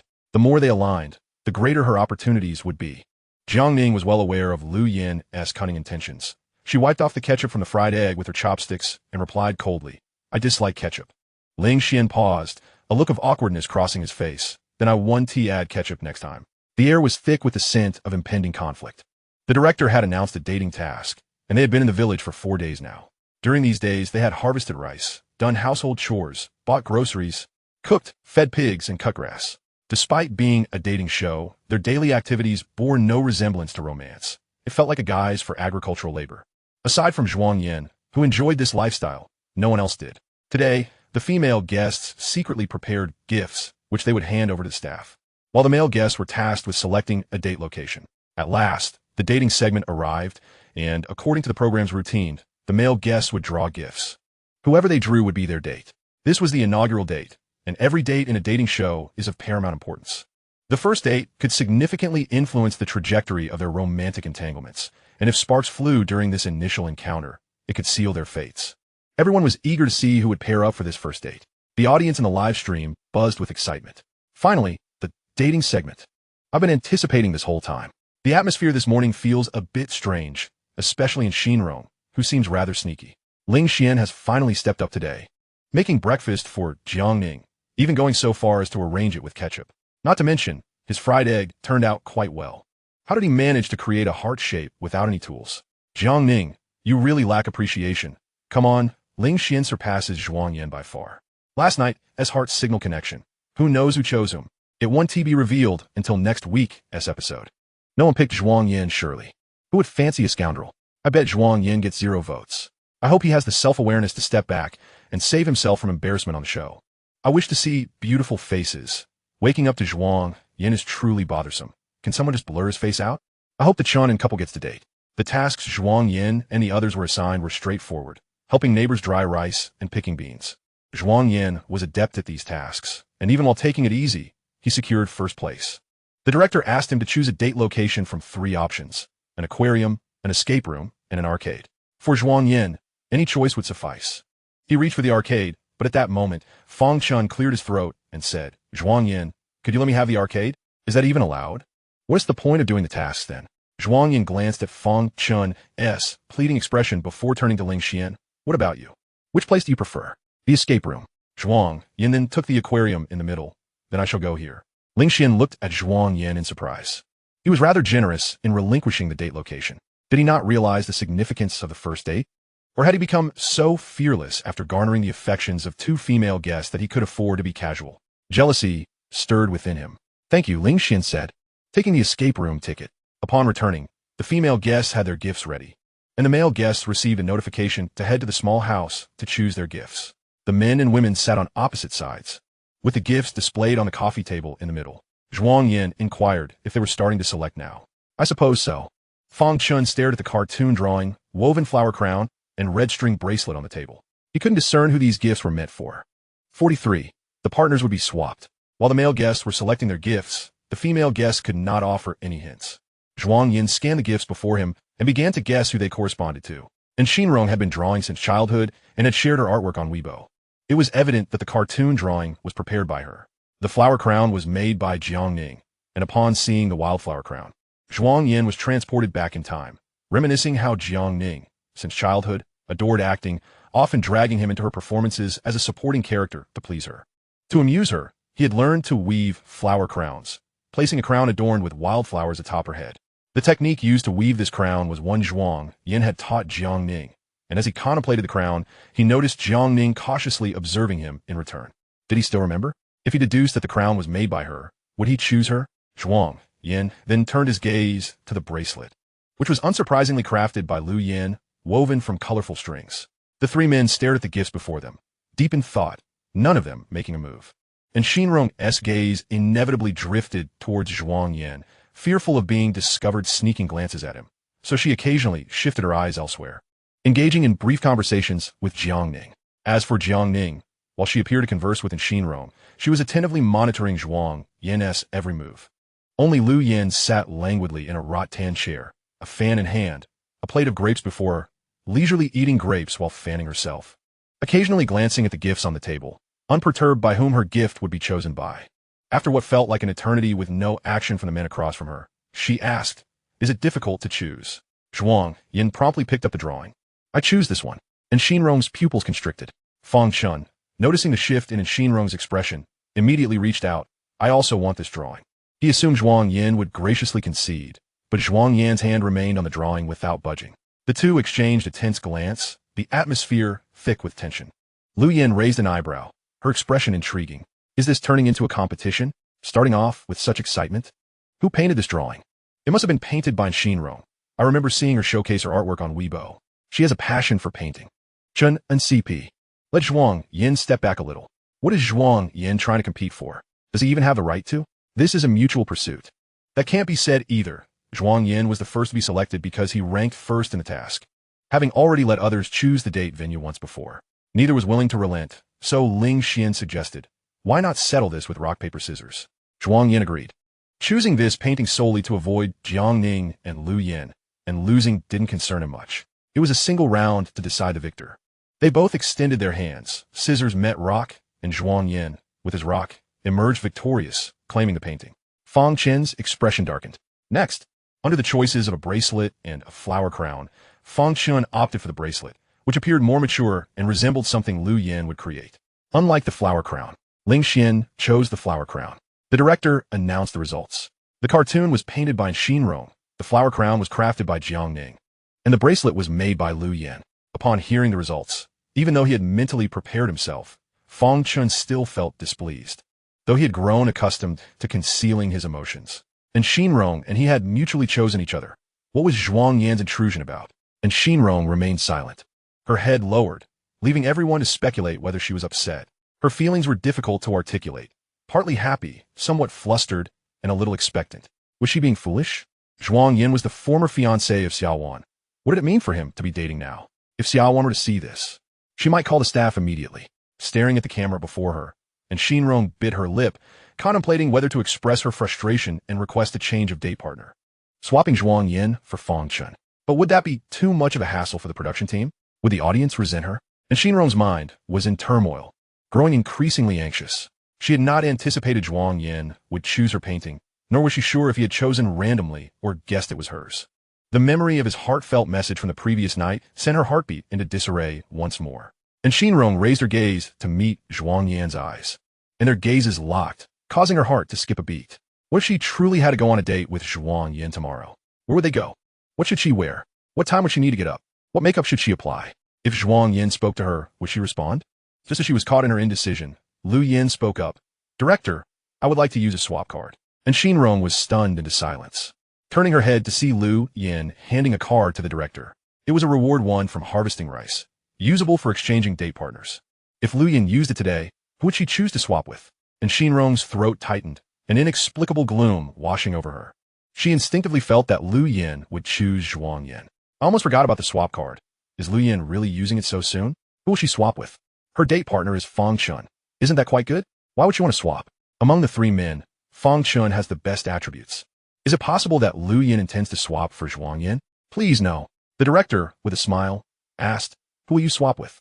Lu Yan raised her hand and slowly pointed at Zhuang Yan, declaring she would swap for him.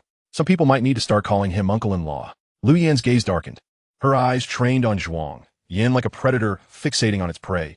Regardless of whom he chose today, he would ultimately end up on a date with her. Jiang Ning pursed her lips, her gaze flickering between the two. No wonder she seemed so composed today. She must have planned to use the swap card all along. When the camera shifted to Zhuang Yan, it was evident that the surprise still lingered on his face.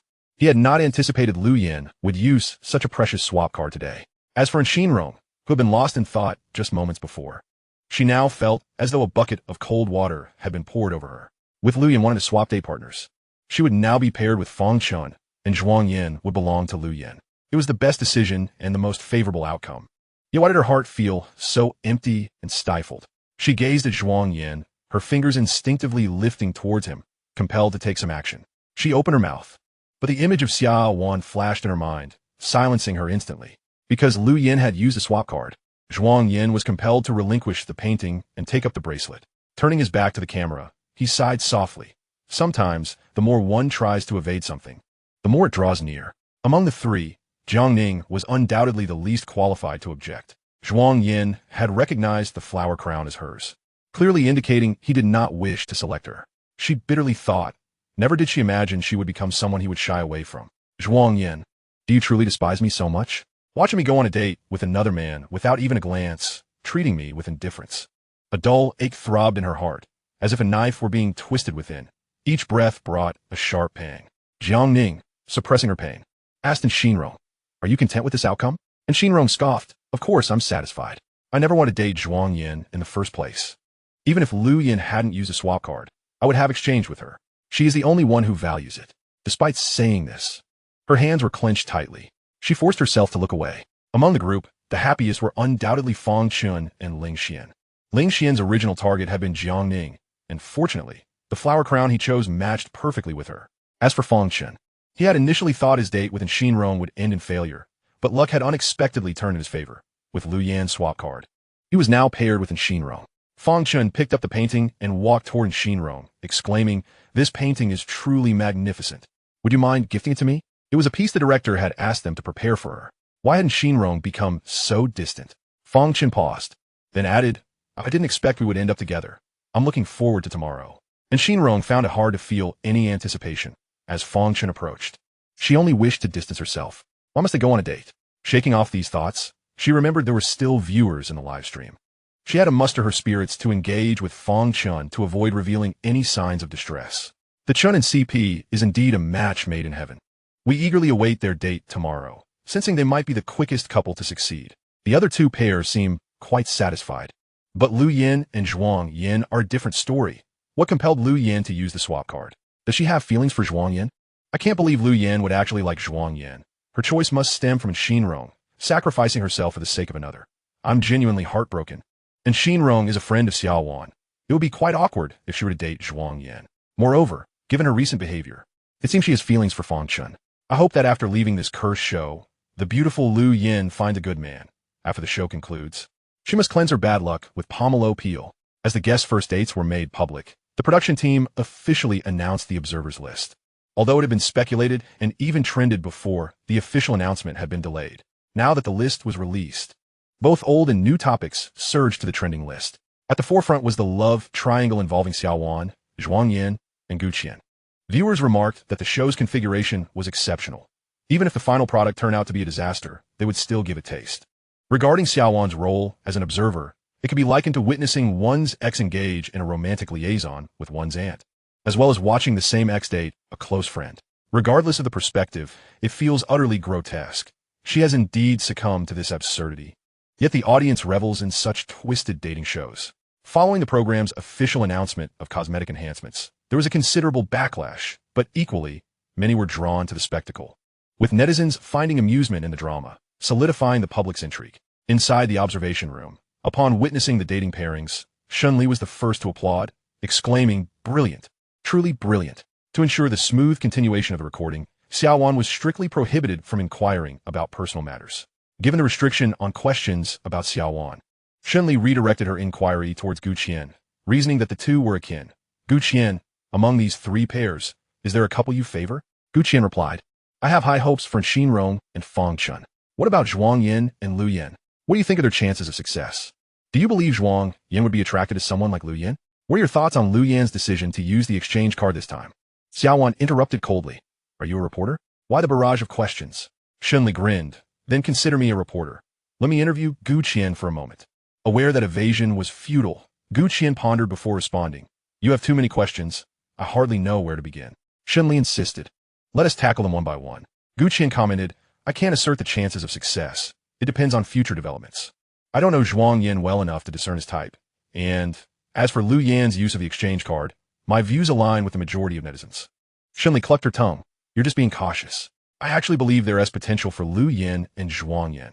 After their date, their relationship could advance significantly. At that point, I fear some may end up calling him uncle-in-law. Having left early yesterday, Xia Wan was fortunate that Gu Qian remained by her side, soothing her emotions to prevent her from spiraling into irretrievable actions. She spent the entire night recalibrating her feelings and now managed to maintain a composed facade, even managing a smile towards Shunli despite her disdain. Observing Lu Yan in the video, she was certain that Lu Yan had developed feelings for Zhuang Yan. How ludicrous it was for her to fancy her ex-fiancé. With so many men in the world, why must she compete with her? If Lu Yan dared to date Zhuang Yan in front of millions, what else might she be capable of in the future? Should they end up together? Would she truly have to call him uncle-in-law? This would not only tarnish her own family's reputation, but also disgrace the Lu family. Xia Wan's eyes brimmed with frustration. To mask her emotions, her lips twitched upwards in a semblance of a smile. Yet anyone who met her piercing gaze could discern the turmoil beneath. Gu Qian had asked her the previous night why she was so concerned about Zhuang Yan. She had retorted vehemently, I am not concerned about Zhuang Yan. I am concerned about Lu Yan. She is my aunt. And what does it mean for her to send ambiguous messages to Zhuang Yan? An ex should be treated as though they have vanished, not perpetually seeking validation in my presence. If one day Lu Yan and Zhuang Yan were to become a couple, what would I even call him? I do not wish to see him thrive. A person like him deserves to linger in the shadows, never to bask in the light. Xia Wan's words resonated not only with Gu Qian, but also with herself. However, that night she dreamt of incapacitating Zhuang Yan, binding him and confining him in a dark apartment, forbidding him from meeting Lu Yan or Jiangning. Upon waking from this dream, Xia Wan felt disoriented for quite some time. Despite Zhuang Yan's tarnished reputation, he still had admirers. When the truth eventually emerged, revealing his merits. All the scorn directed at him would inevitably rebound upon her. What would the audience say about her? That she misjudged someone or mistook a gem for mere gravel? Xia Wan could not fathom the irrationality she would exhibit if Zhuang Yan were to end up with either Lu Yin or Jiang Ning. Not only Lu Yin and Jiang Ning, but even in Xinrong, who had always despised Zhuang Yan, seemed to have altered her views. Perhaps she was unaware, but for an observant bystander, it was evident that Xinrong was brimming with anticipation at the prospect of dating Zhuang Yan. Xia Wan drummed her fingers on the table, coldly asserting, what difference does it make if they end up together? Within the confines of the show, everything is staged for drama. Even if they truly become a couple, they are bound to part ways once they exit. Although love is often romanticized in affluent families, it is still crucial to consider social standing. Not everyone can gain entry into the Lu family. This marked the first instance Xia Wan mentioned the Lu family, piquing Shun Li's interest as she pursued the topic further. What is your relationship with Lu Yan? It's quite ordinary, but she is your aunt. Don't you keep in touch? Xia Wan candidly replied, we share the same father but different mothers. My maternal grandmother passed away early. While this was not a secret in their circle, it was the first time the others had heard it, explaining why Lu Yan and Xia Wan were of similar ages. What is Lu Yan like? Do you know her preferences in men? Does Zhuang Yan fit her criteria? Shun Li's questions grew increasingly personal, disregarding the director's prior admonitions. When discussing Lu Yan, a flicker of disdain crossed Xia Wan's eyes. She is frivolous and aimless. My grandfather claims she is merely a pretty face, a decorative vase. Fearing she might cause trouble, he never allowed her into the company, merely granting her a small stake in a subsidiary. She will never have to worry about her livelihood. What about her romantic life? Are you aware of it? I am not informed nor concerned, but every new year I hear relatives remark on her lack of ambition, frequently frequenting bars and dating male models. Her reputation is quite poor, and even at the marriageable age, no one in the industry is willing to set her up. My uncle initially intended to arrange a marriage for her, but as you know, in our family, beauty alone is insufficient. One must possess knowledge and capability. Xia Wan's claims of ignorance and disinterest belied her contempt for Lu Yan, revealing her disdain for her elder. The malice in her heart was nearly palpable. Ultimately, through Xia Wan's descriptions, Lu Yan was reduced to a worthless vase, not only frivolous but also morally lax. What kind of decent woman spends her time in bars with male models? Initially, Xia Wan thought Lu Yan merely possessed a striking appearance, but she was taken aback to discover such behavior. A blank canvas had transformed into a sensational tabloid. Was this truly the case? No one dared to delve deeper. After listening intently, Shunli propped her chin up, concluding, with that said, Lu Yan and Zhuang Yan seem rather compatible. Xia Wan. Shunli elaborated. One a sea king and the other a sea queen. Both enjoy nightlife. Perhaps their paths crossed in such venues. One is carefree, the other cynical. They are a perfect match, and I am highly optimistic about their future interactions. Xia Wan struggled to maintain her composure, suppressing her anger as she coldly retorted. Lu Yan would never fancy Zhuang Yan. I understand. Xia Wan snapped. What do you understand? Shunli nodded, continuing, when two sea kings meet, it's all about performance. I eagerly anticipate their date tomorrow. Will their connection be heartfelt or merely physical? Are you not all looking forward to it? Others chimed in, strangely enough. I am indeed quite curious. Xia Wan clenched her cup tightly, falling silent. With Xia Wan no longer speaking, Shunli felt a twinge of regret. Her attitude towards Xia Wan was entirely sincere, devoid of any sarcasm. Since parting ways with Zhuang Yan, matters increasingly slipped from her grasp. She could not fathom why. Despite Zhuang Yan's tarnished image, he still garnered admiration. In the program, he resembled an antique buried in the earth. The longer he remained hidden, the more valuable he became. The only aspect that could be deemed passable is that, unlike others who exhibit eagerness, Zhuang Yan remains indifferent to everyone, displaying a similar coolness towards Lu Yan. While the others engage in discussions about tomorrow's date, Xia Wan finds herself lost in contemplation, dipping her fingertips into her cup to draw on the table. Does Zhuang Yan know that she is also part of the show? Is he aware that his every move is scrutinized by her? Does he realize she is watching him and Lu Yan during the live broadcast? A peculiar sense of discomfort arises within Xia Wan. Perhaps Zhuang Yan had sent that flirty message to her best friend out of spite, deliberately maintaining a close proximity to her aunt to provoke her. Xia Wan has witnessed Zhuang Yan's affectionate side. He would never act so coldly towards someone he truly cares for, just as he does with her. What are you drawing? Gu Qian suddenly leans over. Xia Wan snaps back to reality, realizing she has absent-mindedly written the character Yan on the table with her drink. Alarmed, she hastily wipes it away. It's nothing, I was just daydreaming. What time is it? When does it end? Soon. Are you coming over to my place tonight? I can cook for you. Xia Wan gently declines. I didn't sleep well last night. I want to turn early. I have to get up early for the live recording tomorrow. This isn't the first time Gu Qian has invited Xia Wan to his home. She used to visit frequently, but ever since her breakup with Zhuang Yan, she has gone once and has turned down his invitations repeatedly. Despite the fact that his home is closer and he could drive her to the recording, taking good care of her like a considerate boyfriend. Gu Qian hesitates to push further, fearing their relationship might reach an impasse. Then I'll prepare breakfast for you tomorrow morning, he offers. Xia Wan nods in agreement. In anticipation of tomorrow's date, the guests retire early, yet few actually drift off to sleep. Jiangning is restless, her thoughts consumed by the fact that Zhuang Yan is going out with Lu Yan tomorrow. A pang of pain piercing her heart akin to when she learned of his engagement. She had joined the show to bridge the gap between them. Yet their relationship now rests in an awkward limbo, leaving her powerless to do anything but watch from afar. Should she have refrained from participating in this variety show? Yet, if she hadn't come, she would possess not even a glimmer of hope. At least now, she can still indulge in fantasies. And Xinrong is the last to turn off the lights, meticulously coordinating her outfit for tomorrow. She enjoys presenting herself beautifully before heading out. However, at this moment, her mind is far from thoughts of makeup. Although her date is with the person she had envisioned, she should be filled with anticipation and excitement. Instead, her thoughts are entirely occupied by Zhuang Yan, and she finds herself contemplating how delightful it would be to go out with him. After all, when Zhuang Yan was with Xia Wan, he frequently orchestrated dates, always managing to bring her joy. Even Xia Wan, with her discerning nature, acknowledged his thoughtfulness and romantic flair. Forget it, I'll just throw something together and head out, treating it like a team-building exercise. Such is the nature of the human heart. One may believe a person does not meet their standards, yet when that person is distant, the feeling becomes unbearable. Lu Yan fiddles with her bracelet, envisioning it clasped around Zhuang Yan's wrist. His hands are exceptionally attractive, with distinct knuckles, particularly captivating when he washes rice, fingers submerged in the milky water. The grains flowing through his fingers, evoking a desire to preserve them as keepsakes. Lu Yan is no fool. She senses that Zhuang Yan is reluctant to date her, actively avoiding her company. But what does it matter? Her possessiveness becomes increasingly pronounced as she thinks of Jiangning, who gazes at Zhuang Yan with sorrowful disappointment, and in Xinrong, who is oblivious to her own feelings.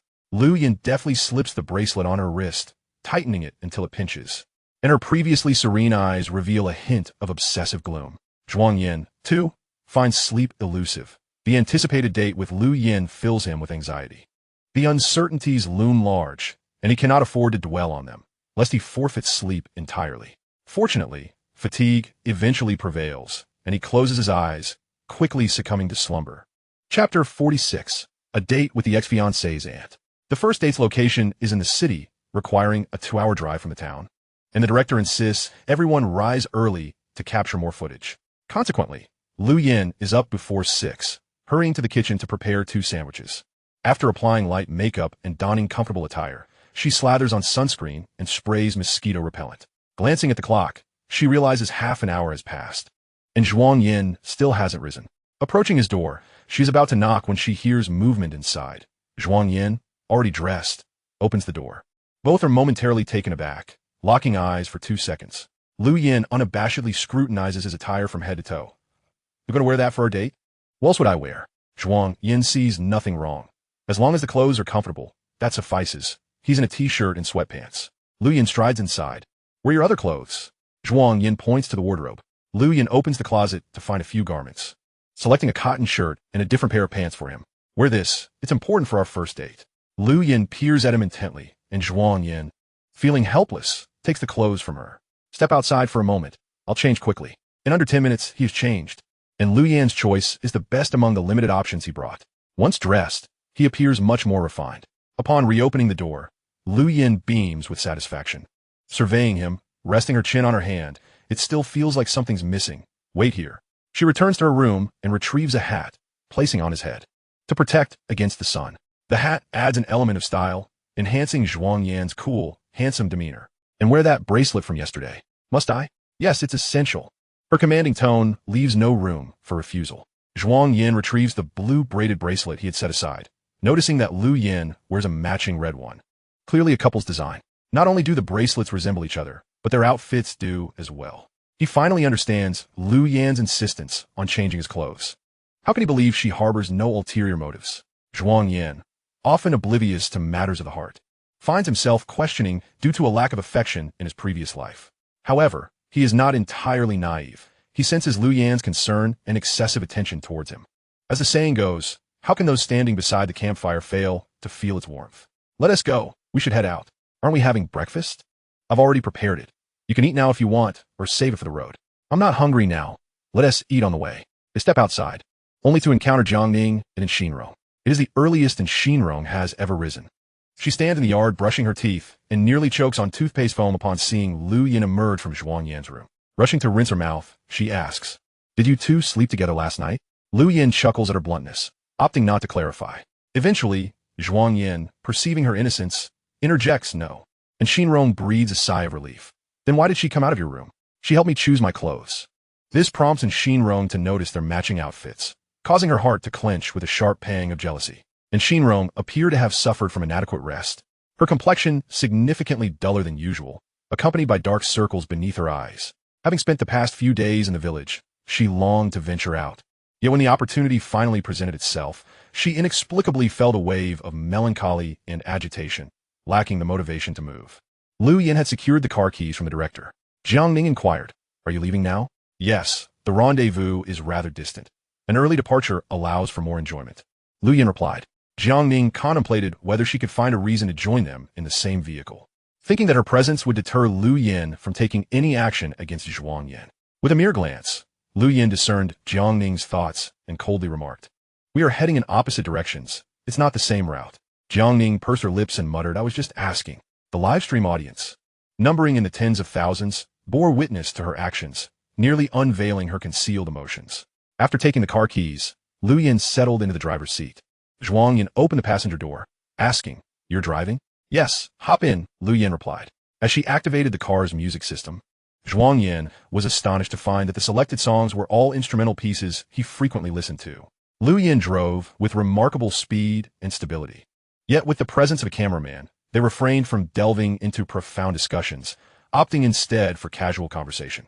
Upon reaching their destination, Lu Yan found a parking spot, only to be immediately recognized upon exiting the vehicle.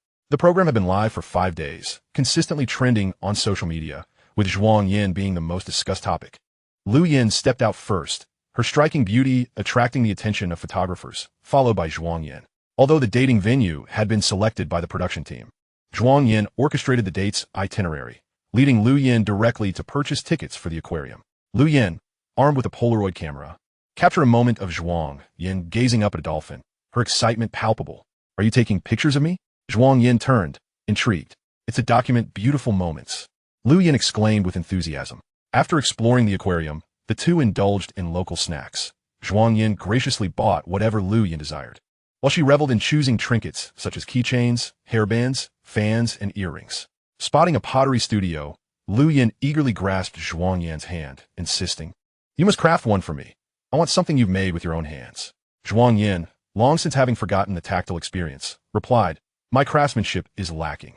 "It doesn't matter. Whatever you create, I will cherish," she reassured him. In the observation room, Xia Wan gazed blankly at the screen. "Zhuang Yan, do you realize what you and Lu Yan are up to?" Each choice, from keychains to cotton candy and bubble tea, mirrored the gestures Zhuang Yan had once bestowed upon her during their initial date.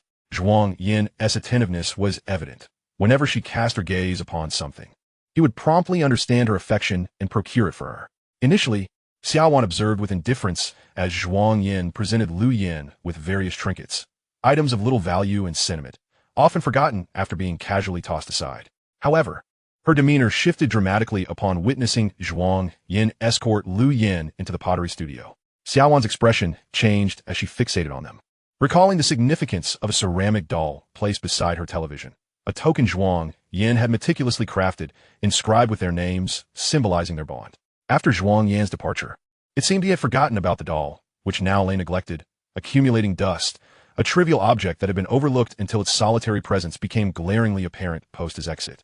Frustrated by Zhuang Yan's abrupt withdrawal and silent departure, she had professed her disdain for him. Yet, she had kept the doll, despite its cracked base, unable to discard it. The emotions she experienced were complex and unexplainable. It wasn't that she still cared for Zhuang Yan, but rather a sentimentality, an adjustment to the absence of something familiar. During these days of filming, it was the first time she saw Lu Yan genuinely reveling in joy, reminiscent of a university student. Setting aside other considerations, the pair appeared strikingly harmonious together. Were they truly embarking on pottery making? It seemed deceptively simple, yet challenging in practice. Xia Wan felt as if her ears were stuffed with cotton, rendering her unable to hear anything as she numbly watched Zhuang Yan and Lu Yan enter the pottery studio. They settled at a table by the balcony, where sunlight and greenery enhanced their compatibility. Zhuang Yan kneaded the clay while Lu Yan sat opposite, her focus unwavering, occasionally gesturing with her finger. Gradually, the clay took shape under Zhuang Yan's hands, transforming into a doll, awkwardly proportioned and resembling a frog, a charmingly flawed creation. Zhuang Yan felt embarrassed to admit that he had modeled it after Lu Yan.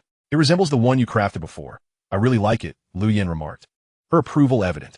Before? Zhuang Yan seemed momentarily lost in thought, prompting Lu Yan to chuckle lightly. It's nothing.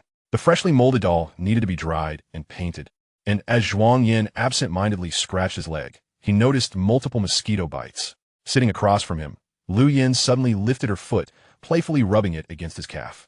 Zhuang Yan's eyes widened in disbelief at her boldness. Such behavior was typically discreet, yet Lu Yan unabashedly displayed her actions.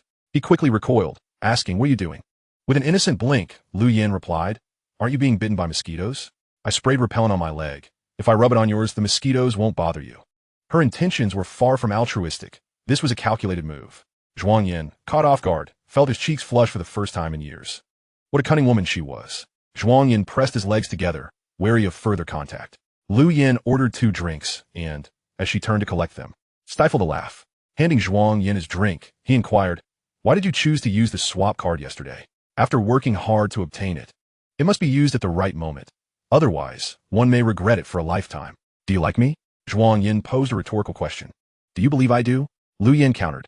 Previously, he would have dismissed such a notion. Now, he found it unavoidable to acknowledge her straightforwardness. "I didn't tell you before because I feared you'd avoid me. I am Xia Wan's ex-boyfriend." "So?" Lu Yan bit her straw, seemingly unfazed, oblivious to the underlying complications. Zhuang Yan stated firmly, "I could never be with you. Have you noticed something? You said you could never be with me. Not that you wouldn't have feelings for me. Doesn't that imply that you have felt something for me at some point? Yet, due to my connection to the Xia family, you wish to avoid complications, thus rejecting me." Zhuang Yan's expression stiffened, and he furrowed his brow, contemplating her words. Lu Yan set down her drink, her hands crossed under her chin, and spoke in a gentle tone as if negotiating. "I am Xia Wan's aunt, not yours.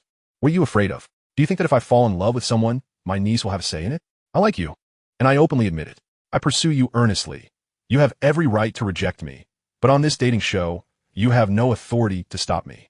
A lump lodged in Zhuang Yan's throat, akin to a ball of cotton that refused to budge, and he gulped down several mouthfuls of water.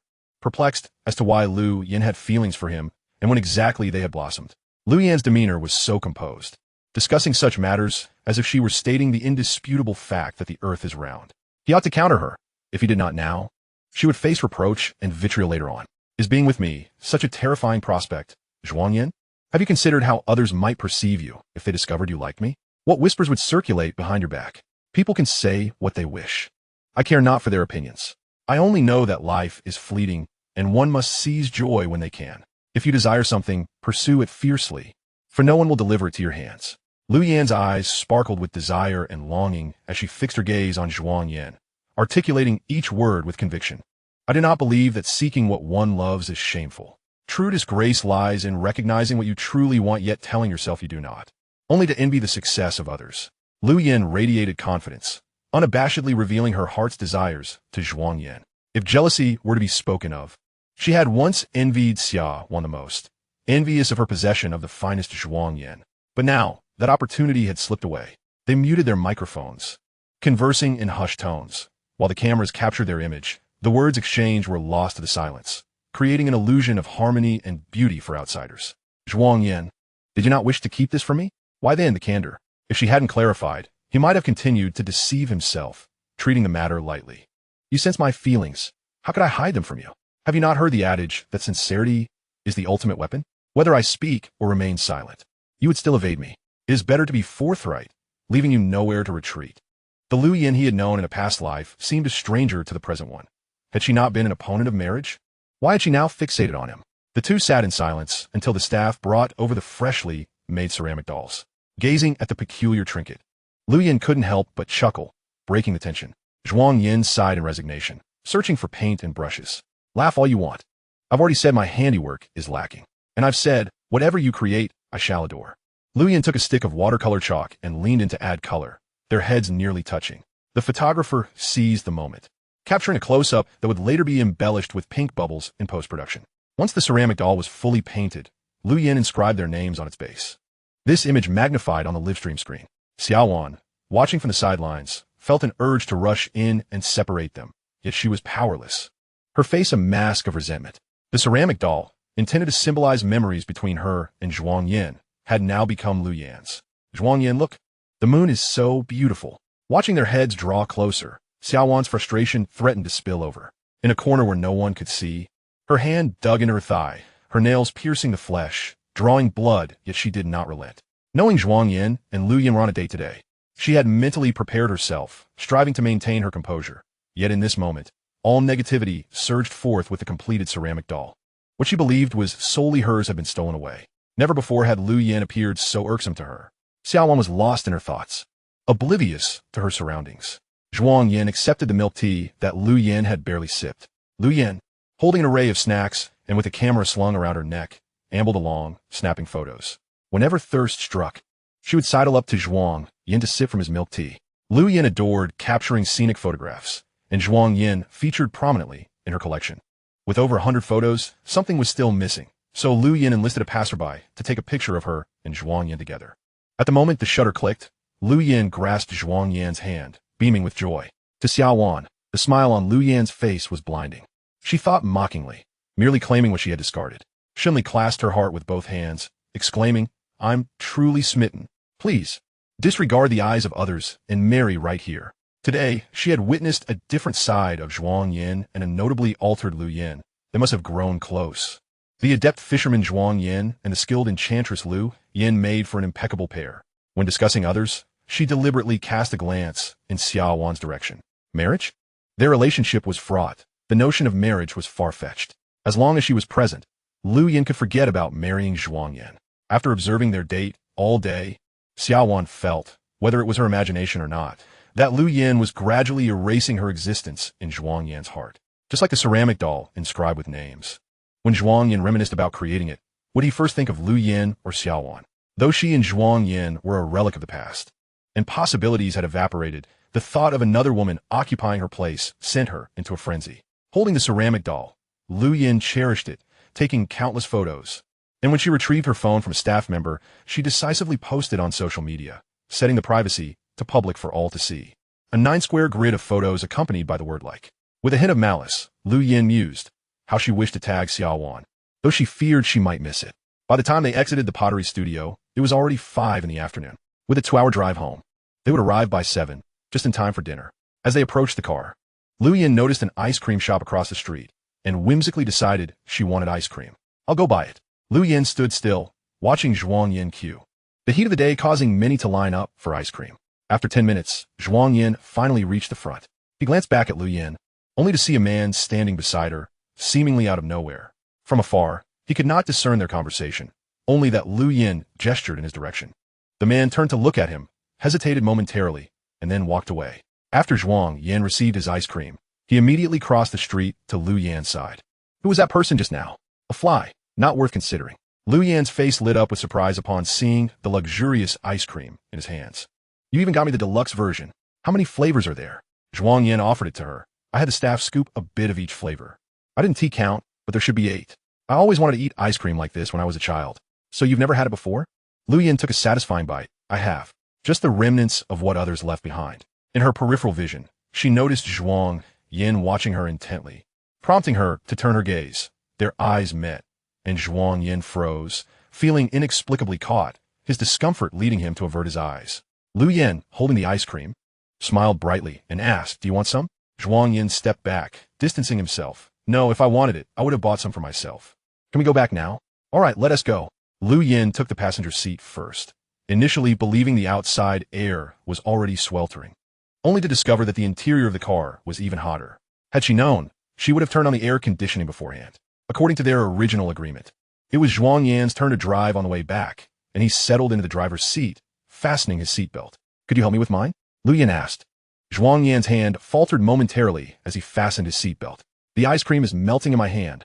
Hurry up, Lu Yan urged. Upon seeing the truth of her words, Zhuang Yan realized that the high temperature inside the car was causing the ice cream to melt rapidly, some of it already dripping onto Lu Yan's hand.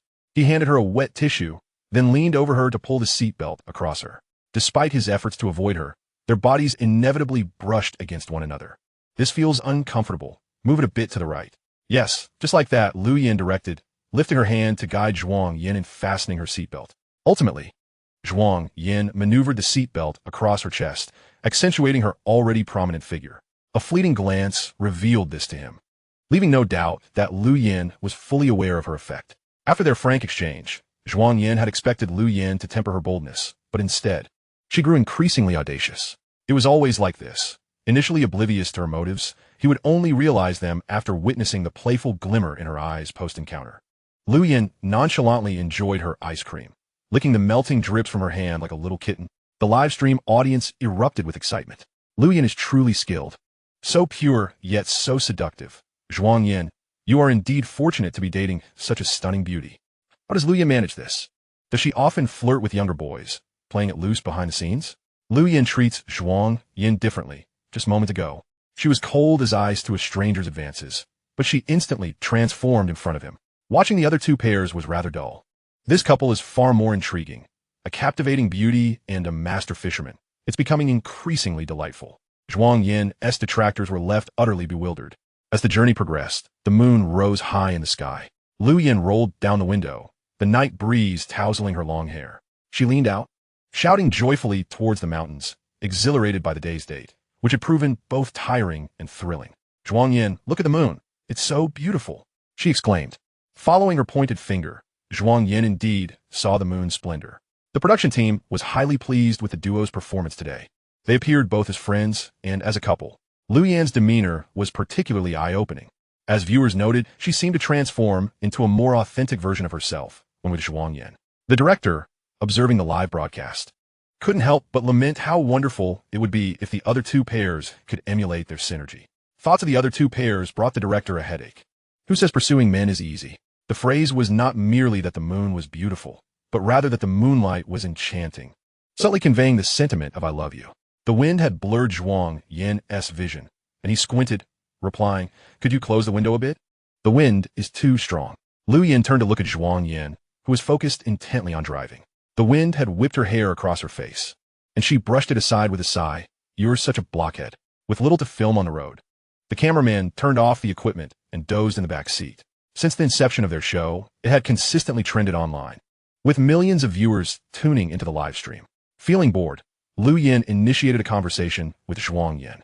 Each guest had an accompanying live stream, meaning nearly 10 million viewers were watching simultaneously, with discussions reaching over 100 million. Xia Wan was also watching in the live stream. The rapid shift of topic nearly caught Zhuang Yan off guard. How had they suddenly begun discussing Xia Wan? You may not know yet, but Xia Wan is also a participant in this program, albeit as an observer alongside Guqian. Lu Yan pressed the window up, leaving a narrow gap, as she spoke while scrutinizing Zhuang Yan's expressions. After all, they had been together for 3 years and had nearly wed. She wanted to gauge whether Zhuang Yan had truly moved on or still harbored feelings for Xia Wan. Zhuang Yan's face briefly registered surprise. He had known from a signing that Guqian would join the show as an observer, and he had thought the director was adept at seizing trends. He hadn't anticipated Xia Wan's involvement as well. What was this, a reunion of exes? Zhuang Yan felt the production team as voyeuristic delight in the unfolding drama. What could Xia Wan observe from her chamber? His date with Lu Yan, or perhaps the signals exchanged with her close friend? That fleeting discomfort passed quickly. He and Xia Wan had not parted on amicable terms. Given Xia Wan's temperament, she likely relished watching him falter, delighting in his misfortunes while he moved on. Unfortunately for her, she would be disappointed. ISNTR show quite affluent? How can they invite such a diverse cast? In other reality shows, sponsors were omnipresent, interspersed with frequent advertisements, yet their program had never featured such interruptions. Perhaps their financial backers were simply too wealthy to require sponsorship. Zhuang Yan's first reaction was unexpected. He always had a unique perspective, and Lu Yan chuckled softly. Could it be that they didn't invite them, but rather they came voluntarily? Xia Wan was like that. And so was Jiang Ning, They would join for free, simply for his sake. Lu Yin continued, beyond this, there are several matters I need to inform you about. Brace yourself. Zhuang Yan instinctively tightened his grip on the steering wheel. Go ahead. As long as it didn't pertain to matters of life and death. He could handle anything. Lu Yin relayed all the trending topics online regarding him. The entire internet is aware of your severed ties with the Zhuang family. Moreover, the Xia family has been spreading numerous defamatory rumors, alleging infidelity during your relationship with Xia Wan, claiming you frequented nightclubs. So it was this matter. He had faced online slander during this time in his past life as well, but it hadn't been this severe. Clearly, his decision to break off the engagement had displeased many, prompting them to retaliate with such petty tactics. It was better than he had anticipated, so Zhuang Yan could accept it. However, when did I ever go to nightclubs to cheat? He inquired. Some of the photos are AI generated, she replied. And you believe this? They don't care about the truth. They simply want the spectacle. Lu Yin tucked a stray strand of hair behind her ear. I have the evidence of the slander. How do you wish to handle it? I suggest you hire a lawyer to sue for defamation. That's the most effective course of action. Such illegal activities should be left to professionals. Zhuang Yan remained silent, curiosity piquing his interest. When did you find out? Yesterday. You found the evidence so quickly? Lu Yin continued. Are you not concerned about how this might affect your relationship with the Xia family? What does the Xia family matter? The Lu family holds no sway over me. Besides, this issue involves Zhuang Zhongming as well. If you can't take action, I can assist you. Zhuang Yan was skeptical of any free lunch. Every gain came with a cost, and he believed that taking advantage would eventually lead to repayment. I have nothing to offer you. You know I've severed ties with the Zhuang family, so I have no money to give. Zhuang Yan candidly stated that without money, it was impossible to obtain his person. He would not sell himself for such trivial matters. Upon reflection, he realized there was nothing of value to exchange. Zhuang Yan harbored no desire to owe Lu Yin any favors. Just as he prepared to decline, Lu Yin spoke up. There's indeed something I ardently desire. After our date, the production team will allow us to send heartfelt messages once more. I hope you will direct that message to me. Is that all? No restrictions on content? You may express whatever you wish, but it must be for my eyes only, not for anyone else. Lu Yin understood well that in the pursuit of man, one must proceed with caution, avoiding haste, while maintaining an air of mystery that incites curiosity and a desire for exploration. If a mere trifle could compel a man to be with her, what she would gain would be nothing more than a soulless shell. Zhuang Yan pondered. How is this different from taking advantage? Lu Yin asserted there was indeed a significant distinction. At least she had informed him in advance, granting him the respect of not making unilateral decisions. In recent days, Lu Yin had reflected deeply. Performing good deeds without acknowledgement seemed futile. In her pursuit of a man, how could she expect him to recognize the efforts she undertook for him if she remained silent? She needed Zhuang Yan to understand that he occupied her thoughts. She was perpetually concerned for him, ensuring his safety. Surely, men also require such reassurance, do they not? As Lu Yin embarked on her first foray into romance, she struggled to find the right balance, drawing inspiration solely from online searches. For instance, it was suggested that men might prefer a touch of allure over innocence, and that an accidental brush could evoke a rush of hormones. She aimed to captivate him with her beauty, stabilize him with her character, create a sense of tension through her independence, and provide security through respect. However, she was acutely aware of the delicate line. Too distant might breed alienation, while too close could lead to annoyance. Too little could result in indifference, and too much could foster dependency. Lu Yin awaited Zhuang Yan's contemplations in silence. Should he reject her, she would not be disheartened. She would continue to assist him discreetly in resolving his matters. Among the evidence you prepared, aside from the slander against me, what else is there? There are also proofs of tax evasion by several subsidiaries under the Xia family, trouble substantial enough to keep them occupied for quite some time. And the Zhuang family is implicated as well. Zhuang Yan resolved. I don't need anything from the Zhuang family. I shall handle it myself. He knew his parents well. When it came to profit, they would sacrifice kin without hesitation. Zhuang Zhongming's obsequiousness towards Xia Qingshan clearly indicated he had forgotten the warnings he had once received. His parents were a pair of shameless individuals. Zhuang Yan was acutely aware of the Zhuang family's affairs. There were indeed minor schemes in play, yet their impact was negligible. Should the truth be unveiled, the worst consequence would be a mere fine, an amount Zhuang Zhongming could afford. Zhuang Zhongming valued his reputation far more than his wealth. He had carefully constructed an image of a devoted husband, presenting a facade of domestic bliss and professional success that the online community readily accepted. The matter concerning Tang Jing's mental illness and the death of her own daughter was tightly guarded by Zhuang Zhongming. 19 years had passed, and while evidence could be unearthed, It would require considerable time. Even if found, the punishment would likely result in Tang Jing's confinement to a psychiatric facility, which would not significantly affect Zhuang Zhongming. Zhuang Yan loathed Zhuang Zhongming more than Tang Jing. The latter's actions could be attributed to her illness. Yet Zhuang Zhongming was simply malevolent, utterly devoid of filial piety or compassion. Viewing his son as a mere tool while neglecting his mother, he exhibited no sense of responsibility or moral integrity, only a facade of false benevolence. Based on the timeline, it was during this period that Zhuang Zhongming had entangled himself with a mistress, secretly maintaining her for years. In a previous life, Tang Jing had only discovered this when her health had already deteriorated. The mistress had infiltrated their home, and Zhuang Zhongming regarded her with disdain. Tang Jing's mental stability, once restored, faltered anew, leading her to stab Zhuang Zhongming. Once a loving couple, they became adversaries. That single act severed any lingering compassion Zhuang Zhongming had harbored for her. Tang Jing's attempt was not fatal. Upon regaining consciousness, Zhuang Zhongming arranged for her to be sent to a psychiatric hospital. At that time, Zhuang Yan was away on business, unaware of the turmoil at home. Upon his return, he found Tang Jing bedridden, unable to care for herself. When they met, she could only whisper 3 words, "I'm sorry." In that moment, Zhuang Yan was perplexed as to why she felt the need to apologize. Not long after, Tang Jing passed away in the psychiatric facility. Zhuang Yan had encountered a new term online, shameless couple, that aptly described Tang Jing and Zhuang Zhongming. Their actions warranted such a price. They were not deserving of sympathy. Zhuang Yan had once believed that leaving the Zhuang family would allow him to lead a tranquil and serene life. Yet he was taken aback by Zhuang Zhongming's eagerness to become Xia's lackey. Even after his departure, he sought to extract the last vestiges of value from him. Indeed, once one has played the dog for too long, they forget their own humanity. Zhuang Yan resolved to approach the mistress, considering that while Tang Jing was in good spirits and health, he might as well find her some tasks.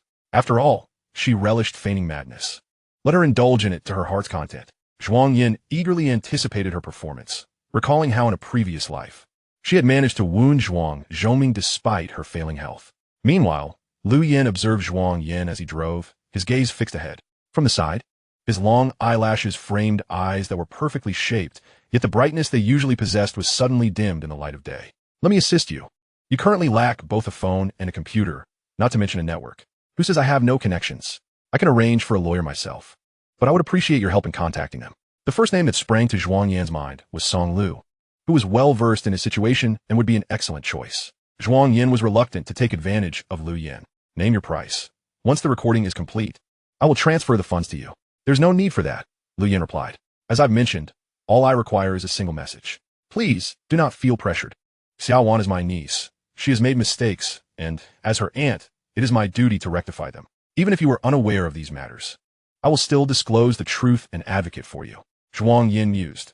"Now that you acknowledge her as your niece, why did you not consider your role as her aunt when you spoke to me earlier?" he inquired.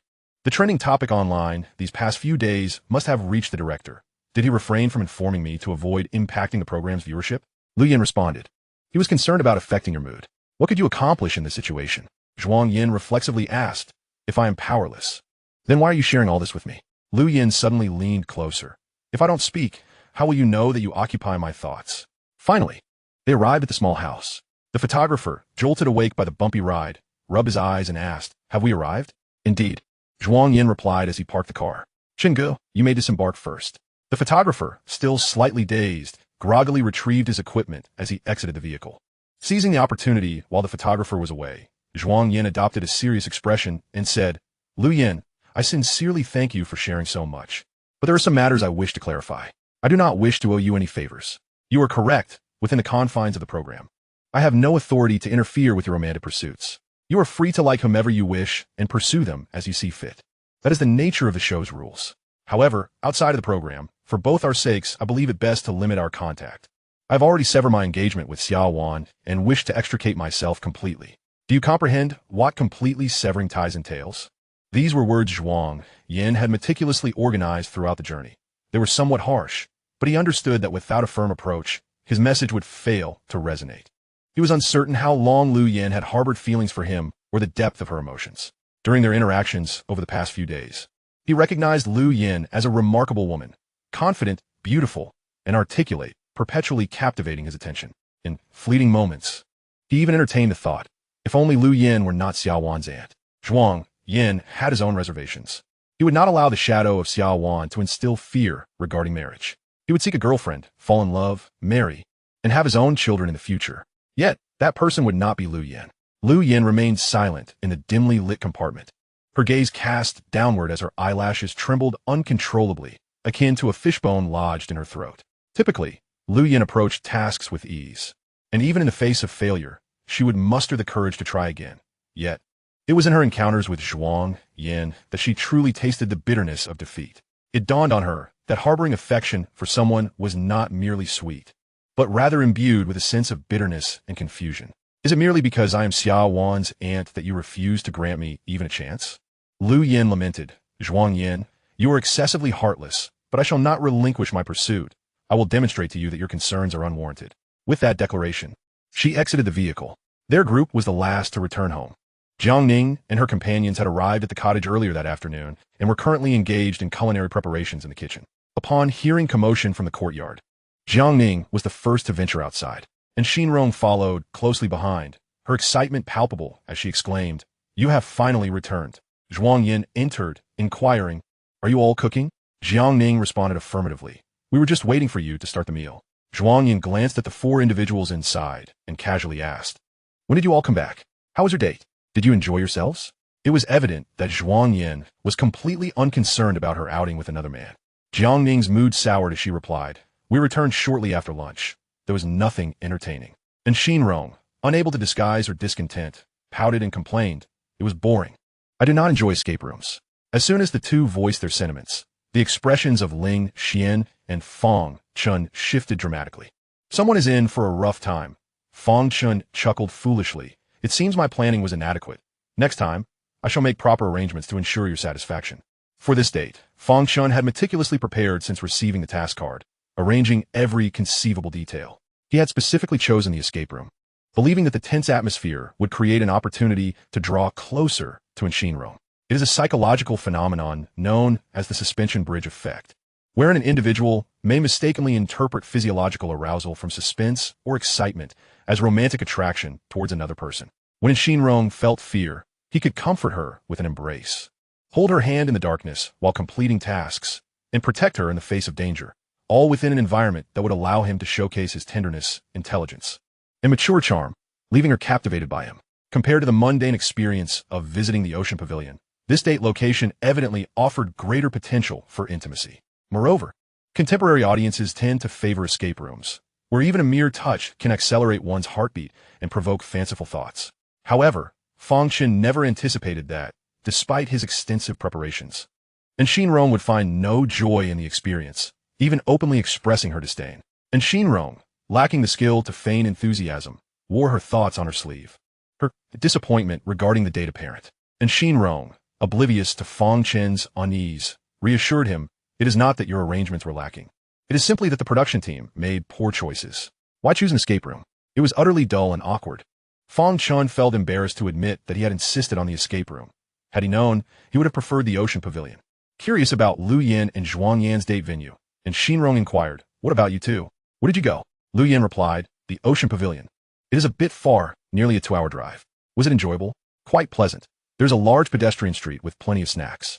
And Xinrong's attention then shifted to the ceramic doll in Lu Yan's hands. "What is that ugly thing?" Jiang Ning also turned her gaze towards it. Lu Yan lifted the ceramic doll, casting a cool glance at Zhuang Yan beside her. "We made this at the pottery studio today. How hideous." And Xinrong remarked with evident distaste, though she found herself glancing at it again, realizing that upon prolonged observation, it was not entirely unappealing as a decorative piece. And Xinrong sighed, "After hearing you describe it, I too wish to visit the ocean pavilion. It sounds delightful." While Xinrong typically enjoyed escape rooms, her enthusiasm was lacking today. Furthermore, Fong Chun had been overly close to her during their time inside. Despite her reassurances of being unafraid, he insisted on taking her hand, which only served to irritate her. Consequently, upon exiting the escape room, she wore a displeased expression, only to feel her spirits lift upon returning. Yet, witnessing Lu Yan and Zhuang Yan together rekindled her earlier frustration. Pondering her perplexing emotions, and Xinrong concluded that her discontent stemmed from her deep concern for her friend, Xia Wan. Zhuang Yan had once held such affection for Xia Wan, doing so much for her. Yet now he claimed to no longer feel that way, and was pursuing Xia Wan's, and instead. His closeness to Lu Yin could only be interpreted as an act of retaliation against Xia Wan, which she deemed utterly shameless. Lost in thought, she shot Zhuang Yan a glare, which was captured by the camera, prompting viewers in the live stream to remark upon the disdain evident in Xinrong's expression, signaling her aversion towards Zhuang Yan. It appeared that among the 3 female guests, only Xinrong maintained a reasonable perspective, consistently regarding Zhuang Yan with disdain. Lu Yin caressed the ceramic doll in her possession, surveying her surroundings before noting Jiang Ning's unwavering gaze upon it. With a smile, she asked, "Where did your group go? Could you elaborate?" Jiang Ning was reluctant to share much, while Ling Xian awkwardly scratched his head. "Our group had no exciting escapades. We visited an arcade. The weather was too hot, so we didn't indulge in many activities, and there were no noteworthy snacks." He cautiously glanced at Jiang Ning while speaking. In truth, the arcade was air-conditioned, and Ling Xian had chosen the location to showcase his prowess in various games, hoping to impress Jiang Ning. Unlike in Xinrong, whose displeasure was evident, Jiang Ning's gentle demeanor masked her emotions, making her seem distant and hard to approach. By noon, Ling Xian had planned a romantic meal at a Western restaurant, but unexpectedly, Jiang Ning fell ill, her complexion paling, prompting him to hurriedly return her to rest. Once back at the cottage, Jiang Ning gradually regained her color and vitality. Yet their date was ultimately spoiled, despite Ling Xian's preparations for an evening outing. To assert that he felt no disappointment would be disingenuous. Observing Jiang Ning's lively interaction with Zhuang Yan, he began to comprehend the reality. He was the fool in this scenario. Ling Xian continued, "By the way, Jiang Ning and I purchased a plethora of flowers. You should take a look and share." In truth, the flowers were entirely Jiang Ning's purchase. Yet Ling Xian's words subtly implied an intention to assert his claim over her, creating an impression of an ambiguous relationship between them. Jiang Ning interjected, "Let's eat first. I will divide them later and deliver them to your room." With that, she retreated to the bedroom. Fang Chun clapped Ling Xian on the shoulder. "Shall we head to the kitchen?" After placing his belongings, Zhuang Yan also proceeded to assist in the kitchen. Back in the bedroom, Lu Yin gazed at the photographs on the camera, a smile unconsciously gracing her lips. However, the recollection of Zhuang Yan's words in the car extinguished her smile in an instant. Zhuang Yan actually wished to sever all ties with her. She would ensure he understood that, moving forward, no matter how much he tried to evade her, he could never escape the grasp of her resolve. With a touch of obsessive fervor, Lu Yin was resolute in her determination. Once she set her mind to something, she would not easily relinquish it. The more Zhuang Yan sought to distance himself from her, the more fervently she desired to conquer him. For every step he took back, she would advance tenfold. He could flee to any corner of the earth, but he would forever remain within her watchful gaze. The cameraman, trailing behind, set down his equipment and, noticing Lu Yan's troubled countenance, inquired with concern, "Boss, are you feeling unwell?" "Indeed, I find myself in a rather dismal mood. My spirits are low, and it seems only fitting that others should accompany me in my malaise. Is it not true that Xia Qingshan wishes to acquire the land in Xicheng? Let us send word to elevate the price, leaving him with nothing but loss. And what of Zhuang Zhoming? Zhuang Yan has expressed a desire to take matters into his own hands, yet her current disposition is such that she wishes to instigate some chaos. Perhaps we might report the Zhuang group's transgressions to the authorities, and bolster our strategy with marketing accounts and paid influencers to expose his mistreatment of his son and the elderly, allowing him to experience the bitterness of online harassment. The second wave of heart-throbbing messages is upon us. Whenever Lu Yin adopts such a countenance, misfortune befalls someone. The photographer trembles uncontrollably, beads of cold sweat forming on his back. "Boss, Zhuang Yan has already spurned you. Why persist in aiding him?" Lu Yin languidly reclines in a wicker chair, cradling a porcelain doll, her fingers absent-mindedly stroking it. "Do you not perceive the intrigue in this? If you were to be swayed by such trifling gestures, he would no longer be Zhuang Yan. I relish a challenge of greater magnitude. The more he disdains me, the more I am compelled to conquer him. Moreover, I do not believe he is devoid of feelings for me. He merely lacks the courage to acknowledge them." When that day arrives, Lu Yan's voice trails off, a low chuckle escaping her lips. At that moment, she envisions a profound connection of souls with Zhuang Yan, where they will embrace, intertwine, and fuse into one, rendering notions of possession trite. A love that is twisted and extreme knows no boundaries. We exist as one, symbiotically descending into oblivion together. She yearns for Zhuang Yan to lose all reason, to exhibit unrestrained possessiveness in love, rather than treading carefully in every action. Contemplating these thoughts invigorates her, and Lu Yin rises, her pores tingling with exhilaration as she gazes out at the nightscape, her dark eyes mirroring the ferocity of a predator hunting in the shadows. At dinner, it is rare for Lu Yin not to sit beside Zhuang Yan. She consumes her meal with an air of indifference. The others notice her transformation. Fang Chun and Ling Xian unanimously conclude that today's date has not gone well for Zhuang Yan. This realization lightens their spirits considerably. Such is human nature. While one's own failures are painful, the successes of others are often intolerable. Jiang Ning secretly observes Lu Yin and Zhuang Yan, harboring the hope that Lu Yin distances herself from him. And Xinrong, lacking insight, poses no threat. It is Lu Yin, with her bold actions and suggestive words, who elicits intrigue. Her affections for Zhuang Yan are openly displayed, and Jiang Ning worries that Zhuang Yan might unwittingly fall into her snare. Today, Zhuang Yan and Lu Yin are tasked with cooking together. After the meal, they silently return to the kitchen, each washing their respective dishes without uttering a word. Initially, Zhuang Yan finds this unfamiliar, yet upon reflection, he realizes this is precisely what he has always desired. Lu Yin's cold demeanor suggests she has truly absorbed his words. This is ideal. Matters of the heart should be resolved swiftly, as lingering ambiguity merely wastes time and drains energy. Lu Yin's reaction indicates she may not hold him in as high regard as he believed, a realization that satisfies Zhuang Yan. He stacks a pile of plates into the water, stating, "You should rest. I will handle the rest." Without a word, Lu Yin removes her apron and departs.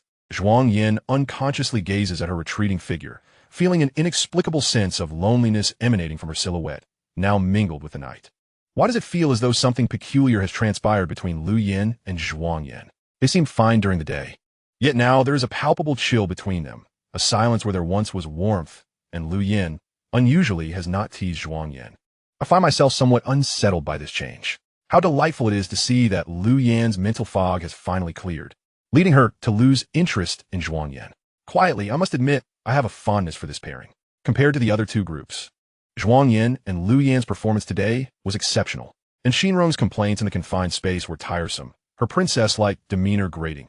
I cannot fathom how Fang Chun endures it. Jiang Ning, while reasonable, maintains such a distant attitude that she feels impenetrable, resembling an iceberg, a stark contrast to her usual demeanor around Zhuang Yan. Let us be candid. Fang Chun's choice of confined space was evidently a ploy to take advantage of Xinrong. If I were in her position, my temper would surely flare. Ling Xian ought to relinquish his pursuit of Jiang Ning. It is clear she does not harbor feelings for him. Forcing a connection will yield no sweetness. In this dating reality show, initial dates often reveal future trajectories. Yet with these six, the dynamics are perplexing and inscrutable. Could it be that none will find a match this season? Today, Fang Chun and Ling Xian resembled two jesters, lamenting their fates. After washing the dishes, Zhuang Yan finds himself drenched in sweat, relishing the cool evening breeze. As he stands there, the director announces that the second round of heart-throbbing messages will commence tomorrow. In the observation room, Shun Li's heart feels as though it is shattering. She initially supported the pairing of Zhuang Yan and Lu Yin out of disdain for Xia Wan's intentions. Yet, as the days unfold, she witnesses genuine affection blossom. Now finding herself the advocate for their coupling, even devising a ship name, Lu Zhuang, eternally anchored in place. Having observed their date, it becomes increasingly evident that they are well suited. Zhuang Yan's meticulous nature necessitates a partner who is assertive and bold, capable of disarming his defenses. Among the trio, Lu Yan's straightforward demeanor is the most fitting. She speaks her mind without reservation. Despite expecting their bond to deepen after today's date, upon returning to their shared space, they each fall into silence, refraining from even sitting together during dinner. Their kitchen interactions, once filled with banter, are now devoid of words. What has transpired? Is the ship I so ardently support destined to falter? Host Li Lu receives the director's task board and announces, "Tomorrow marks the second round of heart-throbbing messages for our guests. This time it will be a group challenge, with each individual required to connect with every other participant. A diamond for each connection. Failure is not an option." Lin Fan remarks, "This seems particularly challenging." Gu Qian nods in agreement. In previous dating shows, it was clear who would send messages to whom, but with this group, I find it utterly inscrutable. Li Lu unveils the panel. It appears none of them are straightforward. Ultimately, the psychologist Su Nuo speaks up. "Let us begin with Xinrong and Fang Chun. Their connection remains unchanged." Lin Fan questions, "But I feel their date experience was quite poor. Will Xinrong truly send a message to Fang Chun?" Su Nuo replies, "Who else could she possibly choose?" Compared to Ling Xian and Zhuang Yan, Fang Chun is evidently the more viable option. That makes sense. Lila connects in Xinrong and Fong Chun S lines. And what are the others? I believe Ling Xian will still choose Jiangning. Lin Fan expresses his disbelief, given Jiangning's cold attitude towards him. Why does he persist? Su Nuo explains, to maintain a semblance of dignity as an adult. Apart from Jiangning, he has no other options. Lin Fan speculates, what if there are changes tomorrow? Su Nuo assures him, we can always adapt. It won't have repercussions. Lila draws Ling Xian's line towards Jiangning, but who will Jiangning choose? That is the conundrum. Will she opt for dignity or remain steadfast? Su Nuo analyzes, it is clear Jiangning joined this show with Zhuang Yan in mind. Her behaviors suggest she is far more concerned about him than public opinion. Thus, she will likely send her message to Zhuang Yan. As for Lu Yan, suddenly, the previously silent Shunli stands, asserting, Lu Yan will undoubtedly send her message to Zhuang Yan. I would stake my reputation on it. After a prolonged silence, Xia Wan let out a scoff, I oppose. Lu Yan has not taken the initiative to speak to Zhuang Yan since returning. I believe she has come to understand the situation and recognizes that a future with Zhuang Yan is implausible. The ex-girlfriend sent him flowers, and his aunt caught her in the act. Shunli inquired, as Lu Yan's niece, who do you think she would send a message to? Provide a reason. Fong Chun. Why? Xia Wan replied, because today she praised Fong Chun for cooking rice well. What? Shunli chuckled. Praising him for his cooking means she is interested in him? Then what about yesterday and the day before? She complimented Zhuang Yan's stir-frying skills at every meal and praised his physique. Does that mean she is infatuated with him? By the way, the last time you left early, you still don't know what message Lu Yan sent to Zhuang Yan, do you? She said, young people have great stamina, full of energy everywhere. Guess what she meant by energy? Xia Wan felt a surge of frustration, though she was unsure of its source. And she could only cling to her viewpoint. In any case, Lu Yan would not send a message to Zhuang Yan, nor would Zhuang Yan send it to Lu Yan. Shunli, do not let your personal emotions interfere with the show. Oh, who is the one bringing personal feelings into this? Shunli stood up with hands on her hips. At such a young age, you are already so adept at concealing your true self. Don't forget, you were the one who was most mistaken last time. Why should we heed your opinions? As Xia Wan's current boyfriend, Gu Qian naturally sided with her. That is not entirely fair. Lu Yan's attitude toward Zhuang Yan has evidently grown distant. Perhaps she has simply come to terms with it. Shunli shot him a frosty glare and retorted, you two, just go somewhere cool and stay there. You two miscreants. Seeing the host delay in connecting, Shunli boldly approached and snatched her pen, swiftly connecting Lu Yan's line. The couple she ships must not abandon one another. Li Lu awkwardly remarked. Then what about Zhuang Yan? Of course, it's Lu Yan, Shunli asserted confidently. They're on a date today. The atmosphere is wonderful. This was indeed uncertain. Initially, they believed Zhuang Yan's sentiments would be the easiest to decipher among the guests. But who could have predicted that he would be the most enigmatic? Just like last time, when everyone thought he would text Jiangning or Lu Yan, but he ended up messaging in Xinrong instead. There was no hint of romantic interaction between those two. It was more a spark of battle than a heart-fluttering moment. Su Nuo, observing Shun Li's assertive demeanor, smiled helplessly. Let us go with Shun Li's suggestion. Zhuang Yan texts Lu Yan. Teacher Su certainly has a keen eye. Shun Li happily completed the last connection, and so it was settled. Since last night, Jiangning had been unable to shake her dissatisfaction, and upon seeing Zhuang Yan and Lu Yan leave together this morning, that feeling reached its peak. While on a date with Ling Xian, she found herself preoccupied with thoughts of Zhuang Yan and Lu Yan, what they were doing, where they might be dining, what activities they were engaging in, her mind wandering, growing increasingly agitated. In contrast to Lu Yan's openness, Jiangning's personality was more reserved. Yet this did not imply she lacked ambition. She had risen from an obscure actress to a leading lady through sheer determination. She needed to act decisively. Otherwise, she would truly concede defeat. In a reality show, every move was captured by cameras. And Jiangning had to contend not only with Zhuang Yan's preferences, but also with the viewers' opinions and the show's regulations, which greatly restricted her actions. If she could, she would proclaim her love for Zhuang Yan 100 times a day. Today, Jiangning purchased an abundance of flowers at the florist. Each flower carries its own meaning. Pink roses symbolize first love, gypsophila represents endless love, violets signify eternity, red roses are passionate and noble, and lilies symbolize 100 years of harmony. For Zhuang Yan, she selected sunflowers. I gift you sunflowers, with no one else in sight, surrounded only by you. Jiangning divided the flowers and distributed them one by one, knowing that if she presented flowers solely to Zhuang Yan, he would inevitably refuse them. Being in the same dormitory, Lu Yan was the first recipient of her flowers, simply wrapped. Lu Yan cast a cold glance and said, just put it down. Lu Yan was no fool. She understood that Jiang Ning had bought the flowers to pass on to Zhuang Yan. After placing the flowers down, Jiang Ning continued to distribute them until finally reaching Zhuang Yan. She took out the meticulously wrapped bouquet and knocked on his door.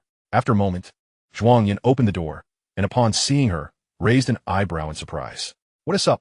Jiang Ning handed him the flowers. "For you." Zhuang Yan glanced at the flowers in her hand. "For me?" "Yes." With a glance at the bouquet, Zhuang Yan knew it was carefully chosen by her. Jiang Ning explained, "Everyone has one. This is what I bought today to brighten up my little space, just a random selection. Do you like sunflowers?" "They're fine," Zhuang Yan replied as he reached out to take them. "Thank you." He accepted the sunflowers, understanding little of their symbolism, with sunflowers ubiquitous in the shop. They likely bore no special significance. Jiang Ning raised her hand. "Thanks for your hard work today. Get some rest." "Good night." "You too. Sleep well," Zhuang Yan replied. As they bid each other good night, Lu Yin strolled by leisurely, casting a sinister glance at Zhuang Yan. With that look, Zhuang Yan felt a chill run down his spine. Noticing the camera operator trailing Lu Yin, Jiang Ning did not linger and quickly departed, head down. Once she left, Lu Yin fixated on the sunflowers in Zhuang Yan's hand, pouting as she sarcastically remarked, "Do you like sunflowers?" Zhuang Yan remained silent. Lu Yin continued, "Thanks for your hard work today. Rest early." Zhuang Yan, unable to endure any longer, reminded her the camera operator is still here. The cameraman poked his head out and assured, "Don't worry, the camera is off." "If it's off, why are you still holding it?" The cameraman moved aside, pretending not to see.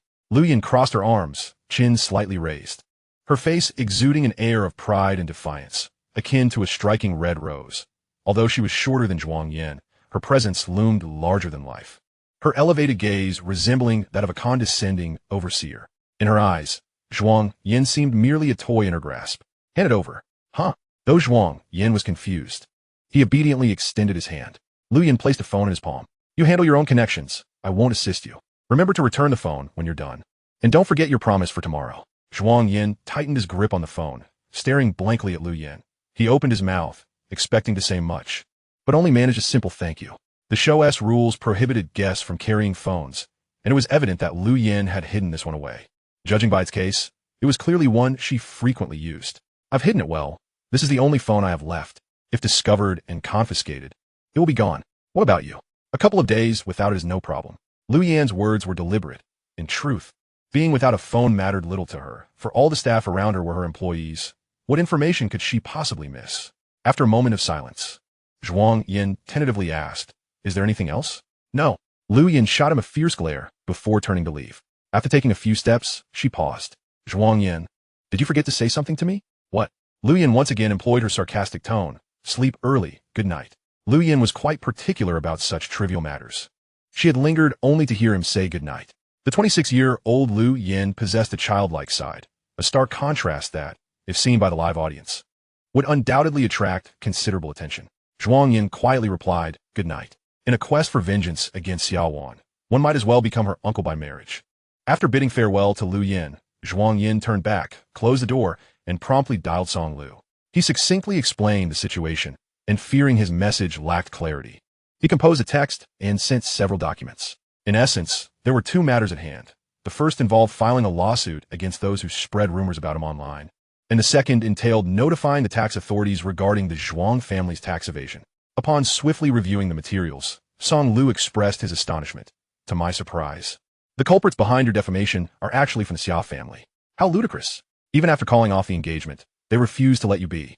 It is Xia Wan who wronged you, yet they twist the narrative to claim you were the one who strayed first. What despicable tactics they employ. It makes me hesitant to even consider dating or marriage, for fear of being tainted by such filth. It's utterly revolting. Can you win a lawsuit? I've looked it over. The evidence is substantial, so it shouldn't be a problem. Aren't you busy filming a variety show? Where do you find the time to gather all this information? Others assisted me in the search, Zhuang Yan replied. Then this phone, does it belong to you or someone else? It belongs to someone else as well. Song Lu jested. Let me guess, it was given to you by Lu Yin, wasn't it? Zhuang Yan countered, no. How did you figure that out? I've been watching your show. You and Lu Yin have been in contact the most these past few days. I might as well be your CP leader. Enough of the jokes. Do you even know who Lu Yin is? Of course, she's Xia Wan's aunt. Honestly, with all the help she's given you, you might as well consider her. That way, when Xia Wan sees you, she'll have to respectfully call you uncle, which would surely infuriate her. Feelings should not be exploited, Zhuang Yan responded firmly. I was just joking. But Zhuang Yan, Do you truly have no feelings for Lu Yan? She's so fond of you that she joined this program just for you. She doesn't care about your preferences. You're overthinking it. Don't let it come to a point where you're chasing after your ex-wife in desperation. Zhuang Yan interrupted. Stop with this talk. Just help me with those two matters. Fine, Song Lu relented. I'll take care of it, and we'll keep an eye on the live broadcast to support you. After hanging up, Zhuang Yan realized this was Lu Yan's phone, which contained her private information. He refrained from delving further, but just as he was about to power it down, a trending topic notification popped up. Lu Yan and Zhuang Yan. He instinctively clicked on it, only to be met with a barrage of insults. Some called him a scoundrel, claiming that his outings with Lu Yan were merely acts of revenge against Xia Wan, while others directed their vitriol at Lu Yan. The vitriol aimed at Lu Yan was wholly undeserved, as she was merely caught in the crossfire. The online mob unleashed an even harsher tirade against her, labeling her with derogatory terms, slut, seductress, and many more. The public scrutiny faced by women is invariably more brutal than that experienced by men, subjecting them to prejudice and injustice. Zhuang Yan felt a surge of anger as he read these comments, his head throbbing with the urgency to take action. Lu Yan's sudden coldness towards him the previous night made the public narrative slightly more palatable. Some netizens remarked that she had finally opened her eyes and wised up. Yet, this was still far from sufficient. If she were to distance herself from such public scrutiny, she would need to maintain her aloof demeanor around him. Meanwhile, Lu Yan returned to her bedroom, her spirits considerably dampened, especially upon seeing the glaring flowers on the table, reminding her of Zhuang Yan cradling the bouquet from Jiangning. She scoffed to herself, thinking, he didn't hold back when rejecting me, yet he seemed quite pleased to accept gifts from an ex-girlfriend. By the next morning, the flowers on the table had already wilted. Even the brightest blooms, if neglected, wither away swiftly. Lu Yan rose to dispose of the flowers, but the director, catching sight of them in the trash, exclaimed, "Why are you throwing them away?" "They're wilted," she replied. "A little water would revive them," he suggested. "It's a hassle. I dislike lifeless flowers." The director shook his head, muttering, "You'll be delighted when Zhuang Yan gifts you flowers." He then proposed, "Why not arrange for Zhuang Yan to buy you a bouquet, like Jiangning did? We could capture your reaction for the final edit. It would be quite the spectacle." The more he pondered, the more he convinced himself it was a splendid idea. That morning's breakfast was prepared by Xinrong, who opted for simple fare, rice porridge paired with boiled eggs, providing a balance of carbohydrates and proteins, although lacking in dietary fiber, which she compensated for with boiled vegetables dipped in soy sauce. She eagerly anticipated everyone's tasting, particularly Zhuang Yan's reaction. As he consumed the porridge, she fixed her gaze upon him, asking, "So, what do you think of my breakfast? Isn't it just plain porridge? Can it really have a meaty flavor?" To encourage her enthusiasm, Zhuang Yan offered a high praise. "It's quite good. The porridge has the perfect consistency." He also peeled an egg, only for the yolk to burst, clearly undercooked. And Xinrong, noticing the mishap, felt her toes curl in embarrassment as she sought excuses. Zhuang Yan silently set down the egg, then grabbed a napkin to wipe the yolk from his fingers, commenting, "A soft-boiled egg, you did quite well. However, since these rural eggs are free-range, they should ideally be cooked thoroughly. Next time, try cooking them for 8 minutes. Overall, your breakfast today was very commendable. If I had to describe it in one word, it would be," he struggled to find the right term, finally settling on exquisite. "You truly excel at bringing out the natural flavors of the freshest ingredients." And Xinrong felt dizzy with joy. She had never received such high praise for her cooking, especially since it was her first attempt at breakfast. Perhaps she was a culinary genius. She couldn't help but chuckle foolishly, leaving the nearby staff bemused. This naive child was so easily amused. The production team truly owed Zhuang Yan a debt of gratitude. He had cured Xinrong of her princess syndrome. They had never realized that with just a bit of praise, she could be so obedient and willing to help. After breakfast, the director stepped forward with familiarity. Fang Chen inquired, "Director, do we have tasks today?" Although they hadn't completed a task the day before, the date had hardly been less demanding than farm work. Farm labor was physically exhausting but could be wrapped up in 2 hours, whereas a date drained one's heart. Even after a night's rest, one's heart could remain weary. The director replied, "Today's main task is to assist the villagers in selling their goods." And Xinrong protested, "We were exhausted from yesterday. Can't we have a day of rest? And with this heat, why should we help the villagers sell their goods? We've never sold anything before. Can't we just buy the goods ourselves?" This is to give you a taste of local life, to understand the hardships of farming, and to present a positive image to the audience. Wrong, even if you've never sold anything. I believe your talent and beauty will help you connect with the locals, and you'll sell out in no time.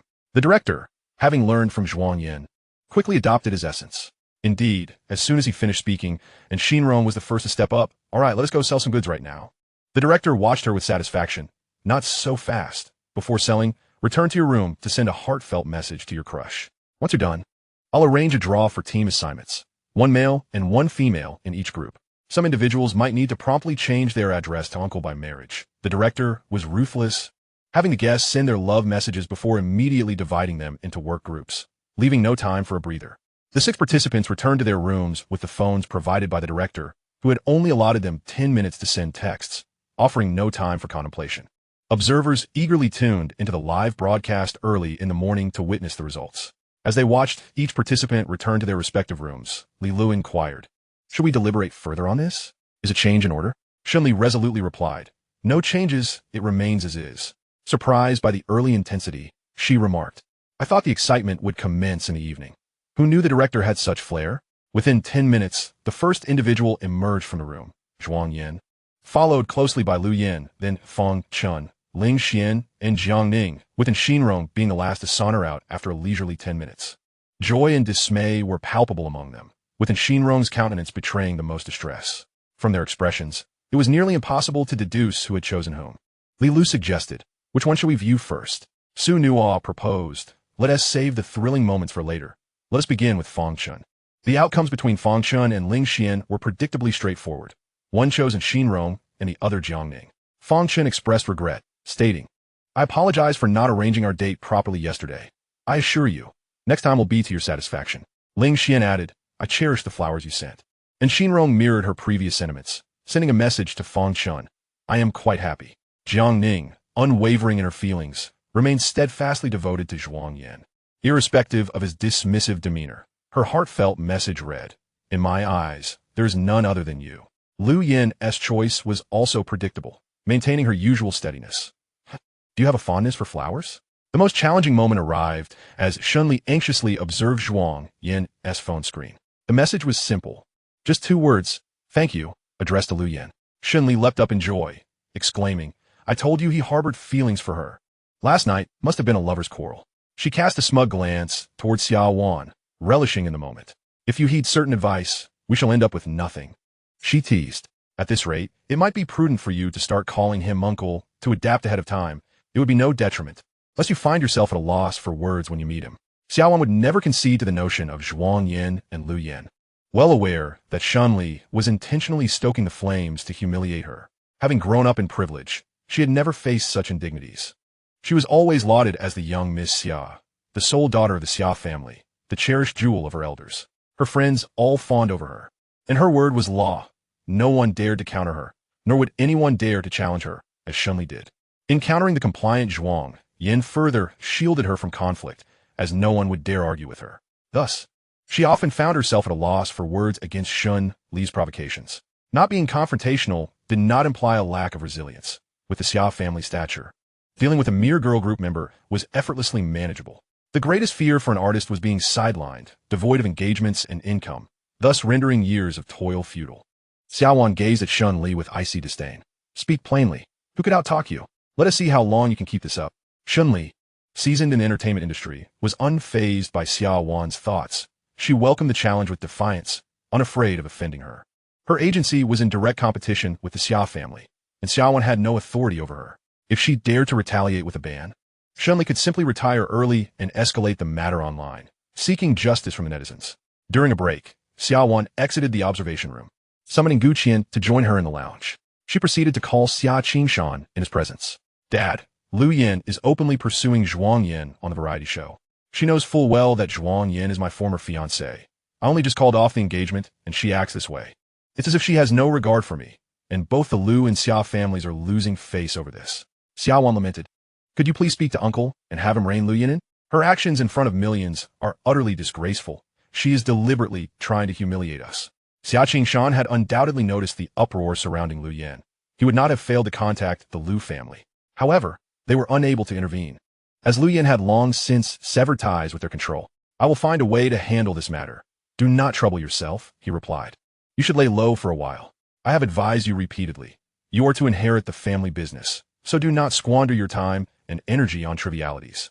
"Have you severed ties with Gu Qian yet?" Lately, Xia Qingshan had been exceedingly occupied, with little time to manage Xia Wan's personal affairs. His recent focus had been addressing issues within his companies following a series of complaints, which, while not financially detrimental, were nonetheless a nuisance requiring his personal attention. As he spoke on the phone, his fatigue was evident. The call was on speaker, and Gu Qian could hear every word clearly. Upon hearing this, he could only clench his fists in restraint. Xia Qingshan had always looked down on him, due to his humble origins and lack of prestigious education, rendering him of little utility in the eyes of such a profit-driven businessman. As long as Xia Qingshan held his ground, Xia Wan's affections would amount to naught. Had Xia Qingshan not driven him away, he might have already wed Xia Wan. Dad, I wish to discuss something with you. The Zhuang family desires to maintain a cooperative relationship with us, correct? Let them acknowledge Gu Qian as their son. After all, Zhuang Yan has already been cast out. Tang Jing is of an age unsuitable for childbearing, and once they pass, there will be no heirs. Gu Qian was taken aback, his eyes widening in disbelief. Xia Wan had never mentioned this before. Now hearing it, he felt a mix of shock and delight. The Zhuang family was prosperous and influential. Otherwise, Xia Qingshan would not have chosen an ally with them. If he could formally enter the Zhuang family, he would no longer need to toil as a minor actor in the entertainment industry. He would inherit wealth and status, never again facing contempt, and could smoothly marry Xia Wan. Perhaps, in the future, he would manage the entire fortune of both the Zhuang and Xia families, becoming the most prominent figure in Rongqing. The more he pondered, the more exhilarated he became. He deemed himself no less than Zhuang Yan, attributing Zhuang Yan's success solely to fortune. Since Zhuang Yan had already been expelled by his parents, taking his place would be of little consequence. The blame lay solely on Zhuang Yan for not cherishing what he had. Chapter 56. How can you bestow happiness upon Lu Yan when you have nothing? Gu Qian's feelings for Xia Wan transcended mere affection. They were born of a profound obsession. He believed that only by being with her could he earn the recognition and respect of those around him. Jealousy had once consumed him regarding Zhuang Yan. He yearned for the privileges Zhuang Yan enjoyed. He often reflected that had he been born into the Zhuang family, he would possess power, status, and wealth, escaping scorn and ridicule, and never would he have been sent abroad, isolated and voiceless. If he were to become the heir of the Zhuang family, all of this would be within reach. The flames of desire raged within him, as if yearning to burst forth from his chest. Listening intently, he realized that if Xia Qingshan consented, his chances of entering the Zhuang family would be secure. Xia Qingshan, a man of experience, was taken aback by Xia Wan's proposal. You wish to bestow your own son's title upon an outsider? What are you thinking? Zhuang Yan, despite his mischief, is still the beloved son of Zhuang Zhongming. He is still young, and severing ties is but a temporary measure. No one can predict what the future holds. Except perhaps for you, who takes it so seriously. Xia Qingshan does not believe that Zhuang Yan will remain estranged from the Zhuang family for a lifetime. Nor does he believe that Zhuang Zhongming will refuse to acknowledge Zhuang Yan until his last breath. It is entirely possible that one day he will come to a realization. How did Xia Wan arrive at such a conclusion? This matter must be traced back to the day after Zhuang Yan's engagement was called off. Their meeting that day was fraught with unpleasantness. In an attempt to persuade her, Zhuang Yan uttered a rather provocative statement. If you insist on a union with the Zhuang family, I have a splendid idea. You should have them adopt Gu Qian, thus allowing you both to be together legitimately, enabling both emotional and material negotiations. At that moment, she thought Zhuang Yan's words were merely the result of his embarrassment and anger.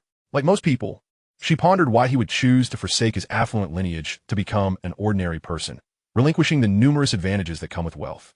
Zhuang Yan's proclamations sounded resolute. Yet, deep down, she knew he would return in a matter of days. His demeanor resembled that of a child throwing a tantrum and threatening to run away from home, only to turn back at the doorstep, a rather ludicrous sight. Those within their circle awaited Zhuang Yan's downfall, and she too was among them. Yet, as she waited impatiently, her agitation grew, and she felt numb, only to witness him flirting with her aunt in front of a national audience. She would never allow Zhuang Yan to become her uncle by marriage. Father, I know Zhuang Yan. He will not return to the Zhuang family. How well can you truly know him? How long have you been acquainted? Not even 5 years. If you really understood him, how could you have been unaware when he insisted on breaking off the engagement? Xia Qingshan could not help but mock Xia Wan's fanciful notions. After all, she was his daughter, and he refrained from being overly harsh. Xia Wan's complexion fluctuated between red and pale. It is precisely because of this matter that I have come to know him thoroughly. Once he makes a decision, he never looks back. The letter of severance he prepared for his parents has already cut off any retreat. A letter of severance? That sounds eloquent. Yet he carries Zhuang Zhongming's blood in his veins, and he bears the Zhuang surname. Can a mere letter sever the ties formed by the Zhuang family's investment in his upbringing? The law does not recognize such trivialities. Do not speak to me of such unreliable matters. I know you are considering Gu Qian, but you must be pragmatic. Do not forget why Zhuang Yan called off the engagement in the first place. It was because you went to accompany Gu Qian. To put it plainly, it is Gu Qian who has caused this trouble. Had it not been for him, would Zhuang Yan truly have severed ties with his own flesh and blood? If you send the instigator over now, do you think Gu Qian would not be beaten to a pulp before he even steps inside? Upon hearing this, Gu Qian's face drained of color. His earlier excitement transformed into a deadened silence. Xia Qingshan's reasoning struck a chord. It was indeed Xia Wan who was being unrealistic. If the Zhuang family could abandon their own son, how could they possibly accept someone like him? An outsider? Father. Xia Wan, now agitated, declared, "Let me be clear. I can only be with Gu Qian in this lifetime. I will not heed your arrangements. The only person I can marry is Gu Qian. If you continue to send him abroad as you did before, I will follow him. Should you forcibly arrange a marriage for me, I will ensure that I conceive a grandchild for you in advance. You are truly self-indulgent and foolish." Xia Qingshan's blood pressure surged as he realized his daughter's unreasonable stubbornness.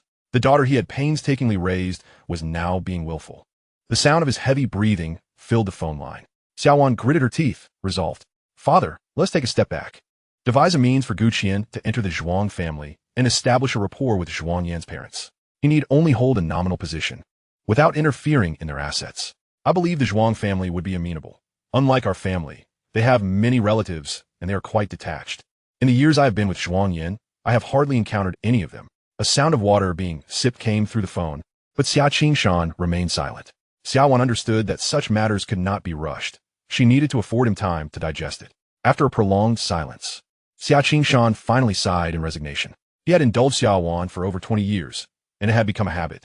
I can arrange for Gu Qian to enter the Zhuang family, and I can create opportunities for him to get close to Tang Jing.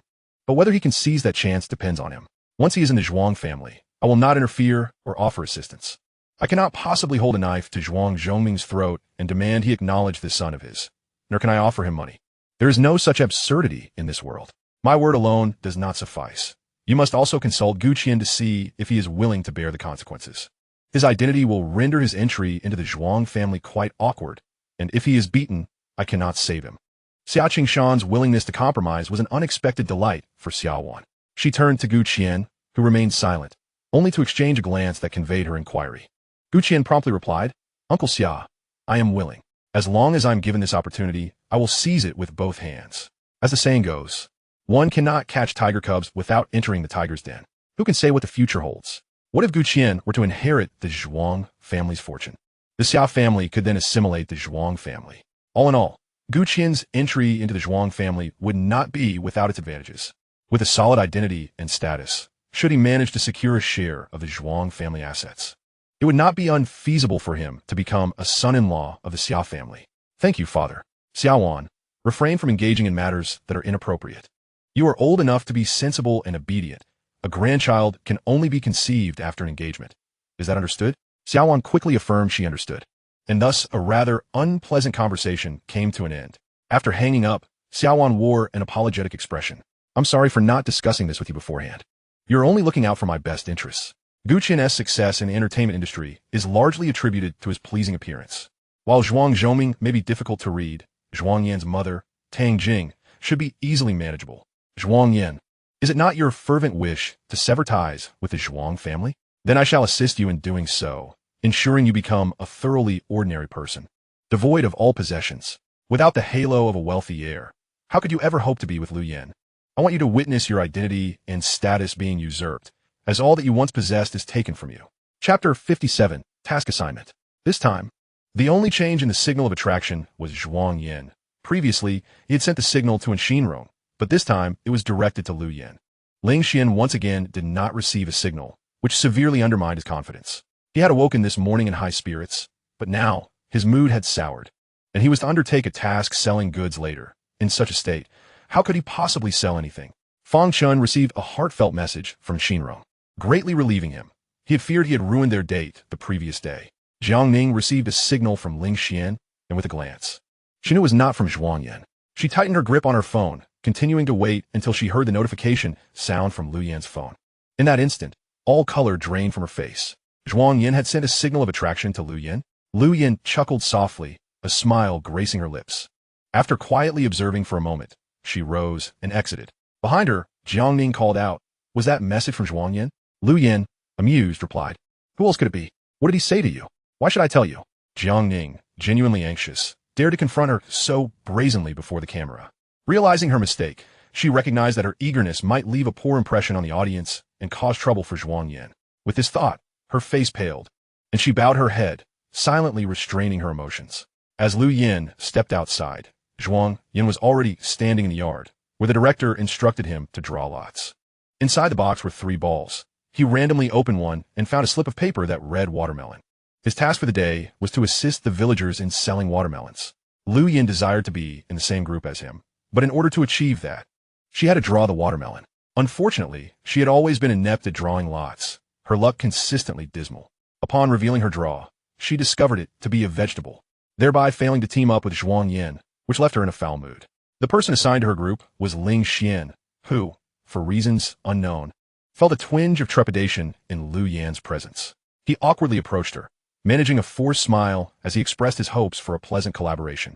Jiang Ning also emerged, having drawn an egg. Lu Yan's keen eyes caught sight of this, which indicated that the last person to draw, and Xinrong, would indeed be paired with Zhuang Yan for the task. Lu Yan fixated on the last ball in the box, pondering that had she known this outcome, she would have delayed her exit. Now, it seemed Xinrong had benefited from her oversight. However, compared to Jiang Ning, she found the seemingly oblivious and Xinrong to be somewhat more palatable, and Xinrong, being the last to draw, had lingered in anticipation of information, having previously received 2 text messages and curious whether the same would occur again. Yet, after waiting in vain, there was no message from Zhuang Yan. Finally, Zhuang Yan refrained from his usual erratic behavior and sent her a text, which should have relieved her, yet inexplicably left her feeling desolate. Upon exiting, everyone awaited her arrival. She picked up the final ball and upon opening it, inquired, "What is a watermelon?" The director clarified, "A watermelon signifies that today, you will accompany Zhuang Yan to sell watermelons." Huh? She quickly glanced at Zhuang Yan, incredulous at the prospect of selling watermelons with him. The director asked, "Do you have any objections?" And Xinrong shook her head, no objections. Strangely, her hollow heart felt as though it had been filled with a small cake. With her chin held high, she approached Zhuang Yan, arms crossed, stating, "Let it be clear, my assignment with you is solely due to the rules of the program. Not because I wish to be partnered with you. While selling watermelons, keep your distance, refrain from speaking to me, and do not hinder my progress." She directed her gaze towards the nearest camera, determined to clarify her position, lest she be misunderstood by Xia Wan. Yet, her demeanor struck an odd chord, resembling a case of "there's no silver here." Zhuang Yan interpreted her attitude as disdain, a scenario he found most agreeable. "Rest assured, I shall not intrude upon your space." Lu Yan, having overheard their exchange, sauntered over to Xinrong. "Since you so despise Zhuang Yan and wish not to be in the same group, shall we switch?" "Dream on. I would never facilitate that for you. Don't forget, you are Xia Wan's aunt, frequently seen with Zhuang Yan. What do you call that?" And Xinrong, momentarily stunned, quickly regained her composure. Moreover, the director stated the draws are final. This is the rule and cannot be altered for your whims. If you wish to switch, go ahead. Do you think this is your household? The director interjected. Indeed, switching is not permitted. Lu Yan shot him a cold glare, prompting the director to promptly turn away. Feigning ignorance, the group departed in a vehicle, heading off to fulfill their respective tasks. Upon seeing a truckload of watermelons, and Xinrong was taken aback, "Director, do we really have to sell this entire load?" "Yes. How we sell them? You can sell them at the market or on the street, however you please." "Is live streaming allowed?" "No. During summer, watermelon prices drop and are readily available. It is not a rare commodity.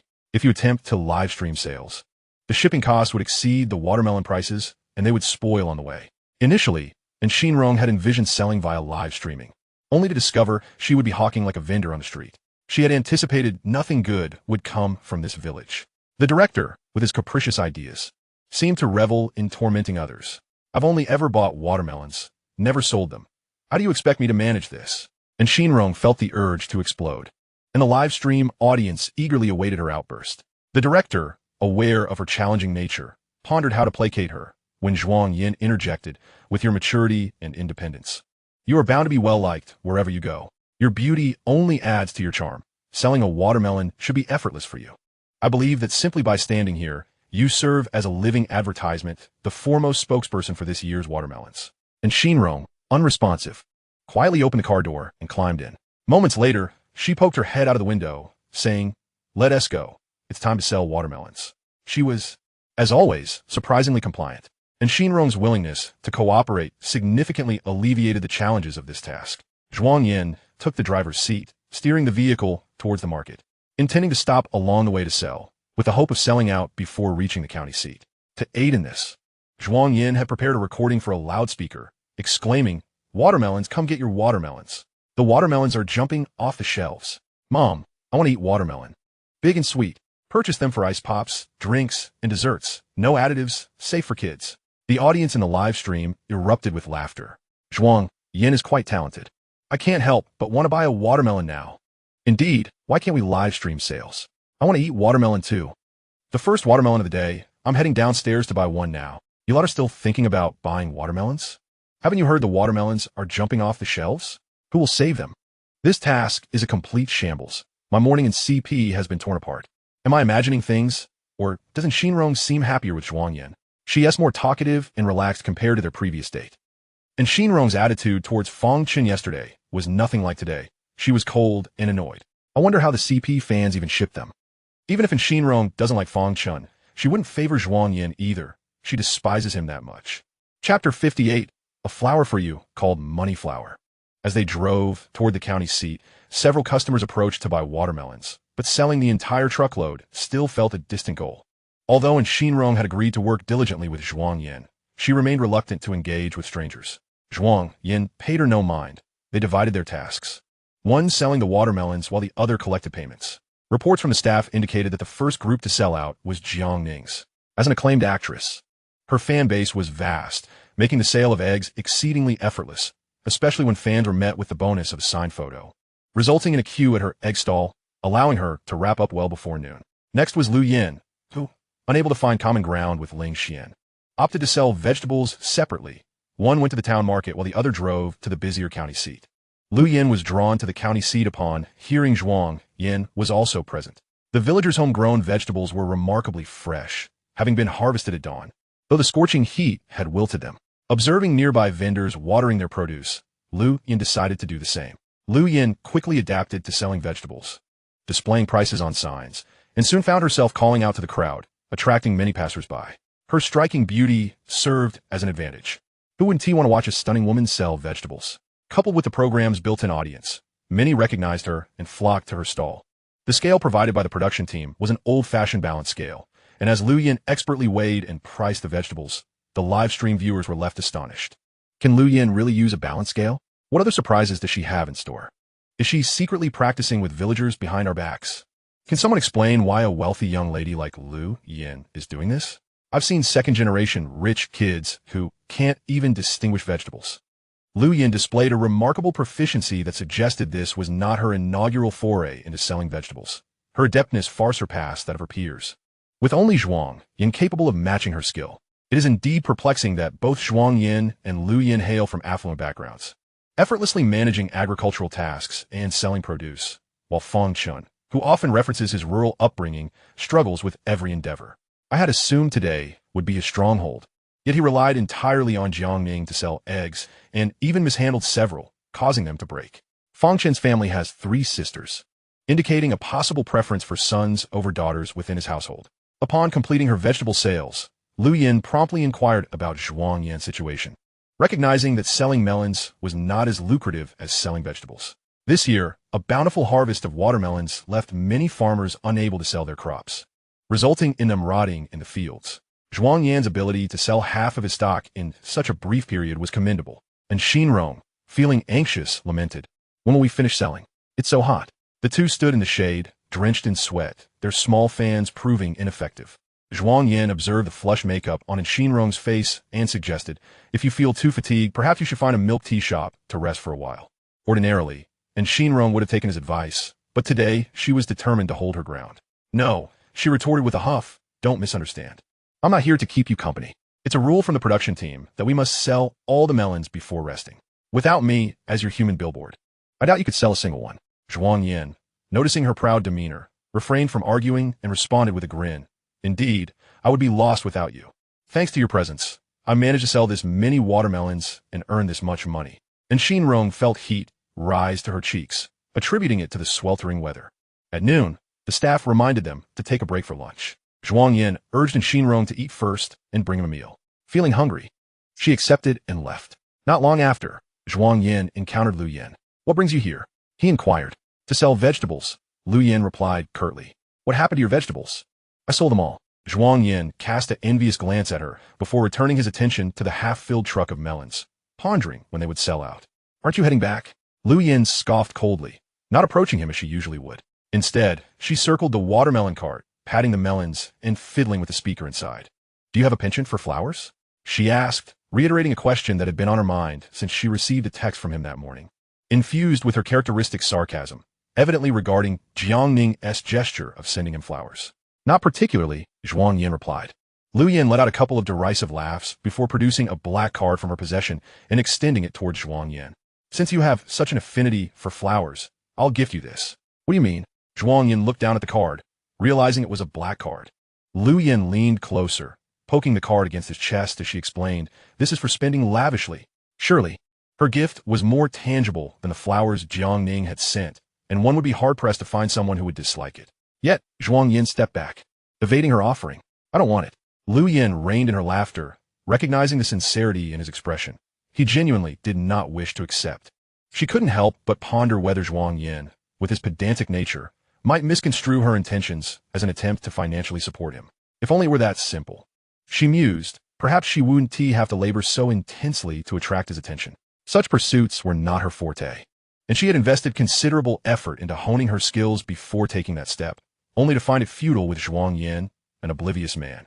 As Lu Yan finally withdrew the black card, Zhuang Yan let out a sigh of relief and quietly reminded her, "Don't forget there's a cameraman following us. Be cautious with your words and actions." With the sound off, no one could hear, and given the distance, they wouldn't capture any incriminating footage. Did they really not capture anything? It seems Lu Yan specifically sought out Zhuang Yan. Perhaps she still harbors feelings for him. Lu Yan's demeanor toward Zhuang Yan appears significantly colder. Have they had a quarrel? Could someone proficient in lip-reading assist in deciphering their conversation? Zhuang Yan's expression seems tinged with shyness. It seems Lu Yan retrieved the card. Could it possibly be a black card? Whose black card is silver? It's likely just a standard credit card. Lu Yan probably lacks the privilege to wield a black card. Such cards are exclusive, available only to billionaires. What status does Lu Yan hold? Why the sudden silence? Is there a secret exchange we aren't privy to? "Lu Yan, I wish to join your family," she inquired. "How long will it take to sell this truckload of watermelons?" Zhuang Yan, uncertain, could only speculate. Lu Yan asked the staff if there would be any penalties for unsold melons. "No," Director Wang said to do her best. "Since there are no penalties, let us return. You haven't eaten, and with this heat, I worry you might suffer from heat stroke." Zhuang Yan, already feeling faint, sipped some water and replied, "I'll head back later. I'll sell as many as I can to lighten the burden on the villagers." Upon hearing this, Lu Yan ceased her urging. Just then, and Xinrong returned, having surprisingly finished her meal in less than 20 minutes. Carrying a takeout box, she felt a surge of hostility upon seeing Lu Yan beside Zhuang Yan. Chapter 59, The Proud and Xinrong. "What are you doing here?" Noticing the animosity radiating from Xinrong, Lu Yan almost believed she had finally come to her senses. Nonchalantly, she picked up a watermelon and announced, "I'm here to buy melons. I'll take this one, please pack it up." Was she truly just here to purchase a melon? After paying, Lu Yan lifted the watermelon and stated, "I'll be heading home now. I'll wait for you there." To an onlooker, it might have sounded as if they were a married couple, and Xinrong felt an inexplicable frustration had it not been for the presence of the cameraman. She would have confronted Lu Yan directly. Once Lu Yan walked away, and Xinrong turned back, shooting Zhuang Yan a glare. "Why are you looking at me like that? Did I do something wrong?" Zhuang Yan asked, bewildered by her expression. And Xinrong raised her takeout box. "Here. Thank you." Zhuang Yan opened the box to find a delightful assortment of his favorite dishes. "Did you send the flirty message to Lu Yan?" The director has prohibited discussing that topic. While she could choose to heed the director's words, and Xinrong had her own set of rules, pressing on, "Then why did you text me previously?" "How do you know it was me?" "Only you would send such nauseating compliments," and Xinrong replied, squirming slightly. "Why did you send me a flirty message? Do you realize what that implies? What if the audience sees it, especially Wan? I don't want her to misunderstand." And Xinrong perched on a small stool, her back to Zhuang Yan, propping her chin on her hands. Zhuang Yan paused, opting for honesty. "I apologize. I didn't think much of it." I texted you because I assumed you wouldn't choose me. If you're concerned about misunderstandings, I want to do it again. And Shinrong's heart sank at this revelation. She whirled around, exclaiming, you only texted me because you thought I wouldn't choose you? What if what? Nothing. And Shinrong rose to her feet, casting a condescending gaze upon Zhuang Yan. I warn you, keep your distance from Lu Yan. She is Xia Wan's aunt, and any semblance of a relationship between you two is utterly impossible. Do not be deceived by her kindness. It is merely a game to her. A woman of her caliber has encountered countless men. I advise you to possess a modicum of self-awareness. Zhuang Yan felt slightly dizzy. A heaviness settled in his chest, and beads of sweat cascaded down, causing his hand, which clutched the lunchbox, to tremble. He had little inclination to heed in Shinrong's words, finding her incessant chatter bothersome. My associations are of no concern to you, he retorted. If you were to pursue Lu Yan, the online community would eviscerate you. Noticing Zhuang Yan's indifference to her admonitions, and Shinrong's irritation flared. The Xia and Lu families would never approve. The one to suffer embarrassment would ultimately be you. Moreover, one will be displeased. Zhuang Yan replied, I'm already being criticized online for doing nothing. Why should I care about losing face when even Xia Wan is indifferent to it? How could she be indifferent? If she truly were, she wouldn't have called to warn you, and Shinrong argued, exasperated. She genuinely had his best interests at heart. So why was he so ungrateful? After a series of remarks, all centered around Xia Wan, Zhuang Yan could absorb none of it. It was as if a fly buzzed incessantly in his ear. He stood up, seeking a different place to dine. However, as he rose, his legs weakened, and he lost control, collapsing backward onto the ground. In an instant, he was engulfed in a wave of darkness, struggling to breathe as the world around him faded. And Shinrong was startled by his sudden fall. Zhuang Yan, what is wrong? Don't frighten me. Why did you just collapse? He touched his icy forehead, realizing that Shinrong was genuinely alarmed, her voice trembling. After a brief moment, Zhuang Yan gathered himself and gasped, I think I'm suffering from heat exhaustion and low blood sugar. Upon hearing low blood sugar, and Shinrong quickly seized a watermelon, smashing it to the ground, and picked up a piece to shove into his mouth. Eat this. She assisted him to a shaded area, fetched a bottle of mineral water, dampened a towel, and pressed it against his face, directing a small fan towards him. Are you feeling better? Observing Zhuang Yan's pallid complexion, and Shinrong stood up. Wait for me. There's a pharmacy nearby. I'll be right back. She hurried off and returned shortly, clutching a handful of medications. After Zhuang Yan drank a small bottle of glucose water, his weakened limbs gradually regained strength, and his rapid breathing began to normalize. And Shinrong, still anxious, urged him to take some saline solution and a small bottle of herbal medicine. Seeing Zhuang Yan's color improve, her taut nerves finally relaxed. But she suddenly broke into a sweat, unsure if it was from the heat or her fright. I also bought some cooling patches. You should remove your shirt and apply one under your arms. Zhuang Yan removed the tissue from his face. No need, I'm fine now. Zhuang Yan had suffered from various ailments in his previous life. There's a notion that some individuals are destined to endure certain illnesses, largely independent of their lifestyle choices. His gastric cancer indicated a failing stomach function, and other ailments followed suit. Today, as sudden heat exhaustion and low blood sugar served as a stark reminder, had Shinrong not been there, he might have faced grave danger. It seemed wise to pay closer attention to his health. After all, his body belonged to him. Thank you. I didn't expect you to be so knowledgeable, he remarked, impressed by her calm demeanor and methodical approach to alleviating his condition. In my previous experience during girl group tours, we often faced scorching weather and frequently encountered low blood sugar and heat exhaustion. It's best to carry some sugar and eat on time. The meal Zhuang Yan had knocked over now required new purchase, but seeing him in such a state, and Shinrong could not bear to leave him alone. Zhuang Yan slowly stood up, picking up the scattered lunchbox. What are you doing? It's all spilled. It's not dirty. It's in a plastic bag and still edible. The lunchbox remained warm as Zhuang Yan poured the rice back in and began to eat, stating, a little dirt never hurt anyone. And Shinrong felt a slight tug at her heartstrings as she watched. At that moment, a few individuals approached to purchase watermelon. And as Zhuang Yan stood, and Shinrong pressed it back down. You rest. I'll handle the sales. Zhuang Yan remained silent, his eyes silently questioning her. Are you sure you can manage? With hands on her hips and mock indignation, and Shinrong replied, don't misunderstand. I'm not concerned for you. I merely fear that if you faint, it would hinder my sales, and I might not earn enough to buy your medicine. Though her words were brusque, those who knew her understood her underlying concern. Zhuang Yan chuckled lightly. All right, I won't misinterpret your intentions. It seems you have a tough job ahead of you, spokesperson. Initially unaccustomed to the role, and Shinrong soon found her rhythm as the line of customers grew longer. What was initially sold by weight transitioned to a flat price of 15 yuan per watermelon. The customers, self-sufficient, grabbed plastic bags, selected their watermelons, and paid via scanning codes, as if they had been trained for this moment. In merely half an hour, they sold an entire truckload of watermelons. And Shinrong gazed at the now empty truck with pride. It's clear that my direct involvement as the spokesperson was essential. Look how quickly we sold out. But was the truck truly empty? How had so many customers suddenly appeared when there had been none before? Zhuang Yan glanced in the direction Lu Yin had departed, sensing her influence in the matter. Indeed, after leaving, she had sought out an ATM to withdraw cash, distributing it to passers-by to entice them to buy from Zhuang Yan's watermelon stand. Who and T want free money and watermelons delivered to their doorstep. The staff discreetly turned off the cameras, wiping their sweat as they whispered, "Boss, this is against the rules. I'm willing. Since you know I'm the boss, you must also understand that my rules are the only rules that matter." Once they finished selling the watermelons, Zhuang Yan and Shinrong exchanged triumphant high-fives. In that moment, Shinrong set aside her previous disdain for Zhuang Yan, joyfully dancing around him. "Fantastic. We finally sold out. Let us hurry back." Throughout the entire process, only Shinrong remained oblivious to the underlying dynamics.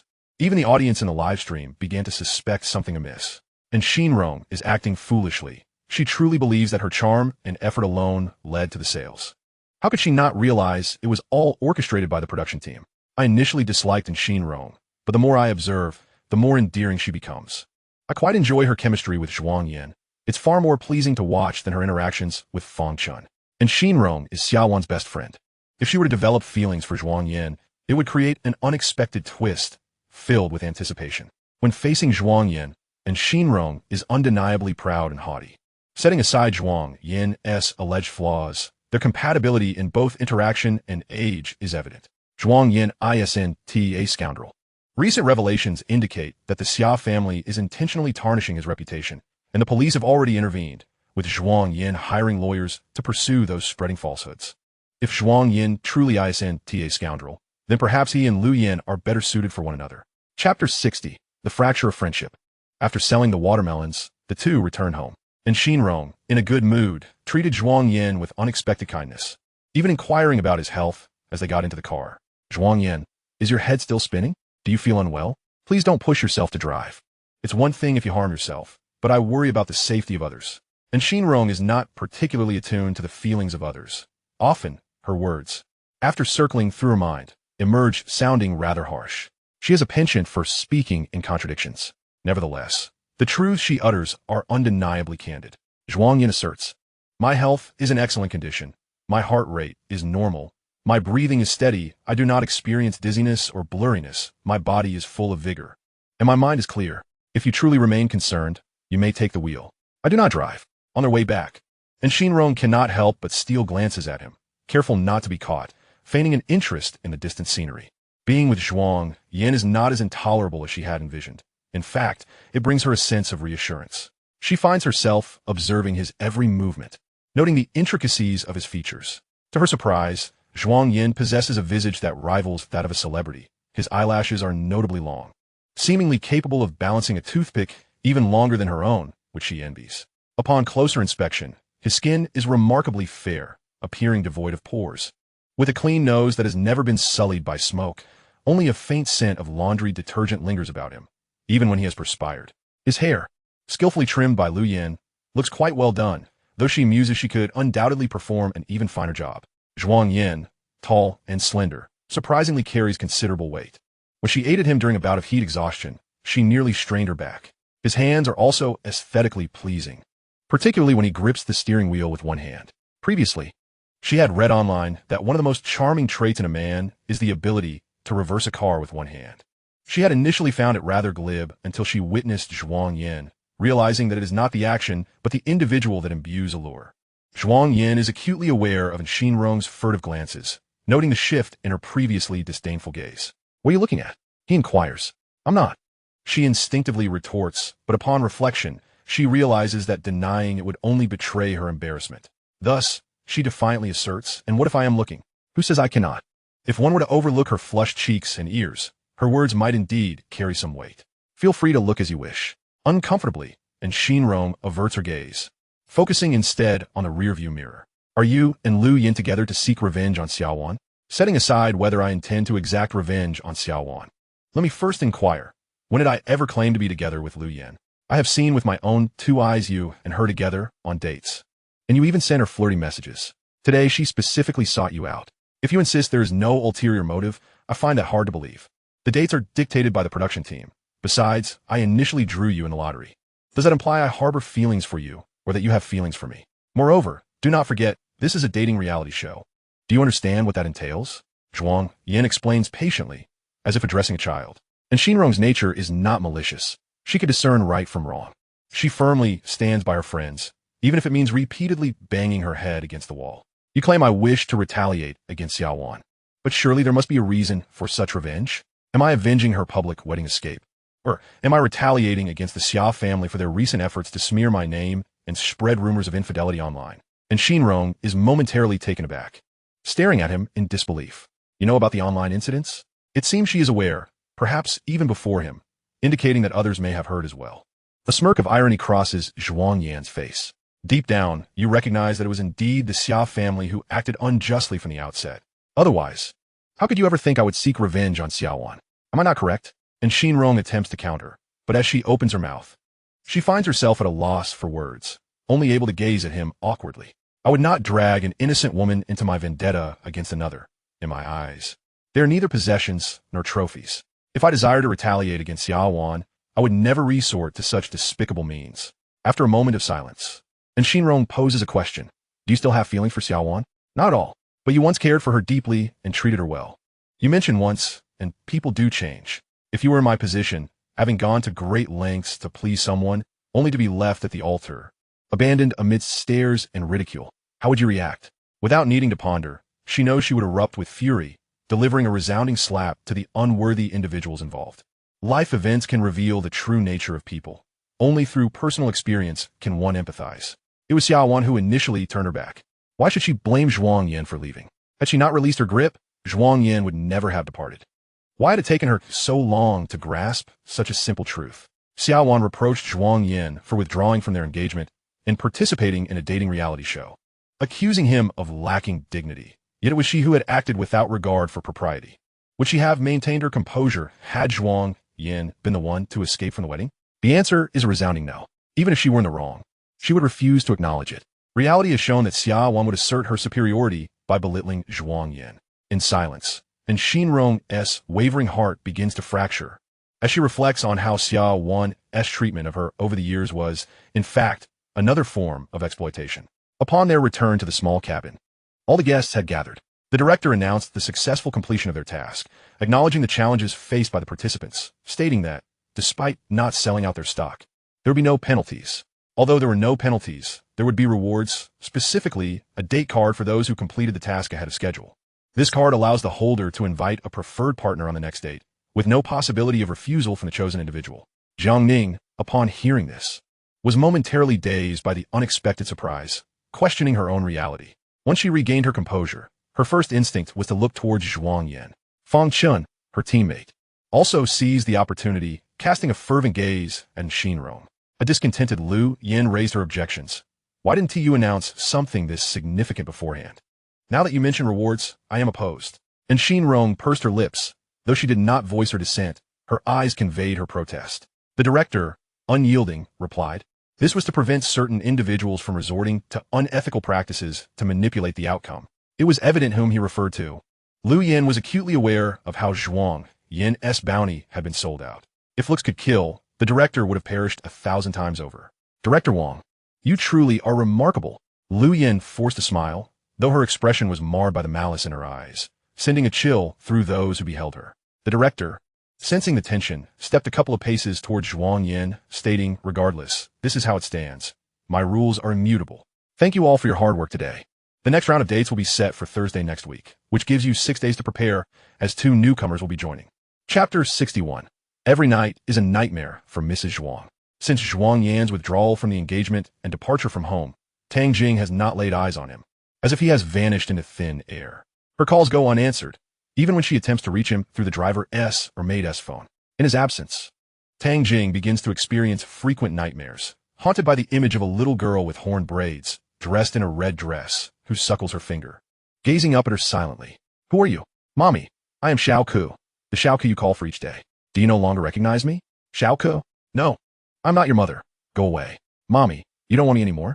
Fine, I will go. Just as the girl finishes speaking, her head falls off, rolling towards Tang Jing's feet, her dark, beady eyes locking onto Tang Jing's gaze. When a person reaches the pinnacle of fear, it manifests in silence, devoid of sound. The young girl beamed. Mommy, I'm rolling over.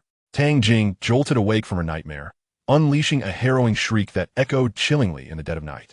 Grasping her long hair, she clawed at her scalp, her eyes darting around in terror, as if she could perceive something lurking within the shadows. Zhuang Zhongming, sleeping next door, was roused by the commotion.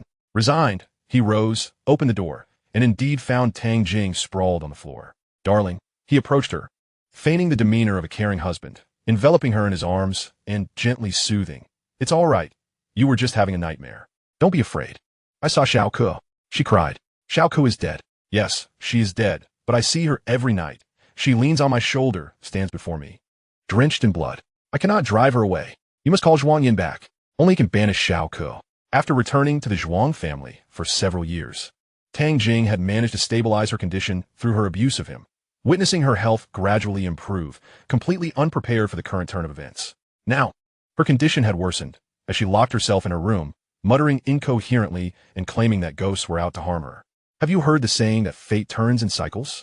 She had killed her own daughter, and thus her daughter would come to collect her life, dragging her into hell.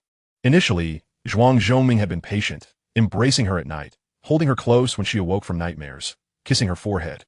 This was manageable for a day or two.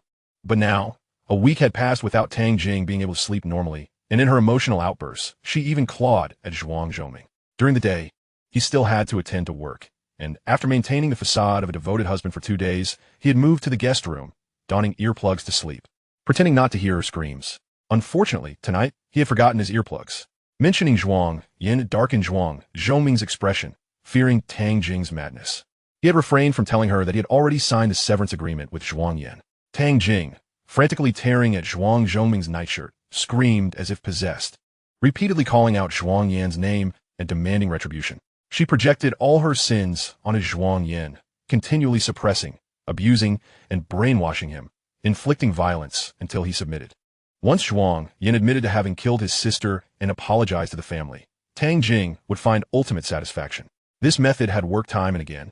Yet what she did not realize was that Zhuang Yan was no longer the Zhuang Yan of the past. Upon his rebirth, he had swiftly severed ties with them, fully aware of the truth. Regardless of Tang Jing's descent into madness, even if she were to leap from a building to her demise, he would never return.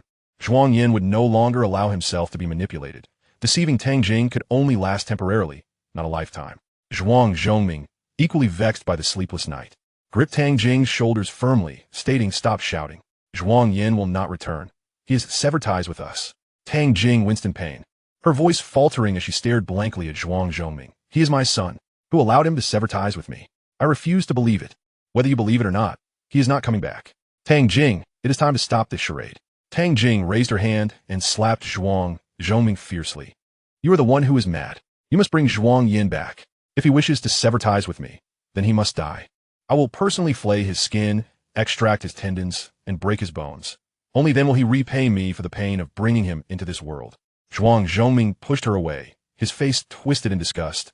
"I have signed a severance agreement with him. An announcement has been made across the internet. He is no longer my son." Tang Jing shouted her refusal, dialing Zhuang Yan's number, only to find it unreachable, just as it had been during the day.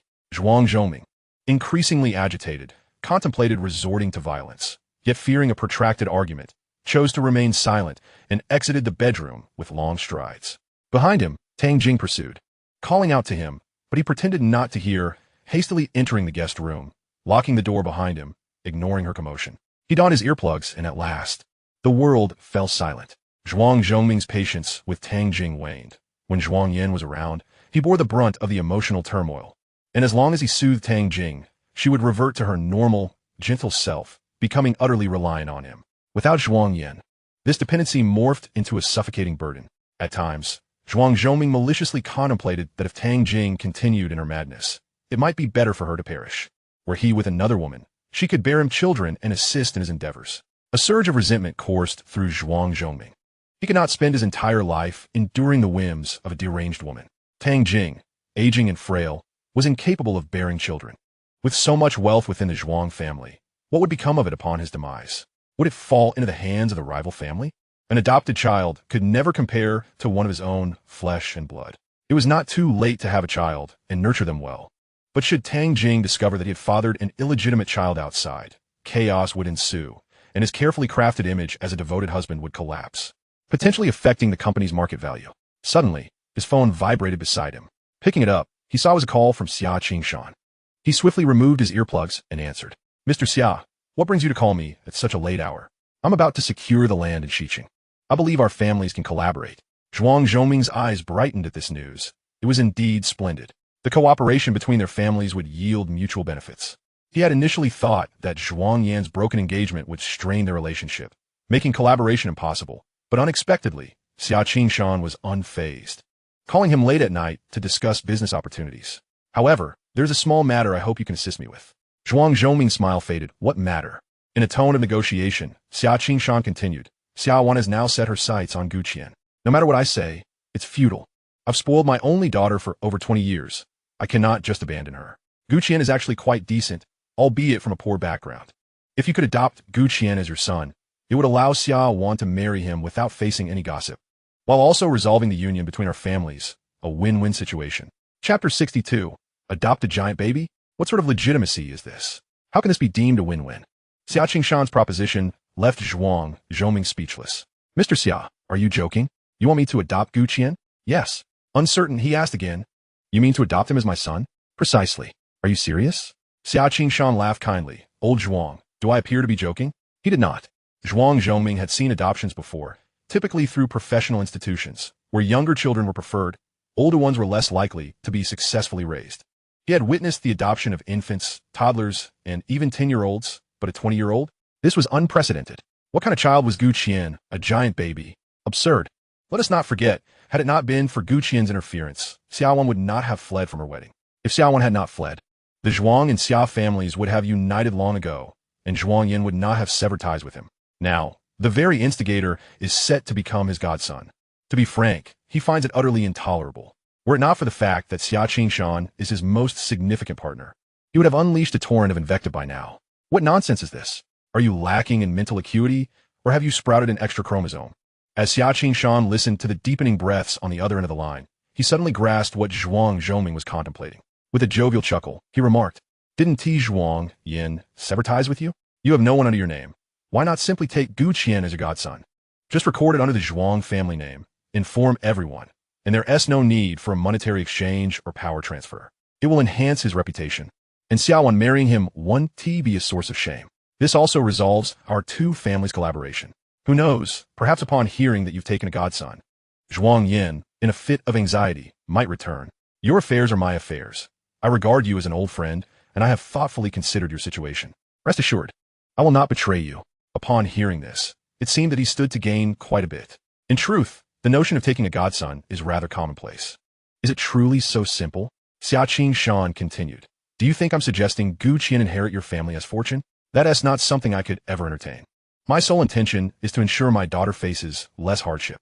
Accepting a godson without any financial obligations poses no detriment to Zhuang Zhongming. Furthermore, Xia Qingshan would be grateful to him for this favor, exchanging goodwill for investment, fostering a partnership in business with dividends, and fortifying the ties between their families, an arrangement beneficial in every respect. However, he still could not outright agree. Zhuang Zhongming's mind raced as he pondered. He must feign difficulty and hesitation, making Xia Qingshan feel as if he owed a significant debt of gratitude. Mr. Xia, I understand your intent, but this matter is not solely within my purview. I must discuss it with my wife. Very well, do deliberate carefully, but must be done swiftly. Once this arrangement is finalized, we can further discuss the West City project. Certainly, I will provide you with a prompt response. After concluding the call, Xia Qingshan had laid out the pros and cons quite clearly. This endeavor was entirely for the benefit of the Zhuang family. Should Zhuang Zhongming seek additional advantages at this juncture, he would merely be a greedy opportunist, unworthy of further collaboration. Zhuang Zhongming understood this principle. Thus, he could not appear overly eager or mercenary. He needed to maintain his composure. Reflecting on the conversation, while he still found it somewhat ludicrous, he could now fully accept it, even feeling a hint of delight. This was not merely a win-win. It was a multifaceted advantage. Zhuang Yan would undoubtedly not return. The moment he signed the severance agreement, it was clear he was eager to leave and cut all ties. Prior to Xia Qingshan's call, Zhuang Zhongming had been contemplating how to resolve the issue of the heir. Now it could be addressed by first taking Gu Qian as a godson, allowing Tang Jing time to adjust, then gradually persuading her to adopt a child from the orphanage. Eventually, he could orchestrate a clever switch, bringing back his illegitimate child, thus securing an heir in a legitimate manner. This was the rightful approach. Given Tang Jing's current unstable mental state, introducing her biological child too soon would likely be detrimental. It was wiser to let Gu Qian temporarily fill Zhuang Yan's role, absorbing the emotional toll and redirecting Tang Jing's focus. By embracing the godson role, he could soothe Tang Jing's psychological condition, restoring their once comfortable and tranquil life. With this in mind, Zhuang Zhongming was already impatient to bring Gu Qian into their home. Certain burdens are meant to be shouldered by specific individuals, and Gu Qian was evidently one of them. Should Gu Qian refuse, Xia Qingshan would never have broached the subject. Once he entered the Zhuang family, he would be expected to reap the benefits while also facing the corresponding consequences. Entering the elite circles was no easy feat. One must be prepared to pay a price to truly integrate into the family. Zhuang Zhongming pondered how to present this matter to Tang Jing, who suffered from Munchausen syndrome and might not be amenable to it. He spent the entire night mulling it over, only to be surprised the next day when he found Gu Qian at his home, seated on the sofa, enjoying tea and watching television. While Tang Jing nestled closely beside him, her face alight with maternal affection, Gu Qian reciprocated with concerned inquiries, their interaction revealing a harmonious rapport, even more so than when Zhuang Yan was present. Only those who truly understood Tang Jing could discern that this was all an act. Tang Jing excelled at masquerading as a victim. At times, she played the role of a nurturing mother, a pitiable patient, or a gentle and understanding wife. As long as she could capture attention, she was capable of embodying any persona. Such psychological issues could have been ameliorated with early intervention, but the family's indulgence had led her to a state of irreversible decline. Upon noticing Zhuang Zhongming's entrance, Gu Qian promptly rose, greeting him with an air of composure. "Hello, Uncle Zhuang. What brings you to my home?" Gu Qian was about to respond when Tang Jing interjected. "I went to the hospital to pick up some medication, and on the way, I had a minor car accident. Thankfully, Gu Qian helped me resolve it, and to express my gratitude, I invited him over for dinner." Gu Qian gently added, "It was merely a small favor, and I hope my unexpected visit has not caused any inconvenience." "Not at all, not at all. If you enjoy here, please feel free to visit often. In fact, why not stay the night? I shall prepare a room for you. Shall he? Please tidy up the guest room next to the master bedroom for Gu Qian to stay in tonight." The adjacent guest room was indeed the one Zhuang Zhongming had been occupying recently, and Tang Jing had long wished for him to return to it. Zhuang Zhongming's attention was entirely focused on Gu Qian, who, as Xia Qingshan had noted, appeared quite presentable, dressed appropriately, and possessing a handsome demeanor. His eloquence commendable, if one could overlook the hint of unease in his eyes. Chapter 63. How could one be so cruel to their own child, yet show such kindness to a stranger? What a peculiar coincidence that mere hours after Xia Qingshan's call, Gu Qian was invited to his home for having assisted Tang Jing. Zhuang Zhongming, having lived this long, had encountered every type of person and saw through Gu Qian's ulterior motives at a glance. Nonetheless, he was unconcerned, since Gu Qian was willing to come. He welcomed him with open arms. With Gu Qian managing Tang Jing, there was no need for him to intervene directly. He had been searching for the right moment to broach the subject. Zhuang Zhongming approached and amiably patted Gu Qian on the shoulder. "You should heed your Aunt Tang's advice. After dinner, you ought to stay here. Dinner is fine, but staying over is out of the question." "I have to record a program early tomorrow morning," Gu Qian replied, maintaining a calm facade that belied his inner turmoil. He was an actor, relying on his craft. After all, not long ago, he had ruined Zhuang Yan's marriage. Had it not been for him, the Zhuang family would have already established a union with the Xia family. Arriving here, he bore a tinge of guilt and wariness. Zhuang Zhongming did not press further, but inquired of Tang Jing, "How did the accident occur? Were you injured?" "Just a minor bump." "It's nothing serious," Tang Jing replied, lifting her skirt slightly to reveal a bruise on her calf that appeared rather severe. Zhuang Zhongming took a seat, scrutinizing the bruise closely. "Who was driving the car?" "I drove myself today." While Tang Jing possessed a driver's license, her medical condition prohibited her from driving. Typically, she relied on a chauffeur for transportation. However, when visiting a mental health facility, she found it too embarrassing and would often enlist Zhuang Zhongming to drive her. "Why didn't you inform me beforehand?" "You've been so busy, and because of me, you haven't been resting well," Tang Jing said, her expression filled with concern as she clasped Zhuang Zhongming's hand. Next time, please let me know. No matter how busy I am, I will accompany you. Thankfully, you weren't injured, and it's fortunate Gu Qian was there. Their every gesture appeared to outsiders as a loving display of affection. They were indeed known as a devoted couple both inside and outside the industry. Yet, Gu Qian couldn't shake the feeling that such an injury was not consistent with the aftermath of a car accident. He was present at the scene. The collision was not severe, merely a slight bump. Had it resulted in any significant issue, he would have found himself in a considerable predicament. Suddenly, Tang Jing inquired about Zhuang Yan. Darling, do you know where Zhuang Yan has gone? Zhuang Chongming was momentarily taken aback. He had not disclosed Zhuang Yan's current situation to Tang Jing, hoping to maintain a semblance of peace. Judging by her expression, it was evident she was already aware. Zhuang Chongming had been following Zhuang Yan's participation in that variety show. He knew Gu Qian was also part of the program, although he only appeared in the main episodes and not during the live broadcasts. He cast a lingering glance at Gu Qian and feigned ignorance, asking, "Where has he gone?" "He's gone to participate in a variety show, or perhaps a live broadcast. It's utterly embarrassing. No wonder I couldn't reach him by phone. Darling, please arrange for someone to bring him back." Zhuang Chongming was at a loss for how to respond when Gu Qian interjected, "Aunt Tang, Zhuang Yan signed a contract and won't be back for a while. Moreover, the location for the filming is quite distant, situated in a village." Tang Jing questioned, "Then what should I do if I wish to contact him?" They had surrendered their phones before entering the program, but Gu Qian offered, "If you wish to send him a message, I can assist in reaching out to the staff." Tang Jing pondered for a moment and replied, "Perhaps it's best to let it go. There are some things you might find inconvenient to convey. Does your variety show not have any break times? How long will the filming last?" "There are indeed breaks, but it depends on the director's schedule. Once I have more detailed information, I will inform you."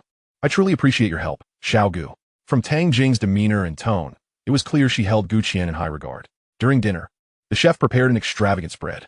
Gu Qian engaged in conversation with Tang Jing while dining, and after a brief half-hour of rest, he took his leave. Zhuang Chongming cautiously inquired, "What do you think of Gu Qian?" "He's just fine.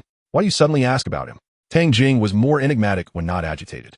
Zhuang Chongming, with no intention of withholding, recounted the conversation he had with Xia Qingshan regarding Gu Qian. "If you find Gu Qian to your liking, we could adopt him as our godson, allowing him to spend more time with you when he can." "Isn't Gu Qian an actor? Does he have many fans?" Tang Jing was aware of Gu Qian's family background, but knew little about him personally, relying solely on hearsay. Zhuang Chongming hesitated briefly before nodding. "He has several million fans across various platforms." "Several million fans? He qualifies as a rising star," Tang Jing exclaimed, gripping Zhuang Chongming's hand tightly. "Then let us officially acknowledge him. Let him call me godmother. There is no downside to this arrangement. With his popularity and fan base, he could enhance our company's influence and help the Xia family repay their debts to us. Eventually, when Gu Qian marries Xia Wan, she would have to call me mother, solidifying a true alliance between our families. It was impossible to adopt Gu Qian without any financial commitment. Being stingy would not reflect well. However, investing in a few projects for him to act in was within their means. Tang Jing was correct. Adopting Gu Qian would yield benefits, providing both prestige and financial gain, thus fortifying the relationship between their families. Setting aside Zhuang Yan's situation, Tang Jing meandered through the restaurant, clapping her hands with excitement. Though her smile did not reach her eyes, which were shadowed with malice, Zhuang Yan intended to sever ties with her. Therefore, she resolved to bequeath her wealth to Gu Qian, determined to make Zhuang Yan regret his choices to the point of begging for her forgiveness. Tang Jing caressed the exquisite vase and ornaments worth hundreds of thousands atop the television cabinet, tilting her head to gaze at the golden chandelier above. These possessions originally belonged to Zhuang Yan. Since he did not cherish them, she would pass them on to Gu Qian. In doing so, Gu Qian would not only usurp Zhuang Yan's fiancée, but also inherit what was rightfully his. One cannot comprehend the reasoning of a deranged mind through the lens of normalcy. Zhuang Chongming, feeling an inner turmoil, patiently attempted to reason with Tang Jing. "We can discuss the matter of inheritance later. What about the child outside?" After soothing Tang Jing back to their bedroom, Zhuang Chongming retreated to his study and called Xia Qingshan, informing him of his decision to adopt Gu Qian as their godson. However, for the sake of both families' interests, it would be prudent to draft a formal agreement. Both men, seasoned in their dealings, exchanged words until they reached an understanding. For the time being, it appeared that Zhuang Chongming held the upper hand. After concluding the call, Xia Qingshan reached out to Xia Wan. Conveying that Zhuang Chongming had agreed to adopt Gu Qian, emphasizing that his nature was such that he would merely acknowledge the arrangement without revealing any further information. Given their treatment of their biological son, it was unreasonable to expect them to treat an outsider any better. Xia Qingshan warned Xia Wan, if you wish to marry Gu Qian, ensure you are committed to it. Do not have second thoughts midway. Think carefully. Chapter 64. The upset kitten requires comfort. How could she possibly have regrets? Gu Qian was her first love during her youth. They grew up together, navigating the pain of loss side by side. They understood each other deeply. Her affection for Gu Qian was undeniable. Otherwise, she would not have fled from her wedding or publicly announced their relationship online. It was supposed to be this way, yet for reasons unknown, Zhuang Yan's image haunted her thoughts. She never anticipated they would agree so swiftly. What then was Zhuang Yan's significance to the Zhuang family? He was hardly even a joke. 3 days later, during her birthday banquet, Tang Jing would formally announce her adoption of Gu Qian as her godson and simultaneously disclose their impending marriage. Xia Qingshan truly wished to convey to Xia Wan that it was too late for regrets. She was resolute in her desire to be with Gu Qian and had escalated matters to such a degree that she and Gu Qian were now inseparably linked. Marriage was no trivial matter. She had already acted recklessly once. If she wished to reverse her decision this time, it would be beyond her control. Come what may, she would be bound to it. Dad, I understand the gravity of the situation. If she truly understood, she would not have walked out in the first place. Xia Qingshan refrained from voicing this thought, instead advising Xia Wan to relay her sentiments to Gu Qian and to encourage him to visit the Zhuang family more often. Spending time with Madame Zhuang. As long as she was placated, they could achieve anything. Xia Qingshan was no fool. He would reclaim any concessions he had made in due time.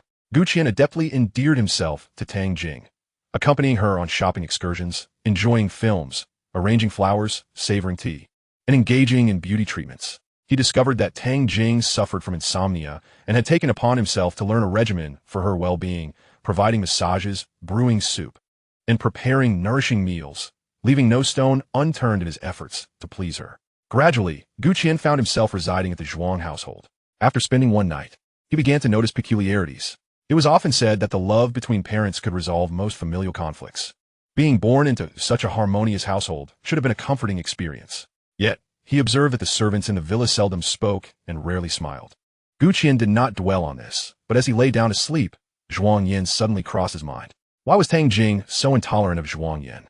Had he committed some grave offense that warranted such disdain, resentment, and expulsion from the family? Soon, it was Tang Jing's birthday. After the couple decided to adopt Gu Qian as their son, they commenced preparations to expedite the process. They booked the finest hotel in Rongqing, inviting prominent figures from the industry, creating an event that rivaled Zhuang Yan's engagement day. In addition to the esteemed guests, Tang Jing discreetly coordinated with a multitude of journalists for interviews. Gu Qian, being a popular artist, caused a stir as news leaked, with paparazzi lurking even before dawn, escalating the online buzz. When the whispers first emerged, Gu Qian's fans were incredulous. Was it truly possible for fortune to fall so effortlessly into their laps?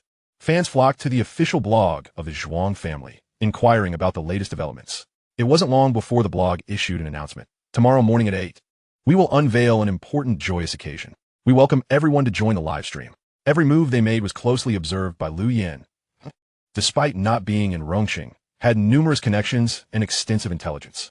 It could be said that from the moment Tang Jing encountered Gu Qian on the day of her accident, everything was under her control.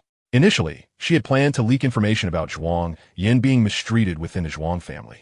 However, witnessing their eagerness to adopt a son, she decided to gift them a grand surprise, allowing Gu Qian to experience the true atmosphere of the Zhuang family in advance. Recently, the director had not arranged any tasks, and with the weather being sweltering, he was concerned for the guests' safety. Besides allowing them to engage in free activities, he organized some lighthearted entertainment games to foster connections between the male and female guests. However, it soon became evident that the only bond being strengthened was that between the female guests and Zhuang Yan. Jiang Ning spent her days delving into culinary arts, hoping to prepare delectable dishes for Zhuang Yan. Yet her best creation remained merely kanji. And Xinrong continued her teasing of Zhuang Yan, but her malice was unmistakably absent, as she approached him with a clumsy curiosity akin to that of a primary school student, incessantly asking questions. As for Lu Yan, ever since returning from her date with Zhuang Yan, she had grown noticeably distant, occasionally casting him a cold smirk. When they cooked and washed dishes together, she would still tie his apron, albeit with considerable force, once even tearing the strings apart. No one understood the source of Lu Yan's ire when she was angry. She posed a little threat, resembling a domestic cat. Those who have cared for cats know that they are highly sensitive to scents. Once a feline owner returns home with a stray, some house cats may become unusually agitated and huffy, requiring their owner's coaxing. The director preferred the previous dynamic between the two and suggested that Zhuang Yan should appease her. The consequences of angering this little ancestor could be dire, escalating with each passing moment. After 2 days of enduring, Zhuang Yan finally approached her. He was not unfamiliar with the art of cancellation. Yet when it came to Lu Yan, he found himself at a loss. In the courtyard, Lu Yan was engrossed in washing clothes. Although there was a washing machine in the small house, its poor quality rendered it ineffective, forcing Lu Yan to wash by hand. She was quite fastidious, prone to sweating, and would sometimes change outfits 2 or 3 times a day. Her washing capabilities sparked much discussion, as her deftness seemed uncharacteristic of a lady of wealth. In many people's minds, those of affluence would hire servants, leaving such chores entirely beneath them. And Shinrong, for instance, had little knowledge of laundry, often tossing clothes directly into the machine or simply soaking them before lifting them out. Zhuang Yan approached Lu Yan softly, saying, "I know you arranged for someone to buy that watermelon the other day." Lu Yan, clutching the clothes, replied coolly, "So what? You wish to repay me, but don't owe me a favor?" Zhuang Yan had indeed contemplated that, intending to nod in agreement. But upon seeing the displeasure etched across Lu Yan's face, his instincts warned him that agreeing now would be perilous. "This is how I pursue someone. It's none of your concern." Lu Yan's demeanor was unusually pallid, her tone rigid, as if suppressing some form of distress. Zhuang Yan quickly discerned that something was amiss. "What's wrong? Are you unwell?" Lu Yan furrowed her brows, taking a sharp breath, her hand trembling against the wash basin.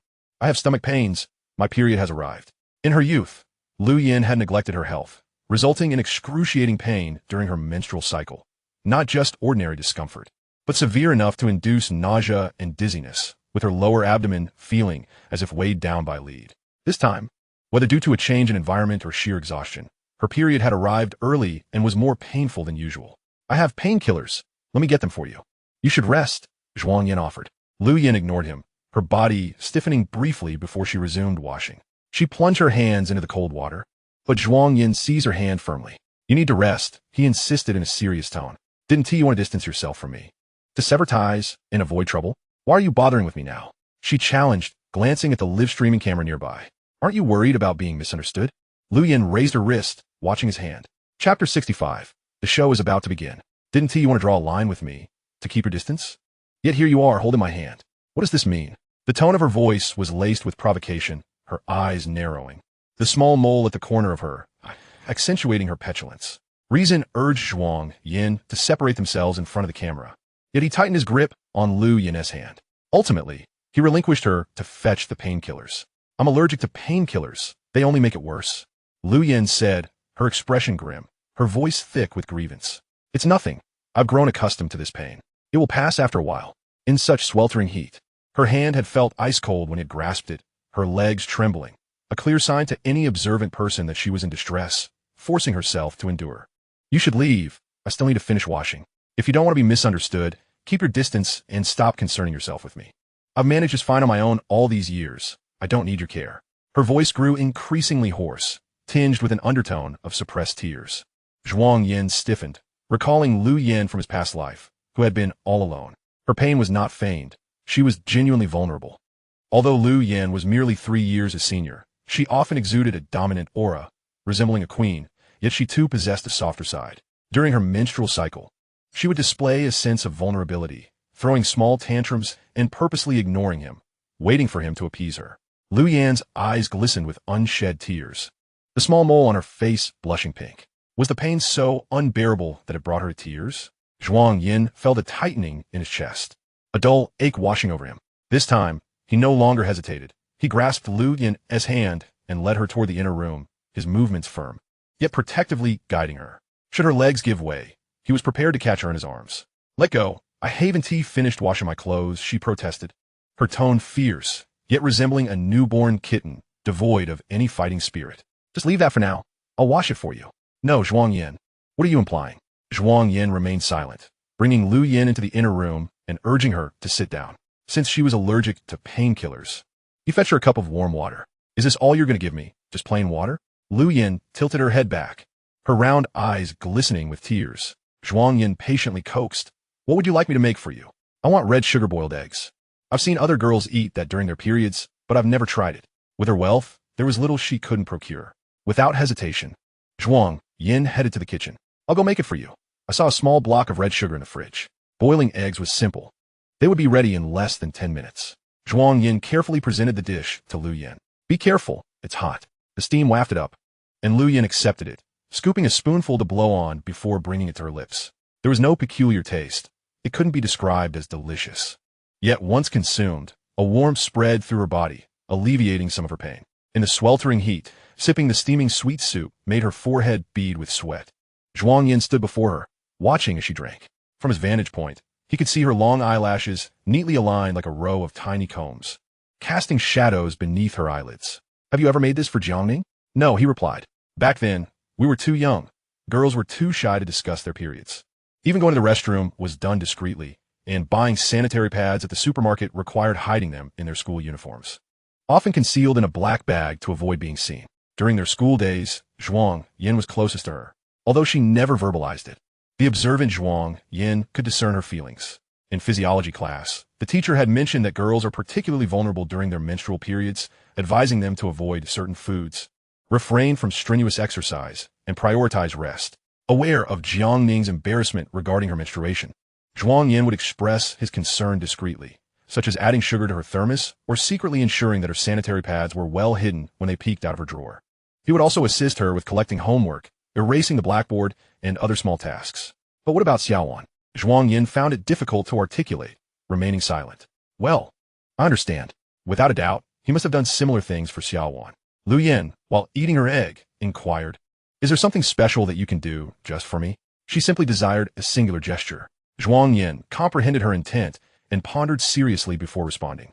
"Do you enjoy ginger milk pudding? I've never made it for anyone before. If you'd like it, I shall prepare it." Lu Yan's face lit up with delight as she replied, "Yes, I would love to have it." She was rather easy to please. "However, I cannot eat it right now. Would you be able to prepare it for me later this evening?" "Then let's make it tonight. It's quite simple," Zhuang Yan agreed. Lu Yan issued a playful warning. "Just so we're clear, it's to be made only for me. No one else is to have it."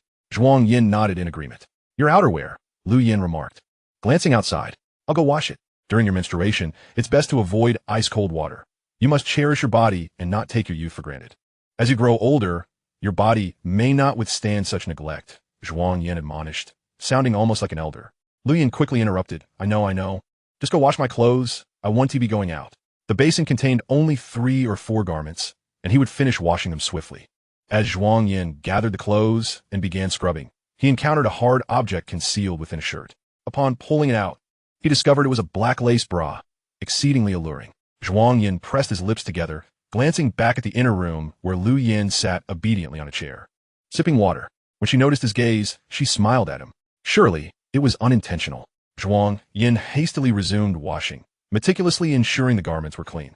When it came to the bra, he scrubbed it a couple of times before discarding it aside. The camera refrained from capturing the washing process, and after he finished, he hung the clothes under the sun, securing the bra with a clothespin.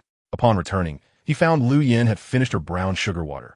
Her stomach felt considerably better, and her complexion had improved from its previous pallor. When she saw Zhuang Yan, she asked, "Are the clothes clean?" "They're all clean," he replied. Suddenly, Lu Yan stood and approached him, lowering her voice. "What about my underwear?" His heart skipped a beat, yet Zhuang Yan maintained a calm exterior as he replied, "It's also been washed." "Thank you, Zhuang Yan, you're truly kind." Her complexion had transformed from sickly to radiant. As Zhuang Yan prepared to leave, Lu Yan called out, "Zhuang Yan, tomorrow I'll take you to see a wonderful show. The venue will be." After a brief contemplation, Lu Yan decided, "Let us have it in your room. After all, you sleep alone, and no one will disturb us." Zhuang Yan inquired, "What kind of show?" "Surprise." Lu Yan winked. "If I tell you, it won't be a surprise anymore. You'll find out then. Don't be nervous. It's just a program recording."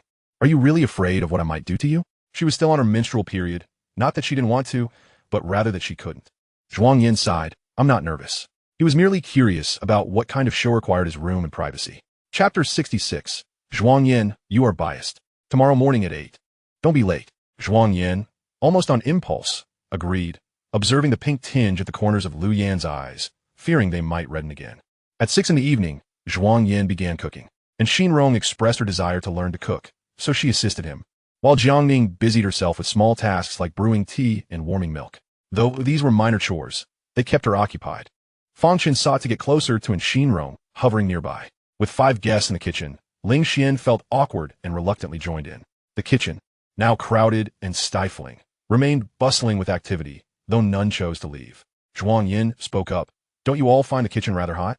The underlying implication was clear. Perhaps a few of them should step outside. The kitchen was already devoid of tasks, as the ingredients had been prepared long ago. Cooking 4 or 5 dishes wouldn't take much time. Just one person was needed to monitor the stove, which was Zhuang Yan's and Lu Yan's responsibility. Yet, everyone was crammed into the kitchen, rendering the division of labor pointless. Jiangning was the first to react, suggesting, Xinrong, since you can't cook, why don't you step outside? And Xinrong protested, why should I be the one to leave? I'm learning to cook from Zhuang Yan. He is my mentor. Perhaps you should go outside. You've just been wandering around without doing anything. I'm preparing the evening's icy drinks. Jiangning interjected, glancing at Lu Yan. Lu Yan, since you're on your period, perhaps you should rest outside. We don't need so many people in the kitchen. And Xinrong quickly echoed, yes, Lu Yan, you should take a break. I'll watch the stove. To them, Lu Yan was the most formidable competitor. Although Lu Yan seemed to have distanced herself from Zhuang Yan lately, her every action still elicited a reaction from him. It could be said that whenever she was near Zhuang Yan, she was always in control.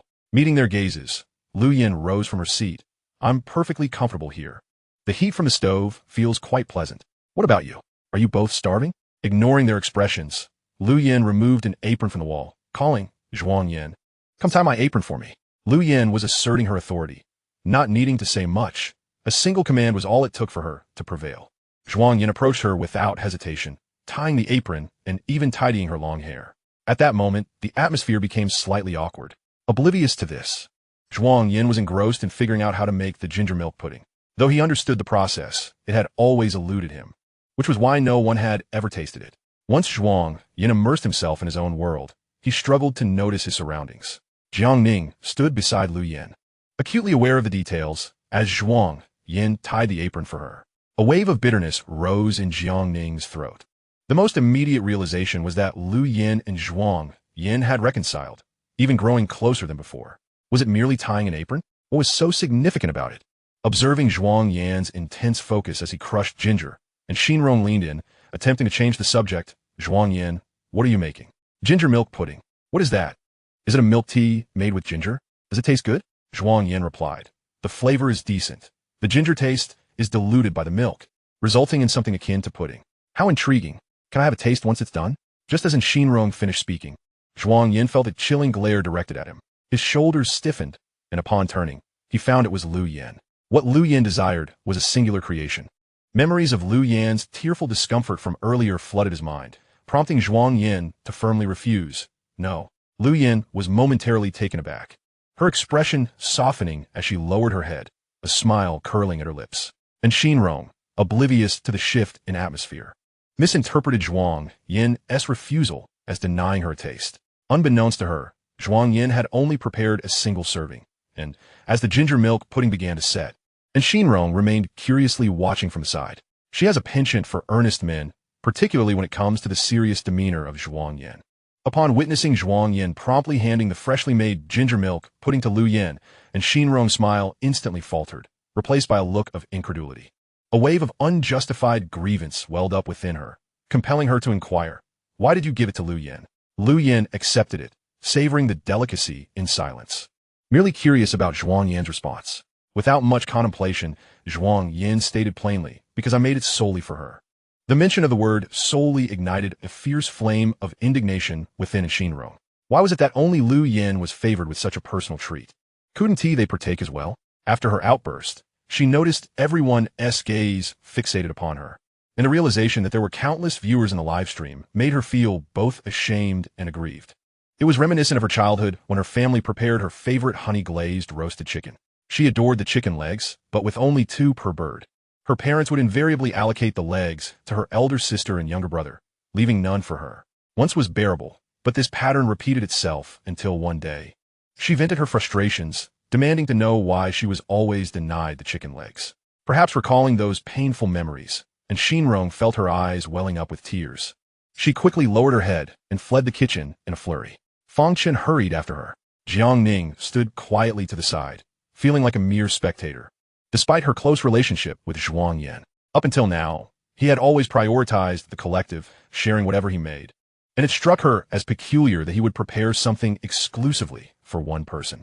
Was Lu Yin truly that special to him? Jiang Ning pondered bitterly. Ling Xian, awkwardly digging his toes into the ground, hesitated before stepping back as well. Jiang Ning silently gathered the dishes, and in an instant, the once crowded kitchen was left with only Lu Yin and Zhuang Yan. As if nothing had transpired, Zhuang Yin turned to Lu Yin and asked, "How does it taste?" "Is it good?" "Not bad," she replied. Although she generally avoided ginger, even picking it out when dining out, she devoured the ginger milk, putting Zhuang Yin prepared without hesitation. "This is the first time I succeeded." "Well, what if it hadn't worked out?" Lu Yin inquired. "Then I would think of something else," Zhuang Yin replied, tidying up the countertop and preparing to cook. "Do you know why Xinrong is upset?" Zhuang Yin wondered, though he didn't delve deeper.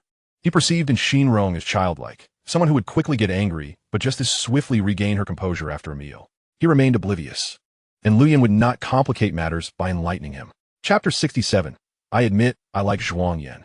Still flirting here, while your parents are practically someone else's parents. Every time I watch the kitchen battles, they're so captivating. 3 women in a play, and it's clear that all 3 contestants' affections are directed toward Zhuang Yan. Only the fans and haters refuse to admit it. After observing him for these days, I haven't found any fault in his character. If he were truly the scoundrel netizens claim, then his acting skills would surpass even the best actresses. Could Zhuang Yan not make an extra portion? Why is it that only Lu Yin receives this special treatment? It drove our Xinrong away. I missed just one day, and Lu Yin and Zhuang Yan's relationship has transformed so significantly, especially with him catering to her specifically. Zhuang Yan is finally taking the initiative. It seems Lu Yin is indeed the most special to him. And Xinrong, please do not develop feelings for Zhuang Yan. Remember, he is your best friend's former fiancé. If you fall for him, you will be doomed to disappointment. Instead, focus on Fang Chen, who is the one truly good to you. Jiang Ning, so should I leave? Why doesn't the Zhuang family recognize Zhuang Yan? Surely, it isn't just Zhuang Yan's fault. With a fiancé who ran away and parents who severed ties with him, I refuse to believe there's nothing wrong with Zhuang Yan. One can know a person's face, but not their heart. Those closest to him understand him best. And if even his nearest and dearest distance themselves from him, his character must be lacking.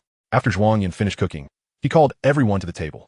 And Xinrong hesitated to emerge despite calling out several times until Fang Chen finally prompted her. When she finally stepped out, she was greeted by a table laden with her favorite dishes, particularly the sweet and sour ribs before her. She pondered if this was Zhuang Yan's way of apologizing. If so, she might be able to forgive him. And Xinrong sat down quietly, her anger having dissipated significantly, yet remnants of embarrassment and discontent lingered within her. Why was it that in such a short span of time, Zhuang Yan was treating Lu Yin so differently? What had altered their dynamic? Reflecting on the events of the past few days, and Xinrong recalled how Lu Yin had initially been the one to initiate contact, often playfully touching Zhuang Yan, leaning against him, and speaking in ambiguous tones. However, after their date, Lu Yin's demeanor had shifted to one of coldness, as if she were an entirely different person. It was evident to any discerning observer that Lu Yin had feelings for Zhuang Yan. The crux of the matter lay in what had transpired on their date.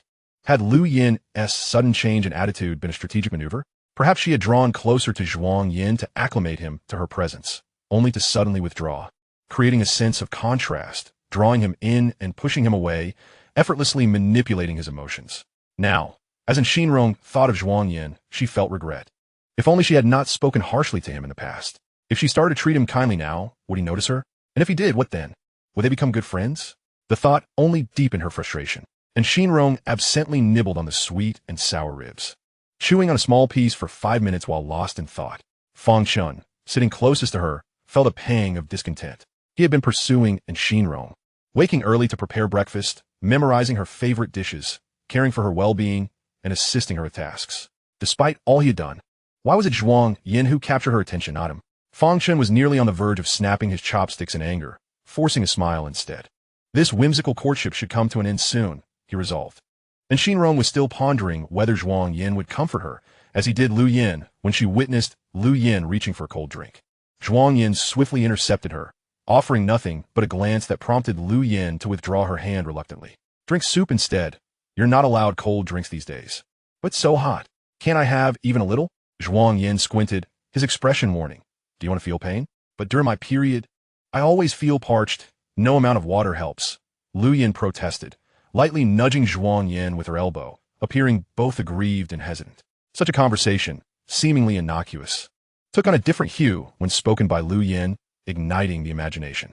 If cold drinks are off limits, I can prepare you some milk tea or herbal tea. And I can make chilled sour plum soup or jelly once this period passes. Whatever you desire, just let me know.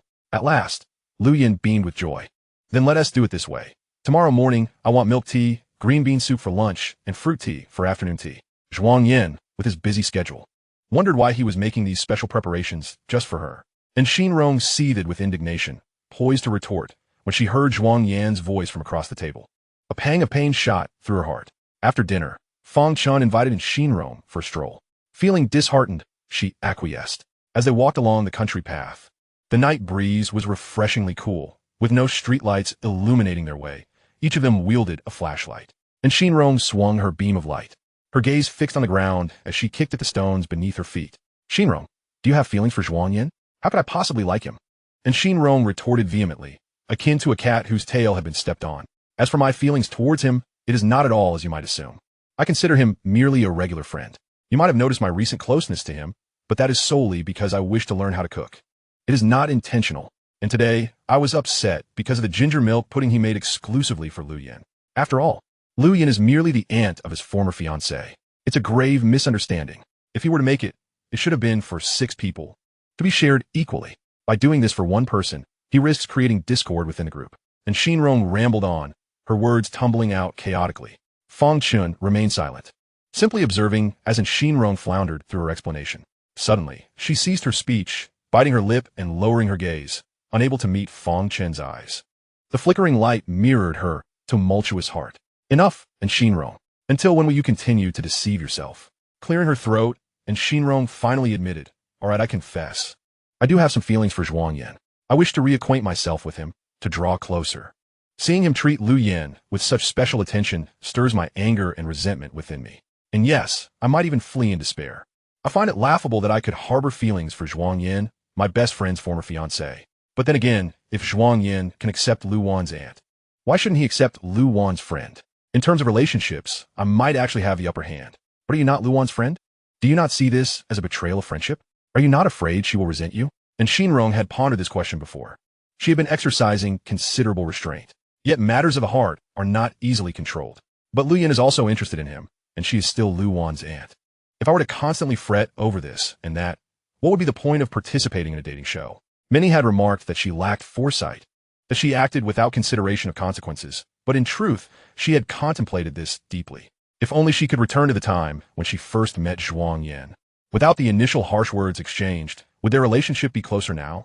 Fang Chun seemed to comprehend her plight well, and Xinrong was remarkably susceptible to persuasion, able to brainwash herself just as effectively as others could. Observing her current state, it was clear that her goals would not waver easily. If you truly like Zhuang Yan, I can assist you. How so? Regardless of the method, and Xinrong was willing to try. If successful, she would explain everything to Lu Wan, resolving their conflict. If unsuccessful, nothing would change. Zhuang Yan was already firmly under Lu Yan's influence. She ought to learn from Lu Yan. How should I learn from her? Should I emulate her fashion sense or her manner of doing things? She and I are entirely different types. To mimic her style would be folly, especially given my physique. As for her approach, I must concede that she excels far beyond me in charm. And Xinrong acknowledged her own limitations. Perhaps you could adopt her strategy of subtlety. Men typically do not favor overly assertive women. Initially, when Lu Yan was proactive, did Zhuang Yan even acknowledge her? Men tend to prefer a challenge. The more available a woman appears, the less valuable she seems. Lu Yan cleverly shifted her strategy, creating distance, which ultimately garnered Zhuang Yan's attention. And Xinrong, akin to a diligent student, inquired, so what should I do? You might emulate Lu Yan.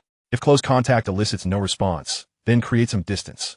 You could even feign interest in another man to gauge his reaction. You must understand that only desirable things are worth vying for. With more competitors, he will inevitably feel anxious, and upon seeing you with another man, he may take a second glance. Is it truly that simple? Fang Chun, being astute, having enrolled in a prestigious university and started his own business, launching a popular game during his studies, certainly spoke with reason. Moreover, is it not said that only men understand men better? Can I count on you? In the stillness of the night, Fang Chun's lips curled into a subtle smile. Of course, we are friends, and I am more than willing to help you test the waters with Zhuang Yan. At 10 o'clock that evening, after Lu Yin had exchanged goodbyes with Zhuang Yan and bid him good night, she leisurely returned to her room. Jiang Ning had long awaited her arrival. Perched on the edge of her bed, her gaze fixed intently upon Lu Yin as she entered. It was evident that Lu Yin was in a splendid mood. Humming a tune, and upon meeting Jiang Ning's eyes, her song faltered, yet her smile remained intact. Lu Yin, you are ill-suited for Zhuang Yan. He is no plaything for you to manipulate at will. Whether I am suited for him is a matter only he can determine. As for you, having tried and failed, it is clear that you are not a good match. Jiang Ning was skilled at delivering cutting remarks. Jiang Ning pinched her own hand until it bore red marks.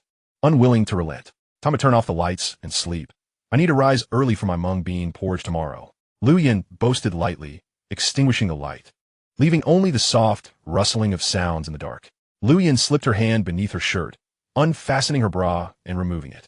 As her eyes adjusted to the darkness, Jiang Ning observed a shadowy silhouette in Lu Yan's direction.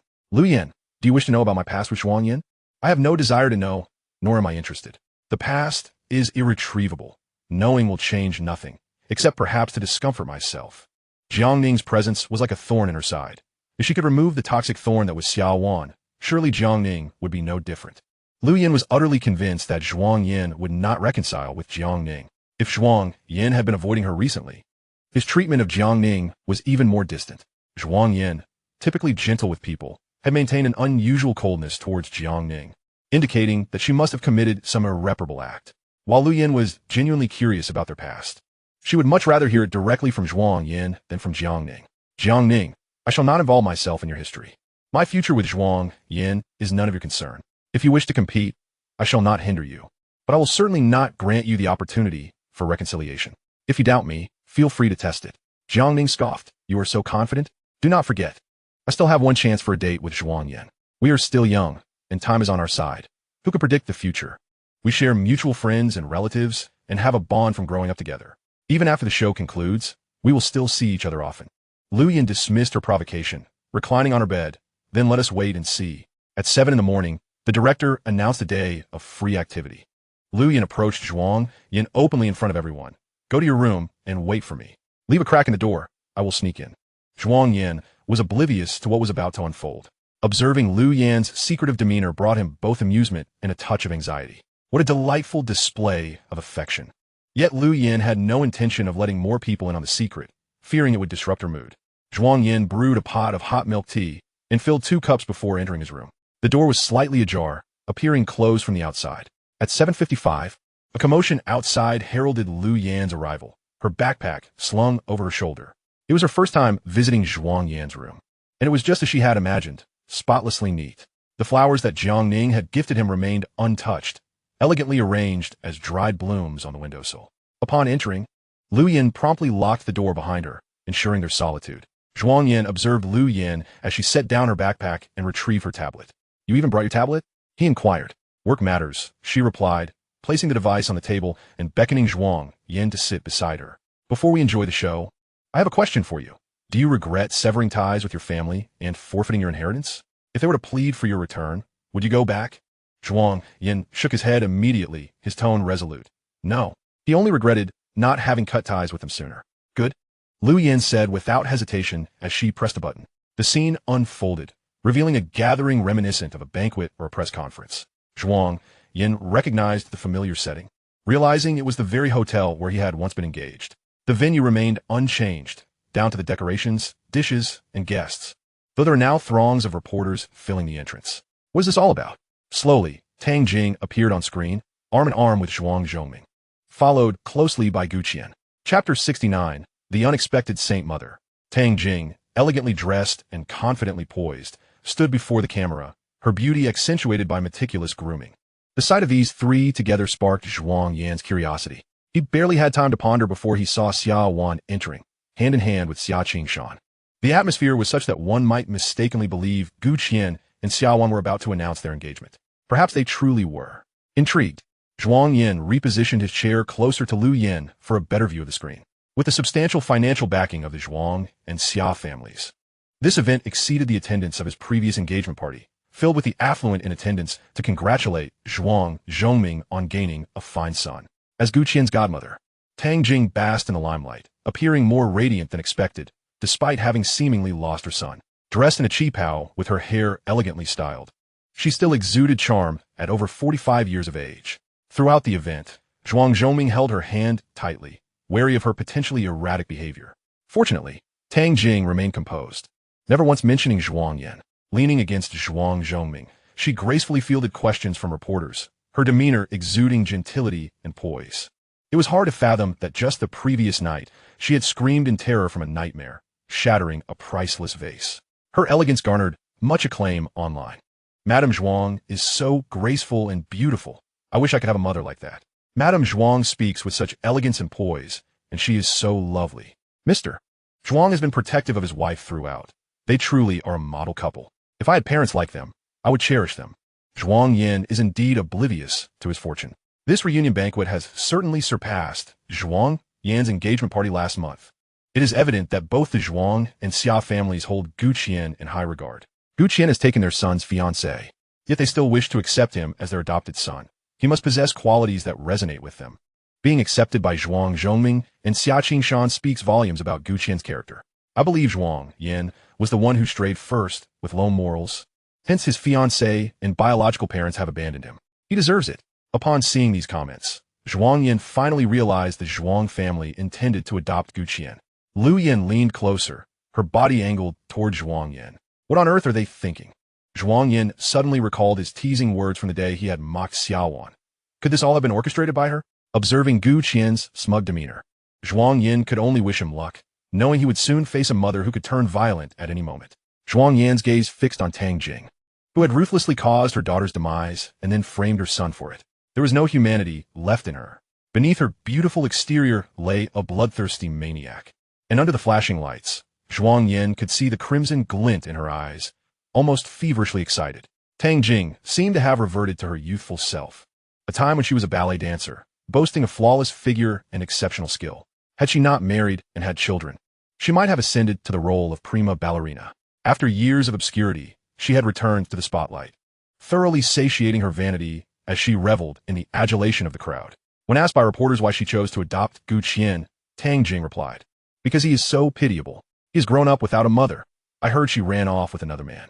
After that, he lived with his father in the Xia family, only to see his circumstances improve, only for tragedy to strike when his father died in an accident. It has not been easy for him to reach this point without either parent. My heart aches for him. Seeing him reminds me of my deceased daughter." Gu Qian's expression darkened, discomfort rising within him. While his childhood was indeed fraught with hardship, he did not require anyone's pity. In such a significant setting, with so many witnesses, Tang Jing's words only deepened his embarrassment, igniting a fury within him. Zhuang Zhongming's expression stiffened as well. This was far from the scripted narrative they had rehearsed at home. He squeezed Tang Jing's hand, cautioning her not to speak out of turn. Yet, Tang Jing appeared oblivious to the warning, continuing her interview. "You have another daughter?" a reporter asked.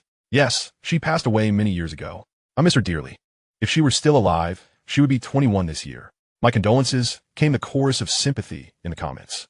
Zhuang Yan could not help but smirk at the irony. Tang Jing, feigning strength, smiled and declared, "Today is my birthday, so let's not dwell on sorrowful matters. What brings me joy is that I now have another son." She recounted Gu Qian's struggles over the years, portraying him as a hapless creature while casting herself as a benevolent savior. The reporters lavished praise upon Tang Jing, and even the comments hailed her as a wonderful mother. Meanwhile, Gu Qian, the intended star of the reunion banquet, began to fade from the spotlight, with even his fans shifting their attention to Tang Jing. One bold reporter pressed forward, asking, "Mrs. Zhuang, Mr. Zhuang, may I inquire why you severed ties with Zhuang Yan? Is he truly as unsavory as the internet suggests?" Zhuang Zhongming shot a warning glance at the journalist. These reporters have been covertly contacted by Tang Jing, posing significant risk. A single misstep could expose the lies they had constructed, shattering the reputation they had carefully built. Mrs. Zhuang, feigning confusion, asked, "What do they say about him online?" "They call him a scoundrel, alleging he cheated on Xia Wan, juggling 2 relationships. And that's not all. They claim he is unfilial, indulging in a life of excess. A debauched spendthrift, having squandered 3 billion in just 2 or 3 years. Tang Jing picked up a handkerchief, delicately wiping away non-existent tears from the corners of her eyes. To be candid, everyone, Zhuang Yan has always been rather thoughtless since childhood, often causing me to be hospitalized out of frustration. Due to health reasons, my understanding of his affairs has been rather limited. He has always been under the care of his grandmother, and as you know, the elderly tend to indulge children excessively. With a sigh, Tang Jing continued, her tone tinged with resignation. When our families first united in marriage, it was this bond of affection that elder Xia valued. However, our failure in discipline has led Zhuang Yan to disappoint Xia Wan. Now, in order to make amends to Xia Wan and to preserve the profound friendship between our families, we have decided to sever all ties with Zhuang Yan and adopt Gu Qian as our foster son. This way, Gu Qian can rightfully marry Xia Wan, thereby achieving a harmonious union. Zhuang Yan, I am not here to rescue you. I am here to love you. Even seasoned reporters were taken aback by her declaration. Are you implying that today you not only acknowledge Gu Qian as your godson, but that both families will also announce his wedding to Xia Wan? Tang Jing maintained her composure as she replied, Indeed, that is correct. Our families have reached a consensus.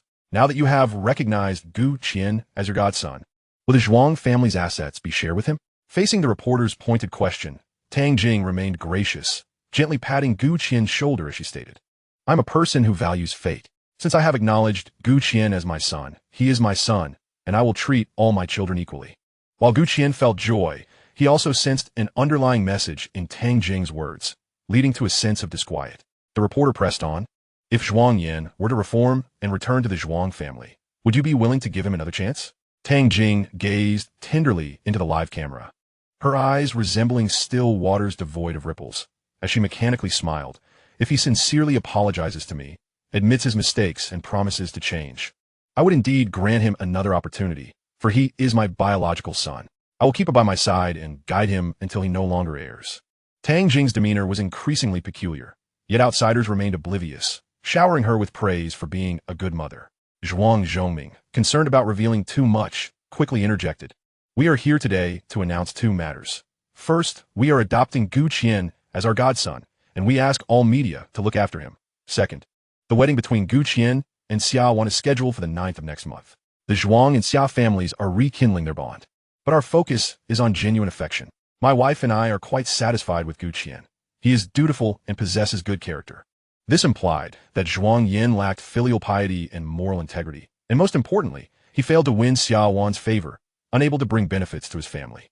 Those who understood the nuances grasped the implications, while the uninformed, drawn to the spectacle, accepted the narrative. Moreover, the live stream's moderators effectively controlled the comments, expelling those who spoke favorably of Zhuang Yan or raised questions.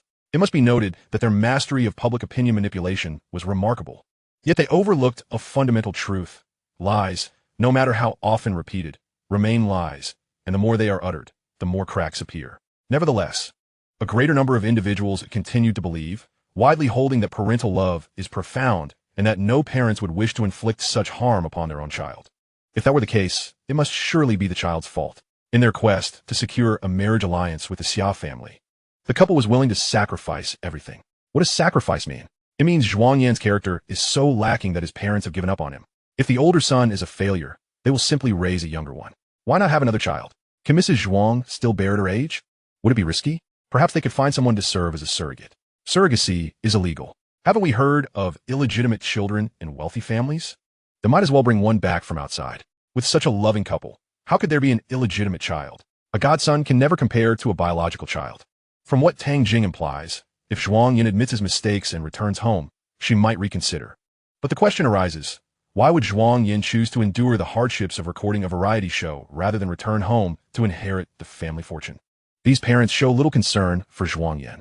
When their son is usurped, they not only refuse to uphold justice for him, but also lead the charge in denouncing him, revealing a lack of familial affection. In terms of education, the grandparents are merely hindrances.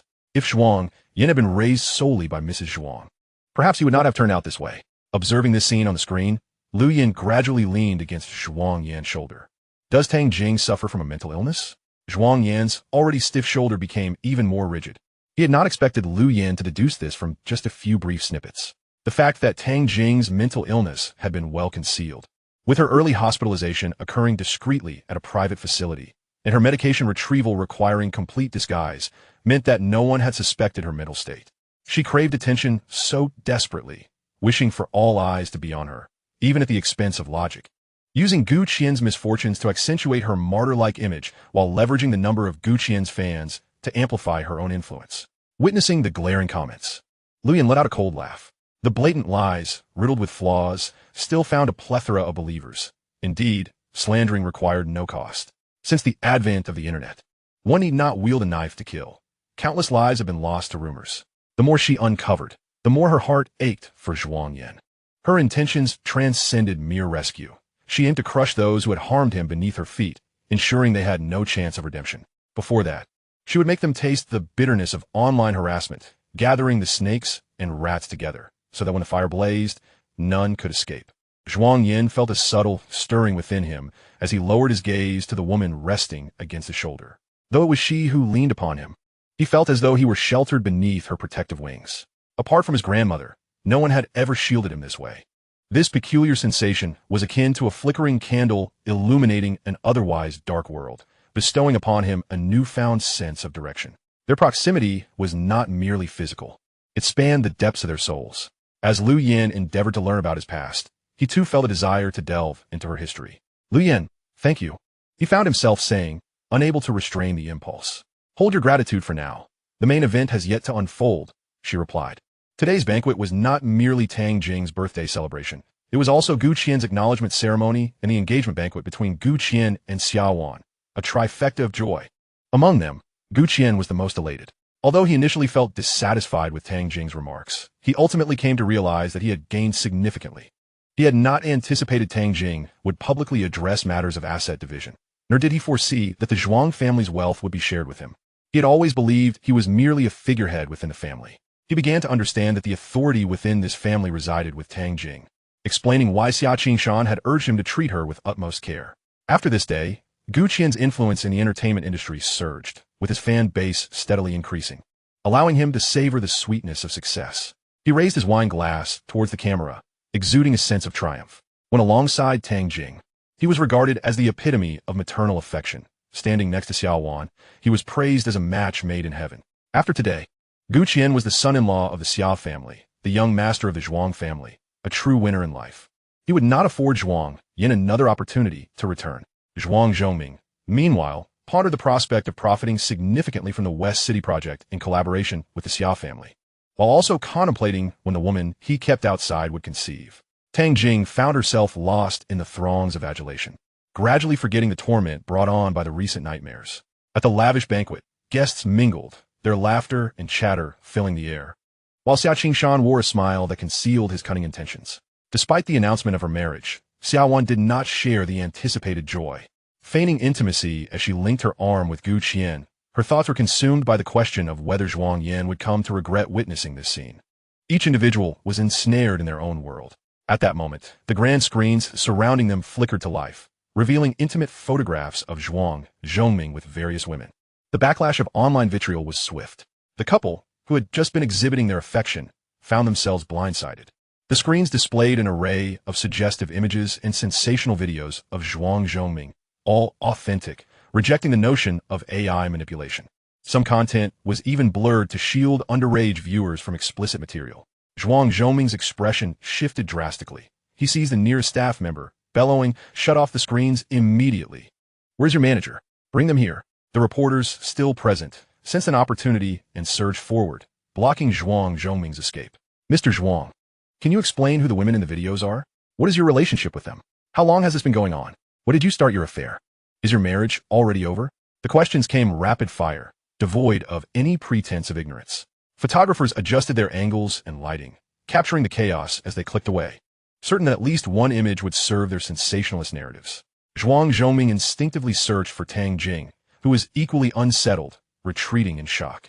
Upon seeing him, her eyes blazed with disbelief and fury. Fortunately, security responded promptly, separating the reporters from Zhuang.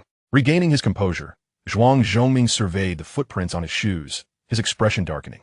"Who leaked these videos and photos? I've been so discreet. Who has the power to expose this?" His suspicions flitted from competitors to Xia Qingshan, even including Zhuang Yan. But he quickly dismissed the latter, confident that Zhuang Yan lacked the capability to uncover so much. Panic ignited within Zhuang Zhongming, cold sweat trickling down his back. The thought of Tang Jing's gaze upon him felt like a fishhook lodged in his heart. It was over. He dared not venture online, nor even glance at his phone. The reporters pushing against security resembled ravenous beasts, their cameras flashing like an impenetrable wall. The hotel screens remained illuminated, broadcasting Zhuang Zhongming's infidelity, live-streamed across the internet. Wait, is this Zhuang Zhongming? He cheated? I thought he loved his wife. Every time he shared their love story, it brought me to tears. Now I'm told he is unfaithful? What do my years of tears mean? A chosen actor, far superior in talent to the current entertainment stars. This is true acting. The day the model couple fell from grace. It's one thing for fictional couples to collapse, but for a real couple, I'm utterly astounded. What is real anymore? What can we trust? He looks so old, yet is chasing after someone so young, like a toad pursuing a frog, ugly but playing with flowers. Are the photos and videos real? Could they be doctored? Why did this break today? I sense a grand performance unfolding. I hope the stream doesn't get shut down. Under the watchful eye of security, Xia Qingshan shielded Xia Wan, having learned from a bodyguard that the external screens were also broadcasting the scandal. Suppressing his fury, he cast a disdainful glance at Zhuang Zhongming. A splendid occasion, meticulously arranged, lay in ruins thanks to Zhuang Zhongming. While he had encountered men who kept mistresses, he had never seen such a scandal unfold live for all to witness. In this industry, infidelity was commonplace. Had Zhuang Zhongming not crafted an image of a devoted husband, the uproar would not have been so monumental. He had capitalized on the ensuing attention, reaping benefits, gaining fans, and cultivating a pristine reputation. Yet, when actions contradicted words, the backlash would be doubly severe. Xia Qingshan quickly grasped the situation and motioned for Gu Qian to comfort Tang Jing, knowing she required solace at this moment. If he could soothe her, perhaps she might share a portion of her fortune. This thought seemed rather fruitful. With the bodyguards escorting him, Xia Qingshan approached Zhuang Zhongming. His anger simmering. Zhuang Zhongming's countenance had turned ashen. Mr. Xia, I will provide an explanation for this matter. He was unconcerned about their partnership. From the moment they had signed the agreement to co-host the banquet, their interests had become tightly intertwined. Xia Qingshan could certainly breach their contract, but the penalty would be steep, and compensating Zhuang Zhongming might not yield a profit. Xia Qingshan retorted, "You should first pacify your wife. You are the one who has been exposed for infidelity, and the person most wronged is your wife. If she can forgive you and speak a few words in your defense publicly, it would be invaluable." This was the truth. Yet the crux lay in whether Tang Jing would be willing.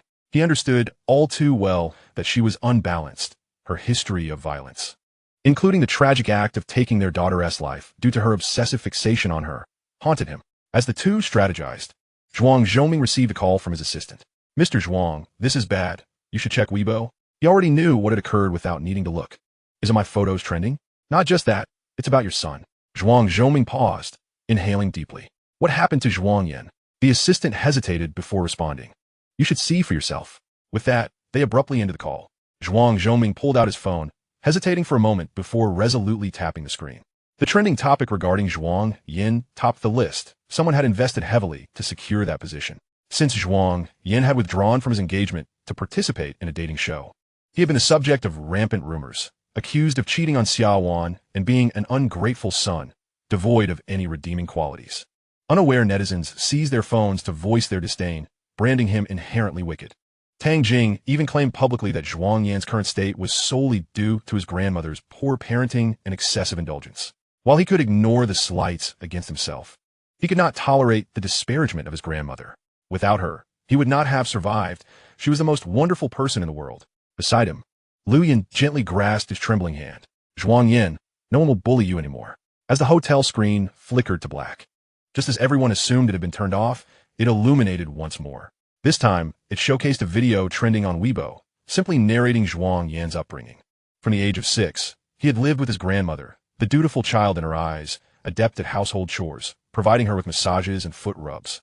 Consistently praised by neighbors as the epitome of a model student, he excelled academically, was polite, and never lacked friends at school, aside from his biological parents. Everyone regarded him as a good child. When Zhuang Yan found himself besieged by a torrent of online vitriol and scandal, it was not that no one dared to speak the truth. Rather, their voices were mere whispers amid the cacophony of public opinion, easily drowned out. Some chose to remain silent, fearing the ire of the Xia family. One can only speculate what promises Lu Yan made and what sacrifices were rendered to rally over 100 individuals to publicly attest that Zhuang Yan is not the person portrayed online, but rather a person of exceptional character. "I am Zhuang Yan's elementary school teacher. From a young age, he was obedient and sensible. Throughout my acquaintance with him, It was his grandmother who cared for him. I had never seen his parents. We reside in an ordinary town, lacking the resources and conditions of a bustling city. During his school years, I always assumed he was a typical left-behind child from a modest family and never considered him a scion of wealth. I am a former classmate of Zhuang Yan.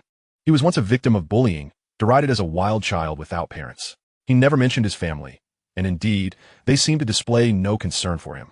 I am Zhuang Yan's neighbor, having known him for over a decade. When he first arrived, brought back by his grandmother, he was emaciated and sickly, hardly resembling the pampered child of affluence that the internet claims. Those who allege that he is unfilial, have they truly known him? In our community, he is renowned for his kindness, excelling academically and being dutiful to his grandmother. By the age of 7, he was already cooking and assisting her with household chores, even massaging her back. In his freshman year, when his grandmother fell ill, he rushed back and cared for her in the hospital for an entire month, only for her to pass away despite his devoted efforts. Throughout this time, we never encountered his parents. If there is any unfiliality, it lies with them, truly. A case of a thief calling stop thief. After his grandmother's death, he lost considerable weight. It was truly pitiful, and thereafter, we received no news of him. I once worked as a nanny in the Zhuang household, and I can attest that throughout, he was the only one to make sacrifices. The contract I signed can serve as proof that the negative claims circulating online about Zhuang Yan are fabrications, malicious slanders. Madame Zhuang is not as benevolent as you might think. She would strike and berate her own son, treating him with less regard than one would a mere dog. She demanded that Zhuang Yan cater to her every need, and during meals, if a dish displeased her, she would hurl the bowl at his head. He was often made to stand in the sun holding boiling water as punishment, and sometimes even relegated to sleeping in the basement without a bed. Madame Zhuang is a mentally unstable individual, a madwoman who insists that Zhuang Yan owes her. He bears the scars of her torment. Once, while I could no longer stand by in silence and offered a word of advice, I was expelled from the household and warned by Mr. Zhuang. Had it not been for assurances regarding my safety, I would not have dared to speak out. The revelations from the nanny sparked widespread discussion online, with many unable to fathom that the seemingly gentle Tang Jing could harbor such madness. Some believed, while others were skeptical, questioning whether Tang Jing had offended someone, leading to such targeted defamation. Words without proof are empty. Can you provide evidence? It's easy to slander, but difficult to refute. Madame Zhuang has been engaged in charitable acts for years, rescuing stray cats and dogs, and she's quick to provide aid in disaster zones. Such a virtuous person could not possibly be so depraved. Her demeanor towards Gu Qian also suggests her gentleness. Could it be that Zhuang Yan orchestrated this charade, intentionally tarnishing the reputations of his own parents? Zhuang Yan's childhood obedience does not guarantee his virtue in adulthood. People can change suddenly. Perhaps he succumbed to a negative influence in university.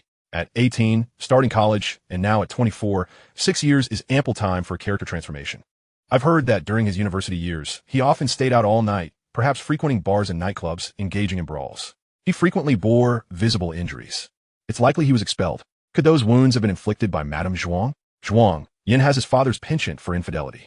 The evidence of Zhuang Zhongming's infidelity is irrefutable. There is no need to exonerate him, yet it is unnecessary to vilify Tang Jing. She is the victim. Amidst the discussions regarding whether Zhuang Yan had gone astray in university, his classmates and instructors rose to his defense. I am a junior classmate of Zhuang Yan. He lived off campus for 2 years. Claims of him engaging in fights and cavorting at nightclubs are baseless. Anyone who has seen his mental state would not spread such rumors. I possess photographs from that time. You may examine them and draw your own conclusions. To me, Zhuang Yan has always been a good person, never wronging anyone. In those photographs, Zhuang Yan appears gaunt, with vacant eyes, as if stripped of his will to live. Zhuang Yan gazes at that photograph, unable to recall when it was taken. Yet, it conjures memories of those bleak days. After his grandmother's death, he was brought back to the Zhuang household, still reeling from grief, only to plunge once more into the nightmare of familial loss. Zhuang Yan, you deserve to suffer. You caused your sister's death at 5. And as you grew, you were responsible for your grandmother's demise. If not for you, she would not have suffered so severely nor passed so early. You are a murderer, a born executioner. You have taken the life of your sister and indirectly caused your grandmother's death. Do you not feel remorse? A person like you deserve a life worse than death. You owe me this. Remain by my side to atone. Your sister's spirit lingers with me, weeping for the brother she longs to see. He knelt on the ground, and Tang Jing unleashed her curses upon him. Seeing him in pain and guilt brought her satisfaction, prompting her to release him. Tang Jing would even recruit others to enforce a mental reprogramming upon him, compelling him to confess and seek punishment. It seemed that only in this manner could she justify keeping her own son close, ensuring his obedience.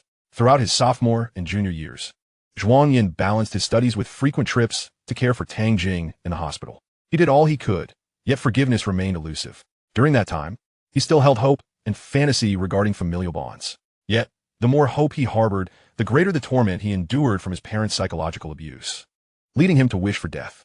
Eventually, he met Xia Wan, just as Zhuang Zhoming sought a marriage alliance. Zhuang Yan, as long as you are obedient, your mother's condition will stabilize. I need you to marry into the Xia family.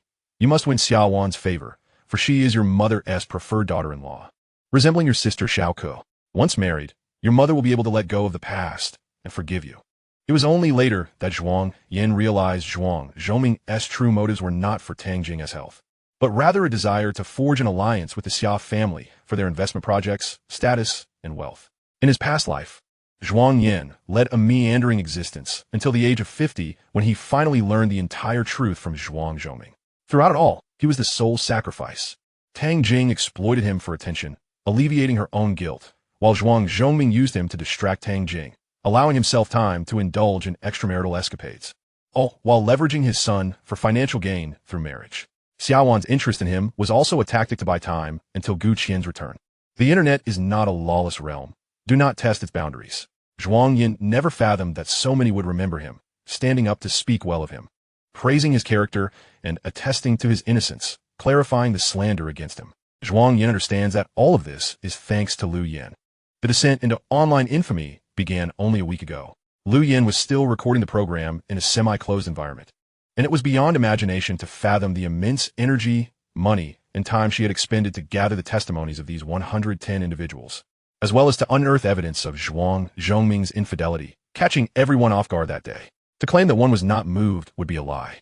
It was akin to a blind person losing their cane, searching desperately for it, until suddenly a warm hand takes theirs and says, "Come, let me guide you."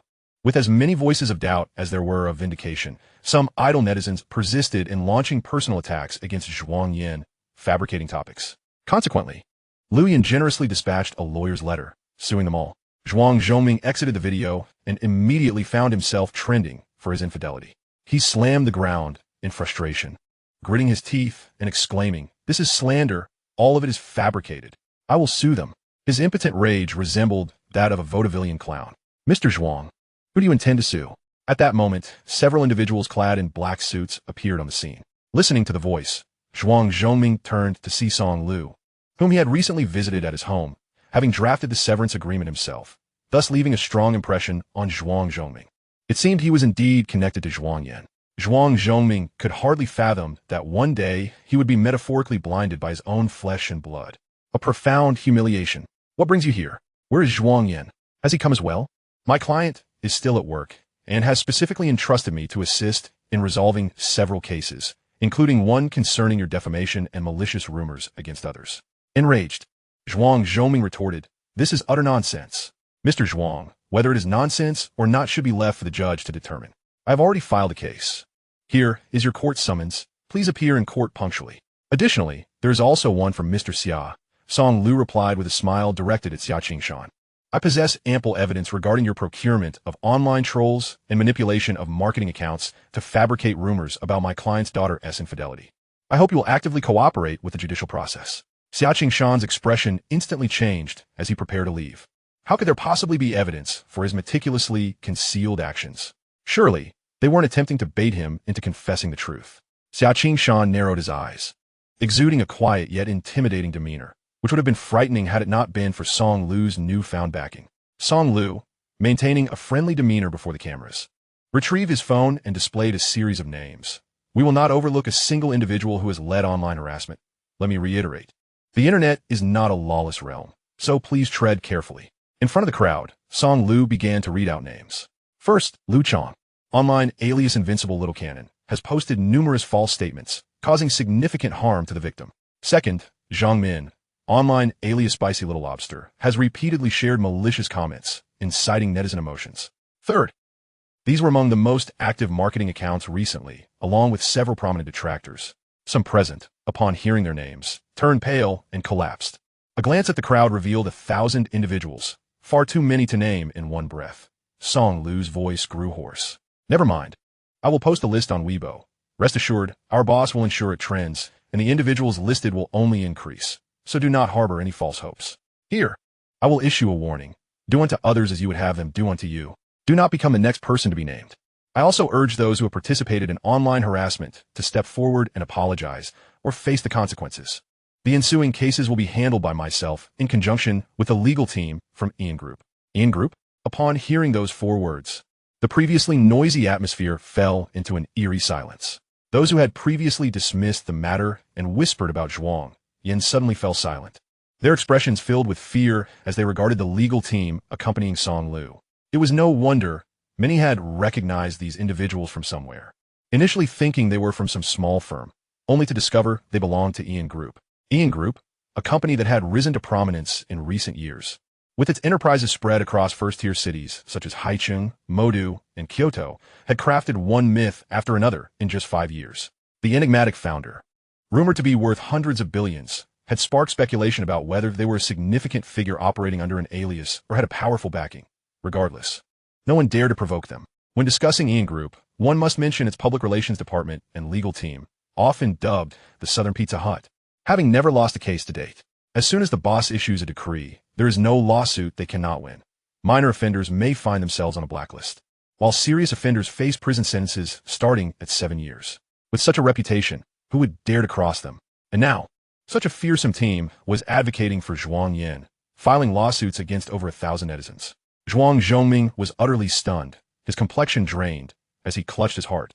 Gasping for breath, his legs weak, holding on his bodyguard to prevent himself from collapsing. How could Zhuang Yan possibly know such influential figures? Had he known his son had these connections, he would never have broken off the engagement or cast him out so callously. Amidst fear was also regret, akin to watching the god of wealth walk out of one's home. Initially, Xia Qingshan had regarded Song Lu and his entourage with indifference. But upon hearing the name Ian, his expression shifted drastically. How could Zhuang Yan have such connections? When had he acquired such abilities? Was it possible that this was an elaborate trap set by him from the beginning to ensnare them all? The more Xia Qingshan pondered, the darker his expression became. After finishing his statement, Song Lu approached them, opening his briefcase to produce the court summons, which he placed on the table when they refused to accept it. I will be awaiting your response, he stated before leading his legal team away in a grand procession. Once they departed, the surroundings returned to their previous clamor. Yet no one dared to spread rumors any longer. Everyone was astonished to learn of Zhuang Yan's connection with the Ian Group CEO. Initially thought to be facing a dire future after breaking off the engagement and severing ties with the Zhuang family. Zhuang Yan not only thrived in the entertainment industry, but had also befriended such a powerful ally. Had they known, they would have refrained from provoking him. He had concealed his connections far too well. Zhuang Zhongming staggered slightly, his voice trembling as he asked Xia Qingshan, Mr. Xia, with Ian Group involved. What shall we do now? If you cannot control your lower half, then how can you control your son? If it weren't for the throngs of onlookers, Xia Qingshan would have wanted nothing more than to slap him with his shoe. What kind of worthless enterprise was his family? Why had he chosen to collaborate with such a useless person? To be fair, he had initially been drawn to the Zhuang family because of Zhuang Yan, honest, responsible, filial, and empathetic. Such a temperament was easy to manage. He never anticipated that such an individual would have ties to Ian Group. Had he known of this background, he would have ensured that Xia Wan kept him close at all costs. The big screen continued to play the video. This level of production could only have been achieved by Ian Group. Mr. Xia Qingshan glared coldly at him, mockingly retorting, if you cannot manage your lower half, how can you even control your son?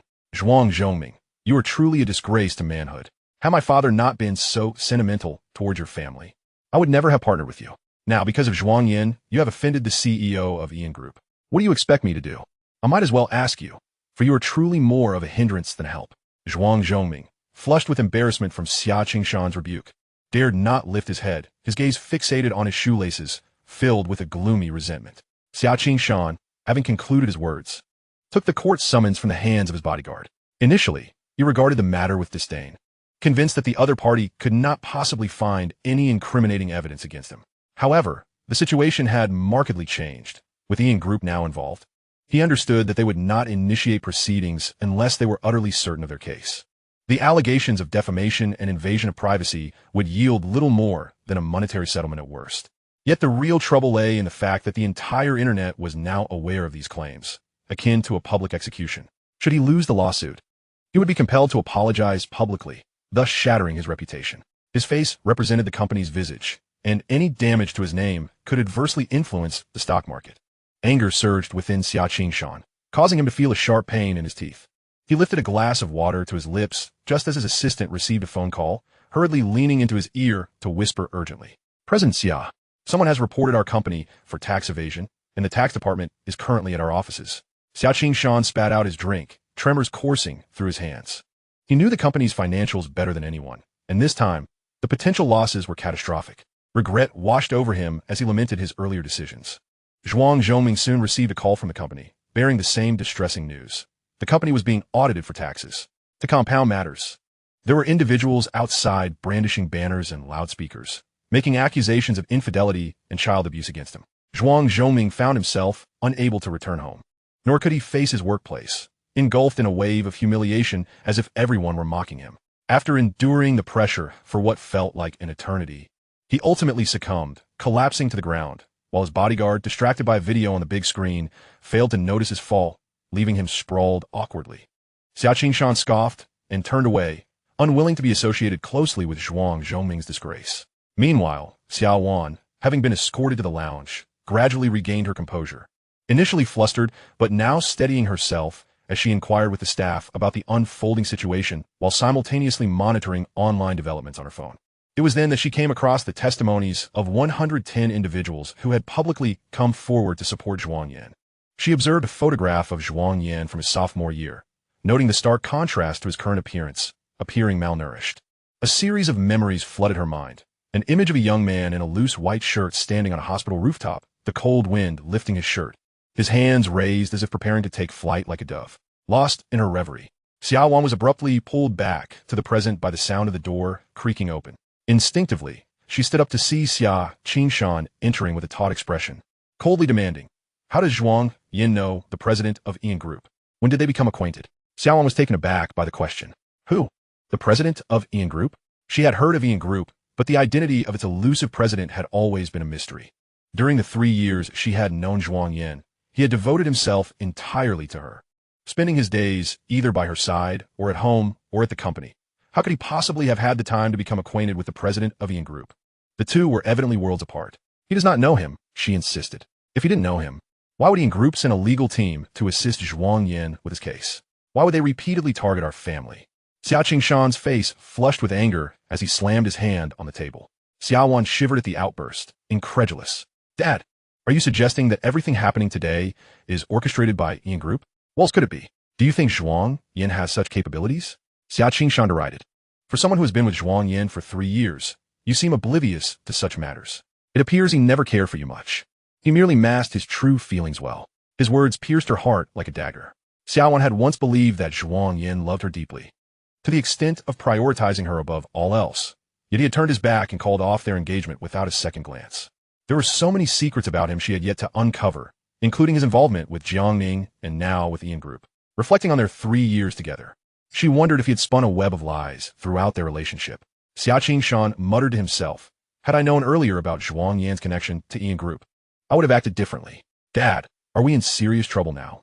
Xia Wan pressed, her anxiety palpable. Xia Qingshan remained silent, his reticence only amplifying her fears. I need to find him, she declared urgently. Stop right there. Xia Qingshan snapped. Where do you think you're going to find him?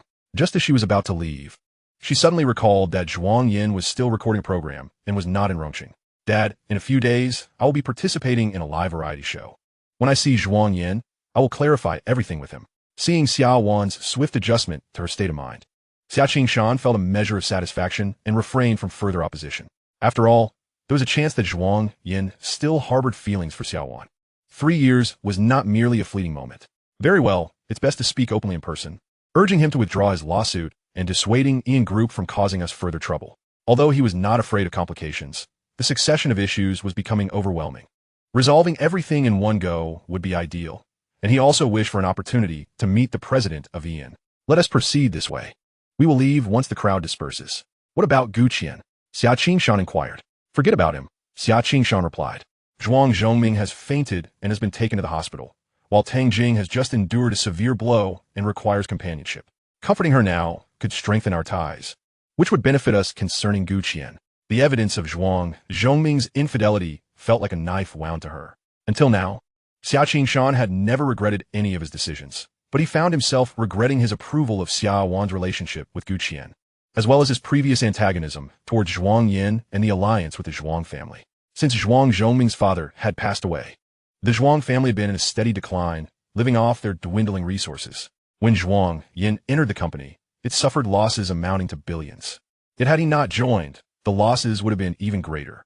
To be fair, Zhuang Yan was quite remarkable among the younger generation. Had he been nurtured properly from a young age and allowed to enter the company sooner, he would undoubtedly have achieved great success over time. It was disheartening that a son as obedient and sensible as him had been driven away. Blindness of the eyes is trivial, but blindness of the heart is truly terrifying. After some reflection, Xia Qingshan cautioned Xia Wan, when you see Zhuang Yan, make sure to converse with him amicably. If you cannot be partners, at least strive to be friends.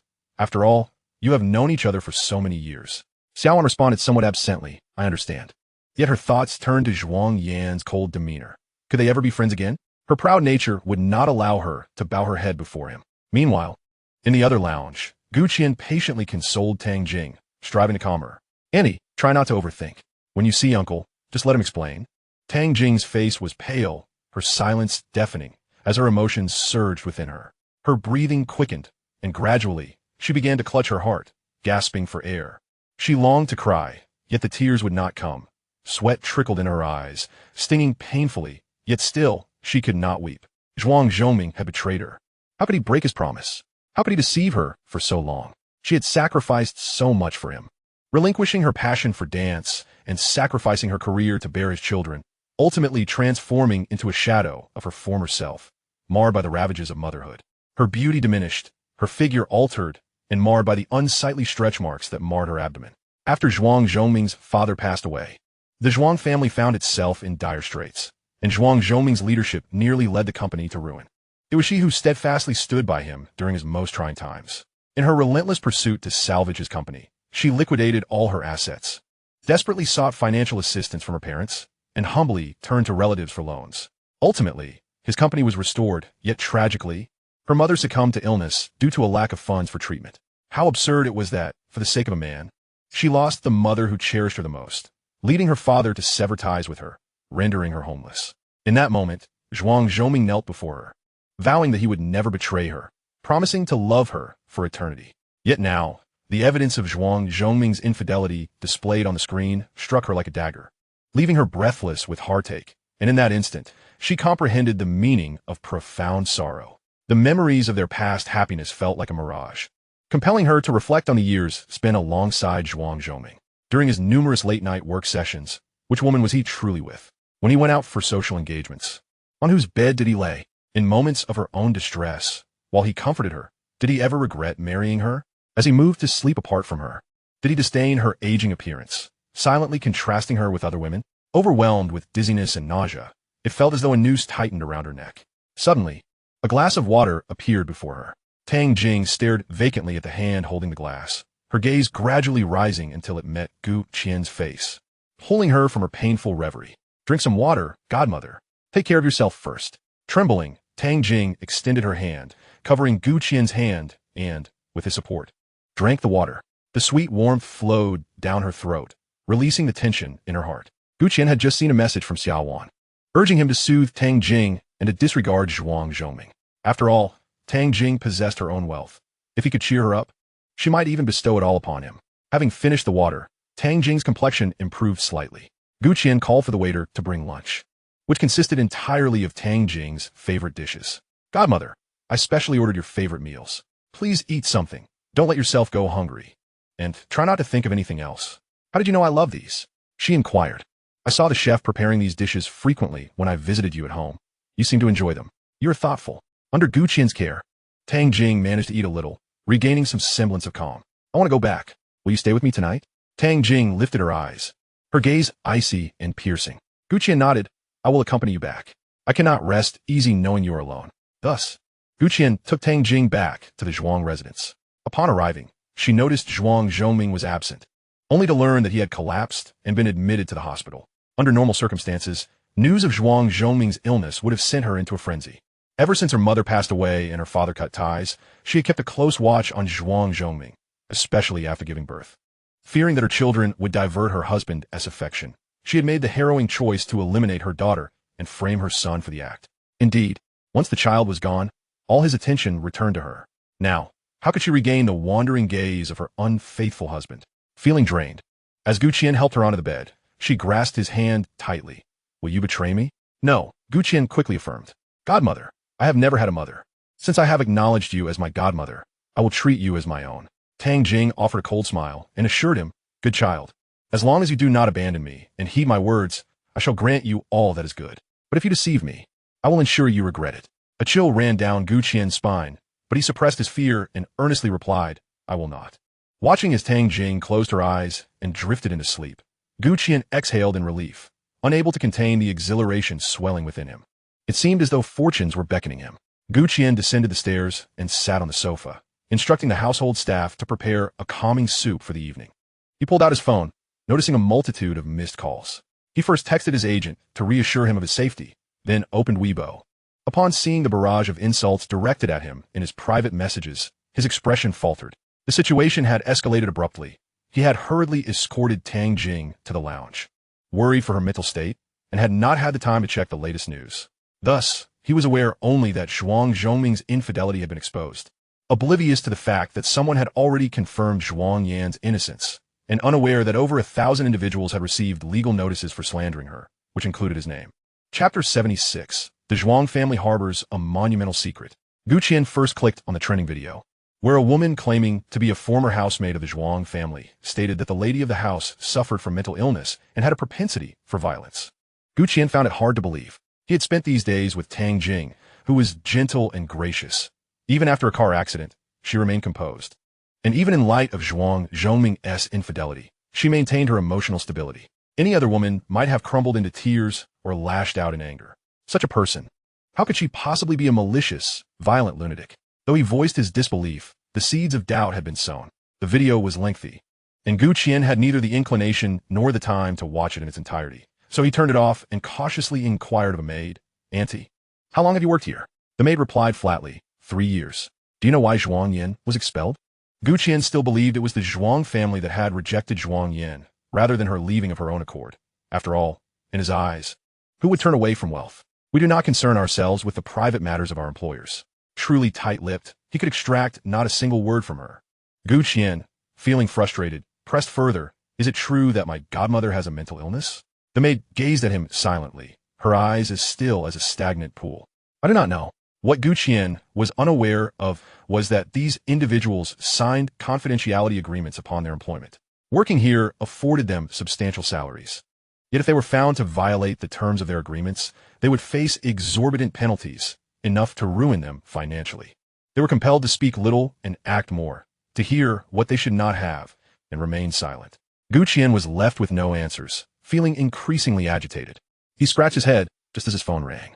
Upon answering, he found it was his agent calling. Gu Qian, are you at the Zhuang residence? Yes, Brother Zhuang. Is there something you need?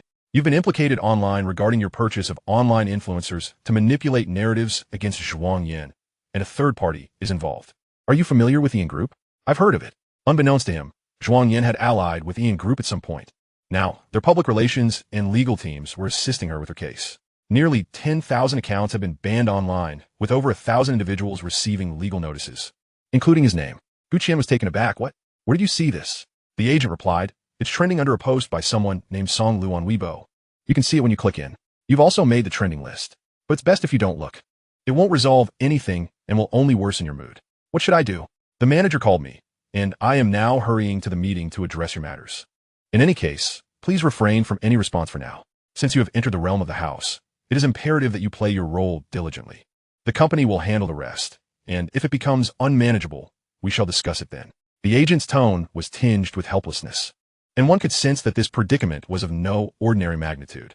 If not handled with care, Gu Qian's reputation and fortune could be irrevocably lost. After all, Gu Qian is a public figure, and leading a cyberbullying campaign against an ordinary person is now a criminal offense. While other detractors may simply apologize and compensate, Gu Qian's situation is different. It pertains to his career, and he risks losing endorsements and engagements. The agent had prepared for the worst, but chose not to inform Gu Qian, primarily because Gu Qian's mindset is fragile and easily shattered. The agent quietly remarked, "The best course of action would be to persuade Zhuang Yan to withdraw the lawsuit, to suspend all engagements, and wait for this tumultuous period to pass." With that, the agent ended the call, leaving Gu Qian in a state of contemplation, unsure of his thoughts. Gu Qian decided to stay the night, as there were too many paparazzi lurking outside, and he was uncertain of where to go. After dinner was prepared, he called Tang Jing to eat, sitting beside her and serving her dishes with the care of a devoted servant. He dared not glance at the online news, fearing he might succumb to the temptation to click, and thus decided to uninstall all entertainment apps like Weibo. His room was arranged next to the master bedroom, adjacent to Tang Jing's, and with nothing to occupy his time, he finished his evening routine early and lay on the bed, again pondering the mysteries surrounding Zhuang Yan. Why did Zhuang Yan have connections to Ian Group? What secrets does the Zhuang family harbor? Why was Zhuang Yan expelled? Why did Zhuang Zhongming and Tang Jing harbor disdain for him? Why was he raised alongside his grandmother? What could compel Zhuang Yan to withdraw the lawsuit? As he pondered these questions, a sudden loud crash from the adjoining room startled him awake. He quickly rose and made his way to the adjacent bedroom. "Mom, are you all right?" he called out with concern. Receiving no response, he cautiously pushed the door, relieved to find that Tang Jing had not locked it. It swung open with ease. "Mom, I'm coming in," Gu Qian whispered as he entered, the hallway light illuminating the chaos within. The noise he had heard earlier was indeed the sound of a toppled vanity, its mirror shattered. Carefully stepping over the scattered cosmetics, he scanned the room but found no sign of Tang Jing. "Mom, I've turned on the lights," he announced, and only then did he spot her, huddled beneath the curtain on the balcony, her eyes peering out from her disheveled hair, glaring at him ominously. Gu Qian felt a chill run down his spine. Hesitant to approach, Tang Jing was markedly different from the composed and beautiful Mrs. Zhuang he had seen earlier. She now resembled the frenzied caretaker from the videos. Suddenly, she screamed, "I see her again. I see my daughter, Xiao Ke. She has returned, and she wants to find her brother." Gripping the curtain above her head, she began to tear at it. Fearing for her safety, Gu Qian rushed forward to stop her. In her manic state, Tang Jing could no longer discern reality from illusion, mistaking Gu Qian for Zhuang Yan. As he approached, she lunged at him, her hands tightening around his neck, forcing him to the ground. "Zhuang Yan, you murderer, you demon. You killed your sister, you killed Xiao Ke, you killed my daughter. You deserve to die." Though Tang Jing was a woman, her frenzy bestowed upon her considerable strength, and Gu Qian, caught off guard, struggled to breathe under her grip. He fought back with all his might and finally managed to push her away. "Mom, I am not Zhuang Yan. I am Gu Qian, your son whom you just recognized today. Please snap out of it." "Gu Qian?" she echoed. "Yes, I am Gu Qian, not Zhuang Yan." It dawned on Gu Qian that he had only learned today of Tang Jing's deceased daughter. He had believed it to be an accident, unaware that it was Zhuang Yan who had taken her life. This was an astounding revelation. Who would have thought Zhuang Yan could be so heartless as to murder his own sister? If Gu Qian could leverage this information to threaten him, perhaps Zhuang Yan would indeed withdraw the lawsuit. Chapter 77. Zhuang Zhongming's lower body is disabled. All the perplexing matters suddenly became clear. Zhuang Yan's act of killing his own sister had instilled hatred in both Tang Jing and Zhuang Zhongming, prompting them to expel him. If Gu Qian could procure evidence, not only could he threaten Zhuang Yan, but he could also send him to prison. However, this required careful confirmation. Suppressing his eagerness, Gu Qian stealthily reached into his pocket to activate the recording. Once done, he gently patted Tang Jing's shoulder, inquiring nonchalantly, "Andy, who is the Xiao Ke you mentioned?" Tang Jing's eyes widened in fury as she mechanically replied, "She is my daughter." "How did she die?" "She was pushed to her death by Zhuang Yan. He is a devil. He killed my Xiao Ke, and I want him to atone for his sins." Tang Jing's manic grip on Gu Qian's arm drew blood from his recently manicured hand. He suppressed the pain and continued, "When did this happen? My Xiao Ke was only 3 years old when Zhuang Yan, at 5, caused her death. Zhuang Yan, now 24, this meant the incident occurred 19 years ago. After such a long time, could there still be evidence? Moreover, Tang Jing's mental state was unstable. One could not ascertain the validity of her words. Gu Qian forcefully withdrew his hand. Whenever Tang Jing had an episode, she would be out of control for nearly half an hour, eventually succumbing to exhaustion and falling asleep. If Zhuang Zhongming were present, he would provide medication to ease her suffering. Gu Qian, witnessing her episode for the first time, felt somewhat helpless. "Mom, it's all right. That is all in the past. If you wish to see Zhuang Yan again, I can help you find him." Tang Jing gazed at him dazed. "Really? Indeed. And what of Zhuang Zhongming? Has he returned? When will he come back? I must see him. I want to see him immediately." As her emotions threatened to spiral once more, Gu Qian quickly restrained her, soothingly assuring her, "Dad will be back tomorrow morning. You need not worry. They will all return." Hearing this satisfactory response, Tang Jing wobbled to her feet and opened the safe, retrieving several documents. She placed them on the table, saying, "If you help me bring them back, all of this will be yours after I'm gone." Gu Qian glanced at the stack, and upon recognizing it as a bequest, he felt a surge of vitality and scrutinized each word intently. The documents appeared to comprise 40 to 50 pages, a considerable stack. He confirmed the first page was indeed a will. If he signed it, Tang Jing's assets would belong to him upon her passing. Gu Qian's mind raced with possibilities. Zhuang Zhoming's infidelity constituted grounds for fault, and he should leave with nothing. All assets would rightfully belong to Tang Jing, which in turn meant they would belong to him. Sign it. Once you do, everything will be yours. Tang Jing, lost in her frenzy, was oblivious to her actions. At that moment, her mind was consumed with a singular thought. She needed to demonstrate that these possessions, disregarded by Zhuang Yan, were coveted by others, ensuring that he would be the one to regret it in the end. As for Zhuang Zhoming, having chosen to betray her, she would rather bestow these assets upon a stranger than leave them to the mistress and the illegitimate child. She yearned for Zhuang Yan and Zhuang Zhoming to return home, for their family of three to unite seamlessly. Then, their attention would once again be drawn to her. Suddenly, a massive stroke of fortune fell from the heavens, nearly rendering Gu Qian unconscious. Overwhelmed with excitement, he instinctively held his breath and clenched his fists tightly. Gu Qian refrained from asking too many questions, fearing that excessive chatter might lead Tang Jing to regret her decision. He swiftly found a pen and a stack of paper, about 40 to 50 pages long, hardly pausing to read through them. Upon reaching the signature line, he hastily affixed his name, finishing in less than 3 minutes. "Godmother, I have signed it," he said, organizing the documents before handing them over. "Good," Tang Jing replied, not bothering to check the contents as she tucked them away into the safe once more. "When will you bring Zhuang Yan back for me?" Gu Qian answered, "In a couple of days, I will be recording a variety show. Once I encounter Zhuang Yan, I will persuade him to return with me." Tang Jing nodded wearily. "I'm tired. You may leave now." Gu Qian watched her stagger to bed, and only after she fell asleep did he drift out of the room. Upon returning to his own bedroom, he retrieved his phone and discovered nearly 20 minutes of recorded audio. Listening intently, he couldn't help but chuckle softly. Had he truly secured such a fortune? A vast estate, power, and status were now bestowed upon him, a mere stranger devoid of any blood ties.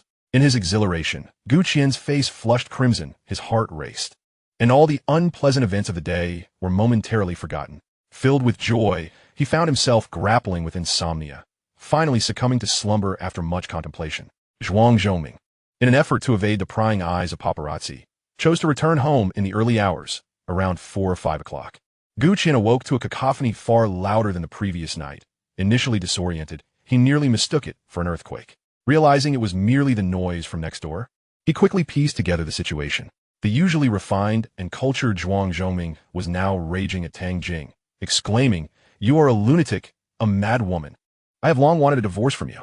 Tang Jing shrieked back, "The only way you can divorce me is if you leave everything behind. Do not forget, everything you possess now was brought to you by me.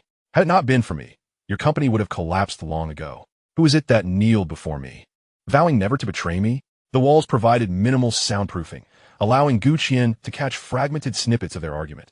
Words such as murderer, pervert, poisonous woman, madwoman, and unfit mother echoed through the air.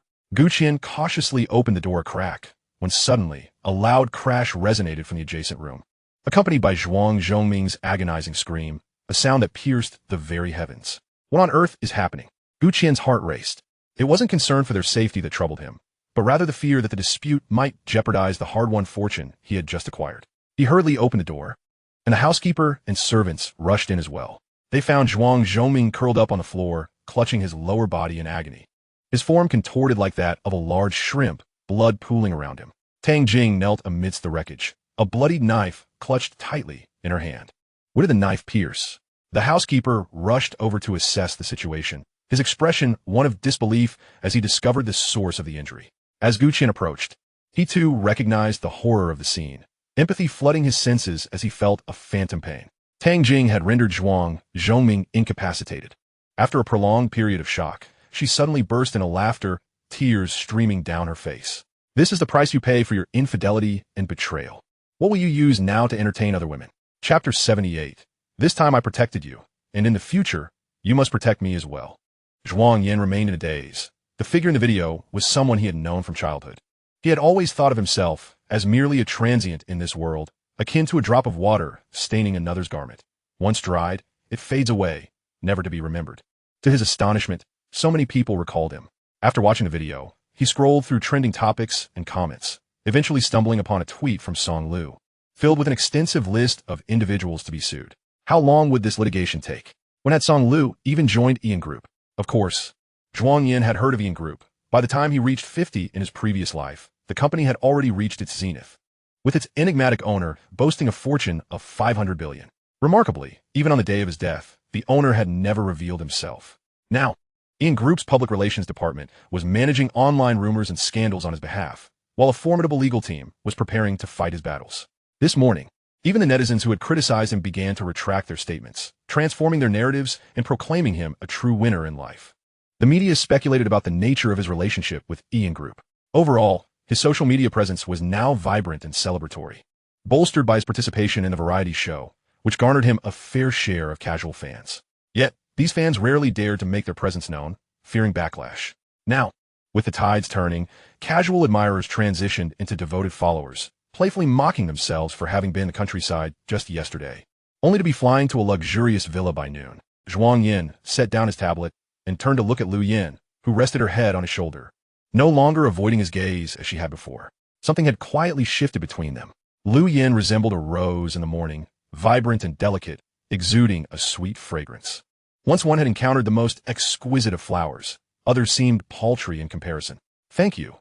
It appears I owe you more and more," Zhuang Yan said sincerely, though a bitter smile crept onto his face as he spoke. He would remember the kindness bestowed upon him, always striving to repay it doubly. Yet, how could he possibly measure the debt owed to Lu Yan? Could a mere affection for someone inspire such unconditional goodness? Who was he to deserve such grace? Did he truly merit it? Zhuang Yan found himself engulfed in self-doubt. Despite having navigated life until his 50s and having experienced much, he remained cautious in the face of Lu Yin's kindness, akin to a lost soul in a desert, burdened and parched beneath the relentless sun, who suddenly stumbles upon an oasis, fearing it may be a mere mirage. "Remember the debt you owe me. Keep it in your heart for a lifetime. This time, I will protect you, and in the future, you must protect me in return." The burden of debt could also signify a form of longing.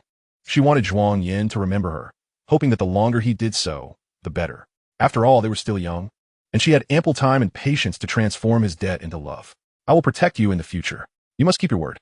I am not afraid of disappointment, but I dread the hope you offer only to be let down. I may not be able to endure it," Lu Yin said, her tone unusually serious as she lifted her head and gently caressed his chin. Meeting her gaze, Zhuang Yan no longer shied away. He felt his heart pounding like thunder, akin to witnessing a visual feast at a concert. "Are you the hidden owner of Ian Group?" Lu Yin withdrew her hand, replying, "I am merely an employee there, albeit with a bit of influence." Did Zhuang Yan think her foolish? What sort of influence could possibly compel two departments to assist him? He chose not to press further, understanding that this was her personal matter and that her decision to withhold information had been made with careful consideration. Lu Yin was not ready to disclose her identity to Zhuang Yan, not out of fear of him revealing it, but because she had heard that overly strong women could intimidate men. She needed to give Zhuang Yan time to adjust, to steer the conversation away from her circumstances. Lu Yin quickly changed the subject. "My birthday is the day after tomorrow. Will you celebrate with me? Your birthday? What gift would you like me to prepare? Whatever you give, I will cherish. If I casually state a desire, it would take away the surprise." Lu Yin sipped her milk tea, which Zhuang Yan had prepared perfectly, striking the ideal balance of sweetness with a rich tea aroma. His skill was undoubtedly worthy of opening a tea shop. "You no longer wish to engage with the dealer. What do you aspire to pursue in the future?" "I have yet to determine that. I wish to explore everything. Once the variety show concludes, and I receive my final payment, I shall make an investment. Having been reborn, I possess an advantage of information, and I am keenly aware of lucrative opportunities." Lu Yin remains languidly reclined against his shoulder. In the sweltering summer heat, their closeness does not evoke discomfort. Lu Yin gazes at the tablet in the distance, reminiscing about the words spoken by others, her heart lurching with unbidden pain. "If only we had met sooner. Yet, it is not too late now." Their conversation flows effortlessly from one topic to another. Zhuang Yan inquires, "How would you like to celebrate your birthday?" "I typically do not observe my birthday, nor does anyone remember it." "Then from now on, I shall always remember." Lu Yin playfully retorts, Are you implying that you will celebrate my birthday with me every year?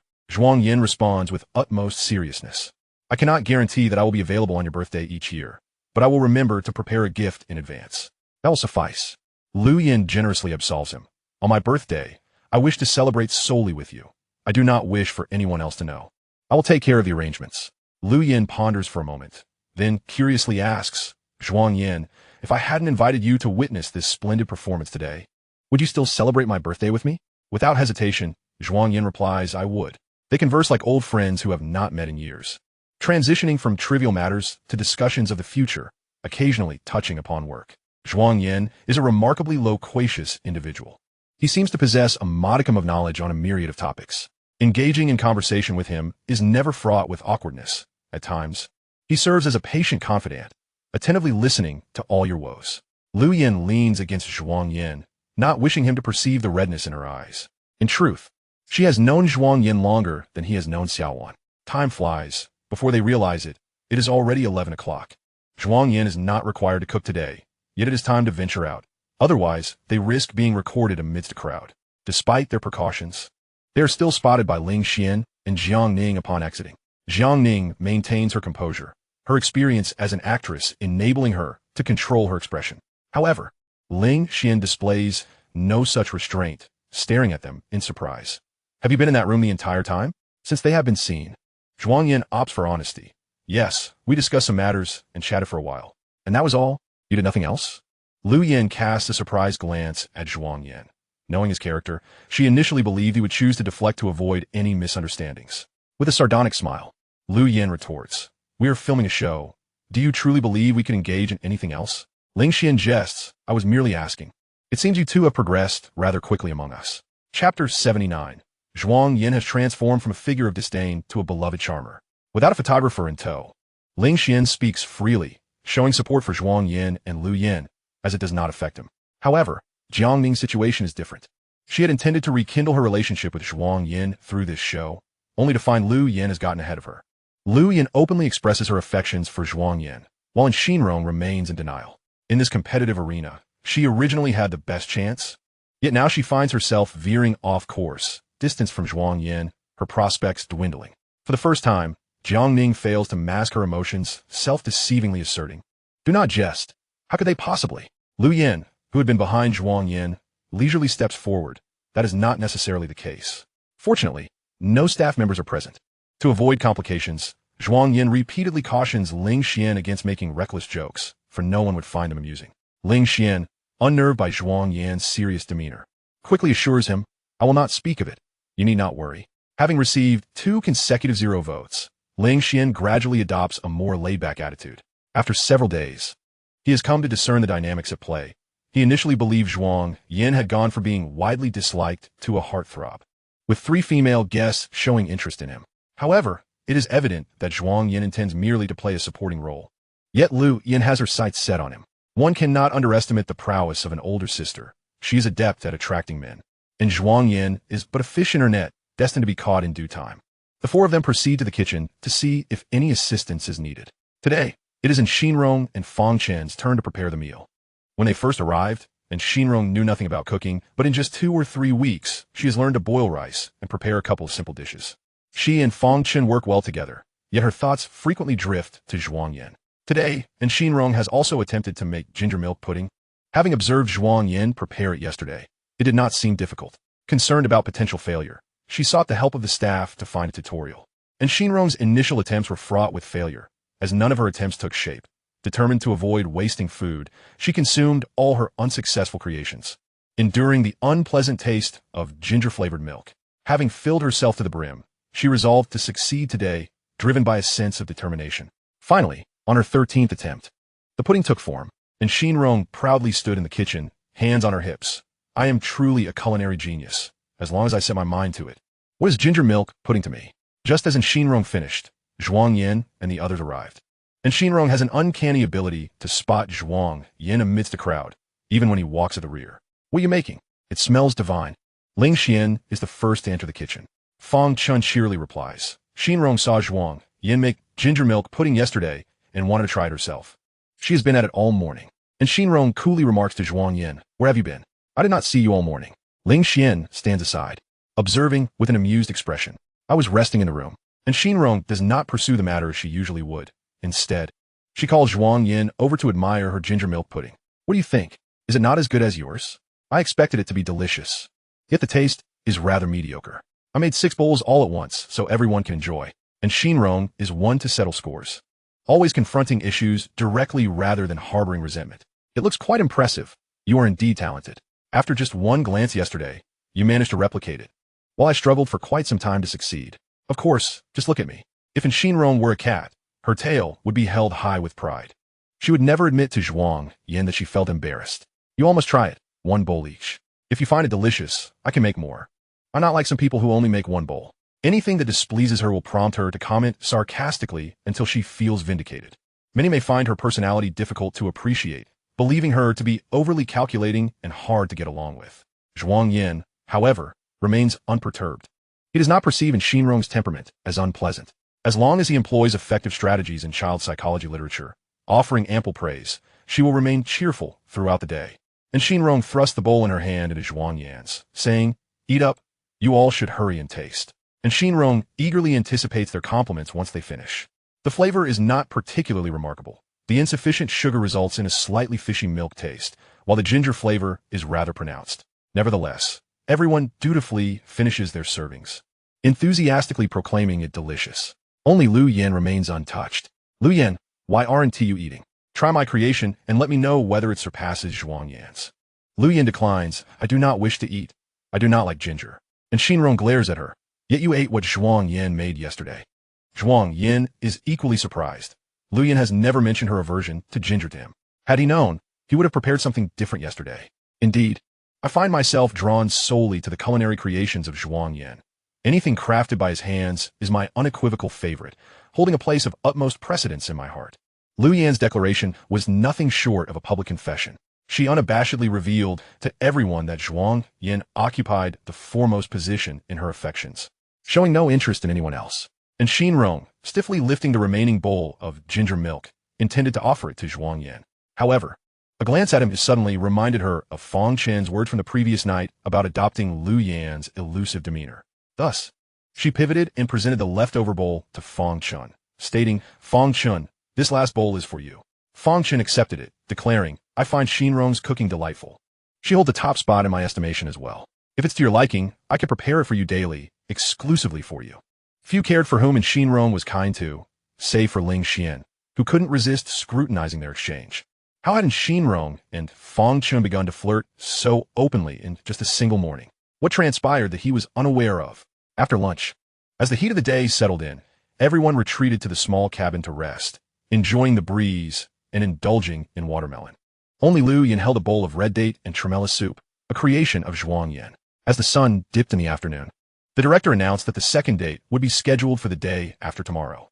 Tomorrow's task involved the female participants devising a dating strategy, while the male participants focused on completing tasks to earn points that could be exchanged for money to facilitate the date.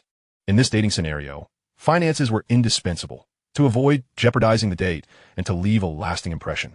The male participants had no choice but to diligently complete tasks to accumulate points. Zhuang Yan was momentarily taken aback, instinctively glancing at Lu Yan. Wasn't the date set for her special day? Why must it be on that particular day? He had promised to celebrate her birthday. Lu Yan returned his gaze, and after a brief moment of silence, she addressed the director. Could we possibly reschedule? The director, disregarding her icy demeanor, firmly asserted that it was not feasible. The schedule had been set and could not be altered. Once the staff departed, Lu Yan approached Zhuang Yan, leaning close to whisper, "Come home early the day after tomorrow. I'll be waiting," in the quest to provide Lu Yan with a memorable birthday. Zhuang Yan resolved to exchange a significant number of points for extra funds to procure a gift for her. Thus, he arose early the following morning to tackle tasks. Joined by Fong Chen and Ling Xian, who were also up at dawn. Glancing at the task list, Zhuang Yan opted to assist the villagers with grass cutting. The trio set off together, and Fong Chen, walking beside him, quietly inquired, "Zhuang Yan, may I speak with you privately for a moment?" Ling Xian, catching a hint of their conversation, discreetly veered off in the opposite direction. Once Ling Xian was out of earshot, Fong Chen directly stated, "Zhuang Yan, I have feelings for Xinrong." Zhuang Yan regarded him, discerning the underlying message, and Fong Chen, noticing Zhuang Yan's indifferent expression, realized he had no interest in Xinrong, which alleviated his anxiety. I hope you can maintain some distance from her. Zhuang Yan's expression turned complex, leaving him momentarily speechless. I don't believe I've been particularly close to her. The only times they interacted alone were during tasks, and given that they all shared the same roof, asking him to keep his distance from Xinrong seemed rather unreasonable. Was he expected to dine alone at a separate table? Fang Chen continued. Then please refrain from employing your childish psychology to mislead her. She will take it to heart. Surely, you must have sensed that Xinrong harbors feelings for you? Zhuang Yan frowned. Who? And Xinrong liked him? He typically paid little attention to her, but upon reflection, he recalled their initial meeting when she had regarded him with disdain and indifference. Now, she was inclined to heed his words, even without compliments, and would offer her assistance willingly. Fang Chen's assertion that Xinrong was fond of him elicited an immediate response that her feelings resembled those of a kindergarten child for their teacher. Fang Chen pressed on. Since you do not have feelings for her, it would be wise to keep your distance and limit your conversations. This is a dating show, and your every action and word could give her false hope. As a man, you ought to be decisive and not foster any illusions. Zhuang Yan found merit in Fang Chen's counsel. Evidently, he needed to be more mindful moving forward. Understood. I will be more cautious and ensure she does not misconstrue my intentions. Seeing Zhuang Yan acquiesce so readily, Fang Chen exhaled in relief, smiling as he patted Zhuang Yan's shoulder in a brotherly manner. Zhuang Yan, consider me your friend. Should you encounter any difficulties, do not hesitate to reach out. I will certainly assist you. I am grateful to have participated in this program, for it has allowed me to meet both Xinrong and you.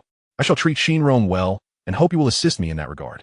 Your affections and pursuits are your own concern and do not require my input. Zhuang Yan replied, knowing little of Fang Chen. Over the days of filming, they had not clashed, but Fang Chen's assertive personality stemmed from his upbringing and profession, giving him an air of unearned superiority. All right, understood. Fang Chen suddenly recalled something and casually remarked, whom do you prefer between Lu Yin and Jiangning? I could offer you some advice. Zhuang Yan's demeanor cooled. No need. His disinterest in discussing the topic was evident, leading Fang Chen to find him rather dull, and they soon parted ways to attend to their respective tasks.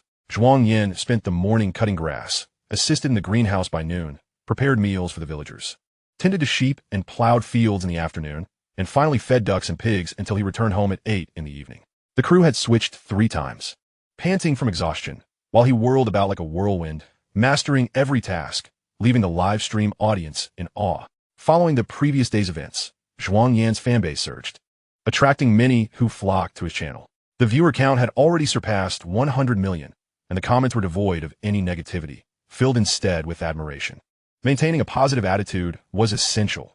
Since the incident, numerous individuals had faced account bans and legal repercussions.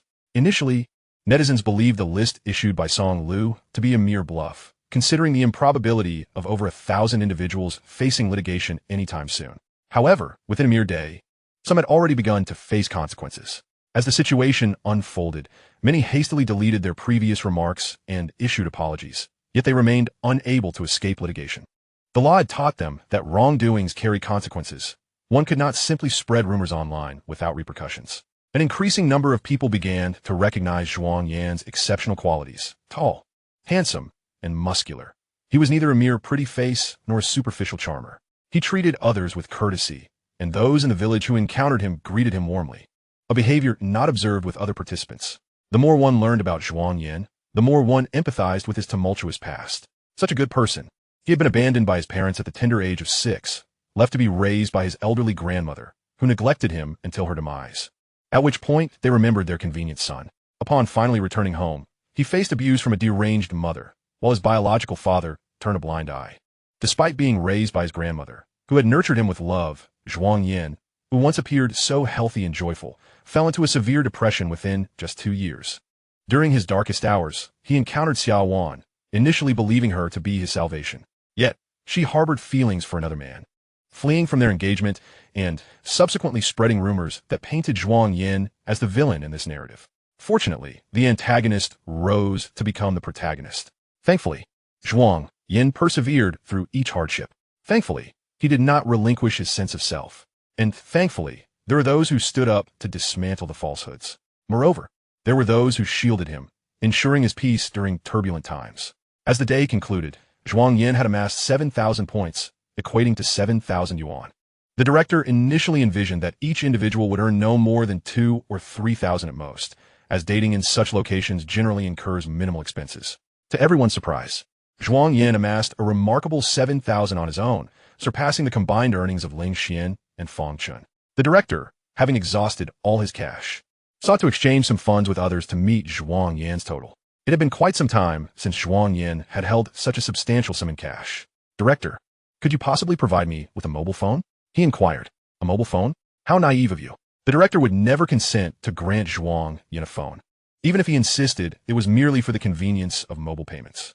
Cash is equally convenient. With your earnings today, are you eagerly anticipating tomorrow's date? But do you know who your date will be? It should be Jiangning, right? Ever since that day when I sold my goods and Jiangning received a date card, I knew he would choose me. The director, shrouded in mystery, replied, well, you shall discover that tomorrow. This is the rendezvous address provided by your counterpart. Zhuang Yan was determined to earn points and convert them into cash for the date. And it is no wonder the director speculated. He had already begun to look forward to the upcoming meeting. Meanwhile, the viewers in a live broadcast were bustling with conjectures in the comments. If Zhuang Yan directly mentions Jiangning and the person he meets tomorrow isn't Jiangning, that would be quite awkward. Please don't dismantle my Lu Yan and Zhuang Yan pairing. I wish to witness their date.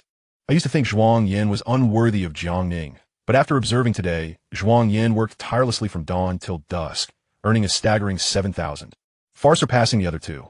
Moreover, the most crucial aspect is that Jiangning has affection for Zhuang Yan. Their childhood bond is delightful to support. Tomorrow's date may finally unveil their shared history.